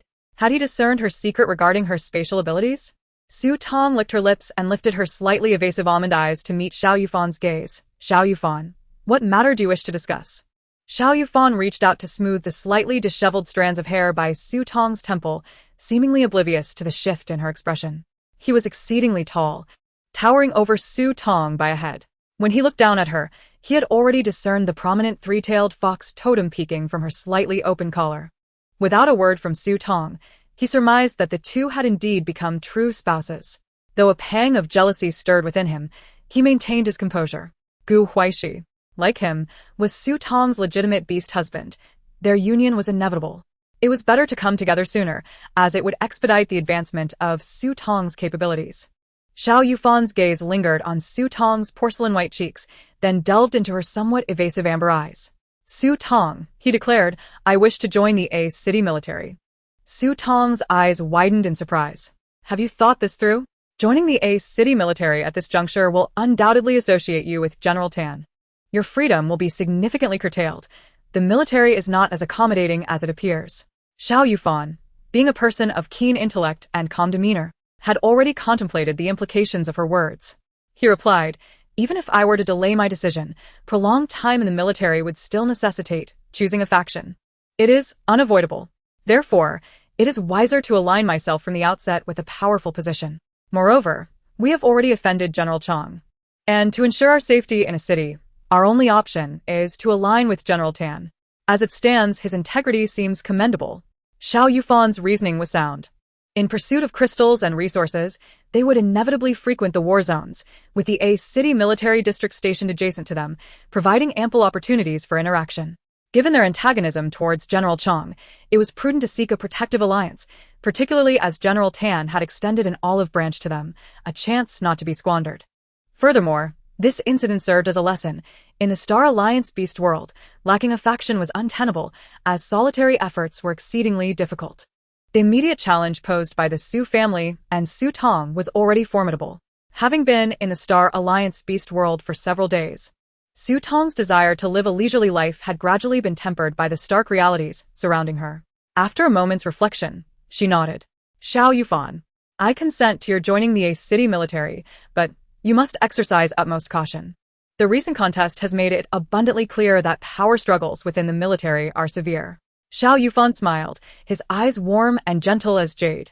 Fear not, Su Tong. With you behind me, I am unafraid. This was the first time Su Tong had witnessed such sincerity and devotion in his smile. The calculating and contemplative glint in his eyes vanished in that moment, and the distance between them seemed to shrink significantly, bridged by the warmth of that smile. Unable to resist, Su Tong rose on her toes and placed a soft kiss near Xiao Yufan's lips.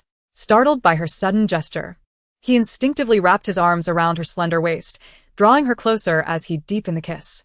When they finally parted, both were slightly breathless.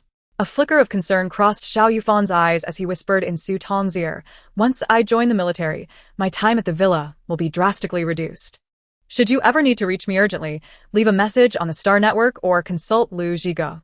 He pressed his lips together, ultimately adding, be cautious of Mo Yuan while I am away.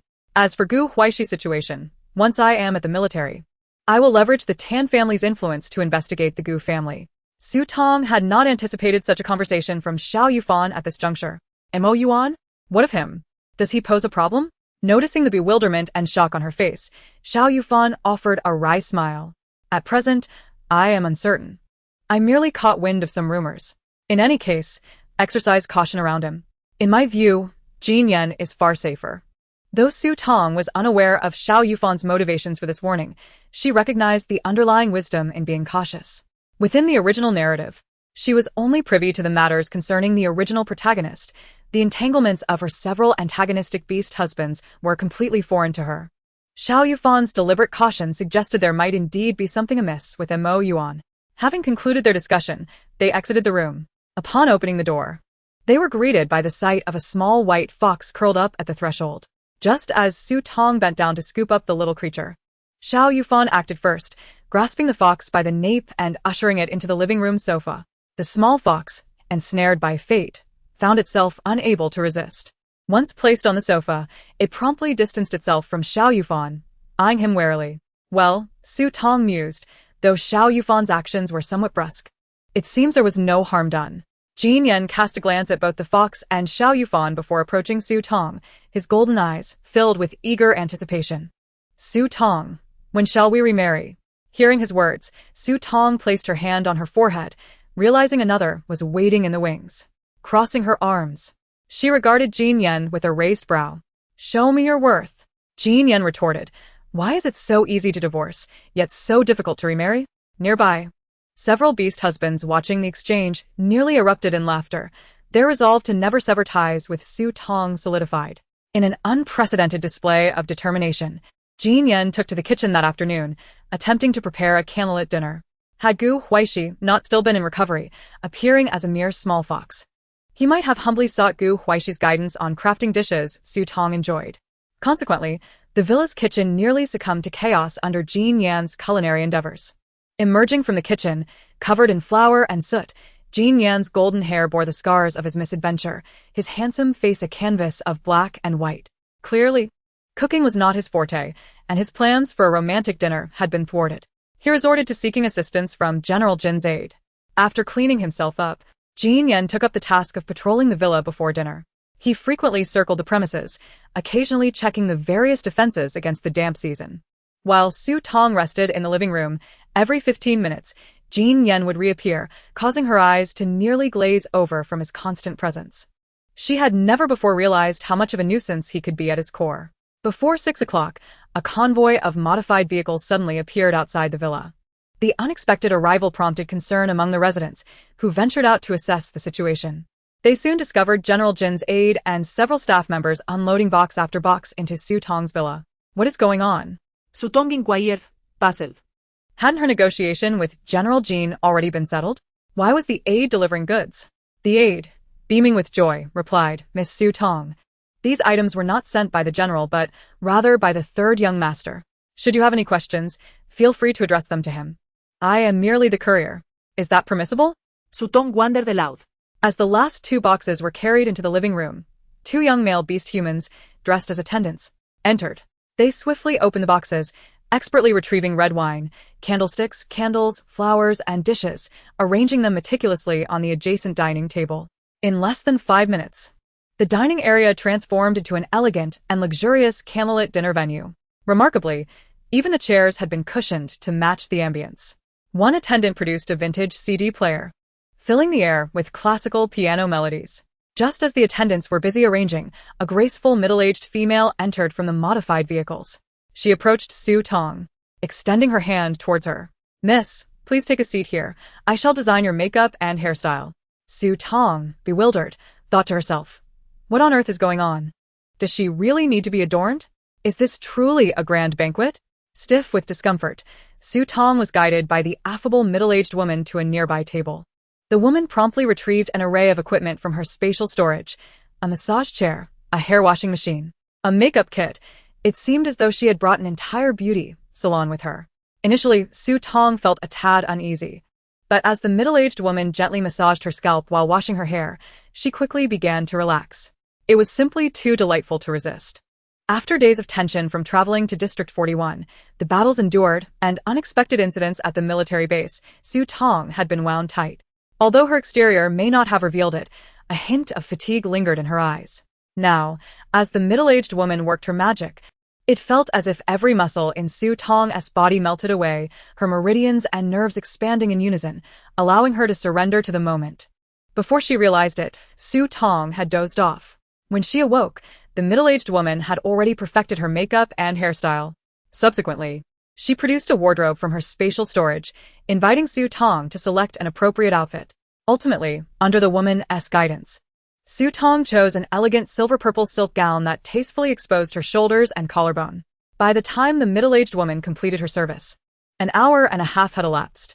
The guests brought by General Jin's aide had departed an hour prior, and now, under the protective watch of her beastly husband, the middle-aged woman left Su Tong's villa in a modified vehicle.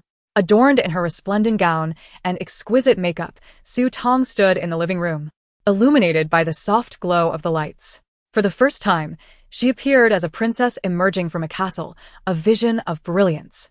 The beastly husbands who had previously roamed the villa laid eyes on her transformation, each unable to divert their gaze from her. As she rose, a long, elegant hand reached out towards her. She lifted her gaze to meet the owner of the hand, Jin Yan, clad in a suit of the same color. His golden eyes sparkled, and his chiseled features bore a noble smile. "Esteemed lady, may I have the honor of escorting you to your seat?" This was Su Tong's first encounter with Jin Yan in formal attire. With his golden hair and eyes, he resembled a noble prince from a medieval tale. Though her mind struggled to process his words, her body instinctively placed her hand, adorned with white lace gloves, upon his large palm. Jin Yan noticed her gesture and smiled faintly. As classical music filled the air, he guided Su Tong to her seat at the dining table. The once ordinary dining room had been transformed into a breathtaking setting.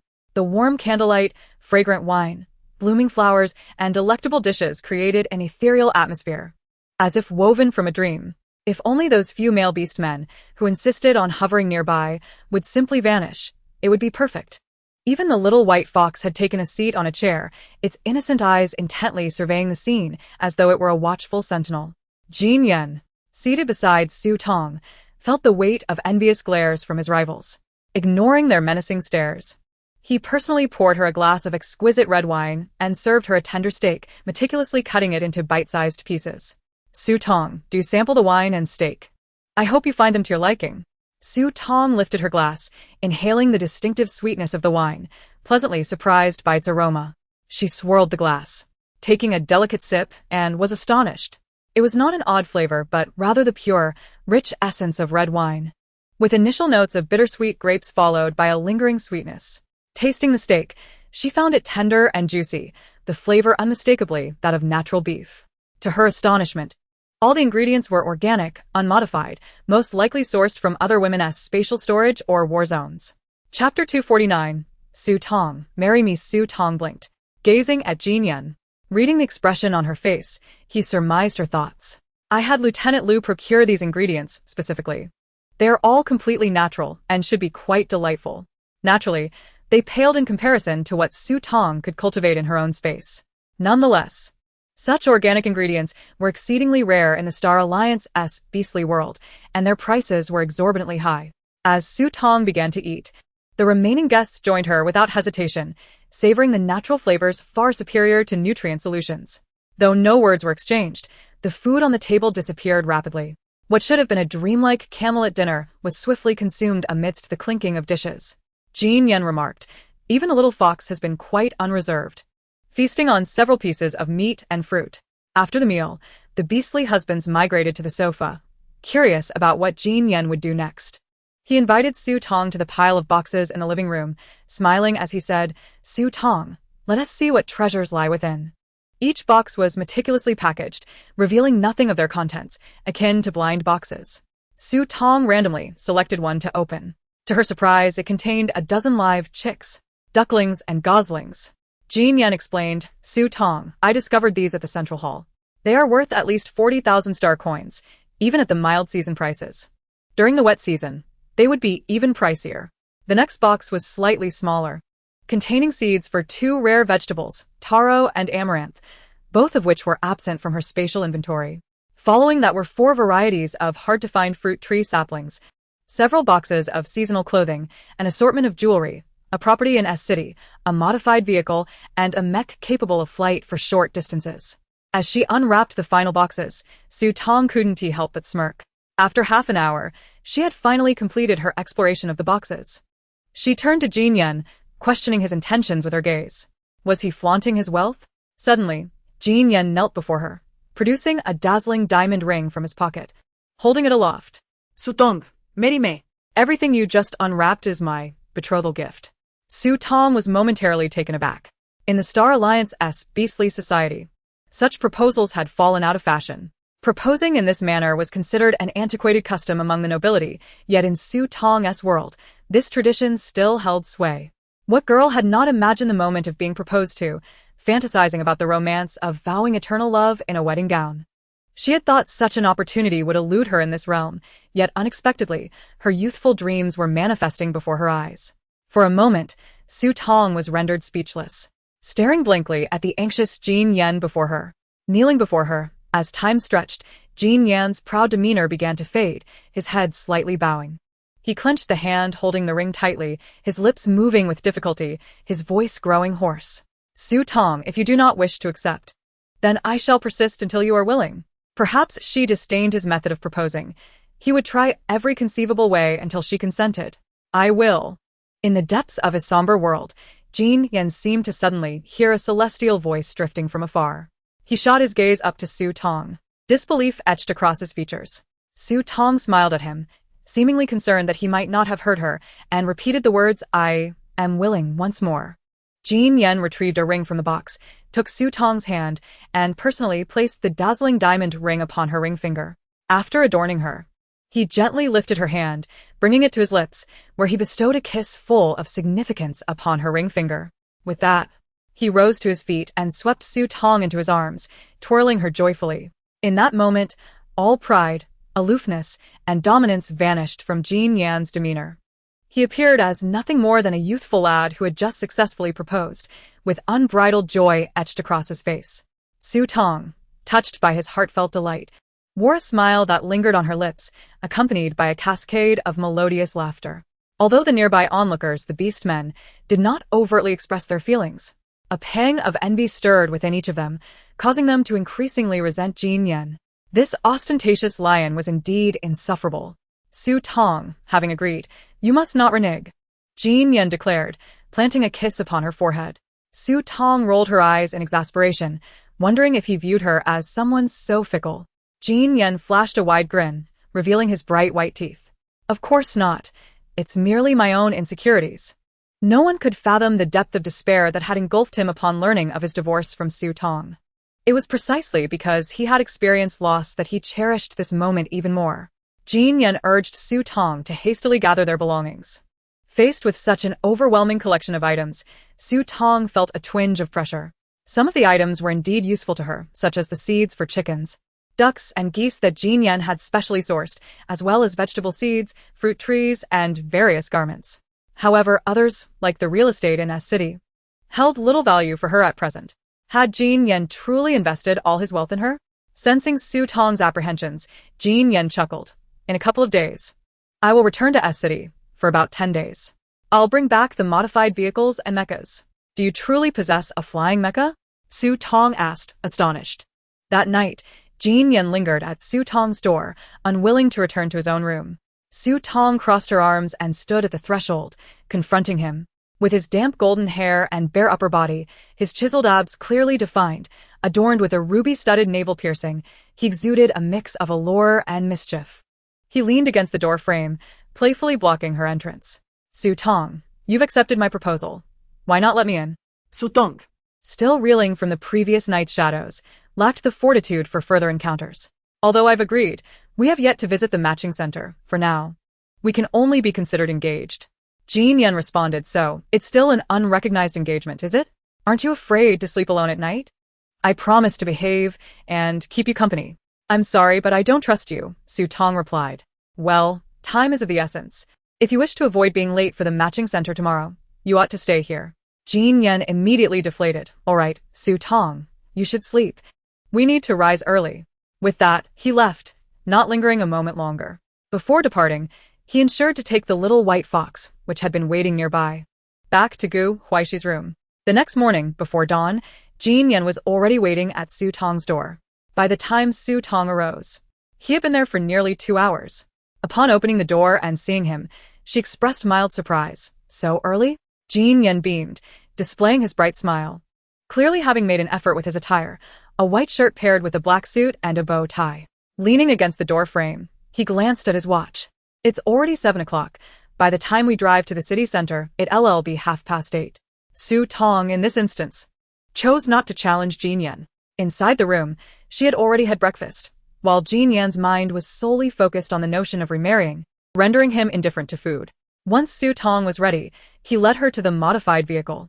Lu Zhige mentioned he needed to attend to matters in the city center and decided to hitch a ride as well. Jin Yan drove, with Su Tong and Lu Zhige seated in the back, resembling a couple heading to the matching center to wed. Had it not been for Jin Yan's desire to avoid complications, he likely wouldn't have taken the driver's seat. Upon reaching the city center, Lu Zhige was met by Jiying, while Su Tong and Jin Yan proceeded to the matching center. This time, everything went smoothly. Before departing, Lu Zhige informed Su Tong that Jin Yan need not wait for him, as he had matters to attend to in the city center for a few days and would return to the suburban villa later. Shortly after returning to the villa, the city military district urged Xiao Yufan to report to the military department promptly, as the new recruit training was imminent. Jin Yan also received news from Lieutenant Liu, stating that urgent matters required General Jin to return to S-City. After discussing with Su Tong, they decided to leave immediately. Jin Yan would accompany General Jin back to S-City, with the round trip expected to take about 10 days. Xiao Yufan's training at the military department would similarly last over 10 days. Xiao Yufan left a message for Lu Zhige, while the other two reminded Bai Su and the seemingly oblivious little white fox before Bai Su drove them to the city military department.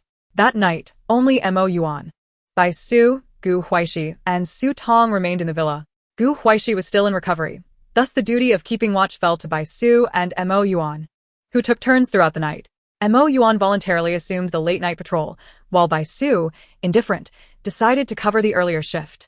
However, Bai Su felt a twinge of jealousy toward the little white fox that had eagerly followed Su Tong into her room. At midnight, Mo Yuan timely arrived in the living room to switch shifts with Bai Su.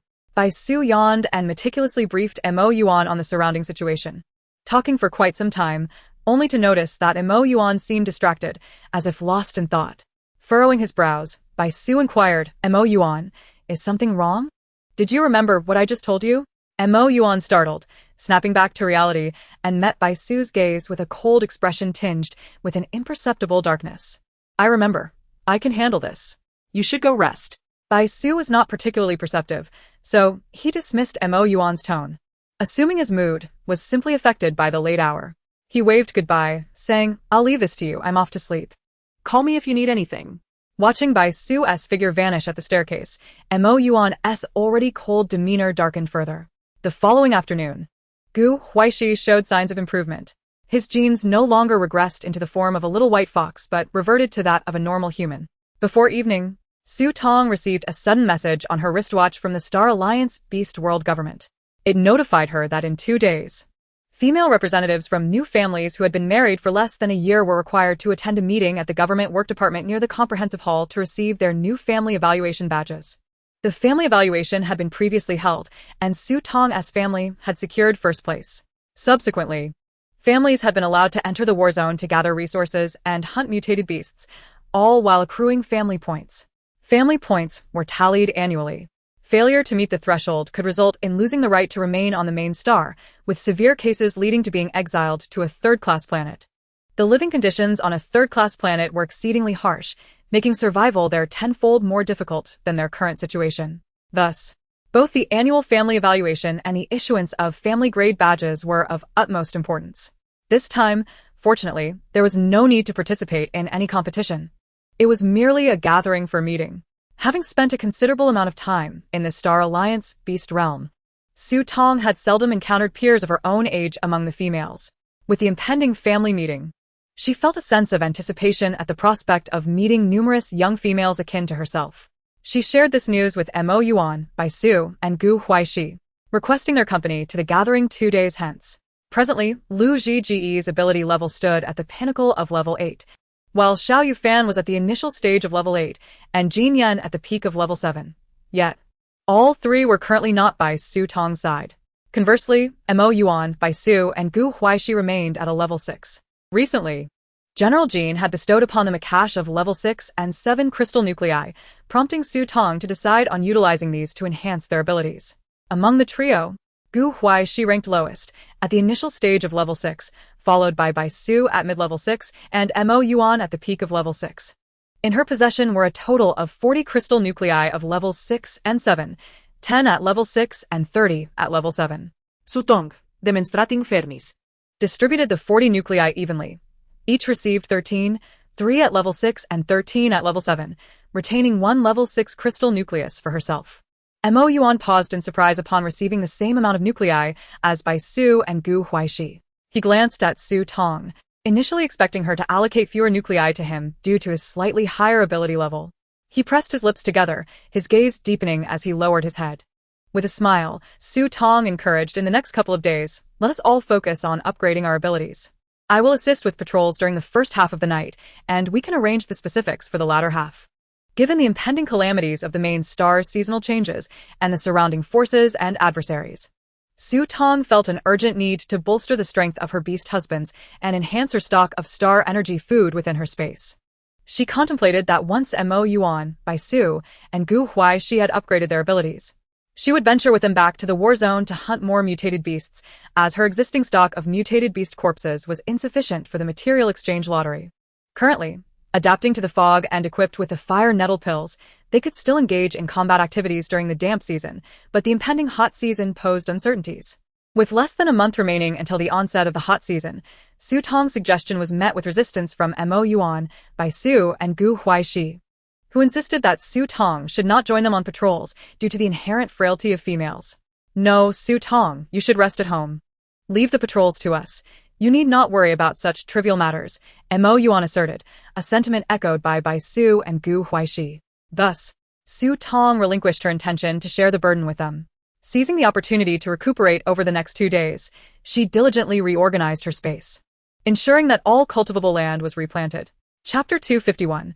The meeting. As the trio set out to upgrade their abilities using the crystal nuclei, Su Tong placed the grass carp she had previously brought back, along with 2 lambs, into her space. The grass carp joyfully leapt into the water of the space's lake, while the 2 adorable lambs frolicked in the pasture. Moreover, there were the chickens, ducks, and geese gifted by Jin Yan. Within 2 or 3 days, the clown chicken had grown considerably. Upon seeing the new chicks, ducklings, and goslings in the space, it led them in foraging and digging in the pasture, exuding even more joy than Su Tong. The 6th-level pasture was spacious, and the livestock and poultry Su Tong had gathered occupied only a small fraction of it. However, the sounds of chickens, ducks, geese, and lambs already infused a vibrant pulse into the area. She believed it would not be long before the pasture became bustling with life. She replenished the water troughs for the chickens, ducks, geese, and lambs with spiritual spring water, also adding some to the lake. Although she was uncertain of its effect on the grass carp, it was worth a try nonetheless. Previously, when her space had reached the pinnacle of level 4, Su Tong had planted a portion of crops, vegetables, and fruit trees. In the coming days, her task was to sow the remaining farmland with wheat, which she would later harvest, grind into flour, and transform into various convenient foods for her beast husbands. Following the wheat harvest, she planned to plant rice.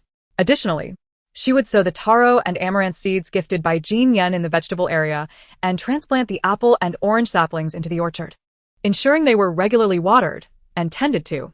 With the expansion of her space, greater yields and outputs necessitated that Su Tong invest more time and energy into its management. Although she controlled the planting and nurturing through her consciousness, it still consumed considerable mental and physical stamina, as well as star energy. After working in her space for 1 to 2 hours, she found it essential to replenish her star energy and vitality. Fortunately, she had ample reserves in her space. Had it been another female with a lower-level space, the output might not have sufficed for their own replenishment. As for the additional hourglass in her space, Su Tong had taken various opportunities to test it. The time within the hourglass refreshed punctually at dawn each day and could accumulate. She had not entered her space for several days, resulting in an accumulation of 45 minutes in the hourglass. Whether she could bring others into her space remained uncertain. Thus far, apart from herself, no other living beings had entered. She speculated that others might not be able to either. After 2 days of diligent work, Tong had finally filled the original space with crops and had irrigated everything with spiritual spring water. However, she had utilized a significant amount of spiritual spring water, and for the first time, the spiritual spring pool in her space had been emptied. Had it not been for the slow trickle of water still flowing from the spring, she would have nearly believed it to be dry.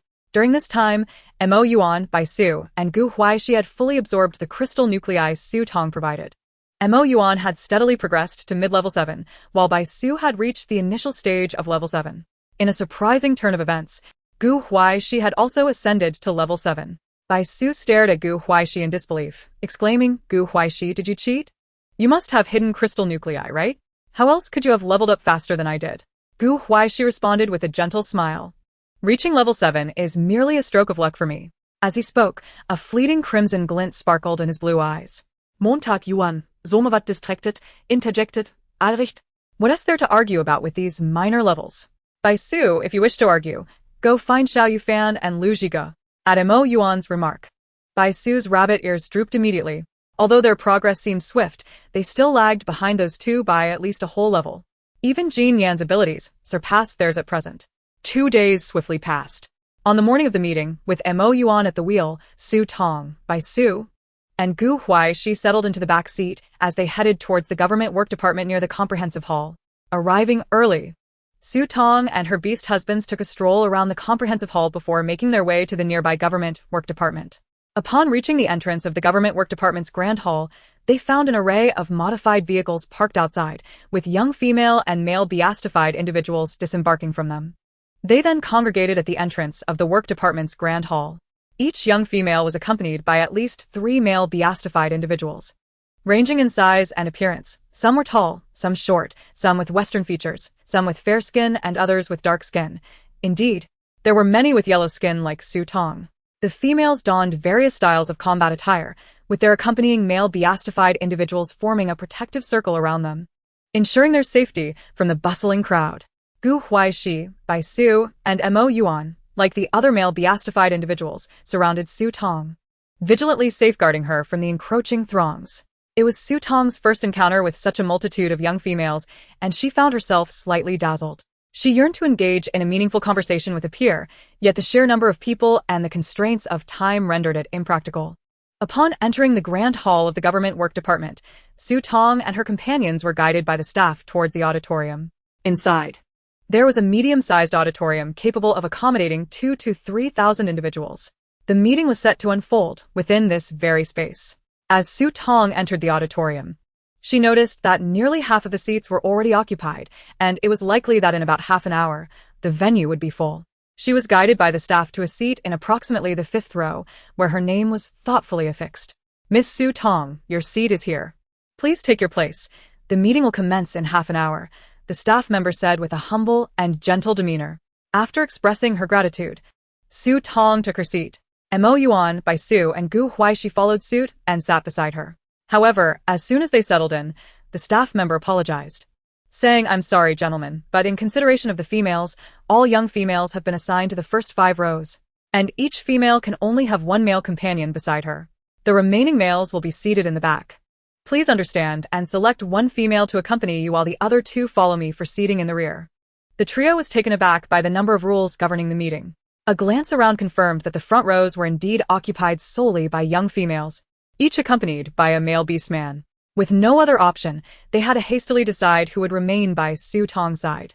Before any competition could arise among them, Yuan spoke up, "I have the highest ability level. It would be safer for me to stay with Tong today." Bai Su and Huaixi found themselves unable to counter Yuan's reasoning. Moreover, since the lives of the female and the male beastman were intertwined, Yuan's protection of Tong was, in essence, safeguarding themselves, a matter he would never take lightly. Although both felt a sense of dissatisfaction, they refrained from voicing their objections. Huaixi glanced at Tong and instructed Yuan, "Take good care of Tong. We'll be just behind you. If anything arises, call for us immediately." Montag Yuan nodded in acknowledgement. Thus, Yuan remained by Tong's side while Bai Su and Huaixi were escorted to the back rows. The majority of the beast men were indeed seated in the back, resulting in a higher concentration of young females in the front. This was Su Tong's first experience surrounded by a gathering of females, with at least 200 young women around her. This spectacle filled her with curiosity and excitement. Meanwhile, Yuan sat beside her, slightly bowing his head, his short black hair casting a shadow over his deep-set eyes. Chapter 252. During the meeting, a young female seated in front of Su Tong turned around and greeted her softly. Hi, hello. Su Tong looked up to see a dull-faced female with black hair and large, grape-like eyes brimming with curiosity. Hello. Su Tong responded warmly. The dull-faced female glanced at the seemingly aloof Yuan beside Su Tong and inquired, My name is Meng and may I ask your name? Is this gentleman your beast man? Su Tong nodded amicably. Meng ni, I am Su Tong. May I ask how long you have been matched in marriage? Is this your first time attending such a meeting? Meng and evidently a cheerful and innocent female, immediately opened up upon receiving a friendly response from Su Tong. Meanwhile, the burly beast man beside her watched Yuan with a wary expression, frequently casting warning glances. Meng and had been matched 2 months earlier than the original host. She had made it into the top 50 during the last evaluation meeting. Surprisingly, her villa was not far from Su Tong's, though the considerable distance between their villas had kept them from encountering each other until now. Meng and had 5 beast men, all of whom were present today, with the one sitting beside her being a beast man with a tiger-like transformation.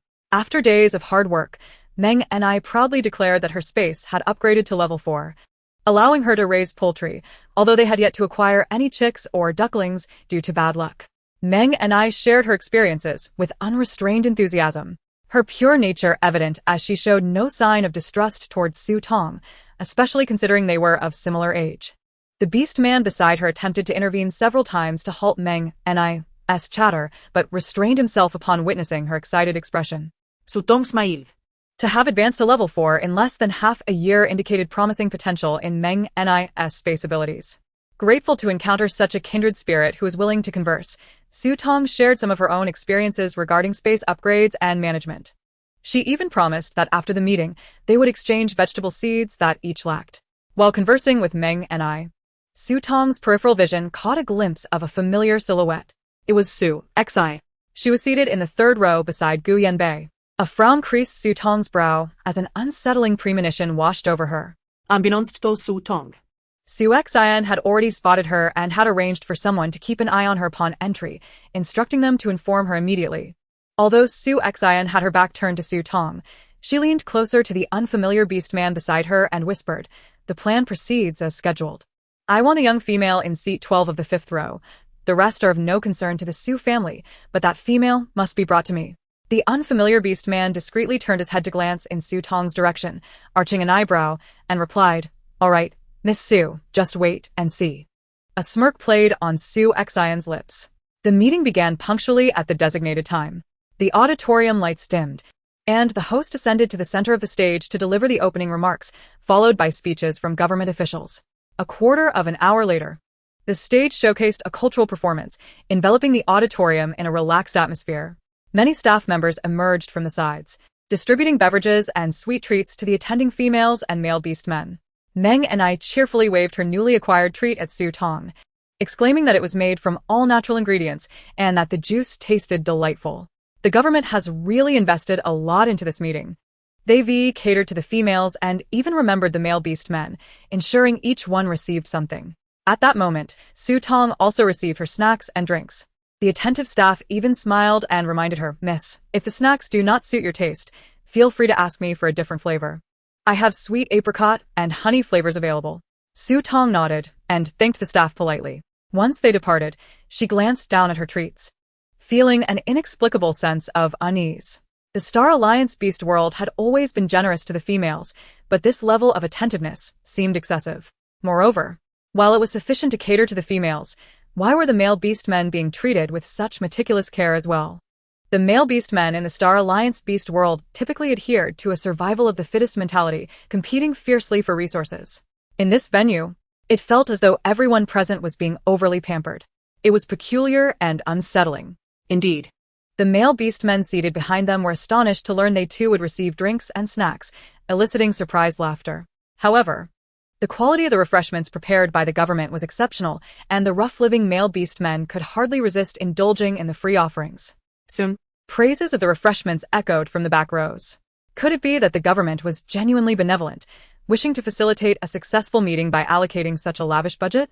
With so many indulging in the snacks and drinks without any apparent issues, Meng and I happily enjoyed her share, even offering half of her treat to the beast man beside her, who gazed at her with adoration. Su Tong carefully unwrapped her own treat, revealing an exquisitely packaged small cake, palm-sized and adorned with a pink cream rose, complemented by 2 blueberries, its rich, milky aroma wafting through the air. Before she could take a bite, her arm was suddenly grasped by Mo Yuan. Curious, Su Tong looked at Mo Yuan and asked, "What is it?" Mo Yuan's half-covered black eye, obscured by a lock of hair, flickered slightly. Su Tong, remain vigilant outside. It is prudent to avoid consuming unknown food. If you have a penchant for small cakes, I shall prepare them for you upon our return. Su Tong was taken aback by Yuan's words. A glance revealed that he had not touched the pastries or drinks before him either. It is better to err on the side of caution. She obediently nodded, discreetly stowing away the cakes and beverages in her spatial pocket. Just as Su Tong secured the snacks, the lights in the entire auditorium extinguished abruptly. The audience was plunged into darkness, with only the performance and music on stage continuing unabated. At that moment, the performance reached its crescendo, the music swelling from a whisper to a thunderous roar, nearly drowning out the entire hall. The sudden darkness in the audience was perceived as a deliberate enhancement to the climax of the stage show. In that instant, Mo Yuan grasped Su Tong's hand tightly. Her attention had not been on the stage from the beginning, now, alert and cautious. She seemed to hear an array of peculiar sounds surrounding them. A disquieting ambience enveloped the auditorium, akin to a stormy sea cloaked in the blackness of night. Though visibility was obscured, an undercurrent of chaos surged. A piercing scream suddenly shattered the air, the voice unmistakably that of a young female. Su Tong heard it distinctly. However, the stage's sound system drowned out the cry, rendering it as inconsequential as a drop of water in the ocean. Realizing the unsettling atmosphere, Su Tong instinctively tightened her grip on Yuan's strong hand, subconsciously seeking his protection. Something is amiss. Can you see what is happening around us? Some male beast men possess the ability to transform, typically endowed with superior vision compared to their female counterparts, with some capable of seeing in the dark. Mo Yuan's beast form, that of a black panther, granted him exceptional night vision.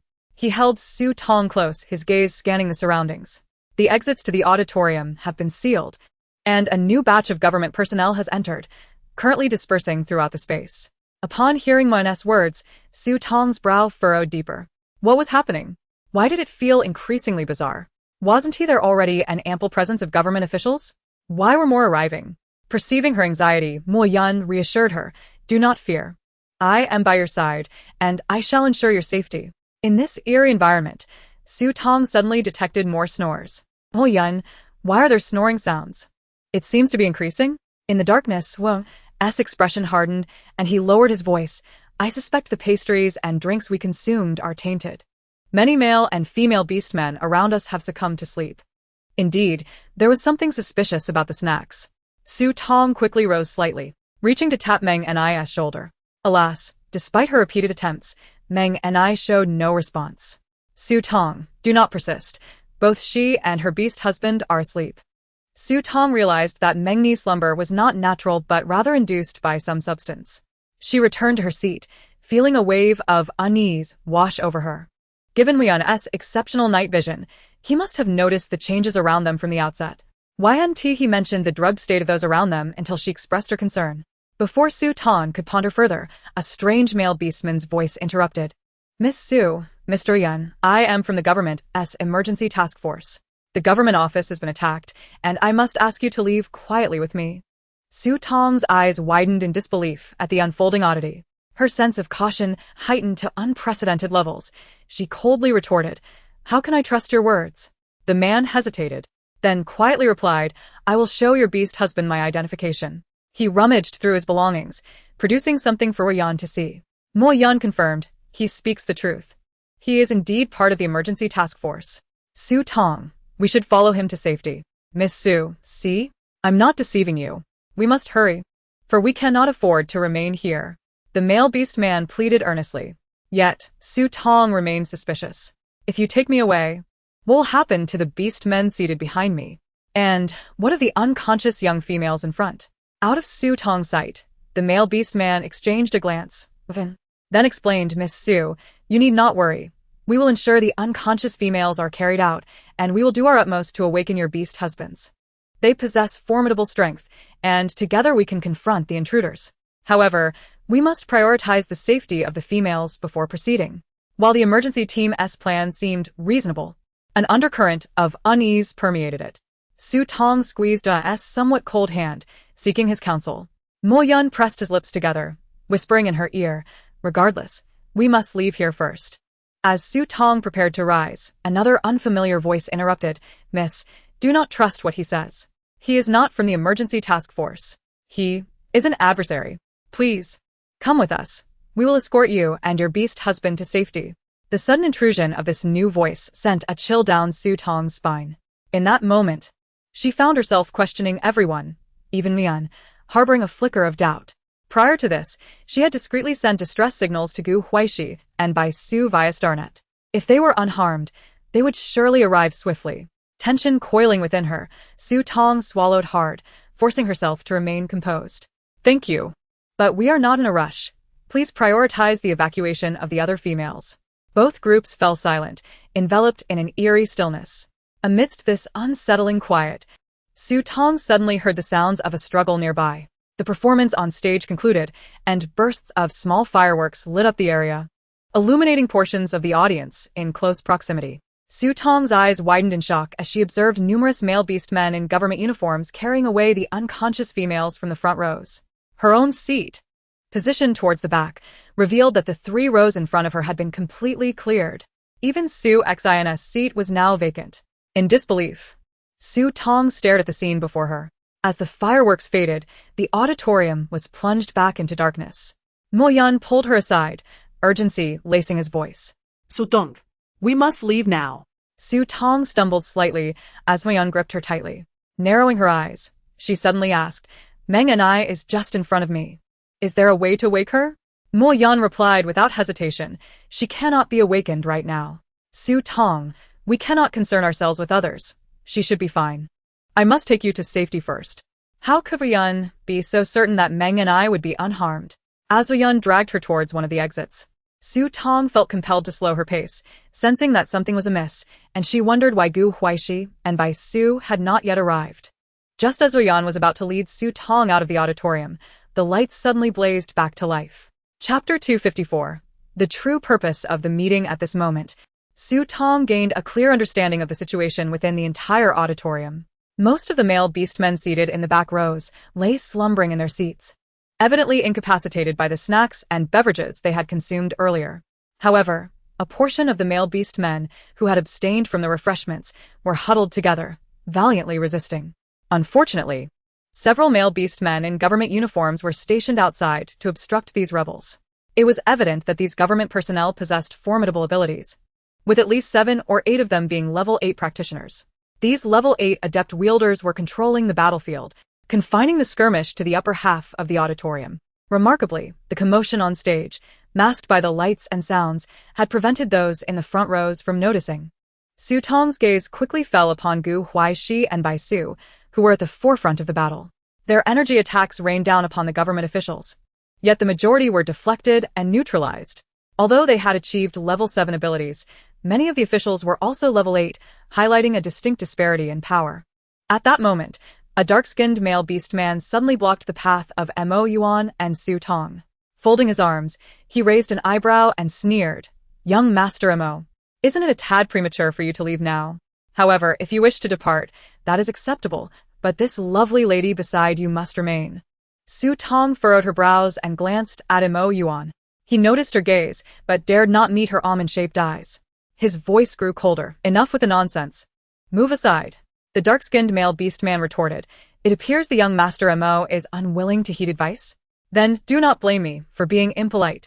With a swift motion, he launched an attack toward Yuan. Yuan urgently commanded the individuals beside him, protect Su Tong.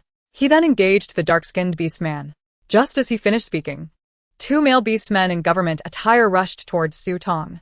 They were of average height, their faces etched with concern as they implored, Miss Su Tong, please leave this place with us. The young master has prepared a safe location for you.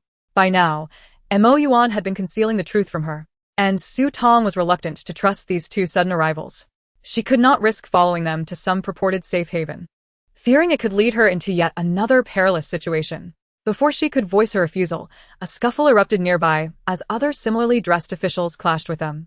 Seizing the moment while no one was paying attention to her, Su Tong swiftly retreated into a concealed corner. This corner afforded an excellent vantage point, allowing her to observe the majority of the auditorium while remaining hidden from view. Su Tong noted that all the young females, whether unconscious or conscious, were being ushered into a concealed room backstage by the officials. The remaining male beastmen, those who were unconscious, were herded into one area for containment, while the conscious ones desperately fought against the officials. Unfortunately, they were outnumbered, and most possessed lower levels of abilities, rendering them incapable of overcoming the officials. Before long, they found themselves at a disadvantage. However, it seemed the officials were not intent on dealing fatal blows. Instead, they controlled the conflict within a limited scope, preventing any breakthroughs in their lines. It was as if their true objective was not the male beastmen at all.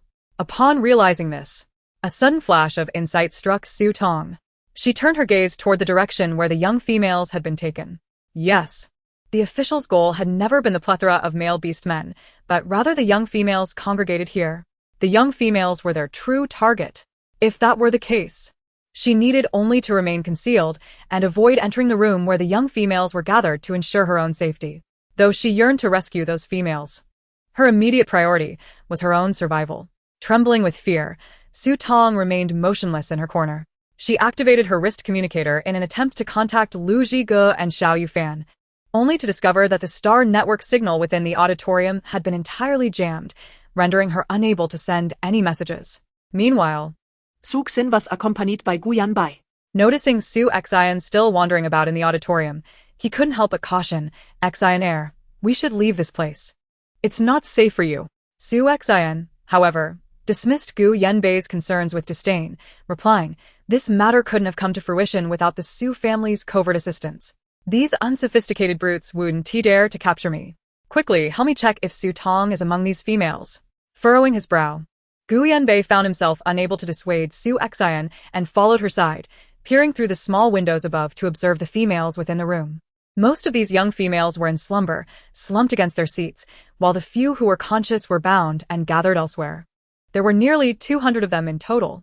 After a thorough search, neither of them spotted Su Tong among the crowd. Shaking his head, Gu Yanbei said, Xian, I did not find Su Tong. Su Xian, equally unsuccessful, bit her lip in frustration. These useless fools can't even capture a single female. Now that the auditorium is sealed off, not only Su Tong but even the male beastmen cannot escape. If Su Tong is not here, she must still be within the auditorium, perhaps hiding in some corner. I won't rest until I find her. With that, Su Xian turned and dashed back toward the auditorium. Gu Yanbei, alarmed, hurried after her, calling out, Xian, wait for me. Su Xian soon took a shortcut to the entrance of the auditorium. At this moment, the lights within the auditorium blazed brightly, illuminating the scene inside. Accompanied by Gu Yanbei, Su Xian meticulously searched every nook and cranny, particularly around Su Tong's former seat. Urging Gu Yanbei, quickly help me find Su Tong. With no other choice, Gu Yanbei complied. Su Xian's keen eyes scoured the corners, and before long, she indeed discovered a clue. She caught a glimpse of a familiar corner of a garment near the edge of the auditorium, her eyes lighting up. There she is. Grabbing Gu Yanbei, she hurried toward that direction.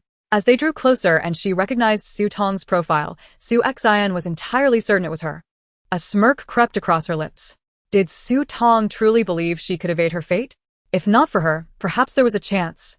But as long as she was present, Su Tong would not escape. Su Xian whispered a few words into Gu Yanbei's ear. He nodded and swiftly made his way towards Su Tong. Hidden away, Su Tong suddenly noticed Gu Yanbei approaching her, his expression cold and mocking. Her countenance darkened. She had been discovered. Gu Yanbei moved swiftly, reaching Su Tong and pulling her from her hiding place, declaring, there is another female here. Chapter 255. How could Su Xian be left out? Upon hearing this, the officials immediately dispatched 2 personnel to restrain Su Tong, then coldly addressed her, Miss. It is dangerous here. Please accompany us to a safe location for your protection. Su Tong struggled momentarily, but soon realized it was futile. Noticing the grim expressions of her captors, fearing an unexpected turn of events, she feigned compliance and nodded, relieved that Su Tong had ceased her resistance. One of the officials said this way, "Miss, please hurry." Su Tong cast a fierce glare back at Gu Yanbei before, in the next moment, she committed an act that turned Gu Yanbei's face ashen. "Gentlemen, I just spotted another female over there. It is unsafe to leave her behind. You must bring her along." Su Tong pointed toward the direction where Su Xian was located. Gu Yanbei had inadvertently revealed Su Xian's position when he approached her, and Su Tong had already taken note of it. The status of the two staff members was evidently not high. Upon hearing Su Tong's words, they immediately turned their gaze in her direction, and indeed, they caught sight of Su Xian, who was half concealed. Their eyes lit up, and one of them exchanged a knowing glance with the other. Consequently, one of the individuals holding Su Tong released her to inform nearby colleagues. Soon, someone approached Su Xian to apprehend her. Gu Yanbei, sensing something amiss, cast a cold glance at Su Tong. With Su Xian in danger, he could not afford to confront Su Tong at that moment. He had no choice but to abandon her and hurriedly made his way towards Su Xian. Although the Su family was involved and he had met with a few of the leaders, the actual personnel executing the task were not those few leaders.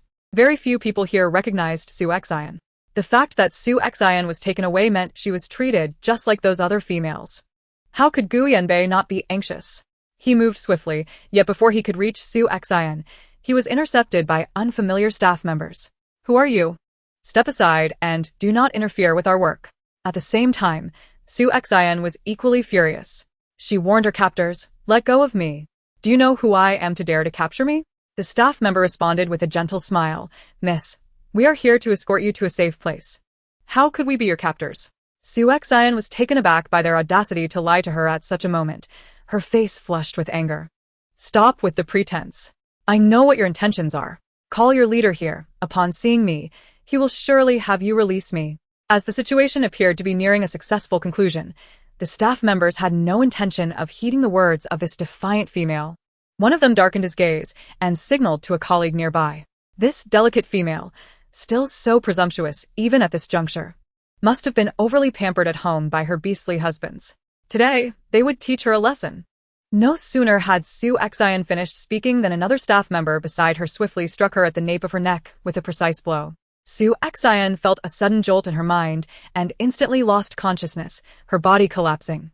The two staff members promptly caught her before she fell and hurriedly carried her toward the backstage room of the auditorium. Gu Yanbei witnessed Su Xian being incapacitated before his very eyes, his heart nearly bursting with rage, and immediately engaged the staff members in combat.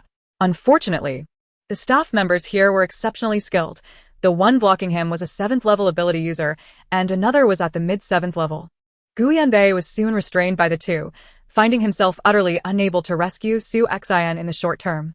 Simultaneously, Su Tong, who was also being held back, observed Su Xian's fate from a distance and felt relieved that she had not resisted too fiercely earlier. Otherwise, she would have also succumbed to unconsciousness by now. Su Tong was similarly brought into a small room backstage at the auditorium. She was placed on one side, while Su Xian was laid on the side designated for unconscious females. As soon as Su Tong entered, she overheard the conversation among the staff members. "Is the count correct? Including the two females who just entered, the numbers are not far off. There's no time to waste. Let us inform Master Wu." "Understood." The two staff members departed, leaving the others to approach the still conscious females. "To ensure everyone's safety, we will guide you through a secure passage and dispatch vehicles to take you to the government's safe house. We kindly ask for your cooperation along the way." Some of the young females, still dazed, believed these individuals were genuinely sent by the government. Others, however, regarded the staff with suspicion, their eyes filled with wariness. Su Tong had no faith in their words, not a single syllable. If they truly cared about the safety of the young females, the comprehensive hall nearby housed military personnel. The safest course of action would be to dispatch troops for stabilization and temporarily relocate them to the nearest military district for protection.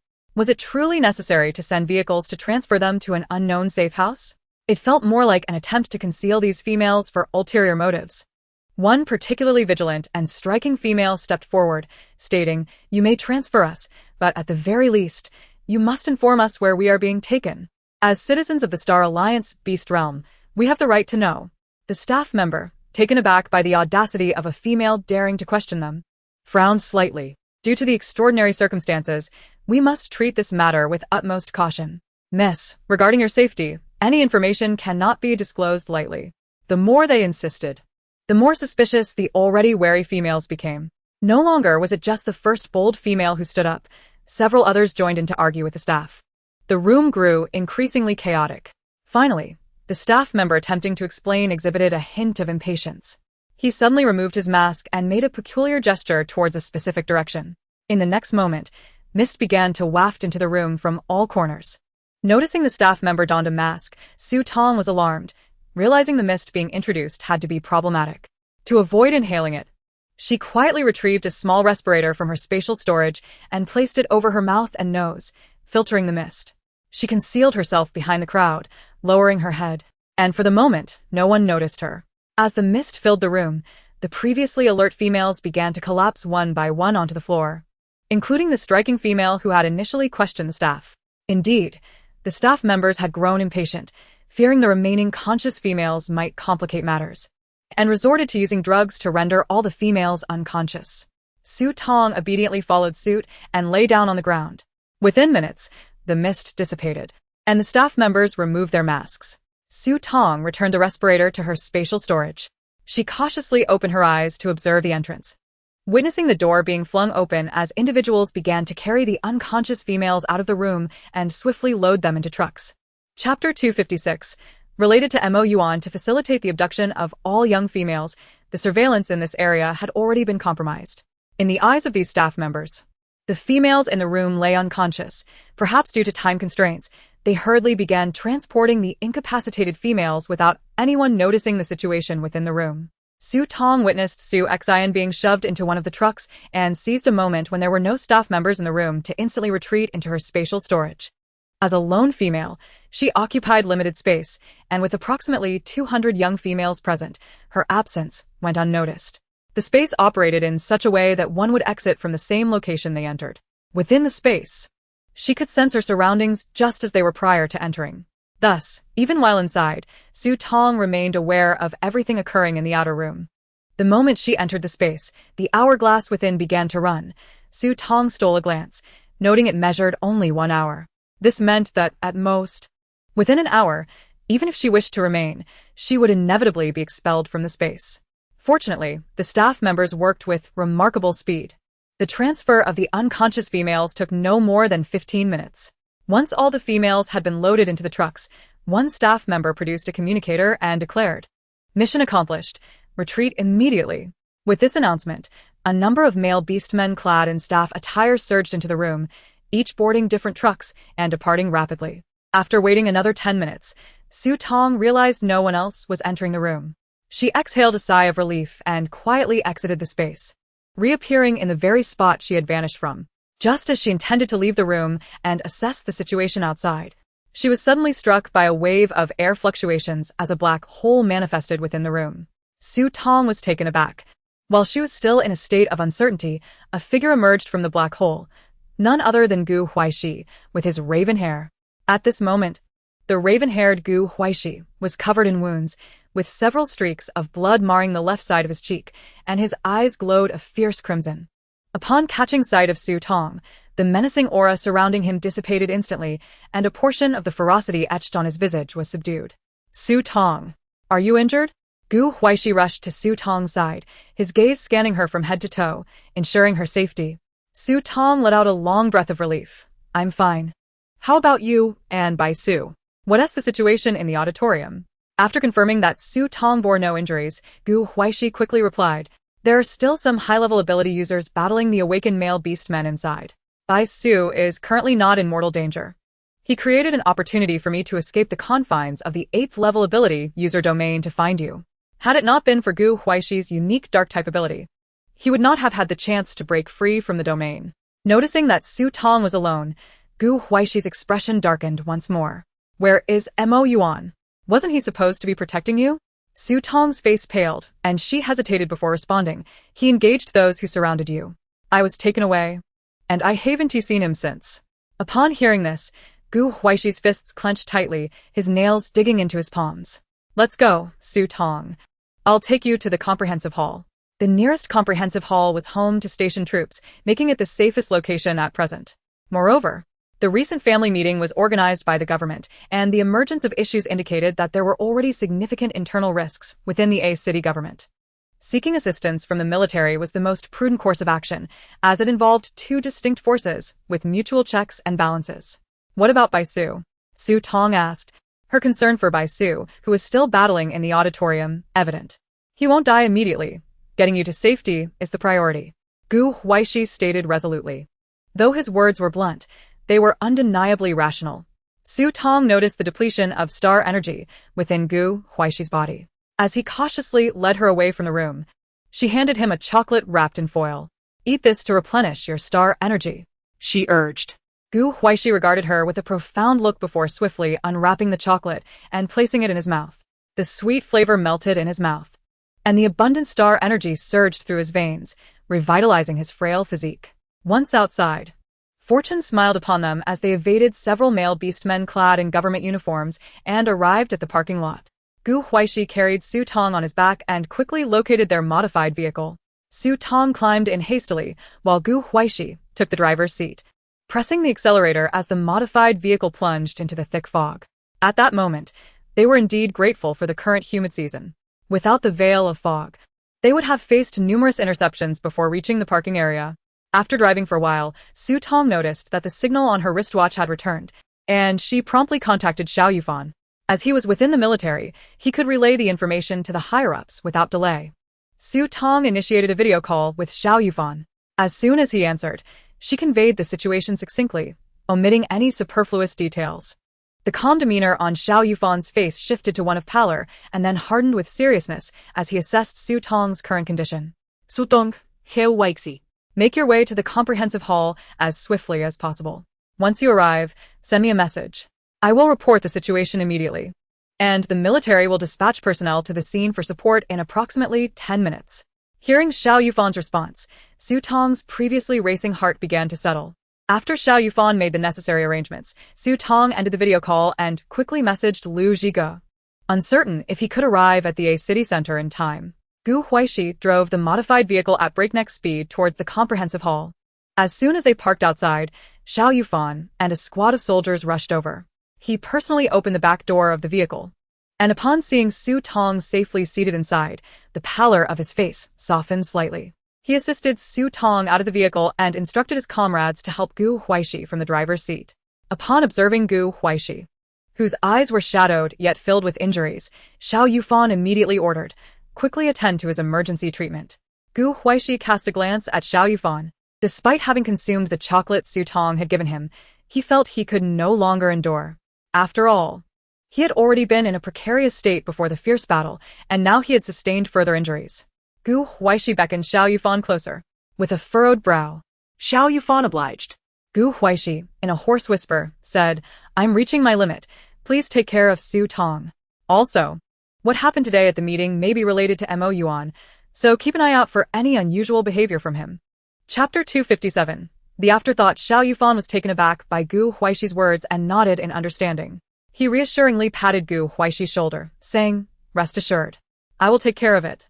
Upon hearing Xiao Yufan's confirmation, Gu Huaixi could no longer withstand the strain and fainted. Su Tong rushed over to check on him. Xiao Yufan, Gu Huaixi is not seriously injured. It seems to be merely excessive exhaustion. Treat his wounds, and with proper rest, he should be fine. The soldiers accompanying them immediately began to administer treatment to Gu Huaixi. Xiao Yufan inquired about the specifics of the situation at the meeting. Su Tong recounted everything she had witnessed, causing Xiao Yufan's brow to furrow even deeper. What about Lu Zhige? Did he not return to the suburban villa? Su Tong shook her head, explaining that Lu Zhige had matters to attend to and would remain in a city center for a few days. Had Lu Zhige, an 8th-level pinnacle ability user, been by her side, she would not have faced such peril, leaving Gu Huaixi, the one with the lowest ability among the beastmen, to sustain injuries while ensuring her safety. What could possibly be more important than safeguarding the female leader? At that moment, Xiao Yufan felt a profound sense of dissatisfaction towards Lu Zhige. He reported the events and then told Su Tong, You should come with me to the military base for now. Within General Tan's sphere of influence, it remains relatively safe. Su Tong nodded. But her concern for Bai Su and Mo Yuan lingered. Tan Song has already led a team to assist them. Do not worry. Xiao Yufan reassured her. Subsequently, He helped Su Tong into the military's modified vehicle, and they set off towards the military base to settle in temporarily.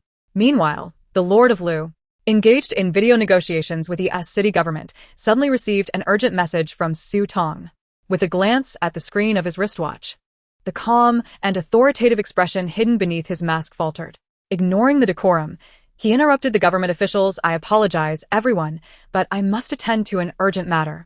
We will conclude today's meeting and revisit this matter at a later date. Without waiting for their reactions, he immediately rose and exited the conference room, leaving a myriad of bewildered expressions in his wake.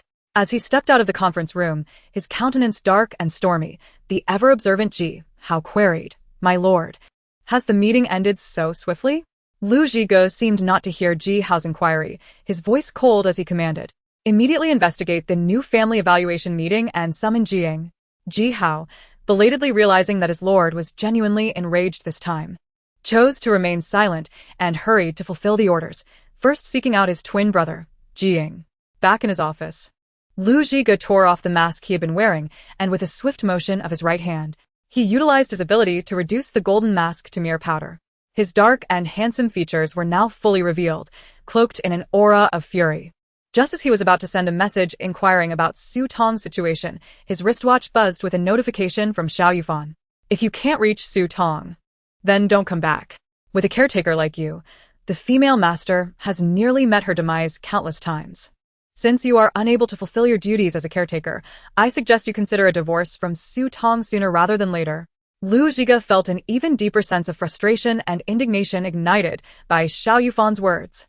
Yet, this time, he indeed had been overly careless, allowing Su Tong to fall into peril. Suppressing his anger and annoyance, Lu Zhiga replied, "How is Su Tong now? Is she safe? Where is she?" Shortly thereafter, another message from Xiao Yufan arrived, and this time he seemed more composed. "I have temporarily arranged for Su Tong's safety at the military headquarters. Hurry to the headquarters to ensure her protection. Gu Huaixi has been injured, and I am still unclear about Bai Su and Mo Yuan situations." Upon reading the message, Lu Zhiga exhaled in relief. It was a relief that Su Tong was safe for the time being. With such a significant crisis erupting within the government, he had to address it and could not rush to Su Tong's side at the military headquarters immediately.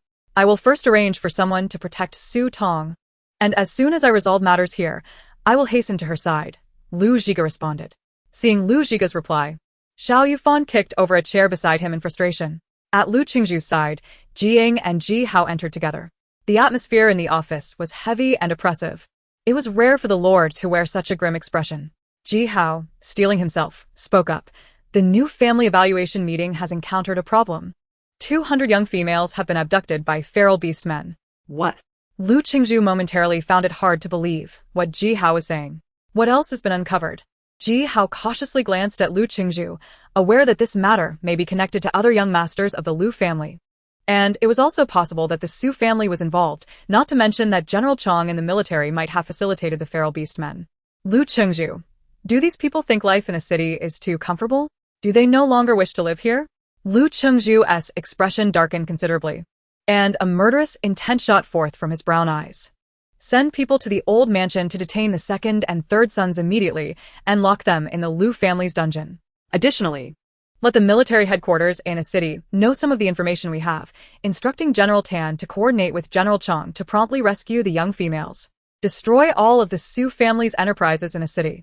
Make every effort to find evidence of collusion between the Su family and the feral beast men." Upon hearing the lord's orders, Jiang did not dare to delay and promptly set about making arrangements. After Jiang left, Lu Qingzhu said to Ji Hao, "Let us go to the scene of the incident." Mo Yuan had finally freed himself from the clutches of the dark-skinned male beast men. His anxious gaze darted around, yet he could no longer see Su Tong's figure. Two male beast men clad in government worker uniforms approached, and upon seeing them, Montag Yuan es pupils constricted. "Where is Su Tong? Didn't I instruct you to protect her?" The two men wore expressions of guilt. One of them said, "We were entangled by the Fifth S men, and by the time we could free ourselves, Miss Su Tong had already been taken away by them." Mo Yuan's dark eyes burned with fury. "What about the other females?" "All of them have been relocated by the Fifth S men. It's likely that Miss Su Tong is among them. Young master, they've begun to retreat. Let us leave first. Someone will cover our exit here. If you move quickly, you might be able to find Miss Su Tong among those females.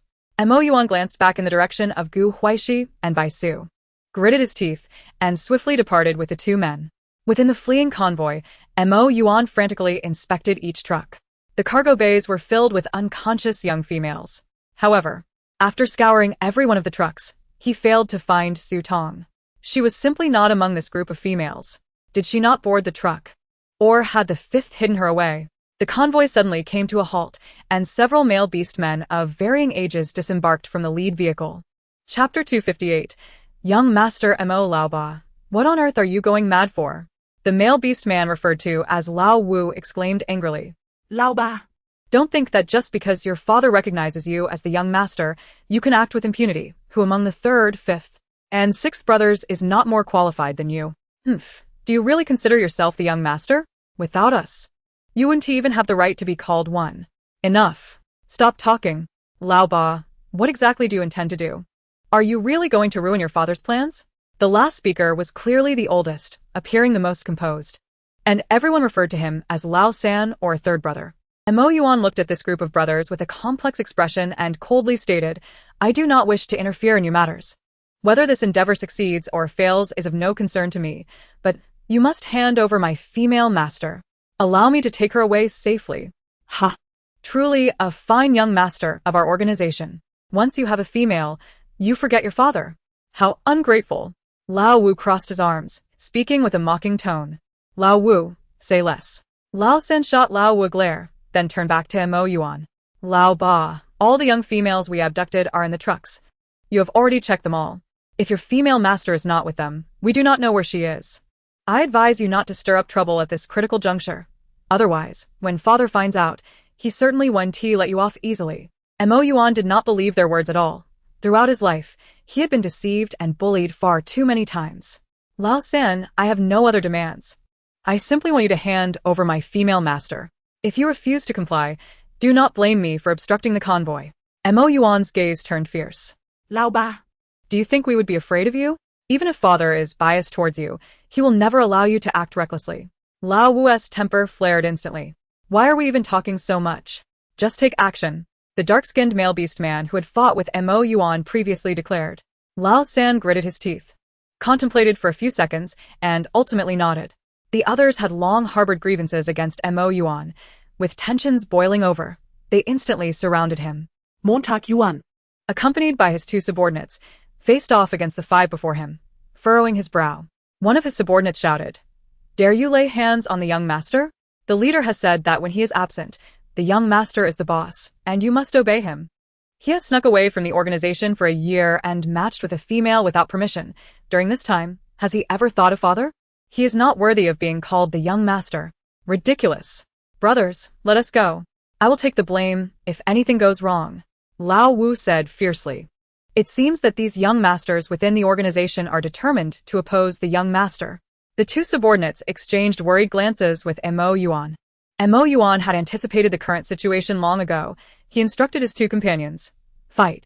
I, Mo Yuan, have never feared a fight. Young master. But we are only 3 against 5 and their ability levels are not low. How? Are you afraid? If you are scared, you may withdraw. I will not stop you. Montag Yuan spoke coldly. How could we be? We are here under the command of the leader to protect you. We recognize only you as the young master. No matter how strong the other young masters are, we will not yield. Then let us stop talking and attack. Mo Yuan's voice was both cold and calm. The two were immediately left speechless. Mo Yuan surveyed the 5 opponents. Lao San, Lao Wu, and Lao Lu all had considerable ability levels, with Lao San being the highest at level 8, while Lao Wu and Lao Lu were at level 7, one intermediate and one beginning. The other two, the dark-skinned male beast man was at peak level 7, and the tall, thin one was at intermediate level 7. Mo Yuan himself was at intermediate level 7, with one subordinate at beginning level 7 and the other at intermediate level 7. The 3 of them were clearly no match for the 5 opponents. Even though Mo Yuan was a dual ability user, the disparity in levels was evident, especially since Lao San was at level 8. Did Mo Yuan truly intend to fight despite knowing the significant difference in strength? No, He aimed to use this opportunity to delay as much time as possible. He firmly believed that Bai Su, Gu Huaixi, and even Lu Zhige and Xiao Yufan would surely catch up and find Su Tong. Only then would Su Tong truly be free from danger. As for his own predicament, he had never cared. The two factions soon became entangled in a fierce struggle. Years of grievances were unleashed in an instant, and neither side held back in their attacks, particularly the 3rd, 5th, and 6th members. However, Mo Yuan, possessing mid-level grade 7 abilities and dual-type powers, excelled in speed, making it difficult for them to defeat him in a short period. In an instant, the entire convoy descended into chaos. Tan Song and Shang Jie each led elite teams from General Tan's ranks, arriving at the government assembly hall in Metz. Upon bursting into the hall, they were met with the sight of numerous unconscious male beast men and severely injured ones. They had arrived a moment too late, capturing only a few low-ranking staff members in work uniforms with abilities, who were still under Bai Su's control. Otherwise, they would have fled by now. At that moment, Bai Su bore injuries no less grievous than those Gu Huaixi had sustained earlier.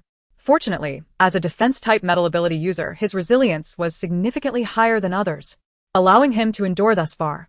After handing over the faux staff members to Tan Song's subordinates, he was assisted to the side to tend to his wounds. Just as Tan Song was about to instruct Shang Jie to awaken the unconscious male beastmen en masse, a subordinate approached with news. Captain Tan, Lord Lu has personally arrived with his team. Tan Song chuckled softly, questioning the audacity of this Lord Lu to show up. Did he bring more men than we have? Let Shang Jie take a break. Soon enough, these unconscious male beastmen will be handled by his men. We shall pursue the wandering beastmen and rescue the abducted young females. Understood, Captain Tan, I will notify them at once. Before long, Lu Zhige appeared with a security team in the hall, clad in his government official uniform, wearing his distinctive golden metallic mask. He frowned at the scene before him and inquired of his subordinate, "Is there any surveillance?" The subordinate shook his head, explaining that all surveillance in the hall had been destroyed before the females entered, leaving no footage behind. Lu Zhige scanned the room and spotted Bai Su. He commanded his subordinates to question the male beastman who remained conscious, as he should possess valuable information. Tan Song approached swiftly, sizing up Lord Lu before him. For some inexplicable reason, he suddenly felt an odd sense of familiarity with this lord. Suppressing this strange feeling, he spoke coldly, "My lord, I am Major Tan Song, serving under General Tan. Since you have come personally, I entrust the aftermath to you. I shall lead my men to pursue the wandering beastmen who have abducted the females." Chapter 259. The familiar lord having spoken, Tan Song turned to leave, only for the lord to immediately declare, "I shall bring 2 security teams with you." Tan Song frowned, questioning whether the lord doubted their competence. Lu Zhige paused, shaking his head. "No, it is that you are unaware of the true nature of this wandering beastman group. It is safer to have more personnel." After a moment's contemplation, Tan Song nodded in agreement. He then added, "My lord, while you venture into danger, ensure your safety is prioritized. Otherwise, we in the military may not have the capacity to protect you. Major Tan, you need not concern yourself with my safety." Liu Shi replied. Tan Song smirked slightly. That would be for the best. Many of the awakened male beastmen, hearing of their intent to pursue the abductors, insisted on joining to rescue their females. Among them was a familiar face, Gu Yanbei. Upon seeing him, Bai Su squinted and immediately whispered to Tan Song, "Captain Tan, we cannot bring Gu Yanbei. I suspect this incident may be related to Su Xin and the Su family." Just as Tan Song was about to concur, Lu Zhige interjected, instructing his subordinates to bring along those male beastmen eager to assist. Though their combat prowess was limited, they would still be of help. If Gu Yanbei joined, he might lead them to some clues. Bai Su and Tan Song exchanged glances, their brows furrowing, particularly Bai Su, who turned to glare coldly at Lu Zhige. Did the lord truly believe this, unafraid of being hindered and provoking trouble? Bai Su questioned. Behind the mask, Lu Zhige was taken aback by the normally proud and loquacious Black Rabbit's sudden display of intensity. He hesitated for a moment, then spoke with authority, "With my presence, they shall not stir up any trouble." Bai Su retorted with a sarcastic smile, wishing that the lord could indeed maintain order in the tumultuous A city, as he claimed. Lu Zhige thought to himself that it was rather unpleasant to hear this Black Rabbit speak with such urgency. Ignoring Bai Su further, he joined forces with Tan Song's team to track down the abducting wandering beastmen. Bai Su stood atop the hall, observing Lu Zhige's retreating figure. The refined attire of the lord, his crimson hair, and his tall stature inexplicably overlapped with Lu Zhige. Meanwhile, two loyal subordinates of Mo Yuan had already sustained injuries and were expelled from the combat zone. 3 minutes later, Mo Yuan was sent flying by a kick from the third member, transforming into his beast form as a black panther, and landed in a parabolic arc. Rolling several times on the ground before finally halting. Gasping heavily, he shakily rose again, bloodied limbs still determinately standing, his dark vertical pupils fixed on the third member, who had morphed into a hyena. Nearby, the fifth and sixth members lay heavily injured, with a 5-3 disadvantage. Only the third member and Mo Yuan remained capable of continuing the fight. Although Mo Yuan bore severe injuries, at least he could stand and keep fighting, while the others lay sprawled on the ground. The third member coldly addressed Mo Yuan, "Old 8, surrender. Give up the position of young master, or I shall kill you today, and father will not blame me." Mo Yuan smirked, defiantly responding, "Since childhood, father has always valued me the most. How do you know that if you kill me, father won't hold you accountable? Are you so confident?" Mo Yuan's words struck at the deepest secrets of the third member's heart, causing him to drop the pretense of civility and fully sever ties with Mo Yuan. He bellowed, "Goody." As the third member unleashed his abilities, Mo Yuan enveloped himself in a shroud of black mist, evading the lethal strikes with remarkable agility. Yet, the disparity in their power levels remained vast, and even with his evasive maneuvers, he sustained considerable injuries.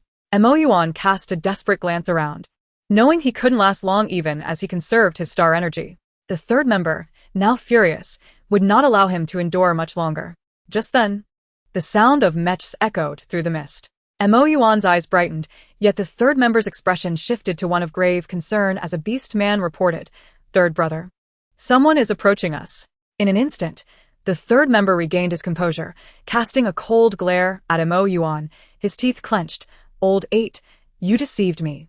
You were merely buying time from the start." Mo Yuan chuckled coldly, "And so what if I did? At this point, don't think you can provoke me further. Rest assured, I will not leave you behind. For this matter alone, father will not allow you to remain young master. Prepare to face punishment upon your return." With that, the third member ordered his subordinates to bind Mo Yuan and stuff him into a cargo vehicle, declaring, "We are leaving now." The convoy quickly assembled and set off. However, no matter how fast they moved, once their whereabouts were discovered, they could not outrun the mechs. Tan Song and Lord Lu swiftly caught up to the convoy, blocking their path. As the mechs landed, a well-equipped battalion of soldiers and security personnel emerged, swiftly engaging in combat with a group of wandering beast men. As the clash unfolded, Tan Song and Lu Zhige, who were observing from the periphery, furrowed their brows in concern. They quickly realized that among the group of feral beastmen, there were several high-level transformations, including multiple 8th tier ability users, with one reaching the pinnacle of 8th tier. If it weren't for the substantial number of personnel they had brought, their superior equipment and ample star energy, the outcome of this interception could have been quite uncertain. "Your Excellency, which area near the main star has feral beastmen with such formidable strength?" Tan Song inquired with a serious expression. Although the military department of City A wielded significant power, when it came to matters of this nature, it was Lu Zhige who possessed greater insight. After a moment of contemplation, Lu Zhige did not conceal the truth. From this perspective, the only force around the main star with such capabilities is the notorious Mo Leaguai. Tan Song's eyes widened in shock. Mo Leaguai is one of the largest factions of feral beastmen surrounding the main star. When did his influence extend to our City A? Isn't he primarily active around City S? Lu Zhige chose not to respond to Tan Song's astonishment. His brown eyes narrowed, indicating that Mo Leaguai's desperate attempt to abduct young females suggested he was eager to expand and enhance his power. In the past, Mo Leaguai had resorted to abducting females, but only discreetly within the underground or black market. He would expend vast resources and star coins to sporadically purchase and smuggle young females to his base, treating them well and ensuring they served him. After all, without females, there could be neither star energy sustenance nor reproductive capability, rendering any force unable to sustain itself. To grow stronger, it was imperative for Mo Leaguai's domain to encompass a sufficient number of young females with high potential. Thus, young females from newly formed families in various cities became his prime targets. Even with this knowledge, he had never dared to act overtly, given the supervision of the Star Alliance. Yet, he had now crossed that line. audaciously abducting 200 young females in a single brazen endeavor. What could possibly be driving this old rascal to such desperate measures? Had he received news more dreadful than the abduction of young females? Chapter 260. Pursuit. Although the military and the security team were well-equipped and formidable, the feral beastmen boasted several 8th-tier ability users. After the two factions clashed, it was astonishing that neither side could gain the upper hand. Thankfully, Lu Zhiga had also brought the security team. Otherwise, relying solely on the two teams led by Tan Song and Shang Shiji, they might not have been able to contend with the feral beastmen. "It's our turn to take action," Tan Song declared. "By all means, Major Tan," Lu Zhiga replied. Disregarding the city lord, Tan Song charged into the fray with 2 trusted subordinates. Unbeknownst to them, the feral beastmen had not anticipated the swift arrival of City A's forces. Logically, they had left men behind to delay any pursuit, expecting rescue to take longer, and even with the presence of a certain Chong, they believed that any incoming chase would merely be for show.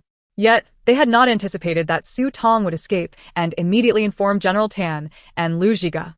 With General Tan and Lu Zhiga in action, General Chong had lost any opportunity to provide cover. The third brother and his companions soon realized that the pursuing forces were quite formidable. Their abilities and energy had already been partially expended in the assembly hall, and midway, they had been further depleted by Mo Yuan. Now, facing Tan Song and the security team led by Lu Zhiga, it became apparent that they were not the opponents they had hoped to be. As someone rushed to the third brother's side seeking assistance, "Third brother, our men can't hold out much longer. What should we do?" The third brother gritted his teeth. "How many females can we retain? There are 5 trucks loaded with females. With our remaining strength, we can at most take 2. Then let us take 2. If that's not feasible, we must at least secure 1. Change course and head into the combat zone, pushing towards Zone 28. Once we enter the combat zone, no matter how formidable they are, they won't be able to track us." "Understood. Third brother, I'll relay the message right away." The individual swiftly departed to disseminate the orders. Before long, the feral beastmen abruptly abandoned their desperate fight, retreating while engaging in combat. Many quickly boarded their vehicles, each protected by a high-level ability user, as 7 or 8 trucks simultaneously revved up, splitting into different directions. Tan Song noticed their maneuvers and furrowed his brow, issuing a cold command: "Split up and pursue." The soldiers who had initially fought as a unit promptly divided into 4 smaller teams, each chasing in a distinct direction. The male beastmen who had initially followed were now scattered, akin to headless flies. Lu Zhiga instructed his men to covertly monitor Gu Yanbei, observing whether he would follow the convoy. Soon, a report reached Lu Zhiga. "City Lord, Gu Yanbei has joined the 3rd convoy. Inform Major Tan to bring his elite team and pursue the 3rd convoy with me." Tan Song quickly received the message and rushed over. "How do you know the mastermind of the feral beastmen is in the 3rd convoy?" "You need not know. Just trust me," Lu Zhiga replied. Tan Song thought to himself, "The arrogance of this city lord is truly irksome." Moreover, the city lord shared a striking resemblance with the red-haired beastman Su Tong. As the 6th brother sat in the passenger seat of the front vehicle, he glared at the approaching mech, his eyes nearly igniting with rage. Beside him, the 5th brother cursed vehemently. "Damn it, are they all dogs with a keen sense of smell? A 1 in 4 chance, and they still 0 in on our team." The 3rd brother, seated at the back, wore a grim expression. "Don't panic. Uncle Chi and Uncle Jiao are in the vehicles behind us. Even if the city lord of City A pursues us, we can still escape." The pursuing mech soon began attacking the ground convoy. The weaponry on the mech was far more advanced than that of the convoy. Without someone to counter the mech, the convoy could not endure for long and would soon be intercepted. The 3rd brother picked up the radio and said, "Uncle Chi, Uncle Jiao, we need your assistance now." A response quickly came through the radio. "Understood." From the rear vehicle, 2 large owls of different colors swiftly emerged. These were 2 8th-tier pinnacle beastmen whose true forms were owls. With their immense talons, they descended upon the mech, tearing a substantial chunk from its hardened exterior. Another owl followed suit, striking the already damaged area again, further compromising the mech's integrity. The once formidable mech was being dismantled by these 2 golden-enhanced beastmen, losing its offensive capabilities. Just as the convoy seemed within reach, it grew increasingly distant in mere minutes. Inside the mech, Tan Song wore a cold expression, recognizing that they faced 2 8th-tier pinnacle experts. Lu Zhiga, masked, had his expression obscured, but Tan Song could hear him say, "Leave these 2 to me." You and your men continue pursuing the mech. Tant Song was taken aback by the city lord's words. Are you certain? These two are 8th-tier pinnacles. I've stated before. My safety is not your concern. With a furrowed brow, Tant Song nodded in agreement. In the next moment, a crimson dragon emerged from the mech, facing the two owls. As an 8th-tier ice ability domain unfolded, enveloping both owls instantly. Through the mech screen, as Tant Song observed the gradually receding battlefield, a shocking realization began to dawn upon him. The form revealed by the city lord bore an uncanny resemblance to Lu Zhiga. Could it be that the city lord of City A was Su Tong's beastman Lu Zhiga?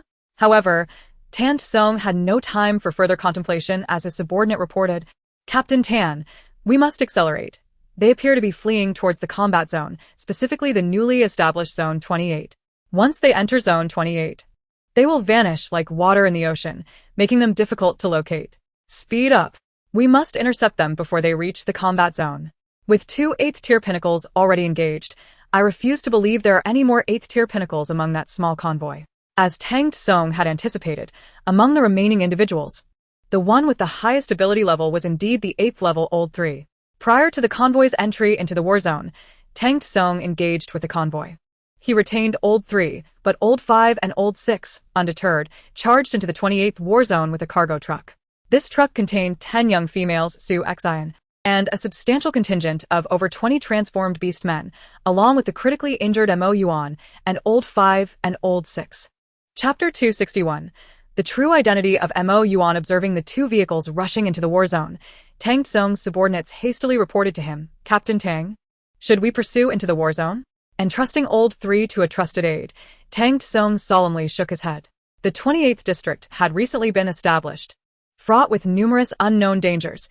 Pursuing them would be ill-advised. He ordered that the situation be reported to the command center, requesting them to monitor the periphery of the 28th district. Just as Tant Song issued his orders, he received news from the other 3 teams. They had all been intercepted, and the truck carrying the young females had been seized, with the majority of the young females now safe.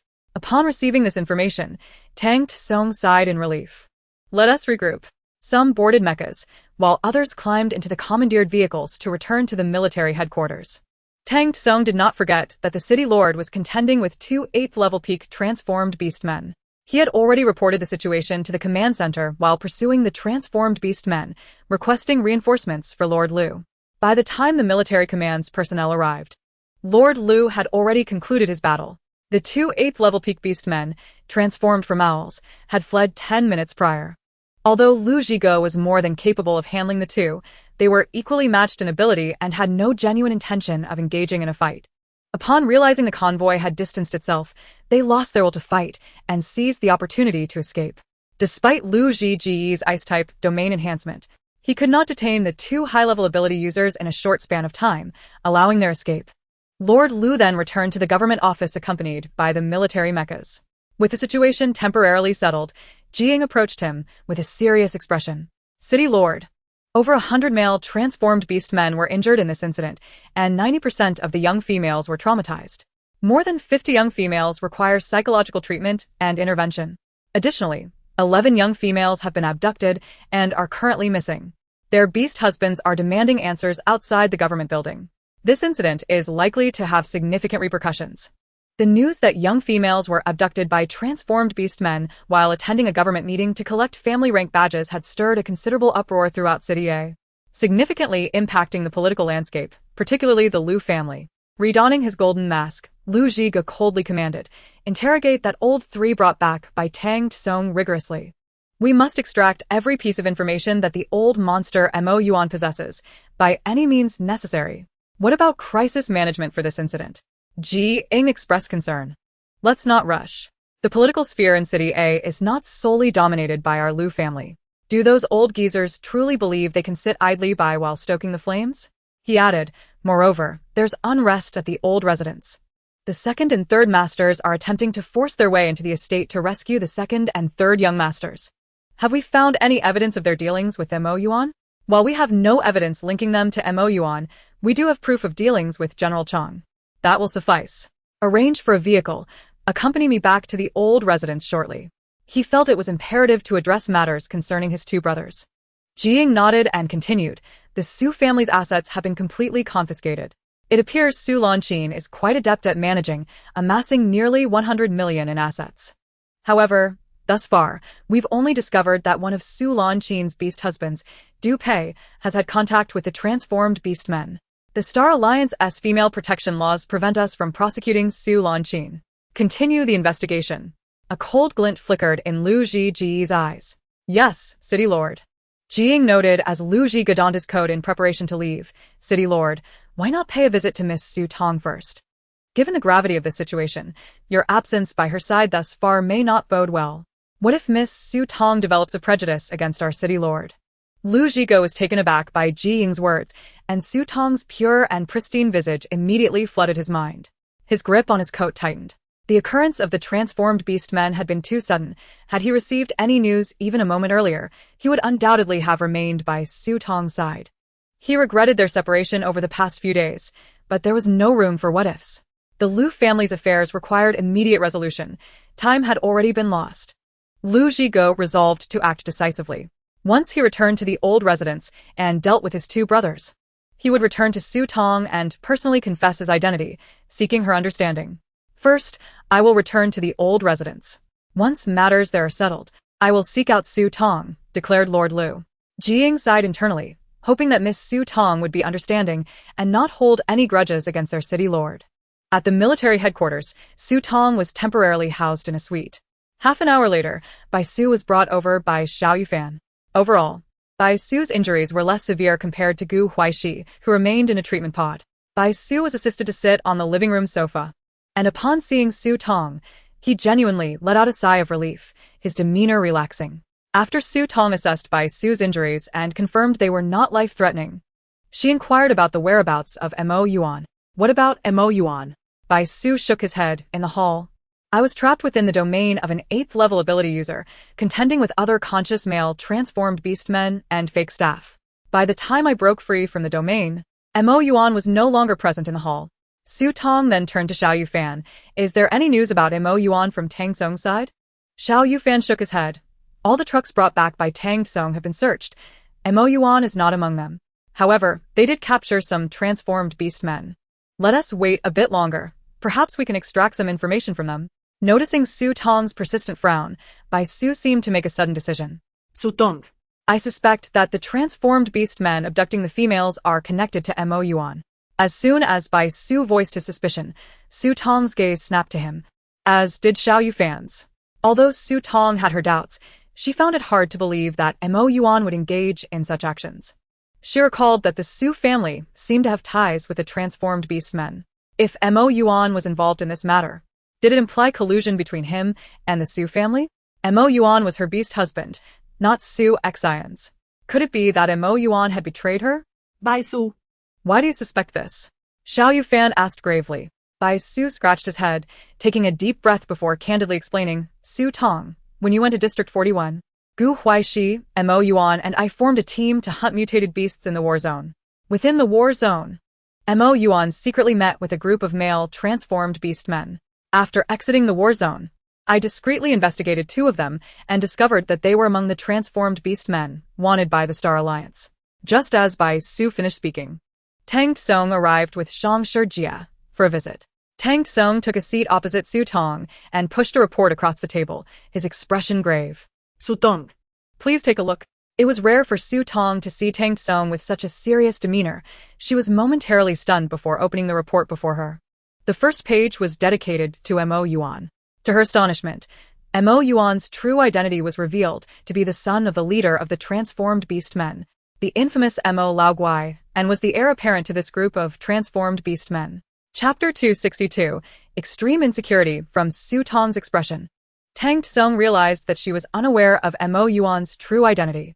Nevertheless, the routine inquiry had to be made. Su Tong, are you aware of Mo Yuan's identity? Su Tong, somewhat dazed, shook her head. In the original narrative, the protagonist remained oblivious to Mo Yuan's true identity until the very end. Tang Tsung let out a sigh of relief. Rest assured, since you are unaware of his identity, this matter bears no consequence for you, and you shall not face any repercussions. However, regarding the ensuing investigations by both the military and political factions, I hope you, Su Tong, will not obstruct or shield anyone. Su Tong remained in a state of shock, instinctively nodding in response. Aware of her distress, Tan Song refrained from further intrusion, exchanging a nod with Xiao Yufan, urging him to look after Su Tong as he departed swiftly with Zhang Shiji. There was no need for Bai Su to act as an informant. Tan Song had already presented the findings of the investigation to Su Tong. Having endured numerous trials alongside the antagonists, sharing both hardships and joys, she had believed that their intimate companionship would gradually transform them into genuine spouses. Little did she know, betrayal lurked unexpectedly around the corner. In that fleeting moment, Su Tong found herself doubting each of her beastly husbands. Her gaze toward Xiao Yufan and Bai Su was now tinged with suspicion. Xiao Yufan and Bai Su immediately sensed the shift in Su Tong's demeanor. Their expressions clouded with concern. Xiao Yufan spoke gently, "Su Tong, it's getting late. After the shock you've endured today, allow me to accompany you to your room for some rest." Su Tong paused, momentarily lost in thought before she responded. She quickly shook her head, insisting no need. "I prefer to rest alone tonight." A sense of wariness had taken root in her heart towards the 5 antagonists from the original narrative. If given the choice, she would rather have Lu Zhiga by her side, for at least he was not one of the original beastly husbands.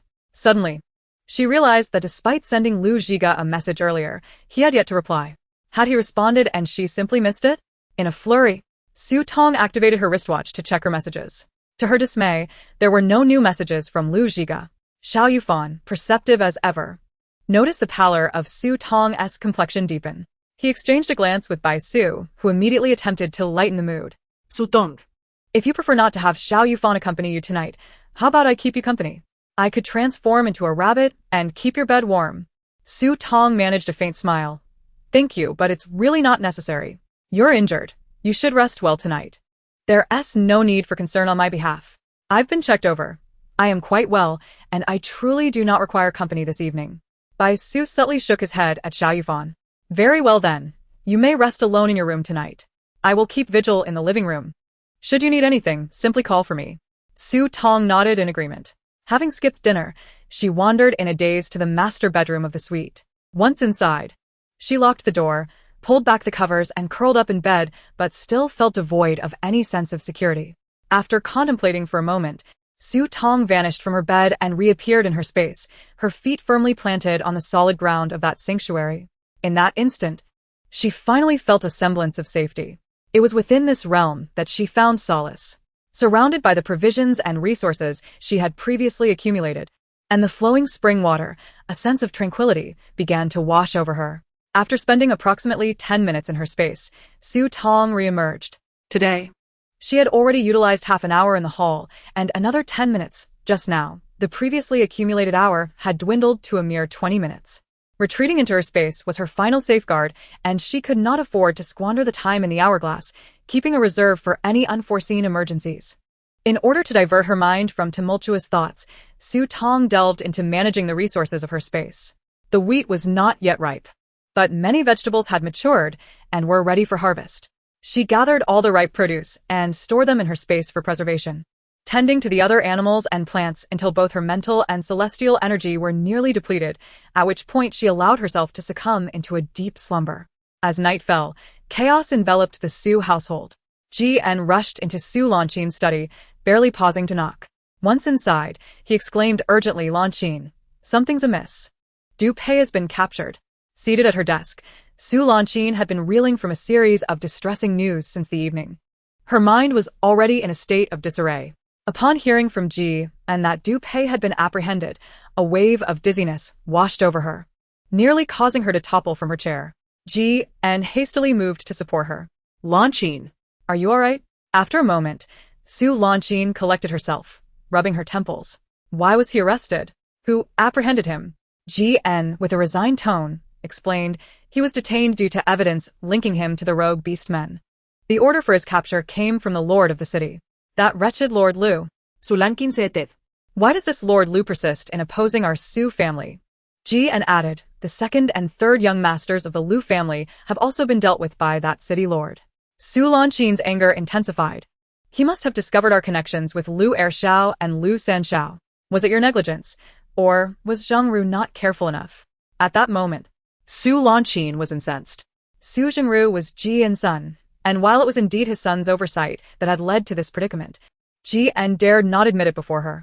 It was a lapse on the part of one of my subordinates, he stammered. After sharing a life for so many years, how could Su Xin be unaware of her husband's and son's characters? You have all driven me to the brink, she exclaimed in exasperation. Jian quickly patted her back. Xin, your health is paramount. We must ensure your well-being to devise a plan to rescue Du Pei. Just as Jian finished speaking, Su Jingru burst into the study in a fluster, mirroring Jian's distress. Mother, it's terrible. All our family's business accounts have been frozen. My card has been frozen too. Upon entering, Su Jingru noticed his father was also present, and both parents wore unusually grim expressions. He immediately lowered his head, standing at the doorway. Being his son, Jian could not bear to witness him standing there like that, and shouted, "Get in here and speak." Su Xin's face was ashen as she began making phone calls for inquiries. Soon enough, she received confirmation of the same distressing news that Su Jingru had reported. The entirety of the Su family's assets had been frozen by the government, and not just Su Jingru's private accounts but hers, Jian's, Su Hongyi's, and Su Xian's as well.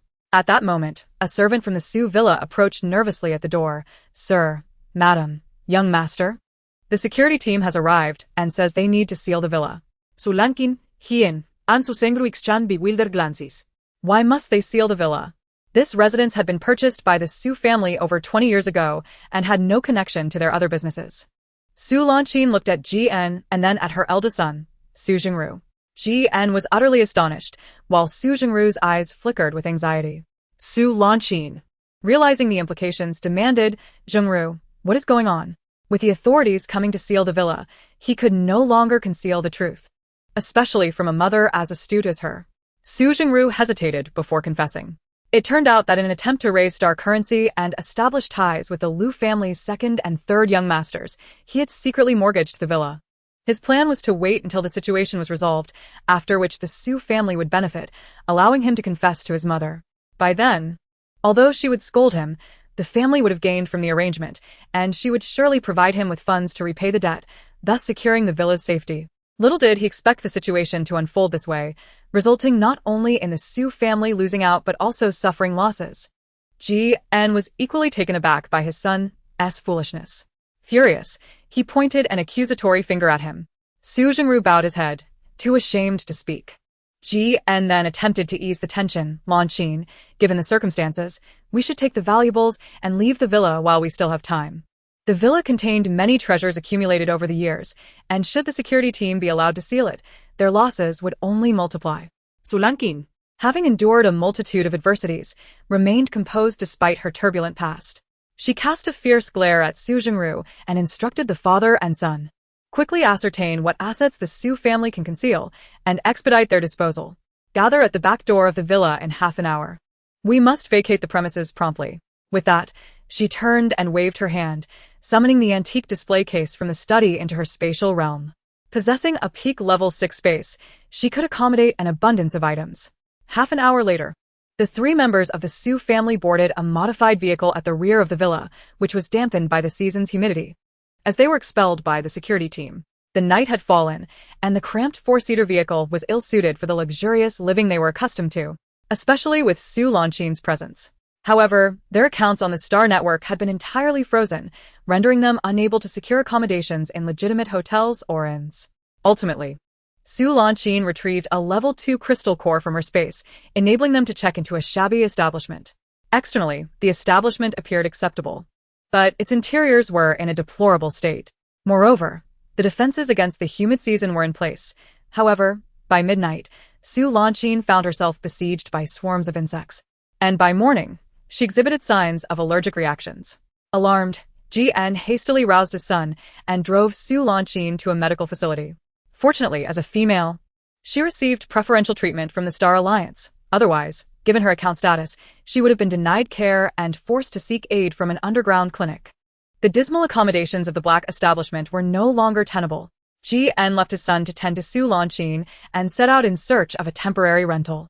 After a day of fruitless searching, he found that decent villas and suites required identity account verification, which was impossible under their current circumstances. Ultimately, he ended up paying a premium to rent a 2-bedroom apartment in a high-rise building, with the rent amounting to a level 5 crystal core. The residents were individuals whom the Su family had previously regarded with disdain. Coincidentally, Jian's rented apartment was located on the first floor, where Lu Lejuan's family resided. In the afternoon, Jian returned from the medical facility with Su Xin. They waited for the elevator for 10 minutes, and Su Xin felt exceedingly out of place in the high-rise environment. Her expression soured throughout the wait. Upon entering the rented apartment, her displeasure deepened. The space was cramped and dilapidated, with only one bathroom and 2 bedrooms. Naturally, she claimed the master bedroom for herself, replacing the existing bed with one from her spatial realm. However, the modest size of the room meant that her bed occupied 3/4 of the space, leaving only a narrow path for movement, further rendering the layout peculiar. Despite being married to Ji-en, Su Xin preferred to sleep alone, only seeking out her beastly husbands when necessary. Consequently, after occupying the master bedroom, Ji-en took up residence in the secondary bedroom, leaving Su Jingru to sleep on the old sofa in the living room. Although the high-rise was shabby, it was equipped with adequate defenses against the humid season, alleviating concerns of being attacked by small mutated beasts or insects in the dead of night. The Su family temporarily settled into this new arrangement. Meanwhile, Lao Wu and Lao Lu drove a truck into the 28th battle zone, and within half an hour, assistance arrived. Before nightfall, the group took a concealed route into the 11th battle zone, a temporary stronghold of the notorious leader, Mo Leaguai. A modified pickup and a cargo truck parked in a cleared area outside the stronghold. Lao Wu and Lao Lu, furious, disembarked from the pickup, tossing their hats to the ground. Observing that only one cargo truck returned after so many had departed, the onlookers furrowed their brows, and a sharp-witted individual hurried to report the situation within the stronghold. Shortly after, a bald man with a white beard emerged, flanked by a dozen peculiarly dressed male beast people of varying ages. This was Mo Leaguai, the leader who had previously wreaked havoc around S City. Noticing the solitary cargo truck, he inquired in a grave tone, "What transpired? Why is there only one truck? Where are the others?" Lao Wu and Lao Lu, initially indignant, were now filled with trepidation at the sight of Mo Leaguai personally inspecting the situation. Like frightened quails, they approached him to offer their greetings. "Father, why have you come out yourself?" A middle-aged male beast person beside them frowned and snapped. "Fifth and sixth young masters, the leader is addressing you." No more interruptions. Once brash and arrogant, Lao Wu now trembled as he replied, "Father, the other trucks were intercepted en route. We could only bring back this one. All thanks to Lao Ba. Otherwise, we wouldn't have returned with just one truck." Mo Leaguai's expression remained inscrutable as he continued to question, "What of Lao-san? Is Lao Ba with you?" Lao Wu nudged Lao Lu with his elbow, urging him to respond. Lowering his head, Lao Lu murmured, "Third brother was captured by the A City Military District. Lao Ba is still in the truck. We brought him back for you." "Who took Lao-san from the A City Military District? And why hasn't Lao Ba come out to see me?" Lao Wu and Lao Lu fell silent, their bodies trembling uncontrollably.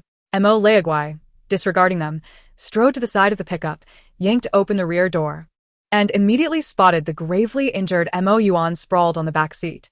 Sensing a familiar aura of danger, Mo Yuan struggled to open his eyes, only to meet the gaze of Mo Leaguai, whose eyes glinted with malicious glee. "Lao Ba, my most cherished child, welcome back to your father's side." Chapter 264.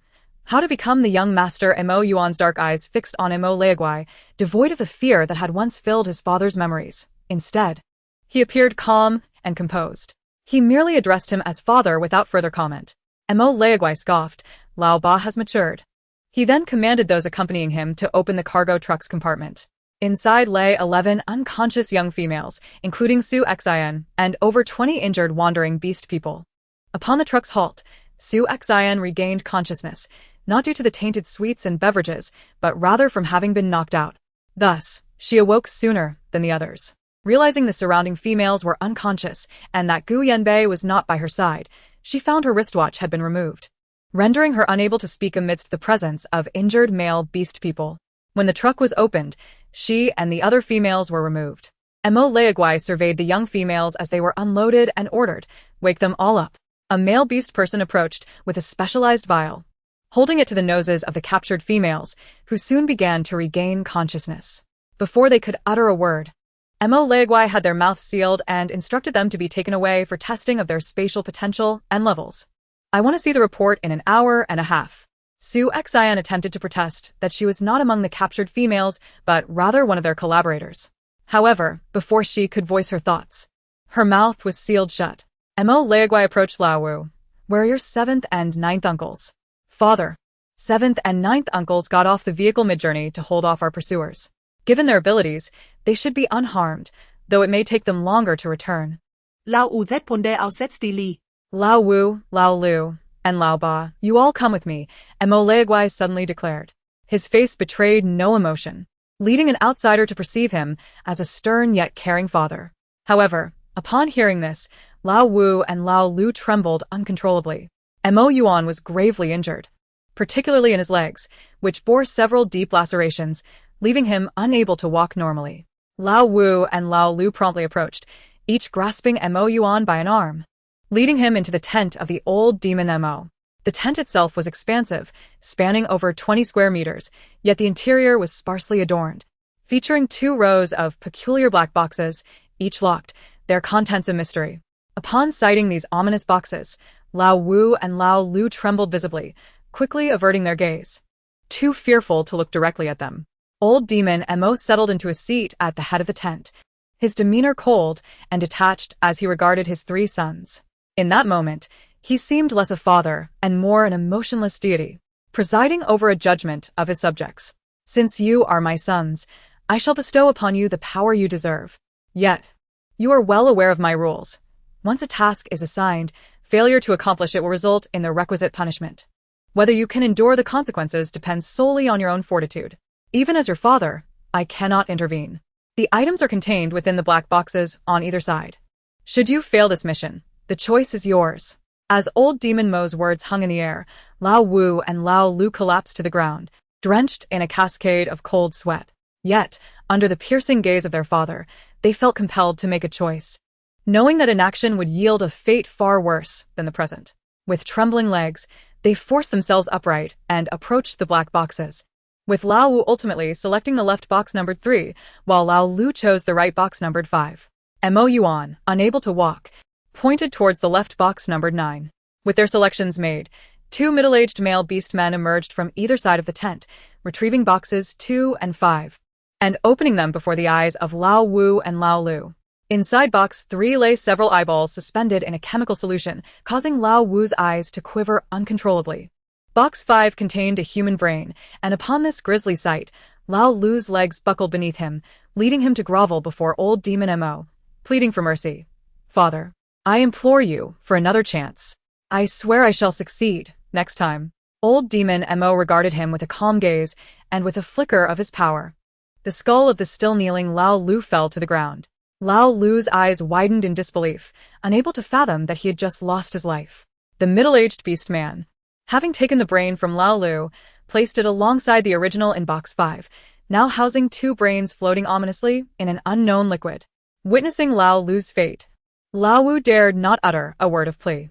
Without prompting from the beast man, he resolutely jabbed at his own left eye. Moments later, he shrieked as he presented the severed eye to the beast man, who accepted it, depositing it into the black box before expressionlessly retrieving a healing device to tend to Lao Wu's wound.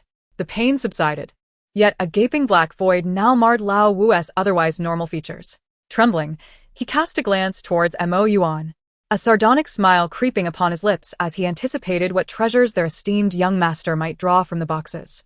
The middle-aged man approached the left black box number 9, opening it before Mo Yuan. Inside lay a model of a pinnacle-level 7th-tier mutated beast.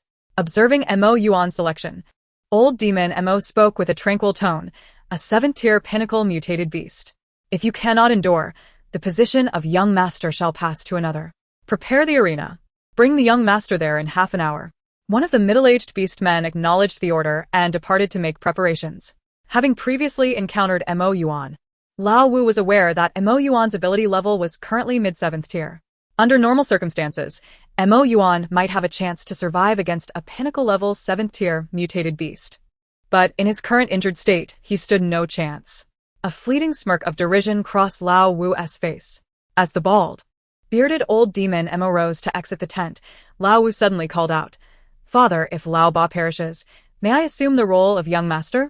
With Lao San's fate uncertain and Lao Lu already lost, In the absence of Lao Ba these past 2 years, the three of them had been the most favored sons.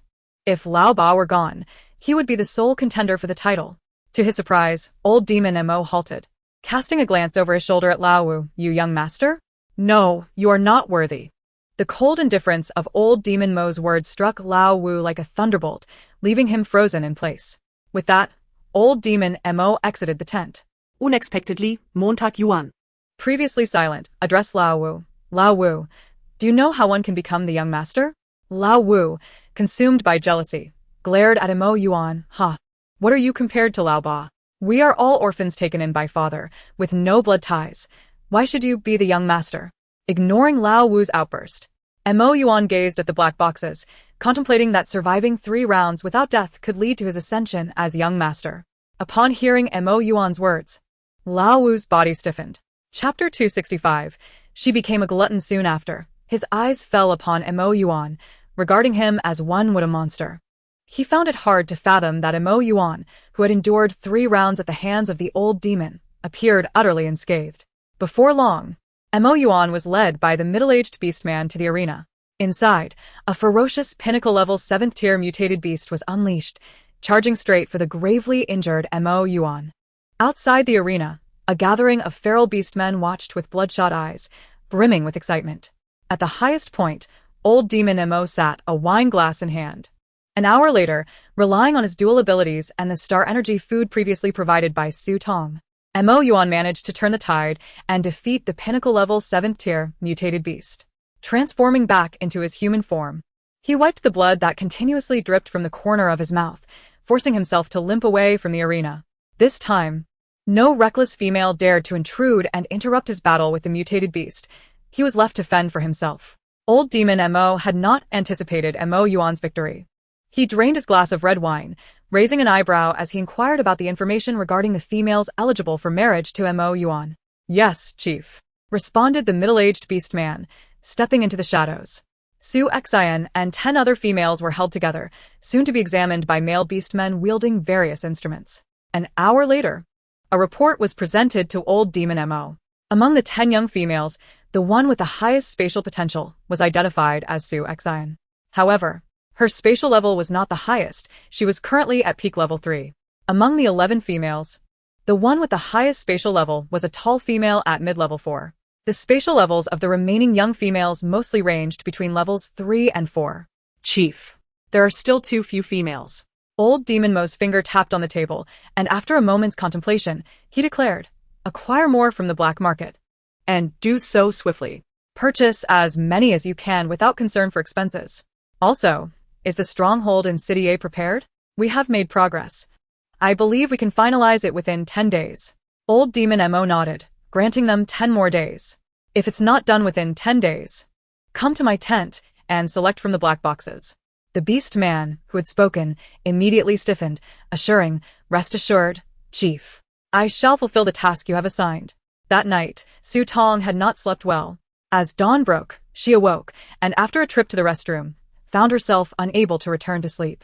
After tossing and turning for an hour, Tong resolved to get up. Just as she finished dressing and washing up, Bai Su knocked on her door. "Tong, are you awake?" Tong opened the door to find Bai Su standing outside, his face etched with concern. "Our residence has been surrounded by troops sent by General Chong." "Why has General Chong surrounded our dwelling?" Bai Su sighed helplessly. Due to Mo Yuan, General Chang's side has also learned about Mo Yuan being a transformed beast. As your beast husband, he believes that the recent abduction of the female is related to you and intends to forcibly take you away for interrogation. Su Tong gritó Ortiz. That Chong is taking advantage of the chaos. It must be intentional. However, you need not worry excessively. Xiao Yufan has already negotiated with General Tan, and with General Tan's presence, they dare not act recklessly. I have come merely to inform you of the situation. For your safety, you cannot leave my side today. By usted aussetzt Tong was taken aback and nodded slightly. She hurried to the window, pulled back the curtains, and glanced outside. Indeed. Her suite was surrounded by soldiers from the military, armed to the teeth. Huaixi had already exited the treatment chamber, but had reverted to his small fox form. This time as a black fox. After pondering for a moment, Tong promptly retrieved 3 prepared sandwiches and 2 cups of soy milk from her space. and separately mixed a packet of milk powder for the black fox. Tong had expended a significant amount of star energy tending to her space last night.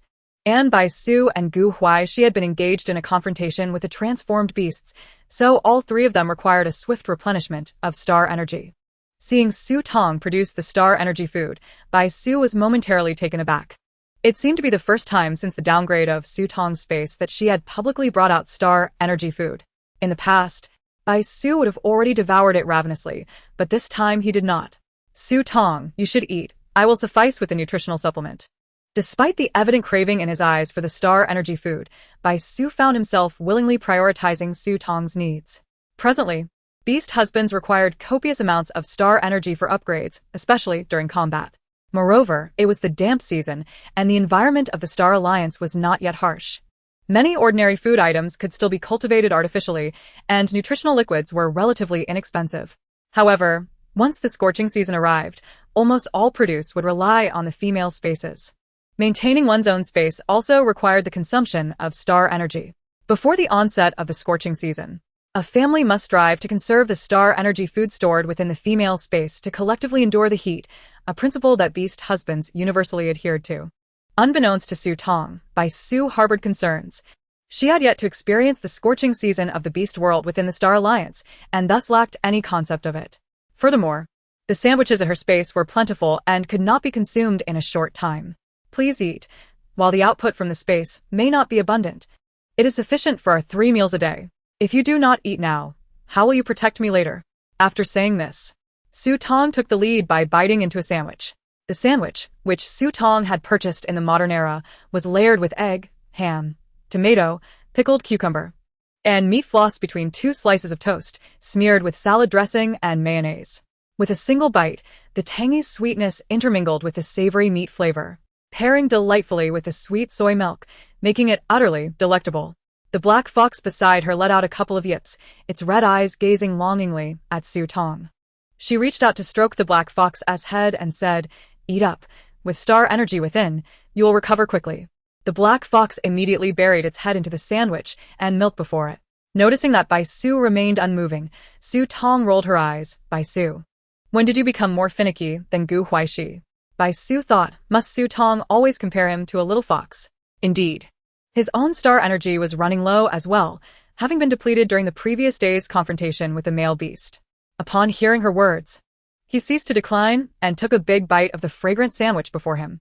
The delicious flavor of the sandwich spread through his mouth, the star energy rushing into his limbs. The taste of the star energy food was truly delightful. In just 3 to 5 minutes, the sandwiches and soy milk were consumed, and Tong was astonished to find that she was still not full. In fact, she felt less than half satisfied. How had her appetite suddenly increased so much? Previously, a sandwich and soy milk would have left her completely satiated, at least to the extent of being 8/10 full. Feeling somewhat embarrassed, Tong asked Su and the little fox, "Ahem, are you both full?" Su, with a slightly flushed face, chuckled awkwardly, while the black fox circled around Tong, gazing at her with longing eyes and yipping. Thus, Tong retrieved another 3 sandwiches and cups of soy milk. After finishing this round, she finally felt a sense of fullness akin to 7 or 8/10. The corners of her mouth twitched involuntarily. Could it be that with the upgrade of her space, her appetite had also increased, necessitating more star energy? Would she then become a glutton? She glanced at Su and the black fox, who were eating even more rapidly than she was. Su was still not satisfied, while the little fox was licking the plate clean. It seemed that the appetite of beast husbands exceeded even hers. Since they had begun eating, they ought to eat their fill. Tong replenished Su and the little fox with another serving. As for Su, that was understandable. But how could a creature smaller than a cat consume so much? It appeared that the journey to stockpile star energy food was still a long one. Just as Tong had completed her replenishment of star energy, a commotion erupted outside. Su swiftly finished a sandwich and hurried to the window to investigate. It was a confrontation between Xiao Yufan's subordinates and those sent by General Chang. "Step aside, let us in, or we will not be polite," barked a square-faced soldier clad in military officer's combat attire. The slender, tall officer blocking his path refused to budge. "Captain Qian, this is Lieutenant Zhao's family. If you wish to enter, produce a search warrant first." Captain Qian, his surname, glared at the tall officer, his expression tightening. A search warrant, is it? Very well. He gestured to his soldiers behind him, and one immediately activated his wrist device to display a 3D screen to the tall officer. On the screen was a search warrant stamped by the general's office, complete with General Chang's handwritten signature. The tall officer scoffed. I know General Chang has great influence, but he does not represent the entire military of City A. General Tan's side does not recognize that. You, Captain Zhou. do not force my hand. Captain Qian snarled, his patience wearing thin. As if my patience were abundant. Captain Zhou retorted defiantly. The two factions had been locked in a standoff outside Su Tong's residence for over half an hour. Both sides had long exhausted their patience, and General Chang had recently ordered them to adopt a more aggressive stance. At this moment, with General Tan at a disadvantage, they held the upper hand and were determined to take someone away, especially given the peculiar events that had transpired at the military building last time. It was the perfect opportunity to bring Su Tong back for a thorough examination. With General Chang's directive, Captain Qian's demeanor immediately shifted to one of assertiveness. He gestured to his soldiers, and the next moment, he lunged at Captain Zhou. Both were level 7 ability users, and in the blink of an eye, they were engaged in combat. Once the two captains clashed, the other soldiers naturally joined the fray, leading to widespread chaos. Upon returning from General Tan's side, Xiao Yufan found that a conflict had already erupted outside Su Tong's residence.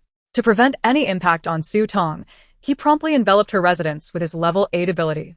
However, General Chang's side also had several skilled fighters, particularly being within the military. The number of experts was significantly higher than elsewhere.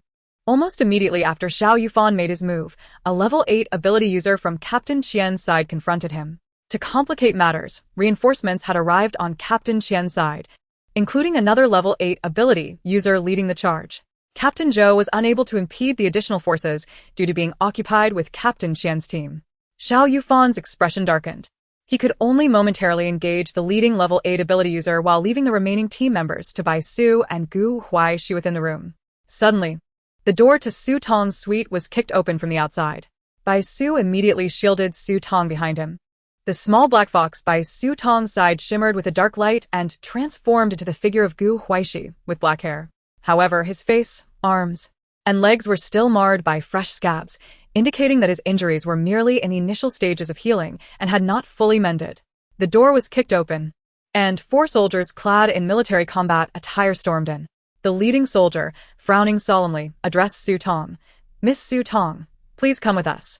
This way, everyone suffers less. Enough with the pleasantries. If you wish to take my female sovereign, you'll have to step over my dead body. Bai Su thi tổ côn ly. His usually warm demeanor morphing into that of a ferocious wolf dog. Gu Huaixi, now in his exaggerated form, seized the opportunity while the soldiers were distracted, and a dark void had already appeared behind them. In a swift 2-on-4 confrontation, Bai Su and Gu Huaixi engaged the 4 soldiers. Su Tong quickly retreated to a safe distance, drawing out a particle gun from her spatial storage. Meanwhile, within the highest conference room on the top floor of the military's administrative building, Shang Shiji stealthily entered through the back door and whispered a few words into General Tan's ear, then stepped back with a grave expression, standing behind General Tan. Tan công. Standing nearby, cast a curious glance at Shang Shiji. Upon hearing the news relayed by Shang Shiji, General Tan's expression darkened instantly. He fixed a piercing gaze on the smiling General Chang across the room. General Chang, isn't your behavior a bit excessive at this moment? General Chang let out a hearty laugh.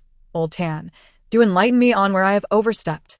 I am merely acting in accordance with the laws of the Star Alliance. Where is the fault in that? The rogue beastmen who abduct females are the targets of the entire Star Alliance's crackdown. Su Tong's beast husband is the designated heir of the old monster MO. Is it wrong for me to apprehend Su Tong for investigation? Should we allow the accomplices of the rogue beastmen to roam freely within our military? I have already conducted all necessary investigations. Although Mo Yuan is Su Tong's beast husband, she has never had any contact with the rogue beastmen. She is utterly unrelated to them. You exaggerate. If you insist on taking Su Tong, I shall lodge a complaint against you with the Star Alliance's Department of Female Protection. General Chang appeared unfazed. Old Tan, spare me the threats. Over the years, the living conditions within the Star Alliance have deteriorated, and the Department of Female Protection has become a mere shadow of its former self. You know this as well as I do. If you truly wish to stop me, it cannot be accomplished by your solitary effort. Then how about adding the city lord into the mix? Suddenly, the grand door of the conference room was pushed open from the outside, and a tall man with red hair and a golden mask strode in. General Chong had not anticipated that City Lord Liu would appear at this juncture. Wasn't the government in turmoil due to the rogue beastmen? How could he afford to come to the military? General Tan was equally taken aback upon seeing City Lord Liu. He rose to greet him and extended a hand for a handshake. Tan Tsong, following General Tan, regarded City Lord Liu with a strange and inquisitive expression. Could this lord truly be Liu Zhiga? General Chong, with a smile that didn't quite reach his eyes, remarked, "Does the city lord not feel threatened? Intervening in this matter at such a time is not wise." City Lord Liu approached the conference table and casually took a seat. He turned his gaze towards General Chong and suddenly exuded an air of authority, declaring, "This city lord does not consent to your apprehension of Su Tong. I request that you withdraw your men, General Chong." General Chong was amused by City Lord Liu's assertion. "Liu, let us be clear. This is the military, not a government building. You've chosen the wrong venue to flex your muscles." "Oh, what if I can produce evidence of your communications with the rogue beastmen?" Chapter 267. Su Tong is my female sovereign. General Chong. Impossible. He had indeed been in contact with the old monster, but all evidence had been deleted. City Lord Liu could not possibly present it. City Lord Liu and General Tan observed General Chang's expression. Noting the fleeting moment of panic that crossed his face before he regained his composure, realizing he had been caught in a moment of vulnerability by Liu, General Tan's expression darkened. Even at this crucial moment, General Chang's only concern was power and influence. After self-reassuring, General Chong calmed himself, stating, "I stand firm in my integrity. If City Lord Liu has evidence, let it be presented. As for you, City Lord, with such significant errors in government work, what right do you have to meddle in this affair?" As General Chang's words left his lips, even General Tan regarded City Lord Liu with a look of inquiry. Indeed, Su Tong had no connection to City Lord Liu. What was his sudden appearance about? This lord was exceedingly mysterious and had never intervened in matters concerning females before. City Lord Liu scanned General Tan and General Chong with a piercing gaze, then dropped a bombshell revelation. "Su Tong is my female sovereign." General Chong. Is this reason not sufficient? General Chong. General Tan's shock was no less than that of General Chang's. City Lord Liu. Such jokes are ill-timed. Are you truly willing to go this far for a young female? General Chong clearly found it hard to accept this claim in such a short span of time. City Lord Liu activated his wrist device and displayed a marriage certificate photo issued by the Star Alliance Beast Realm towards General Chong. "Now, can General Chong withdraw your men? If not, there are hundreds of security personnel outside the military, though the numbers of the government security team may not match those of the military. The strength of City Lord Liu's security team is formidable, comprising 3 elite squads, each averaging a level 7 in abilities. If a confrontation were to occur with General Chang's soldiers, even if they cannot secure victory, they would undoubtedly inflict significant damage on their opponents. With just General Tan, General Chong could manage, having spent years building his influence within the military of City A. Yet, with the addition of City Lord Liu, his only option was to retreat. "You!" General Chang's face turned a furious shade of gray. He immediately rose, his eyes fixed intently on General Tan and City Lord Liu. "Have you two been in cahoots all along?" General Tan's brow furrowed at General Chang's words. "Old Chong, I am not you." City Lord Liu scoffed. "General Chong, you have more allies behind the scenes than you think. Knowing about that news in advance, weren't you planning to share it?" At this, General Chong found himself unable to stand any longer. He stared incredulously at City Lord Liu. "You Liu, what nonsense are you spouting? Don't think for a moment that you can conspire together and that no one in City A can touch you." City Lord Liu's brown eyes suddenly turned icy. "General Chong, do you truly believe you have not received word from the old monster regarding the impending beast tide? The variant beast tide is one of the most terrifying and perilous events for the Star Alliance Beast Realm. It signifies the potential sacrifice of a large number of male beastmen, and we may not even be able to regain the safety zones we fought so hard to reclaim. The war zones will expand once more, compressing the living space of humanity within the Star Alliance. Human territories will be constricted, resources will be ravaged, and the living environment will be genetically contaminated, thereby affecting the climate. 10 years ago, City E, the capital of the Star Alliance, was completely devoured by a beast tide. The entire city ceased to exist and has now become War Zone 33. This incident occurred a decade prior. General Tan had not anticipated that City Lord Liu would bring such dire news to the military district. A beast tide. This was an event that had not transpired in 10 years. He could no longer afford to concern himself with General Tong and stood up urgently to inquire. City Lord Lu, is this true? Beneath the golden mask, City Lord Lu's brown eyes bore a serious and profound expression. It is likely true. The information was extracted from the old monster son, from that fellow known as the Third. If this information holds true, then the old monster's frantic rush to City A to orchestrate such a plan to abduct young females makes perfect sense.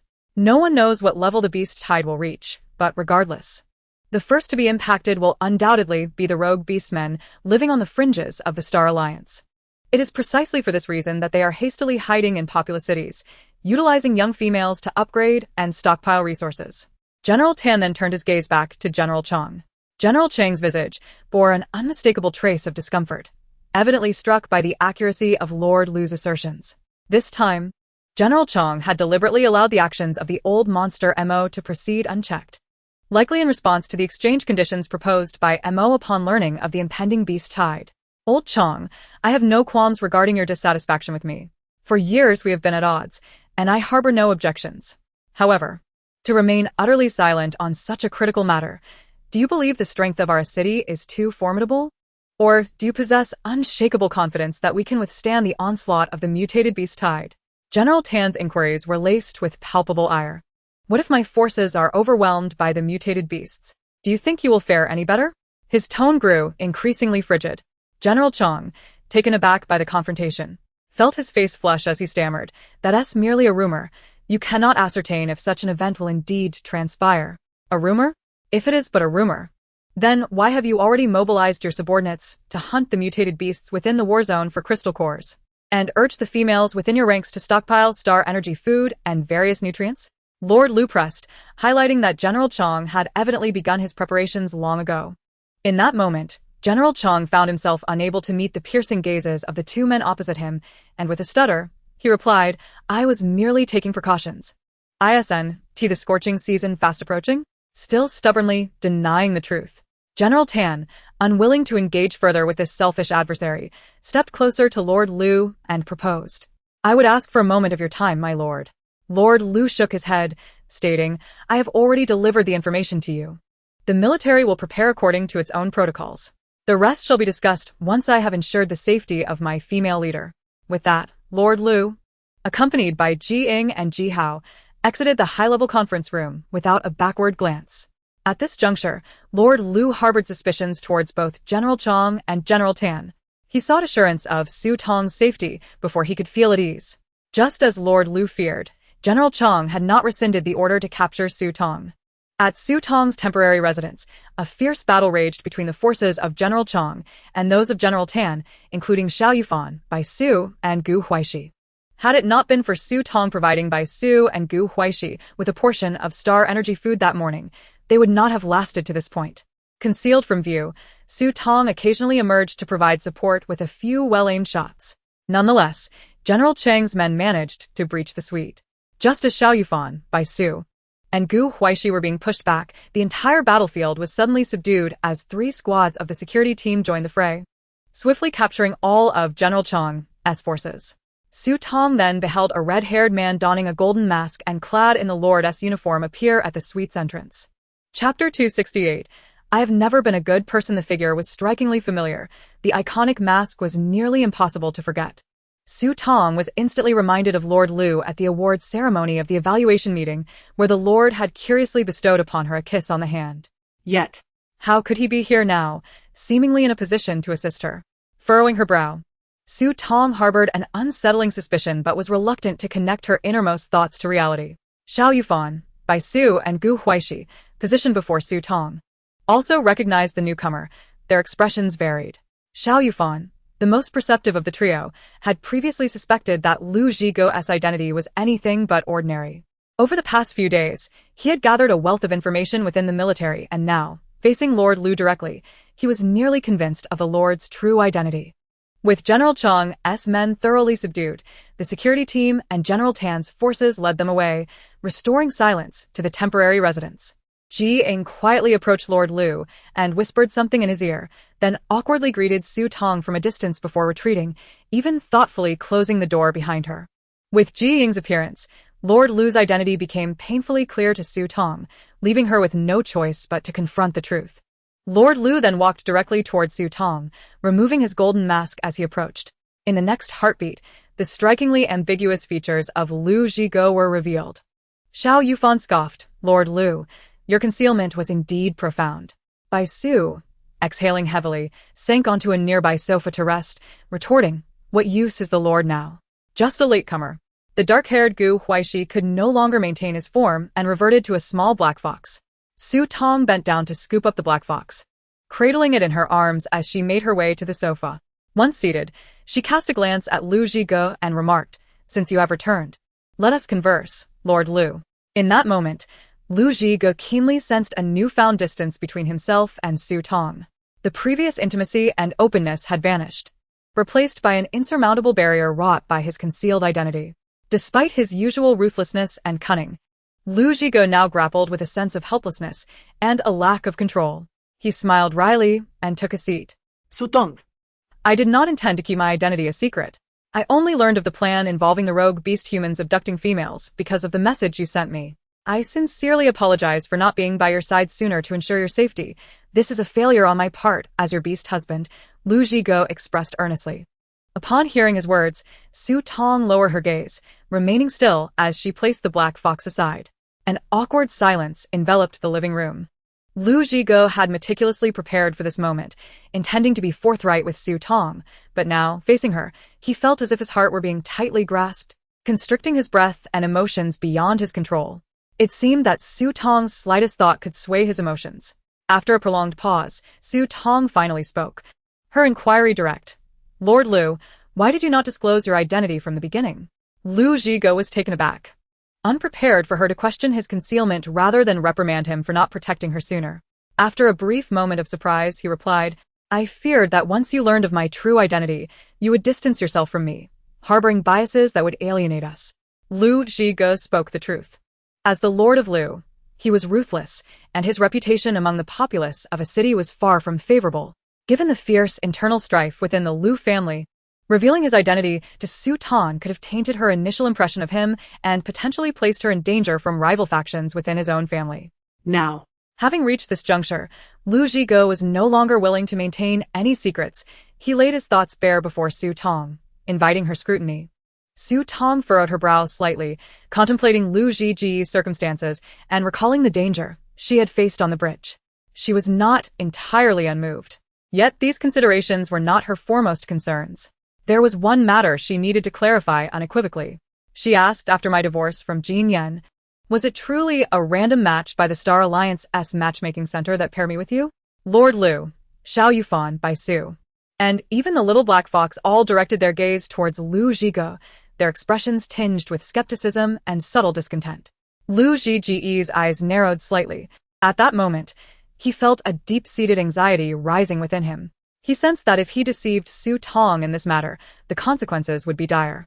Typically, he could be cunning, evasive, and ruthless, but in confronting the female he had chosen, he could not afford such tactics. A misstep now could render any chance of redemption impossible. Taking a deep breath, Lu Zhigo felt a long-lost tension surge within him after many years. He then raised his gaze, his brown eyes meeting Su Tong's dark ones. In that instant, he shed all pretense and artifice. He let out a hoarse and anxious laugh, saying, "Where in this world is there so much fairness? It is nearly impossible to match with a beloved female partner. If I could resolve this vexation through power and means, I would not be foolish enough to refrain from doing so. From start to finish, I am a selfish and self-centered person." Even Su Tong was taken aback by Lu Zhiga's candid admission as he laid bare his most grotesque thoughts without reservation. Su Tong pondered that if it were her, she would not have spoken so frankly, for not everyone possesses the courage to expose their darker sides for others to scrutinize. Strangely, the resentment and frustration she harbored towards Lu Zhiga began to dissipate upon hearing his words. Perhaps every individual harbors a devil within.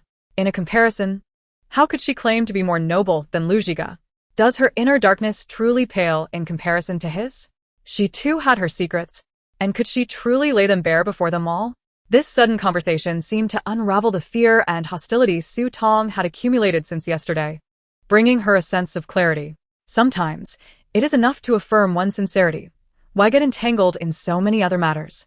After listening to Lu Zhiga's words, Su Tong sat in silence on the sofa, her gaze lowered. The weight of unease intensified for Lu City Lord as she remained quiet for a considerable time. He anxiously implored, Su Tong, it has always been my vile nature. Can you forgive me just this once? Chapter 269. Your beast husband has dissolved your marital relationship. Su Tong was jolted back to reality by Lu Ziga's words and looked up at him. In that moment, the once commanding and decisive Lu City Lord appeared, as if abandoned by the world. Su Tong was momentarily stunned, tilting her head to ask, if I do not forgive you, will you divorce me? Lu Ziga thought to himself that this marriage had been forcibly obtained through his manipulations. Having finally acquired what he desired, how could he possibly let go so easily? Even if Su Tong chose not to forgive him now, he would never consider divorce. He would employ every means possible to earn her forgiveness. It was precisely because he knew what he wanted that he would not give up so readily. In fact, a dark voice within him clamored that surrender was not an option. Even if it were to be ruined, he would not relinquish it. However, he dared not voice this demonic thought, fearing it would truly frighten Su Tong. From his silent, stifled demeanor, Su Tong had already discerned his answer. Propping her chin on her hand, she gazed at Lu Zhiga, saying, Look, you have no intention of divorcing. Why then do you seek my forgiveness? If I were to say I forgive you, would that truly ease your heart and remove the burden? Lu Zhiga. Yet he still wished for her to forgive him. Suddenly, Su Tong rose from the sofa. She patted Lu Zhiga on the shoulder, her tone lightening. Whether to forgive you is not something I can decide with a mere statement. What has happened has transpired. Since you do not wish for a divorce, let us see how things unfold. Time will provide the answer. With that, Su Tong exited the living room, retreating to her own chamber. In the living room, the four beast husbands exchanged glances. The little black fox cast a glance at the three men, leaped off the sofa, and hurried to the door of Su Tong's room, raising its head and letting out a pitiful cry before scratching at the door. Not sensing any movement inside, it curled up at the doorway. A few minutes later, Su Tong reopened her room door, scooping the curled-up black fox into her room. Lu Zhiga, Bai Su, and Xiao Yufan exchanged bemused looks. When did Huaixi become so scheming, even vying for attention at a time like this? Xiao Yufan crossed his arms, glancing at Lu Zhiga with a smirk. Did Lu City Lord never expect to hit a wall one day? Bai Su rolled his eyes at Lu Zhiga. Oh, how impressive, City Lord. If I were Su Tong, I would have divorced you immediately. Su Tong's words from just before she retreated to her room echoed in Lu Zhiga's mind. He sensed that Su Tong's emotions were gradually calming, no longer as desperate and extreme as when she had posed her earlier questions. He sighed with relief, knowing that as long as he performed well moving forward, there remained a glimmer of hope. Realizing this, the resolute Lu City Lord returned. Lu Zhiga ignored Xiao Yufan and Bai Su's jibes. He exhaled, leaning back comfortably against the sofa, and cast a glance at the two men opposite him. There is no need for jealousy. The fact that Su Tong has not divorced me indicates that she still cares for me deep down. Bai Su Gop. However, Xiao Yufan ceased his jesting and redirected the conversation to the matter at hand, regarding the recent incidents of rogue beast men abducting females. Have you received any information as City Lord? Upon mentioning this matter, Lu City Lord's expression turned serious. He shook his head. Had I known of this situation, I would never have agreed to this meeting. Do you have any news about Mo Yuan? Do you suspect this incident is related to him? Xiao Yufan asked, glancing at Bai Su. Bai Su and Gu Huaixi were the first to uncover Mo Yuan's questionable identity. Perhaps Bai Su had more insight. Yet, to their surprise, Bai Su furrowed his brow and shook his head. I do not know more than you. Initially, I merely speculated that Mo Yuan had connections with other factions. I never imagined his background would be problematic. I have been quietly observing Mo Yuan these days, and he does not seem to be one of the orchestrators of this incident. If you have a way to contact him, it may be beneficial in capturing this group of rogue beast men. Bai Su's reasoning was sound. Xiao Yufan affirmed, continuing, at the very least, we can ascertain that Mo Yuan is currently not in any mortal danger. Otherwise, Su Tong would surely sense it. Lu Zhiga nodded. If you receive any news regarding Mo Yuan, inform me immediately. Additionally, there is another crucial piece of information that must be conveyed to you at once. The Star Alliance is about to face a wave of mutated beasts. We must prepare adequately. The gravity of this news weighed heavily on Bai Su and Xiao Yufan, overshadowing all they had previously learned. What is the credibility of this news? they inquired. Lu Ziga's expression remained solemn. It is over 80% credible. Xiao Yufan and Bai Su exchanged glances. I need to find General Tan to discuss preparations for City A. Tomorrow morning, we will take Su Tong back to the villa in the suburbs. Xiao Yufan rose to his feet. I will accompany you. Xiao Yufan, currently serving in the military, had access to many situations within the army. If there were resources, he would be among the first to receive them, providing a safeguard for Su Tong and their family. Meanwhile, Su Tong lay on her bed, staring at the ceiling. Although the little black fox had entered her room, she did not place it on the bed. Instead, she retrieved a cat bed from her space and set it beside the bed for it to lie in. The little black fox glanced at the cat bed with disdain and pushed it aside, subsequently curling up pitifully on the cold floor. It occasionally shivered, as though unable to withstand the chill of the ground. After a moment of emptiness, Su Tong turned her head and spotted the trembling black fox on the floor. The black-haired Huaixi had appeared more than once, each time with new tricks. Despite its current pitiable state, the essence of this little black fox was indistinguishable from that of Huaixi. Nevertheless, the sight of the small, fluffy black fox curling up helplessly stirred Su Tong's sympathy. She inwardly scolded herself for her weakness, fully aware that the little black fox was partly feigning its vulnerability.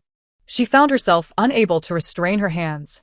Rising, she scooped the black fox from the floor and placed it on her bed. The little black fox looked up at her with its watery red eyes and licked her hand with its delicate tongue. Su Tong could not help but ruffle the little fox's head and, in a moment of impulse, stroke its soft, fluffy ears. As Su Tong was about to embrace the little black fox for a brief respite to rejuvenate her energy, an urgent notification suddenly flashed across her wristwatch. Frowning, she opened the screen and was momentarily frozen in place, her grip on the soft paw of the fox tightening involuntarily. The screen displayed a stark message. Your beast husband, Yuan, has unilaterally dissolved your marital bond. Chapter 270. The essence of the Star Alliance marriage law. Su Tong. How is that possible? Male beast men cannot unilaterally dissolve a marriage. Even if a female wishes to do so, she must provide a month's notice before the dissolution can occur. The last time Jin Yan and she divorced, she had first received a notification from the matching center, and only after agreeing did the divorce take place. Why was she now informed of her dissolution with Yuan without any prior warning? Stunned, Su Tong instinctively sensed something amiss. The little black fox whimpered in pain from her grip, bringing her back to reality. Realizing she had hurt the fox, she immediately released it. But her mind remained in disarray. Suddenly, the black fox transformed into the form of the raven-haired Huaixi. He furrowed his brows and cast a glance at Su Tong, then leaned in to inspect the information displayed on her wristwatch. In an instant, Huaixi sensed something was wrong. A beast husband cannot unilaterally dissolve a marriage with his female counterpart. Something must have happened to Yuan. Without hesitation, Huaixi sprang from the bed, pulling Su Tong up with him. Su Tong, you must inform Xiao Yufan and the others immediately. They might know what has transpired. Prompted by Huaixi's urgency, Su Tong finally regained her composure. Nodding, she swiftly opened the door and exited the room. Barely 10 minutes had passed since Su Tong returned to her room when she reemerged, accompanied by the raven-haired Huaixi. The trio on the sofa, Xiao Yufan, Lu Ziga, and Bai Su, turned in surprised unison, with Bai Su shooting a pointed glare at Huaixi, clearly suspecting him of feigning concern. Su Tong, however, had no time to dwell on the glances exchanged among the beast men. She presented the message she had received on her wristwatch to them. The sudden notification raised a crucial question. Under what circumstances within the Star Alliance would a male beast man directly divorce his female counterpart without her knowledge? Xiao Yufan, usually calm and composed, furrowed his brow tightly. He shook his head, asserting that under any circumstance, a male beast man could not unilaterally divorce his female partner. Bai Su nodded in agreement. Lu Ziga, crossing his arms and tapping his temple with his long fingers, posed a thought-provoking question. Do you know what the essence of the Star Alliance marriage law truly is? Having served as the city lord for several years, Lu Ziga possessed far greater insight into the inner workings of the Star Alliance than Su Tong and her companions. Su Tong had never contemplated this question before and shook her head. The others turned their attention to Lu Ziga. He wasted no time in elaborating. The marriage between a male beast man and a female is, in essence, a spiritual contract, facilitated by the vast operational system of the Star Alliance. Regardless of whether the male beast man possesses formidable genes or the female is physically weaker, both hold a certain degree of spiritual power. The female, in particular, can perceive this power more distinctly, especially after the spatial upgrade that follows their marriage matching, which consumes a portion of their spiritual strength, stamina, and star energy. As he spoke, Lu Zhiga glanced at Su Tong, who nodded in acknowledgement. Indeed, as her spatial abilities had advanced, she felt an increasing demand for spiritual energy in managing her space, a force that was distinctly different from physical strength and star energy. Every male beastman possesses spiritual power, albeit in varying degrees. To date, the Star Alliance has not identified any male beastman with solely spiritual power. The majority still rely on common abilities, complemented by a few special categories of mutated powers.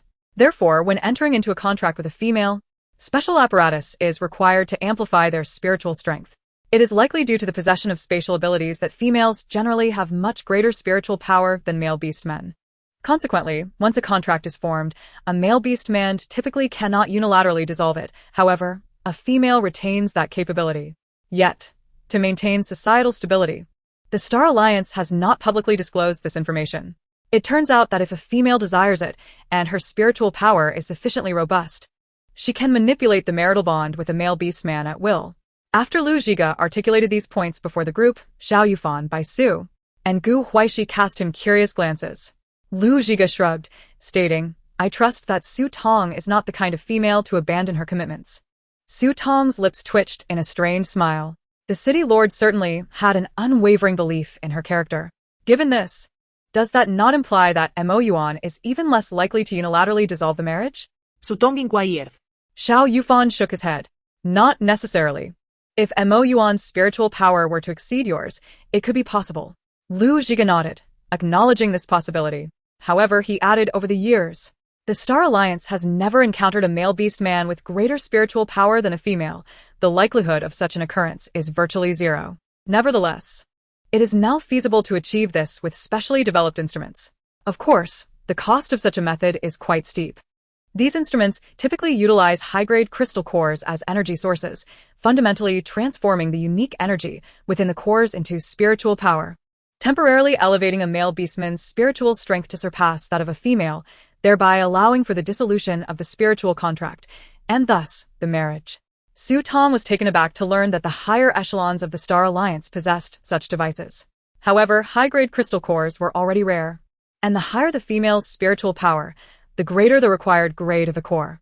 Even among the elite of the Star Alliance, few would be willing to expend high-grade crystals on such matters.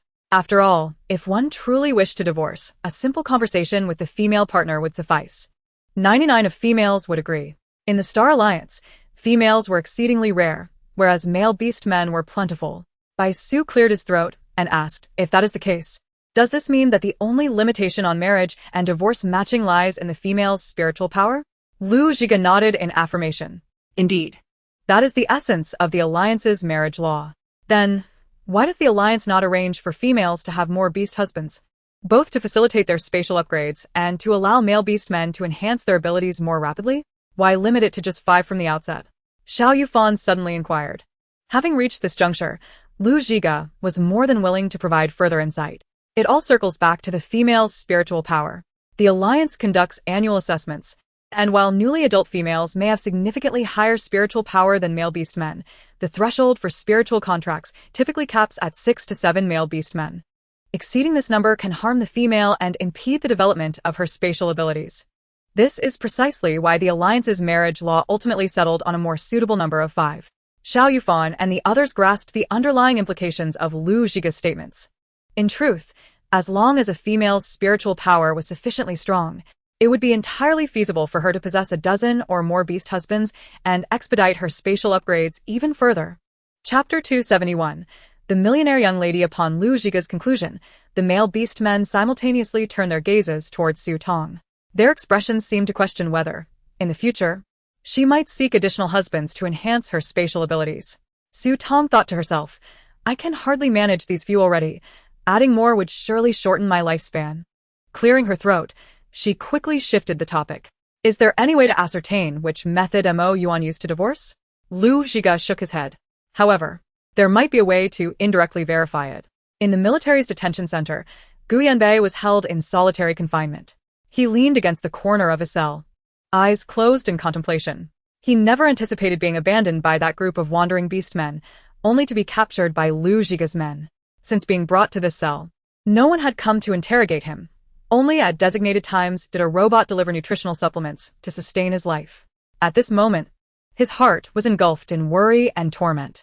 He was uncertain whether Su Xin had followed the wandering beast-turned-human out of the safe zone. If she had not escaped with the wandering beast-turned-human, then Su Xin should still be in City A. She would undoubtedly devise a means to free herself from the clutches of the military's prison. Conversely, if she remained with the wandering beast-turned-human, it might not be a cause for concern. With the backing of the Su family, she would surely be rescued. As long as Su Xin was safe, he would not linger in this cell for long. What he needed to do now was simply to bide his time patiently. After comforting himself with these thoughts, Gu Yanbei closed his eyes once more, forcing himself to rest. However, just a few minutes after shutting his eyes, an urgent notification pinged on his wristwatch. Gu Yanbei abruptly opened his eyes and raised his wrist to check. A large exclamation mark blared from the screen of the watch. His brow furrowed involuntarily. Wasn't the military prison supposed to be shielded from the Star Network signals? Since his arrival, he had received no messages from the outside world, let alone been able to log onto the Star Network to communicate. Could it be that the military's signal blocker had malfunctioned? Regardless, he needed to check the information on his watch. Gu Yanbei swiftly accessed the virtual screen, eager to discern the content of the urgent notification. Upon reading the message, he froze in disbelief, an expression of shock and incredulity flashing across his face. How could this be possible? Su Xin had divorced him. They had grown up together as childhood sweethearts, and even after discovering she was not the biological daughter of the Su family, he had never relinquished hope of being with her. They had later matched for marriage, relying on and caring for one another. Wherever he went, he would protect her. How could Su Xin unilaterally choose to divorce him now? In a fit of desperation, Gu Yanbei rushed to the cell door, pounding furiously against it as he shouted, "Someone, let me out." He needed to see for himself at the matching center what had transpired. He wanted to access the surveillance footage to confirm whether Su Xin had personally initiated the divorce. Yet, after shouting for over a minute, no one entered the cell to inquire. Suddenly, Gu Yanbei recalled that his watch could connect to the Star Network, and he hastily attempted to contact the matching center. However, by the time he composed and sent the message, the Star Network was once again blocked. Staring blankly at the message he had sent, Gu Yanbei was consumed by impotent fury within the confines of his cell. Meanwhile, in the military prison's monitoring room, Lu Zhiga, Su Tong, and their companions observed Gu Yanbei's every action. Su Xin actually divorced him? Su Tong exclaimed in astonishment. Is Su Xin on the list of abducted females? By Su Inquit. Xiao Yufan nodded in response. If only Mo Yuan had divorced, it might not have indicated anything significant, but how coincidental that Su Xin had also divorced Gu Yanbei. Moreover, if their speculation was correct, Mo Yuan must currently be in the same location as Su Xin. This indirectly confirmed that the old monster Mo likely possessed instruments capable of enhancing psychic abilities. It was perhaps due to such specialized instruments that he had set his sights on the young females of City A. "We must expedite our search for the old monster Mo and Mo Yuan," Lu Zhiga stated solemnly. To verify their suspicions, Lu Zhiga instructed Ji Ying to question several beast husbands of the abducted females, all of whom had also experienced unilateral divorces. This further solidified Su Tong and the others' conclusions. Following this confirmation, both the military district and the government intensified their efforts to locate the wandering beast-turned-human group led by the old monster Mo. Strangely, however, 2 days passed without any news regarding the old monster's gang in City A, as if they had vanished into thin air. Lu Zhiga had already conferred with General Tan during their time in the military district and decided to announce the impending mutant beast tide to all residents of City A in 2 days. This would undoubtedly cause a citywide uproar, quickly leading to a frenzy of purchasing. General Tan, having received advance notice, had organized military personnel to prepare for the beast tide.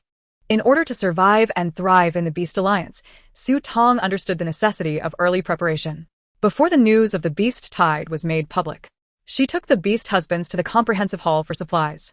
Previously, her account had a balance of 200,000 star coins, and later, in Area 41, she had negotiated transactions of 300,000 star coins each with Tan Song's team and with Tan Song personally. The most recent gift from General Jin included an additional 500,000 star coins. Therefore, Su Tong's account now boasted a total of 1,300,000 star coins. having not focused on her account balance for several days. Tong couldn't help but smile as she calculated her newfound wealth. She never imagined that one day she would possess such riches. Remembering her initial arrival when her account balance was negative, she took a deep breath and strode confidently into the comprehensive hall. As usual, she first inquired with the staff about the availability of livestock for sale, be it cows, horses, donkeys, pigs, or rabbits. Even turkeys, ostriches, and quails would suffice. Unfortunately, there were none to be found. The land was devoid of animals, let alone those in the water. The comprehensive hall only had some chickens and ducks for sale, and the prices had risen even higher than before. Since she already possessed these, she opted not to purchase them. While she couldn't acquire any animals, Tong did manage to buy 2 types of crop seeds that were not present in her space, 1 packet of sesame seeds and 1 packet of beet seeds, costing 40,000 star coins in total. Following this, she sought nutritional supplements, as the Star Alliance had recently released a plethora of bizarrely flavored nutrients. Glaring at the bewildering array, she dismissed flavors such as firefly, charcoal, and feminine lingerie. Ultimately, she selected several safe fruit-flavored nutrients, ordering 100 of each variety, totaling 500, which would be more than sufficient for her and the beast husband's emergency needs. Tong handed the procurement list to the staff member who was waiting nearby, inquiring if she could collect the items now. The staff member glanced at the list, calculated the inventory, and nodded in agreement, stating that payment was required first. You can take the procurement list to the A-Goods outlet to collect your items when you leave. Grateful, Tong extended her wrist to swipe her watch. In the next moment, a mechanical voice announced the successful deduction of 50,000 star coins. Tong. Upon hearing the amount deducted, she quickly scrutinized the procurement list, only to find that the unit price of the flavored nutrients had shot up to 100 star coins each. Has the price of nutrients risen? Tong inquired of the staff member. The staff member nodded. Miss, you may not be aware? Nutritional supplements have already increased in price with the onset of the wet season. Now, at the tail end of the wet season, the supply chain remains relatively stable. However, in a few days, as we approach the hot season, prices will rise further. According to past trends, during the hot season, the maximum price for each flavored nutrient may reach 500 star coins. Tong. If each nutrient costs 500 star coins, then the 500 she just purchased would amount to 250,000 star coins. After thanking the staff member, she turned her attention to the essentials for travel and combat gear, which were far more significant expenses. A good set of combat attire was indispensable, especially as they needed to prepare not only for the beast tide, but also for the hot season. The comprehensive hall had ready-made combat uniforms for sale, and after much deliberation, Tong and the beast husbands selected 2 sets. One was a level 5 combat uniform available for immediate wear, while the other was a level 6 combat uniform designed for the hot season, featuring cooling properties and crafted from a special material known as ice grass. Due to its higher level, it was also more expensive. The level 5 combat uniform cost 50,000 star coins, while the level 6 hot season combat uniform was priced at 80,000 star coins. With Tong and her 6 beast husbands each requiring 7 sets of both types of combat uniforms, the total expenditure amounted to an astonishing 830,000 star coins. Though it pained her to part with such a sum, combat uniforms were an unavoidable necessity. Lu Zhiga, observing Tong's spending, chuckled softly but refrained from commenting. Once the combat uniforms were secured, they turned their attention to other necessities for the hot season. The necessity of temperature-regulating devices cannot be overstated. Items such as temperature-controlled shoes, temperature-regulating wristbands, and sun-blocking helmets are indispensable. Furthermore, various materials that provide radiation protection and heat resistance for home renovations are essential. Additionally, modifications to vehicles necessitate the purchase of new tires, heat-resistant paint, components for insulation, and specialized maintenance. After amassing such a plethora of supplies, Tong found that the 1.3 million star coins she had painstakingly saved dwindled to less than 100,000. She was taken aback. No one had informed her that the currency of the Star Alliance in the Beast Realm was so easily depleted. At that moment, she felt a surge of sympathy for the female heads of households in every Star Alliance family who tirelessly stockpiled supplies for their families day by day. Upon exiting the comprehensive hall, Tong collected her nutritional supplements with a delivery slip, experiencing an overwhelming sensation akin to that of a millionaire entering and emerging as a pauper. There was no alternative but to hunt mutant beasts in the war zone to earn money. Once aboard the modified vehicle, which was driven by Xiao Yufan, the group returned to their villa in the suburbs. Upon arriving, they had barely rested for half an hour when Su suggested relocating to the city center of City A as soon as possible. After all, Tong possessed a spacious flat gifted by General Tan in the heart of City A. Why not take advantage of it? As the beast tide approached, the first areas to be struck would be those bordering the war zone, such as military installations near the combat zones, the comprehensive hall, and then the suburban outskirts, with the densely populated city center being the last to be affected. Both the military and the government would prioritize the protection of the most populous areas. When the beast tide arrives, it is certain that the city center of City A will be the safest locale. Moreover, their move to the city center would not be in vain, as during the scorching season, the outskirts would be rendered barren due to extreme heat and drought, prompting the majority of those who previously resided in the suburbs to migrate to the city center for their basic survival needs. Since they would inevitably have to move, it seemed prudent to do so sooner rather than later. The roads would only become more treacherous as the beast tide and the hot season drew near. The others unanimously concurred with Su's proposal, and Tong had no objections either. Thus, after a brief respite of half an hour, all the beast husbands began the process of moving, including Lu Zhiga, who was utterly inept at household chores. Fortunately, Tong's space was ample enough to accommodate everything. If feasible, she could have uprooted the entire villa and relocated it. The five of them transported all essential items from the villa into Tong's space. 2 hours later, they set off for the flat in the city center of City A. The flat consisted of 5 rooms, which was sufficient for their current needs, with each person having their own room. However, should Jin Yan and Yuan return, they would find themselves short of 2 rooms. Tong retrieved the items she had brought from her space, allowing the beast husbands to arrange their own rooms. Her own room required minimal tidying, just placing the furniture was nearly sufficient. Lu Zhiga and Xiao Yufan took the initiative to organize her master bedroom before attending to their own quarters. While the beast husbands busied themselves with the household arrangements, Tong seized the opportunity to tend to her space. Regardless of whether it pertained to the beast husband's upgrades, her own needs, or the impending beast tide and hot season, a substantial quantity of star energy food would be required. Previously, when her crops in the space matured, she would often procrastinate harvesting for a few days. However, the situation had changed. Now, she diligently entered her space 2 to 3 times daily, promptly harvesting any mature crops and storing them in her time-stop space for preservation. After several days of diligent sowing, her fields of wheat would be ready for harvest in 2 days. The fruit trees would take about 10 days to bear fruit, while today, she had harvested a batch of cucumbers and tomatoes from the vegetable garden. A small patch of corn was also set to mature in 2 days. The chickens, ducks, and geese were still young and had yet to produce, but the 2 lambs were growing rapidly, having noticeably increased in size within just a few days. Returning to Tong's space, the material exchange point had accumulated 7 exchanges, but the mutant beast meat had been entirely depleted, leaving her with nothing to trade. After a day, the hourglass had replenished an additional 15 minutes, bringing her total to 35 minutes, including the leftover 20 from before.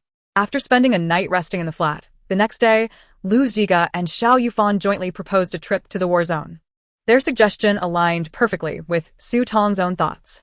Firstly, it was nearly certain that the group of transformed beasts, led by the enigmatic Mo Lao, was hiding within the war zone.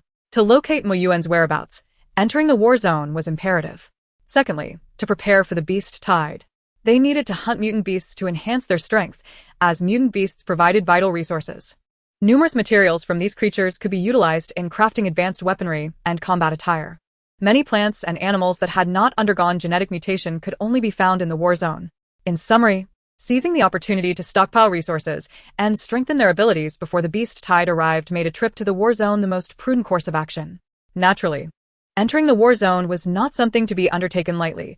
Thorough preparations were essential, especially since Tong possessed the ability to attract monsters. After deliberation, they decided to prepare today and set off for the war zone early the following morning. One of the primary objectives of this expedition to the war zone was to search for Mo Yuan, as the transformed beasts had ultimately fled into the newly established Zone 28. Thus, Tong and her group resolved to head directly to Zone 28. On the day Tong and her party departed for War Zone 28, the government and military of City A announced the imminent arrival of the beast tide, urging residents to prepare in advance. In an instant, prices for various living supplies and combat gear in City A skyrocketed. The most ordinary nutritional supplement, previously sold for 10 star coins, surged to 100 star coins, while flavor nutritional supplements soared to 500 star coins each. Combat suits, modified vehicle parts, and various auxiliary weapons for male beast warriors saw price increases of more than tenfold. Non-genetically modified natural plants and animals became exorbitantly priced overnight. Not only food and resources, but real estate in the city center of City A also experienced a meteoric rise. Any property in the city center, regardless of its condition, was quickly snapped up at inflated prices. Even hotels of all sizes in the city center were instantly fully booked. As for the Lu family, Lu Lijuan breathed a sigh of relief at home. Had it not been for her son Lu Xinheng, who had informed them of the impending beast tide in advance, she would have been just as frantic and lost as others outside. Last month, Lu Xinheng had exchanged resources accumulated in the military for star coins to purchase the old house where his parents had lived for many years.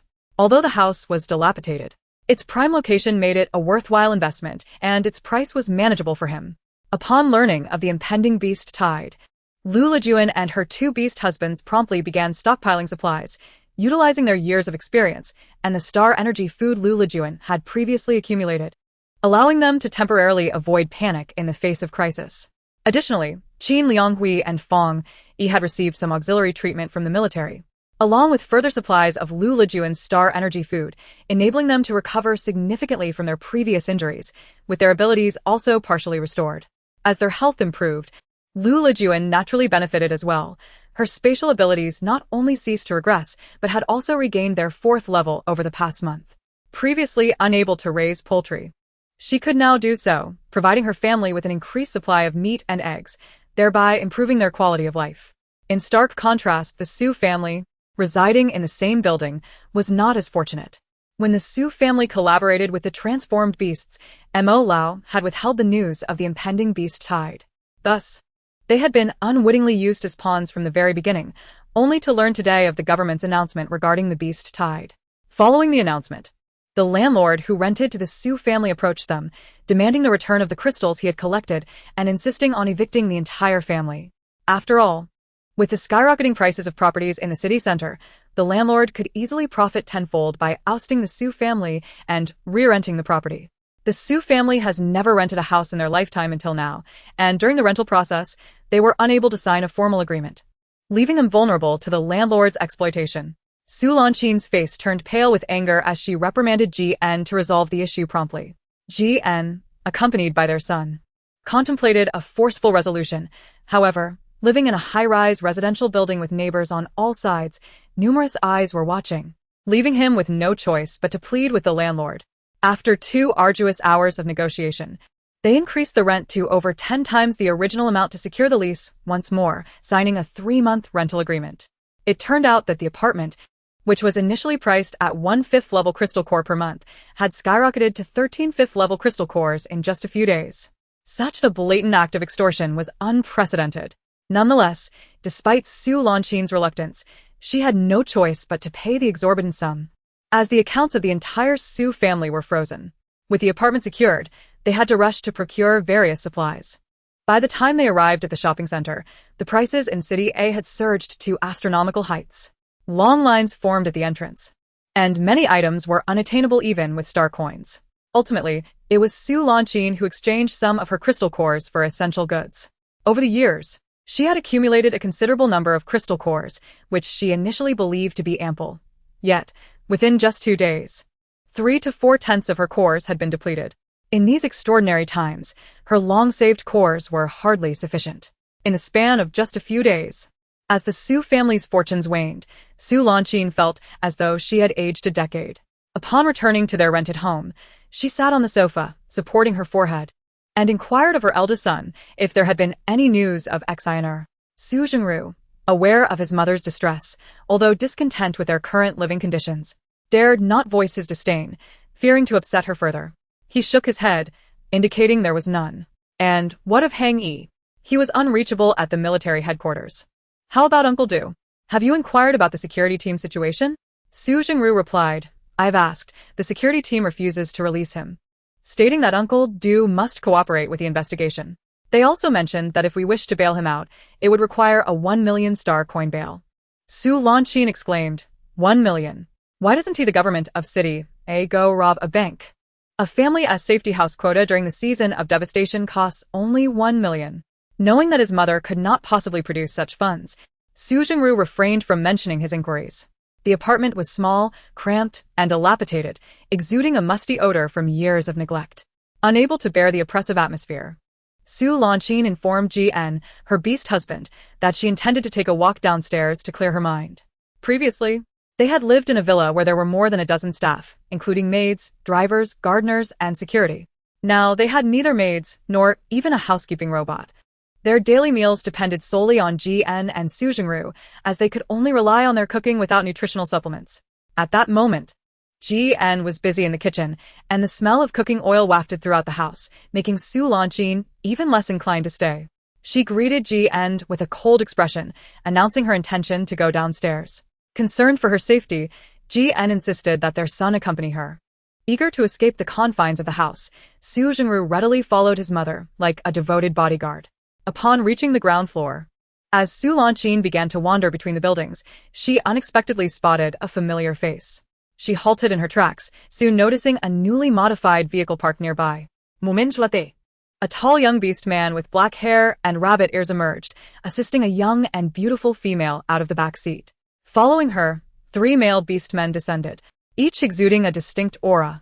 The one who captured Su Xin's attention was the red-haired male beast man, who bore an uncanny resemblance to someone she felt she had seen before. The 4 of them, bearing gifts, surrounded the young female, chatting and laughing as they made their way toward the residence where she lived. Su Xin. Astonished and gritting his teeth, exclaimed, "Su Tong? What is she doing here?" Chapter 274, Get Lost. Su Xin was momentarily stunned. In her memory, Su Tong was still that impoverished, discarded little girl who had been cast out of the Su family. In the blink of an eye, a year had passed, and she had transformed so drastically that Su Xin could hardly recognize her. Not only had she blossomed into a striking beauty, but her entire demeanor had also undergone a remarkable change. She exuded confidence and grace, engaging in light-hearted banter with her companions. A stark contrast to the resentful and bitter persona Su Xin once knew. Viewed from this angle, Su Tong did not seem inferior to Su Xin in any significant way. Previously, the city lord of Lucheng had expressed a desire to meet Su Tong, and if they could present her to him, perhaps the Su family's crisis could be alleviated. The once dismal mood of Su Xin suddenly ignited with ambition. Hearing her son's words, she confidently remarked, "Su Tong's unexpected appearance here, accompanied by gifts, surely indicates she has come to see me, her mother." Su Tong had always yearned for her attention and affection. In the past, Su Xin had dismissed her as a worthless child, never investing a moment's thought into her. Later, she saw her biological daughter as a disappointment, believing she had inherited a flawed character that repulsed the entire family, further diminishing her desire to engage. Now, having recognized Su Tong's worth, she felt an instant surge of maternal instinct. In earlier times, Su Xin would have readily believed anything his mother said. However, after several encounters with Su Tong, he understood that she had completely disregarded the Su family, even harboring disdain for them. Nevertheless, witnessing his mother's confidence, Su Xin refrained from uttering any discouraging words, merely curling the corners of his mouth in tacit agreement with her sentiment.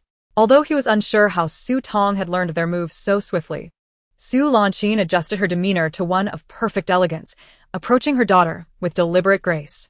In just a few steps, she positioned herself not far behind Su Tong and donned the most benevolent smile, saying, "Tonger, why did you not inform me of your visit? I could have asked Uncle Ji to prepare some delectable dishes for you." Upon hearing an irksome voice, Su Tong was taken aback. She turned to see Su Xin and Su Xin standing behind her, their expressions warm and welcoming. A shiver ran down her spine at the sound of Tonga emanating from Su Xin's lips. Had the sun risen in the west? The very thought of such a nauseating term of endearment was unbearable. Moreover, to suggest she had come to see her? Su Xin must be delusional. Su Tong had no intention of acknowledging Su Xin. The original owner of her body had long been cast out of the Su family, and after severing ties with Zhong Jiuming, they were mere strangers now. She proceeded toward the entrance of Lu Lejuan's residence. Su Xin's gentle smile faltered momentarily. However, she believed Su Tong was merely playing hard to get. After all, given their past, her actions as a mother and head of the Su family had indeed been rather ruthless. Su Xin prided herself on her ability to be both accommodating and resilient, willing to temporarily set aside her authority as a senior to play the role of a loving mother to achieve her goals. Seeing Su Tong walk away, she hastily followed her, saying earnestly, "Tonger, we are mother and daughter. There should be no lingering grudges between us. I would be overjoyed at your visit. Why must you still harbor anger? Come, let me take you home. After lunch, we can have a good chat. If you have any questions about spatial abilities, I can certainly assist you." Listening to Su Xin's words, it seemed as though they were merely a pair of mother and daughter who had had a minor quarrel. Su Tong's lips twitched at the absurdity of Su Xin's theatricality. She had no interest in participating in such a charade. Suddenly, Su Tong halted in her tracks. Su Xin. Believing she had swayed her daughter with just a few words, felt her stern demeanor slipping away. Just as she was about to say something further, she noticed a well-dressed, middle-aged woman stepping out from the entrance of her residence on the ground floor.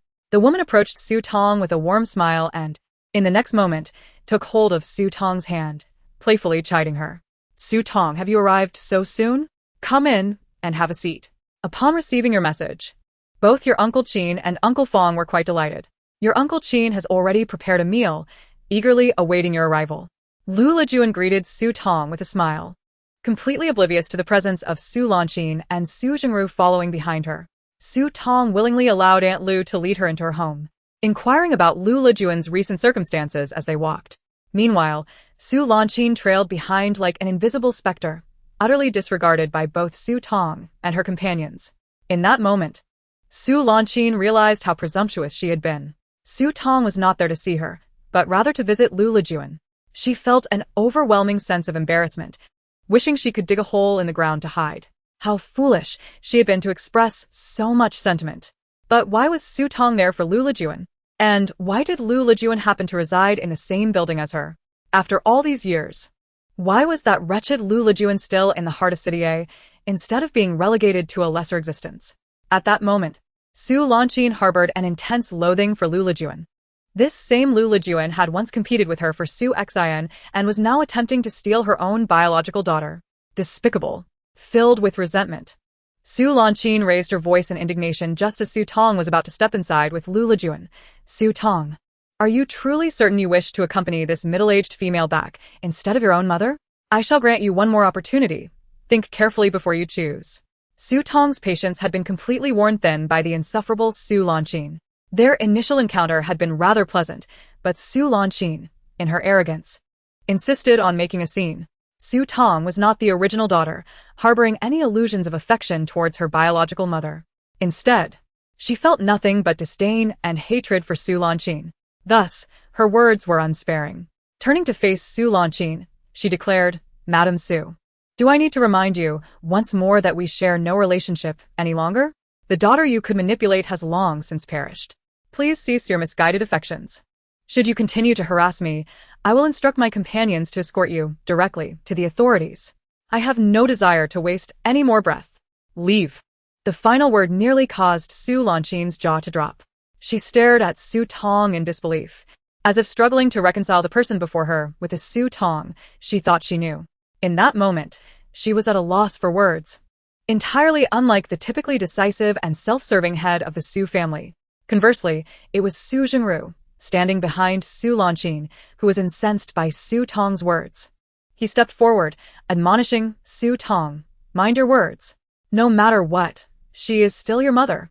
Su Tong responded with a cold smile, "I have not abandoned my mother. Nor do I have any fondness for a brother who barks madly." "You!" Su Jingru's eyes reddened with fury, unable to suppress the urge to strike Su Tong. However, before he could unleash his powers, Lu Ziga and Xiao Yufan had already positioned themselves in front of Su Tong, confronting Su Jingru. During their time in Zone 41, Su Jingru had experienced the might of both individuals' abilities. Even against Xiao Yufan alone, he stood no chance. The fist he had clenched was forced to loosen in frustration. Observing the standoff, Su Tong turned her back on them, disdainfully guiding Lu Lijuan into the house before firmly shutting the door behind her. Chapter 275. The unique 28th battle zone. Once the door to Lu Lijuan's home closed, Su Xin took a moment to regain her composure. Her expression was one of deep displeasure as she glanced at her son. "Does someone named Lu reside here?" Su Jingru shook his head. "Mother, I am unaware." Su Xin could hardly contain her vexation, grinding her teeth in frustration. Had she known Lu Lijuan lived there, she would have gladly spent more crystal cores to secure a different residence. How had Su Tong managed to form a bond with Lu Lijuan? This was a mystery to Su Jingru, who was equally perplexed. He shook his head again. Su Xin's gaze toward her eldest son turned disdainful. "What good are you?" she scolded. With that, she turned and ascended the stairs, seething with anger. Her previous desire for a leisurely stroll completely vanished. Meanwhile, Su Tong and her companions entered Lu Lijuan's dwelling. Lu Lijuan turned to Su Tong with concern, casting a glance at the door, her intentions unmistakable. Su Tong smiled gently. "Aunt Lu, I have long been cast out by the Su family, and I share no ties with them any longer. You need not worry." Taken aback, Lu Lijuan contemplated the situation. Given how the Su family had treated Su Tong, she had no reason to return to them. However, she was curious about how Su Xin had come to be there. Su Tong's tone turned icy. The Su family has colluded with feral beast hybrids, and the government has uncovered evidence, confiscating all of their assets and arresting one of Su Xin's beast companions. Their former villa has been seized due to mortgage violations, which is why they have temporarily taken residence here. These revelations were relayed to her by Lu Zhiga, and Su Tong had not expected it to be such a coincidence that Su Xin had rented a place in the same building as the Lu family. Lu Lijuan ushered Su Tong and her companions into the living room, where Qin Lianghui served tea. Prior to Su Tong's arrival, Lu Lijuan had conferred with her two beast companions. Upon seeing Su Tong, she spoke directly. "Su Tong, the government has announced a beast wave is approaching. It is unsafe for you to stay in your villa on the outskirts. Everyone is hastily relocating to the city center, and it may be too late to find rental properties or hotels. You might as well move in with us. Although my place is small, we are only 3 people here, and Xian Hung is not home, so we can provide you with 3 rooms. You can occupy one, while your companions can split the other 2 rooms. It will be a little cramped, but manageable." Lu Lijuan had always cherished the debt of gratitude she owed Su Tong for healing her son, and sought opportunities to assist her. Su Tong paused upon hearing Lu Lijuan's offer, politely declining. "Aunt Lu, you need not worry about that. I came to inform you that I have moved nearby, just to the adjacent community. We will be close enough to look after one another." Lu Lijuan was pleasantly surprised to learn that Su Tong had relocated to the city center, exclaiming, "That is wonderful. You are no longer on the outskirts. I need not worry about you." Su Tong spent an hour at Lu Lijuan's home, but did not stay for a meal, informing her of her new address before taking her leave. They were pressed for time to reach the battle zone, and could not afford to linger. Upon nearing the war zone, Su Tong and her group noticed the crowd growing denser. It seemed that everyone, like Su Tong's family, was preparing to stockpile crystal cores and supplies before the impending beast wave. However, most opted for safer areas based on their ability levels rather than the 28th zone, which had only recently been opened.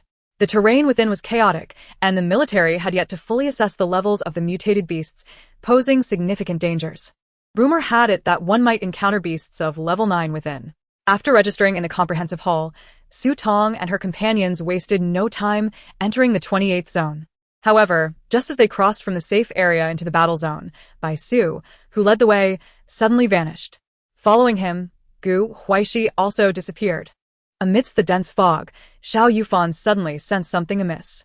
Instinctively transforming into his beast form, the heidonking, he swiftly scooped Su Tong onto his back and took to the skies. Simultaneously, he warned Lu Zhiga, who was trailing behind. "Lu Zhiga, there's trouble ahead. Don't touch the ground." Lu Zhiga's reflexes were sharp. Almost as soon as Xiao Yufan spoke, he transformed into a dragon, hovering in the air.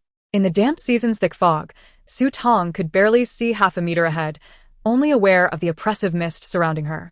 Anxiously, she called out, "Bai Su, what has happened to Huaixi?" Xiao Yufan and Lu Zhiga, as male beast hybrids, possessed superior vision due to their genetic enhancements. Although they couldn't see everything clearly, their sight was still 5 to 6 times better than Su Tong's. With a powerful flap of his massive wings, Xiao Yufan created a gust of wind, dispersing the fog slightly. In that brief moment, Su Tong was able to discern the perilous environment they found themselves in. They were standing in a swamp, surrounded by an array of aquatic shrubs and wild trees. Beneath them lay an expansive swamp, blanketed by a thin layer of water. At this moment, Bai Su and Huaixi were struggling within the mire, their inability to produce any sound stemmed from their mouths being obstructed by a peculiar plant. This plant boasted large leaves that sprouted directly from the swamp. Presently, the leaves enveloped their faces, and for reasons unknown, Bai Su and Gu Huaixi were utterly mute. With no other recourse, they could only thrash desperately. Yet, in a swamp, such struggles only lead to further entrapment. It was no wonder that upon entering the war zone, they had fallen silent, as if they had vanished. Quick, save them! Su Tong exclaimed in shock. The dampness and thick fog of the season rendered Xiao Yufan's extraordinary abilities insufficient. The gust he conjured merely dispersed the mist momentarily, only for the dense fog to reclaim the space, returning it to its former state. Su Tong's vision was once again engulfed by the thick haze. Perched on Xiao Yufan's back, he remained still. As Lu Zhige moved, his two dragon-like claws lunged towards Bai Su and Gu Huaixi, pulling them upward with great force. Xiao Yufan unleashed two blades of wind to sever the plants that had covered their mouths. At last, the two were extricated from the swamp. As the roots connecting the leaves were severed, the large green leaves that had obscured Bai Su and Gu Huaishi's faces drifted down, landing upon the water's surface. Carried away by the current. To an uninformed observer, these large green leaves might appear to be mere ordinary foliage, devoid of any threat. Once the leaves fell away, Bai Su and Gu Huaixi were finally able to breathe, their faces pale as they gasped for air, still disoriented by the situation before them. They immediately warned, "We must leave this place. The plants here are dangerous." Hearing Bai Su's words, Lu Zhige and Xiao Yufan exchanged a grave glance, disregarding all else. They swiftly flew in a single direction with Su Tong, Bai Su, and Gu Huaixi in tow. Bai Su and Gu Huaixi, despite their precarious state in Lu Zhige's grasp, endured the fierce winds. Yet, even amid this, numerous plant tendrils suddenly ambushed them from the thick fog. Each of those tendrils bore several of the same type of green leaves that had previously covered their faces. Chapter 276. Not a single mutated beast encountered. Do not let those green leaves touch you. They will render your powers unusable in an instant. Cautioned Gu Huaixi, who was caught in Lu Zhige's other claw. The group fell silent. It was no wonder that upon entering the 28th war zone, Bai Su and Gu Huaixi had suddenly gone mute. With their mouths covered and their powers unexpectedly inaccessible, it was no surprise that the two, one a mystical rabbit and the other a three-tailed fox, were ill-equipped for aquatic battles and nearly faced disaster. Lu Zhige and Xiao Yufan swiftly evaded the green tendrils and leaves shooting towards them from both sides. However, it wasn't long before they noticed the tendrils multiplying rapidly. Like celestial blossoms scattering through the air, there were almost no gaps to escape through. Just as everyone furrowed their brows, uncertain of their next move, Bai Su suddenly declared, "I will shield against the tendrils on both sides. You all must hurry and leave this place." With that, a flash of golden light enveloped Bai Su, and two streams of golden energy burst forth, forming golden shields on either side of Xiao Yufan and Lu Zhige, nearly encompassing everyone within. When the densely packed tendrils and leaves assailed them, they merely struck against the surface of the golden shields. Regardless of how those tendrils and leaves writhed, they could not reach the individuals protected within. So Bai Su's golden defensive powers can be wielded in such a manner. The others exclaimed in delight. Finally, they could breathe a sigh of relief, free from the immediate threat of the peculiar tendrils and leaves. To broaden their visibility, Xiao Yufan continuously summoned gusts of wind to disperse the surrounding fog. As Bai Su's powers drained rapidly, their group spent over a minute finally escaping the area plagued by the tendrils and eerie leaves. Once they confirmed that no further tendrils or leaves were approaching, Bai Su dispelled the golden shield that had enveloped them. He exhaled deeply, wiping the cold sweat from his brow, attempting to alleviate his pallid complexion. He had expended nearly 70% of his stellar energy, and if not for being a level 7 extraordinary being, he would not have endured this ordeal. For the moment, they were safe. Bai Su rolled his eyes and glanced at Lu Zhige, who remained in his dragon form. "Lu Zhige, could you possibly set me down?" He was thoroughly disinclined to dangle in the air, caught in Lu Zhige's grasp, feeling both uncomfortable and awkward. Lu Zhige chuckled. "Are you certain?" Bai Su cast his gaze downward, where the swamp still lay beneath them, its shallow waters promising a direct plunge back into the mire, if he were to be dropped. Yet, being held by Lu Zhige was not a sustainable solution.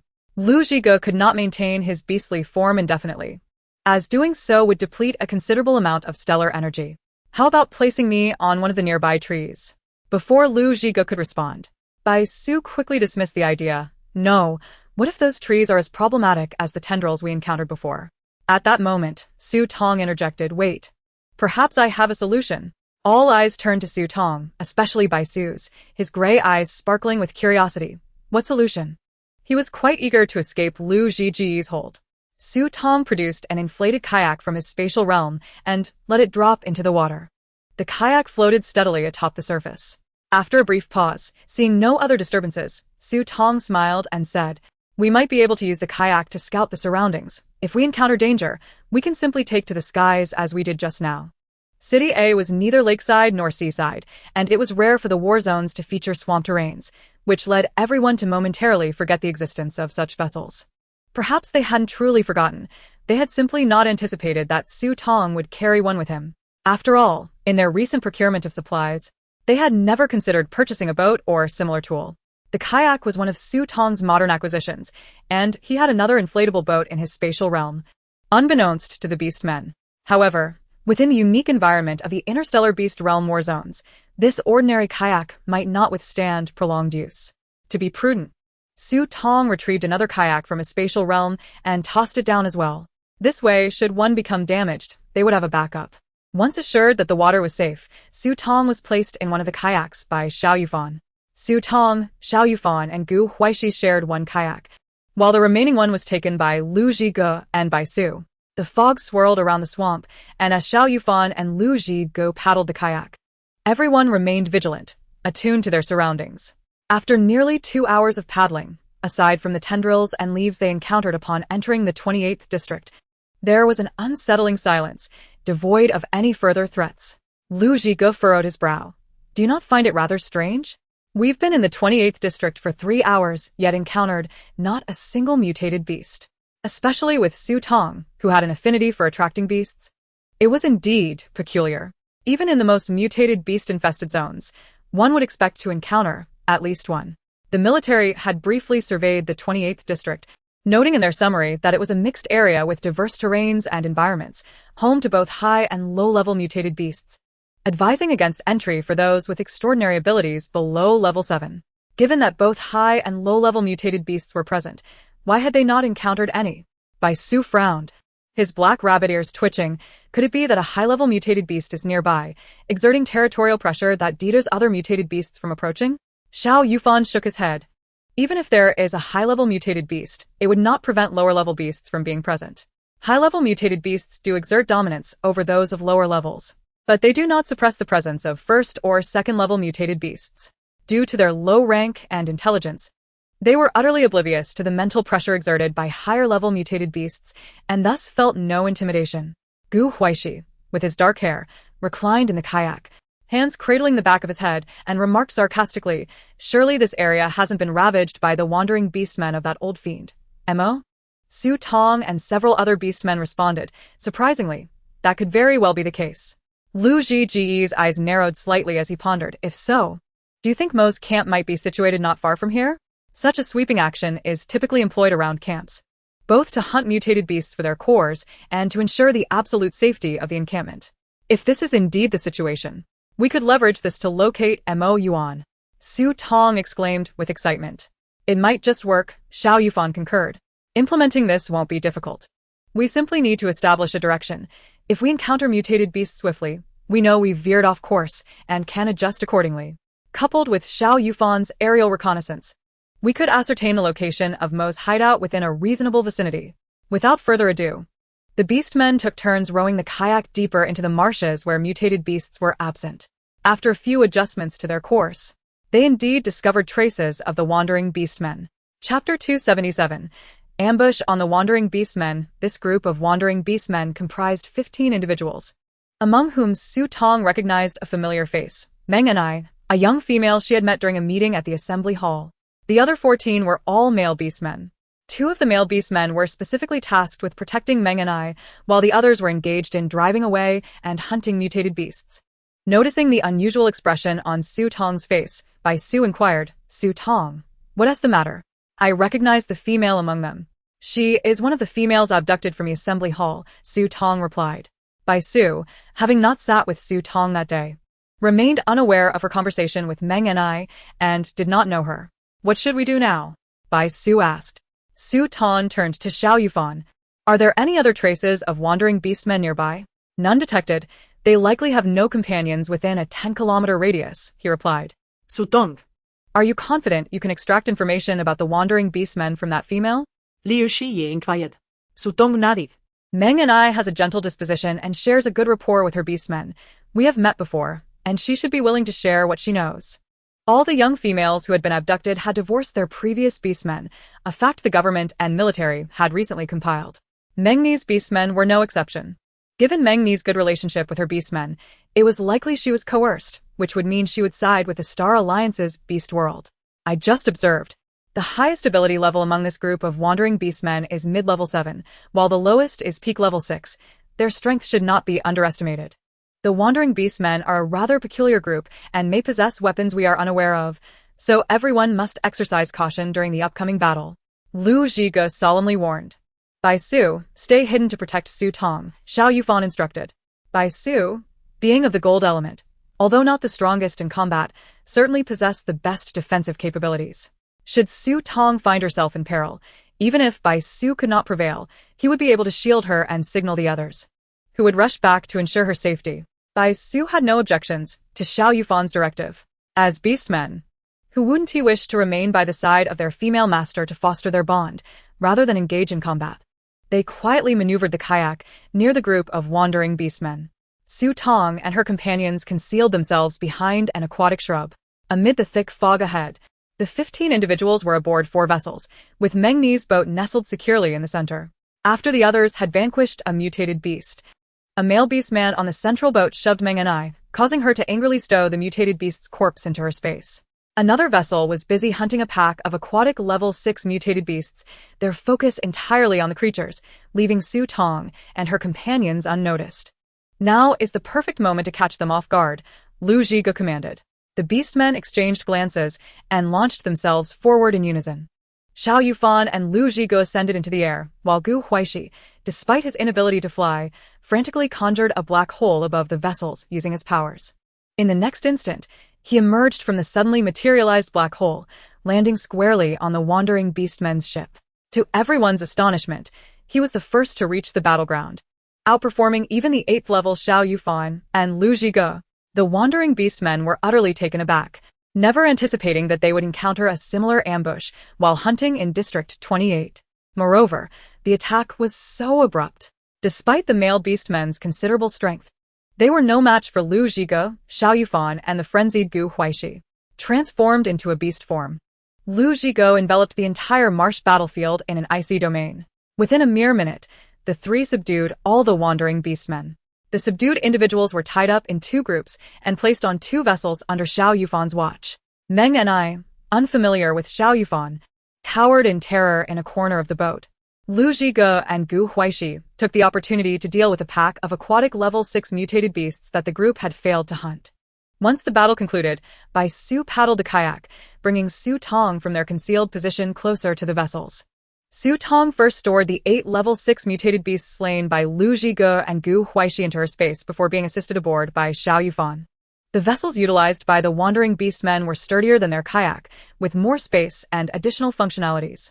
Su Tong decisively stowed away the kayak and opted for the wandering beastmen's vessel. As Su Tong boarded, Meng and I caught sight of her features through the fog, her eyes widening in surprise. Su Tong. "What are you doing here?" she exclaimed. Immediately, she grew anxious. "Su Tong, you must leave quickly. There's a base of wandering beastmen nearby. Staying here any longer will result in your capture. They have many members." Su Tong knelt beside the frightened Meng and I, soothing her. "Do not worry, Meng and I, they are my beastmen. The group of wandering beastmen has already been subdued by my companions. We are safe here for the time being and will not be discovered." Meng and I scrutinized Su Tong and then glanced at Xiao Yufan, Huaixi, Bai Su, and Lu Zhige, who was observing the wandering beastmen from a distance. Trembling, she asked, "Really?" Su Tong nodded sincerely. Compared to the brutal and uncouth wandering beastmen, Meng and I was far more inclined to trust the familiar Su Tong before her. The tension that had gripped Meng Ni's heart loosened, and she sank back against the boat's corner, her complexion pale and her eyes suddenly glistening with tears. Suddenly, Huaixi noticed that a wandering beastman aboard a neighboring vessel had awakened and appeared to be retrieving some device. He swiftly knocked the small device from the beastman's grasp. In the next second, his pupils turned crimson, and dark energy enveloped the beastman's neck, ready to strike him down. Just as he was about to act, Meng and I cried out in panic, "Stop!" Gu Huaixi halted mid-action, looking towards Su Tong. She gently shook her head in disapproval. Gu Huaixi, with a hint of impatience, clicked his tongue and ceased his movement, though the dark energy still lingered around the beastman's neck, not dissipating. Bai Su picked up the small device that had fallen from the wandering beastman and examined it closely, unable to discern its purpose. He then passed it to Xiao Yufan, asking, "What is this?" Having encountered numerous high-tech products developed by the military after joining the military district, Xiao Yufan recognized it immediately. It's a microlocator with alerting and messaging capabilities. It seems that the wandering beastman was trying to signal for help to their base. The group meticulously searched the wandering beastmen and uncovered 2 more locators. Su Tong furrowed her brow as she inquired of Meng and I. "Meng and I, why did you obstruct us from killing that wandering beastman? These wanderers are wanted by the Star Alliance for their numerous heinous acts. Their deaths would be of no consequence."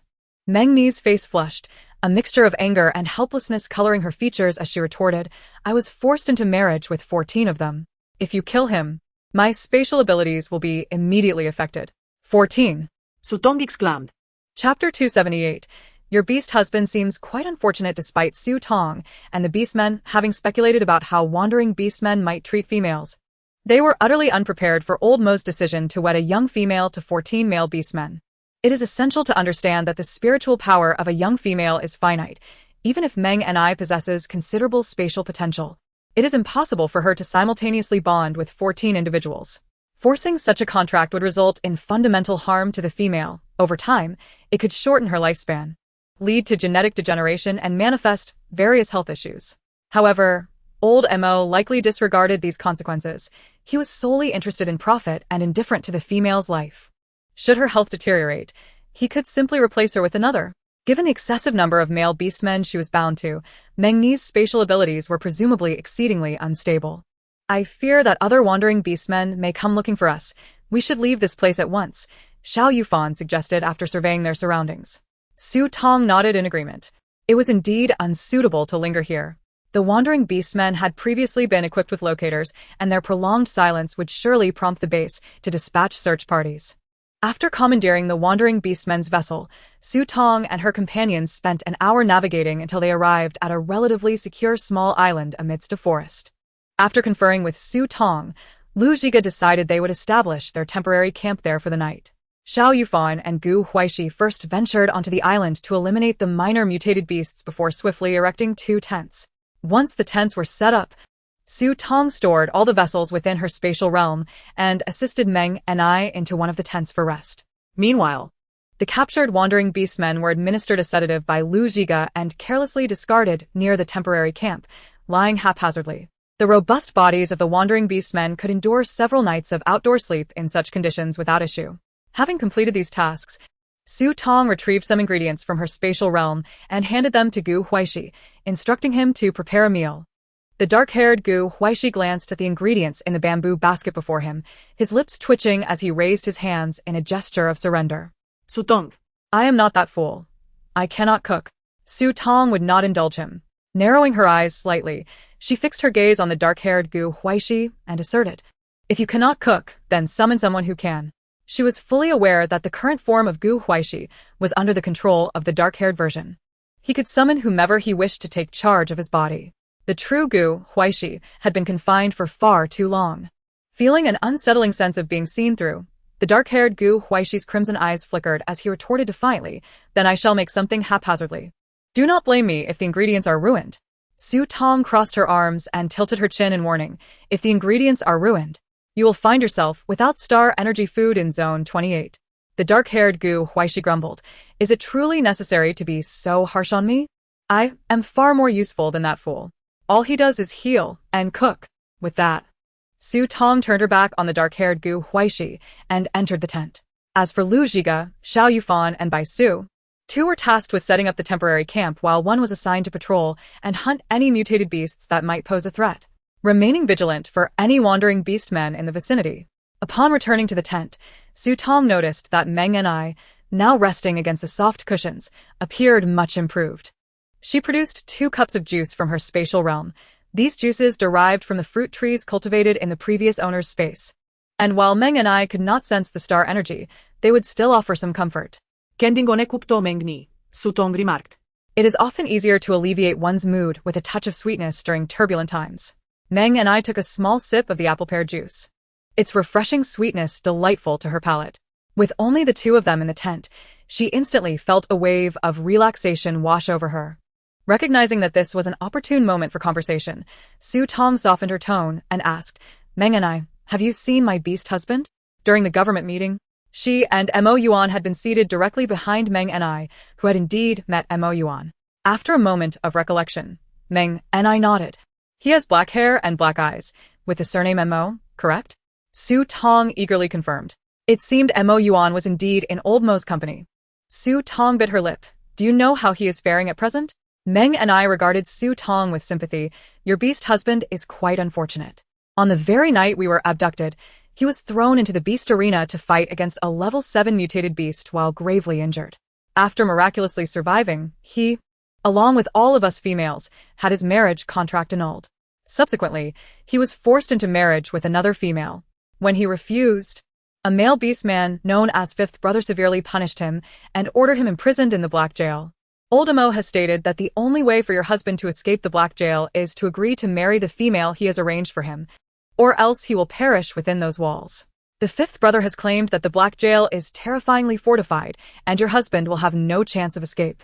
Though Meng and I was aware that Mo Yuan's identity might be problematic, she divulged everything she knew about him to Su Tong.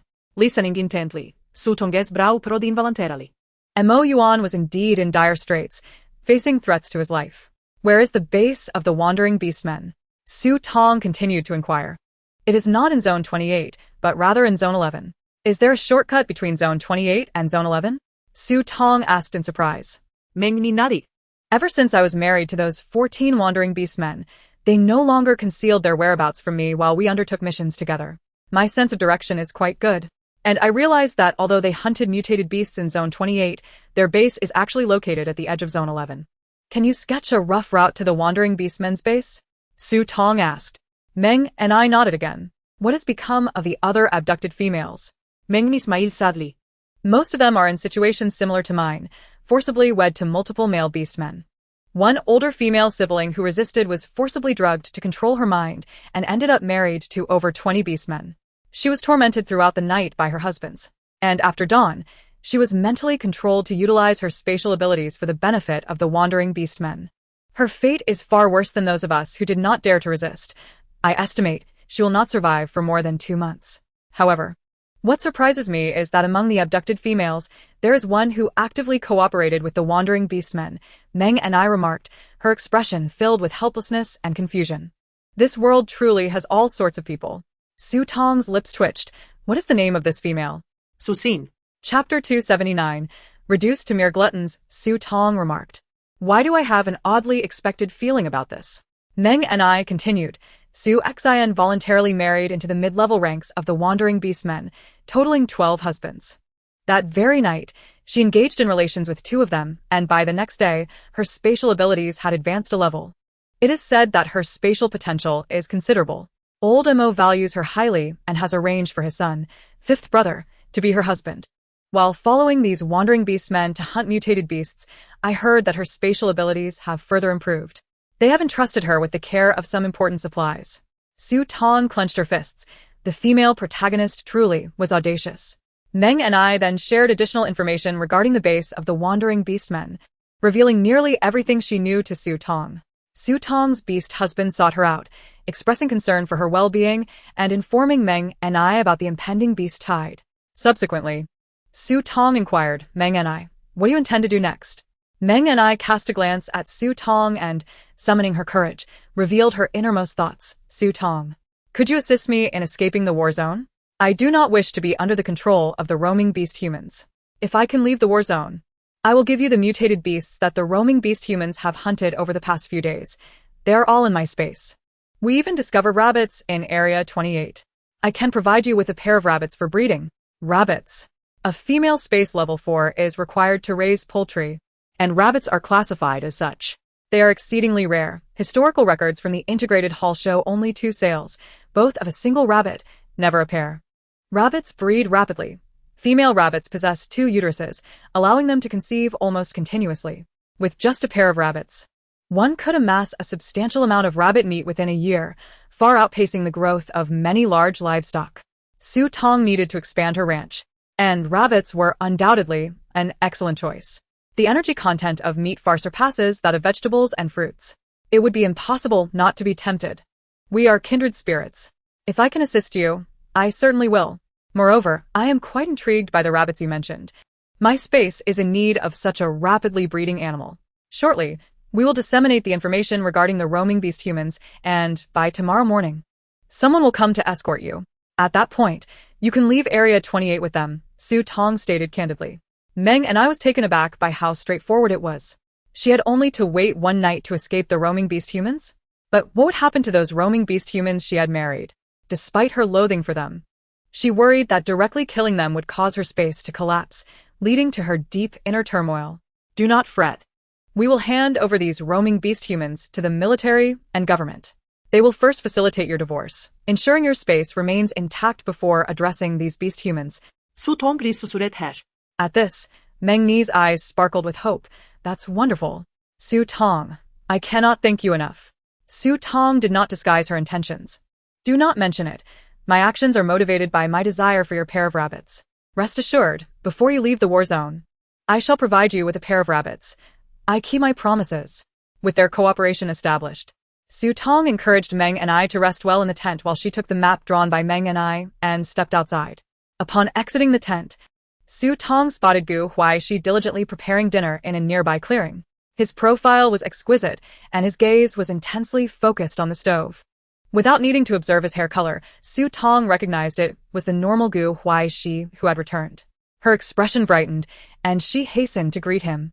Gu Huaixi, with his white hair and blue eyes, was taken aback by Su Tong's sudden appearance. Upon seeing her, a flicker of light ignited in the depths of his melancholic blue eyes, akin to a star rising. Su Tong. Su Tong stood beside him, watching as he skillfully fried chicken fillets with a teriyaki sauce prepared nearby. Involuntarily, Su Tong asked, "Did he let you out?" Gu Huaixi hesitated, then nodded. "Is he currently in control of your body?" Su Tong inquired further. Gu Huaixi let out a helpless laugh. "His abilities currently surpass mine. He holds the greater share of control, and for now, I cannot regain it." Su Tong stroked her chin, her apricot eyes blinking thoughtfully. "Do you know how to augment your control? If you require assistance, I can help." At this, Gu Huaixi paused in his cooking, and his blue pupils suddenly turned a vivid crimson. Then, Su Tong heard a voice from Gu Huaixi, laced with malice. "Su Tong, do not overstep your bounds, or no one will eat tonight." As she spoke, Su Tong caught a whiff of the chicken fillet beginning to burn. "You can eat the charred chicken yourself," she replied. Gu Huaixi, now with black hair, retorted, "Fine. You certainly have a way with words." He quickly returned to his normal demeanor, flipping the slightly burnt chicken fillet. Relieved that it had not been ruined, he spoke softly, with a hint of insecurity. "Su Tong, as long as I spend more time with you than with him, I can regain control of my body." Although Gu Huaixi's voice was low, Su Tong, standing beside him, heard him clearly. She was momentarily stunned, processing the implication of his words. Instantly, a blush crept onto her cheeks, and her mouth twitched uncontrollably. Was it truly possible to help Gu Huaixi control his second personality in such a manner? What if that malicious persona resurfaced during their time together? Like the last time? Would she be accompanying one person or two? Su Tong awkwardly dug her toes into the ground. After Gu Huaixi finished speaking, his gentle, expectant gaze fell upon Su Tong's face. Su Tong, her forehead furrowing, stammered, "I'll do my best. When will dinner be ready?" She promptly changed the subject. Gu Huaixi, momentarily taken aback, looked slightly disheartened. "All the other dishes are ready. The chicken fillets will be done in about 15 minutes. Then I'll go call Bai Su and the others," she replied, darting off in the direction of Bai Su and Lu Zhige. Left alone with the frying chicken fillets, Gu Huaixi muttered to himself, "Fool, you're being overly cautious. Even if Su Tong discovers the method, she would hesitate to assist you. Do you think those others are fools? Let me tell you, your only course of action is to collaborate with me. Only by joining forces can you avoid losing out. You simpleton." Tonight's dinner was a rare feast. Ever since Su Tong's space had encountered issues, the beast husbands had not enjoyed the energy-rich food she provided. It was only upon entering the war zone, after everyone had expended considerable energy, that Su Tong retrieved the produce from her space for Gu Huaixi to prepare dinner. The main dish consisted of teriyaki chicken rice, each serving accompanied by 2 fried eggs. Additionally, there was corn and fruit salad, vegetarian buns, 3-cup chicken, and frozen lemon tea. Among the beast husbands, aside from Gu Huaixi, no one else could have prepared such a plethora of delicious dishes within a mere hour. Each dish suited Su Tong's palate, not to mention the beast husbands, who were not picky eaters. Gu Huaixi reserved the slightly charred chicken fillet for himself. And when Su Tong noticed him eating that part, she fixed her gaze upon him. Moments later, Gu Huaixi's white hair turned black again. The black-haired Gu Huaixi angrily shoved the charred chicken fillet into his mouth and began competing with Bai Su, Lu Zhige, and Xiao Yufan for the remaining food on the table. Half an hour later, not a single morsel remained on the table. Su Tong glanced down at her own empty plate, feeling a bit exasperated. Given her usual appetite, the teriyaki chicken rice she had consumed could have sufficed for 2 meals. She recalled that when she handed the dinner ingredients to Gu Huaixi, it had been a full basket. She had finally transformed into a glutton, just like the beast husbands. After dinner, Su Tong shared the information she had obtained from Meng and I with the beast husbands. Lu Zhige used a super signal to notify General Tan's personnel in the military. Just as the super signal was dispatched, Su Tong's group suddenly heard a terrifyingly immense roar echoing through the air.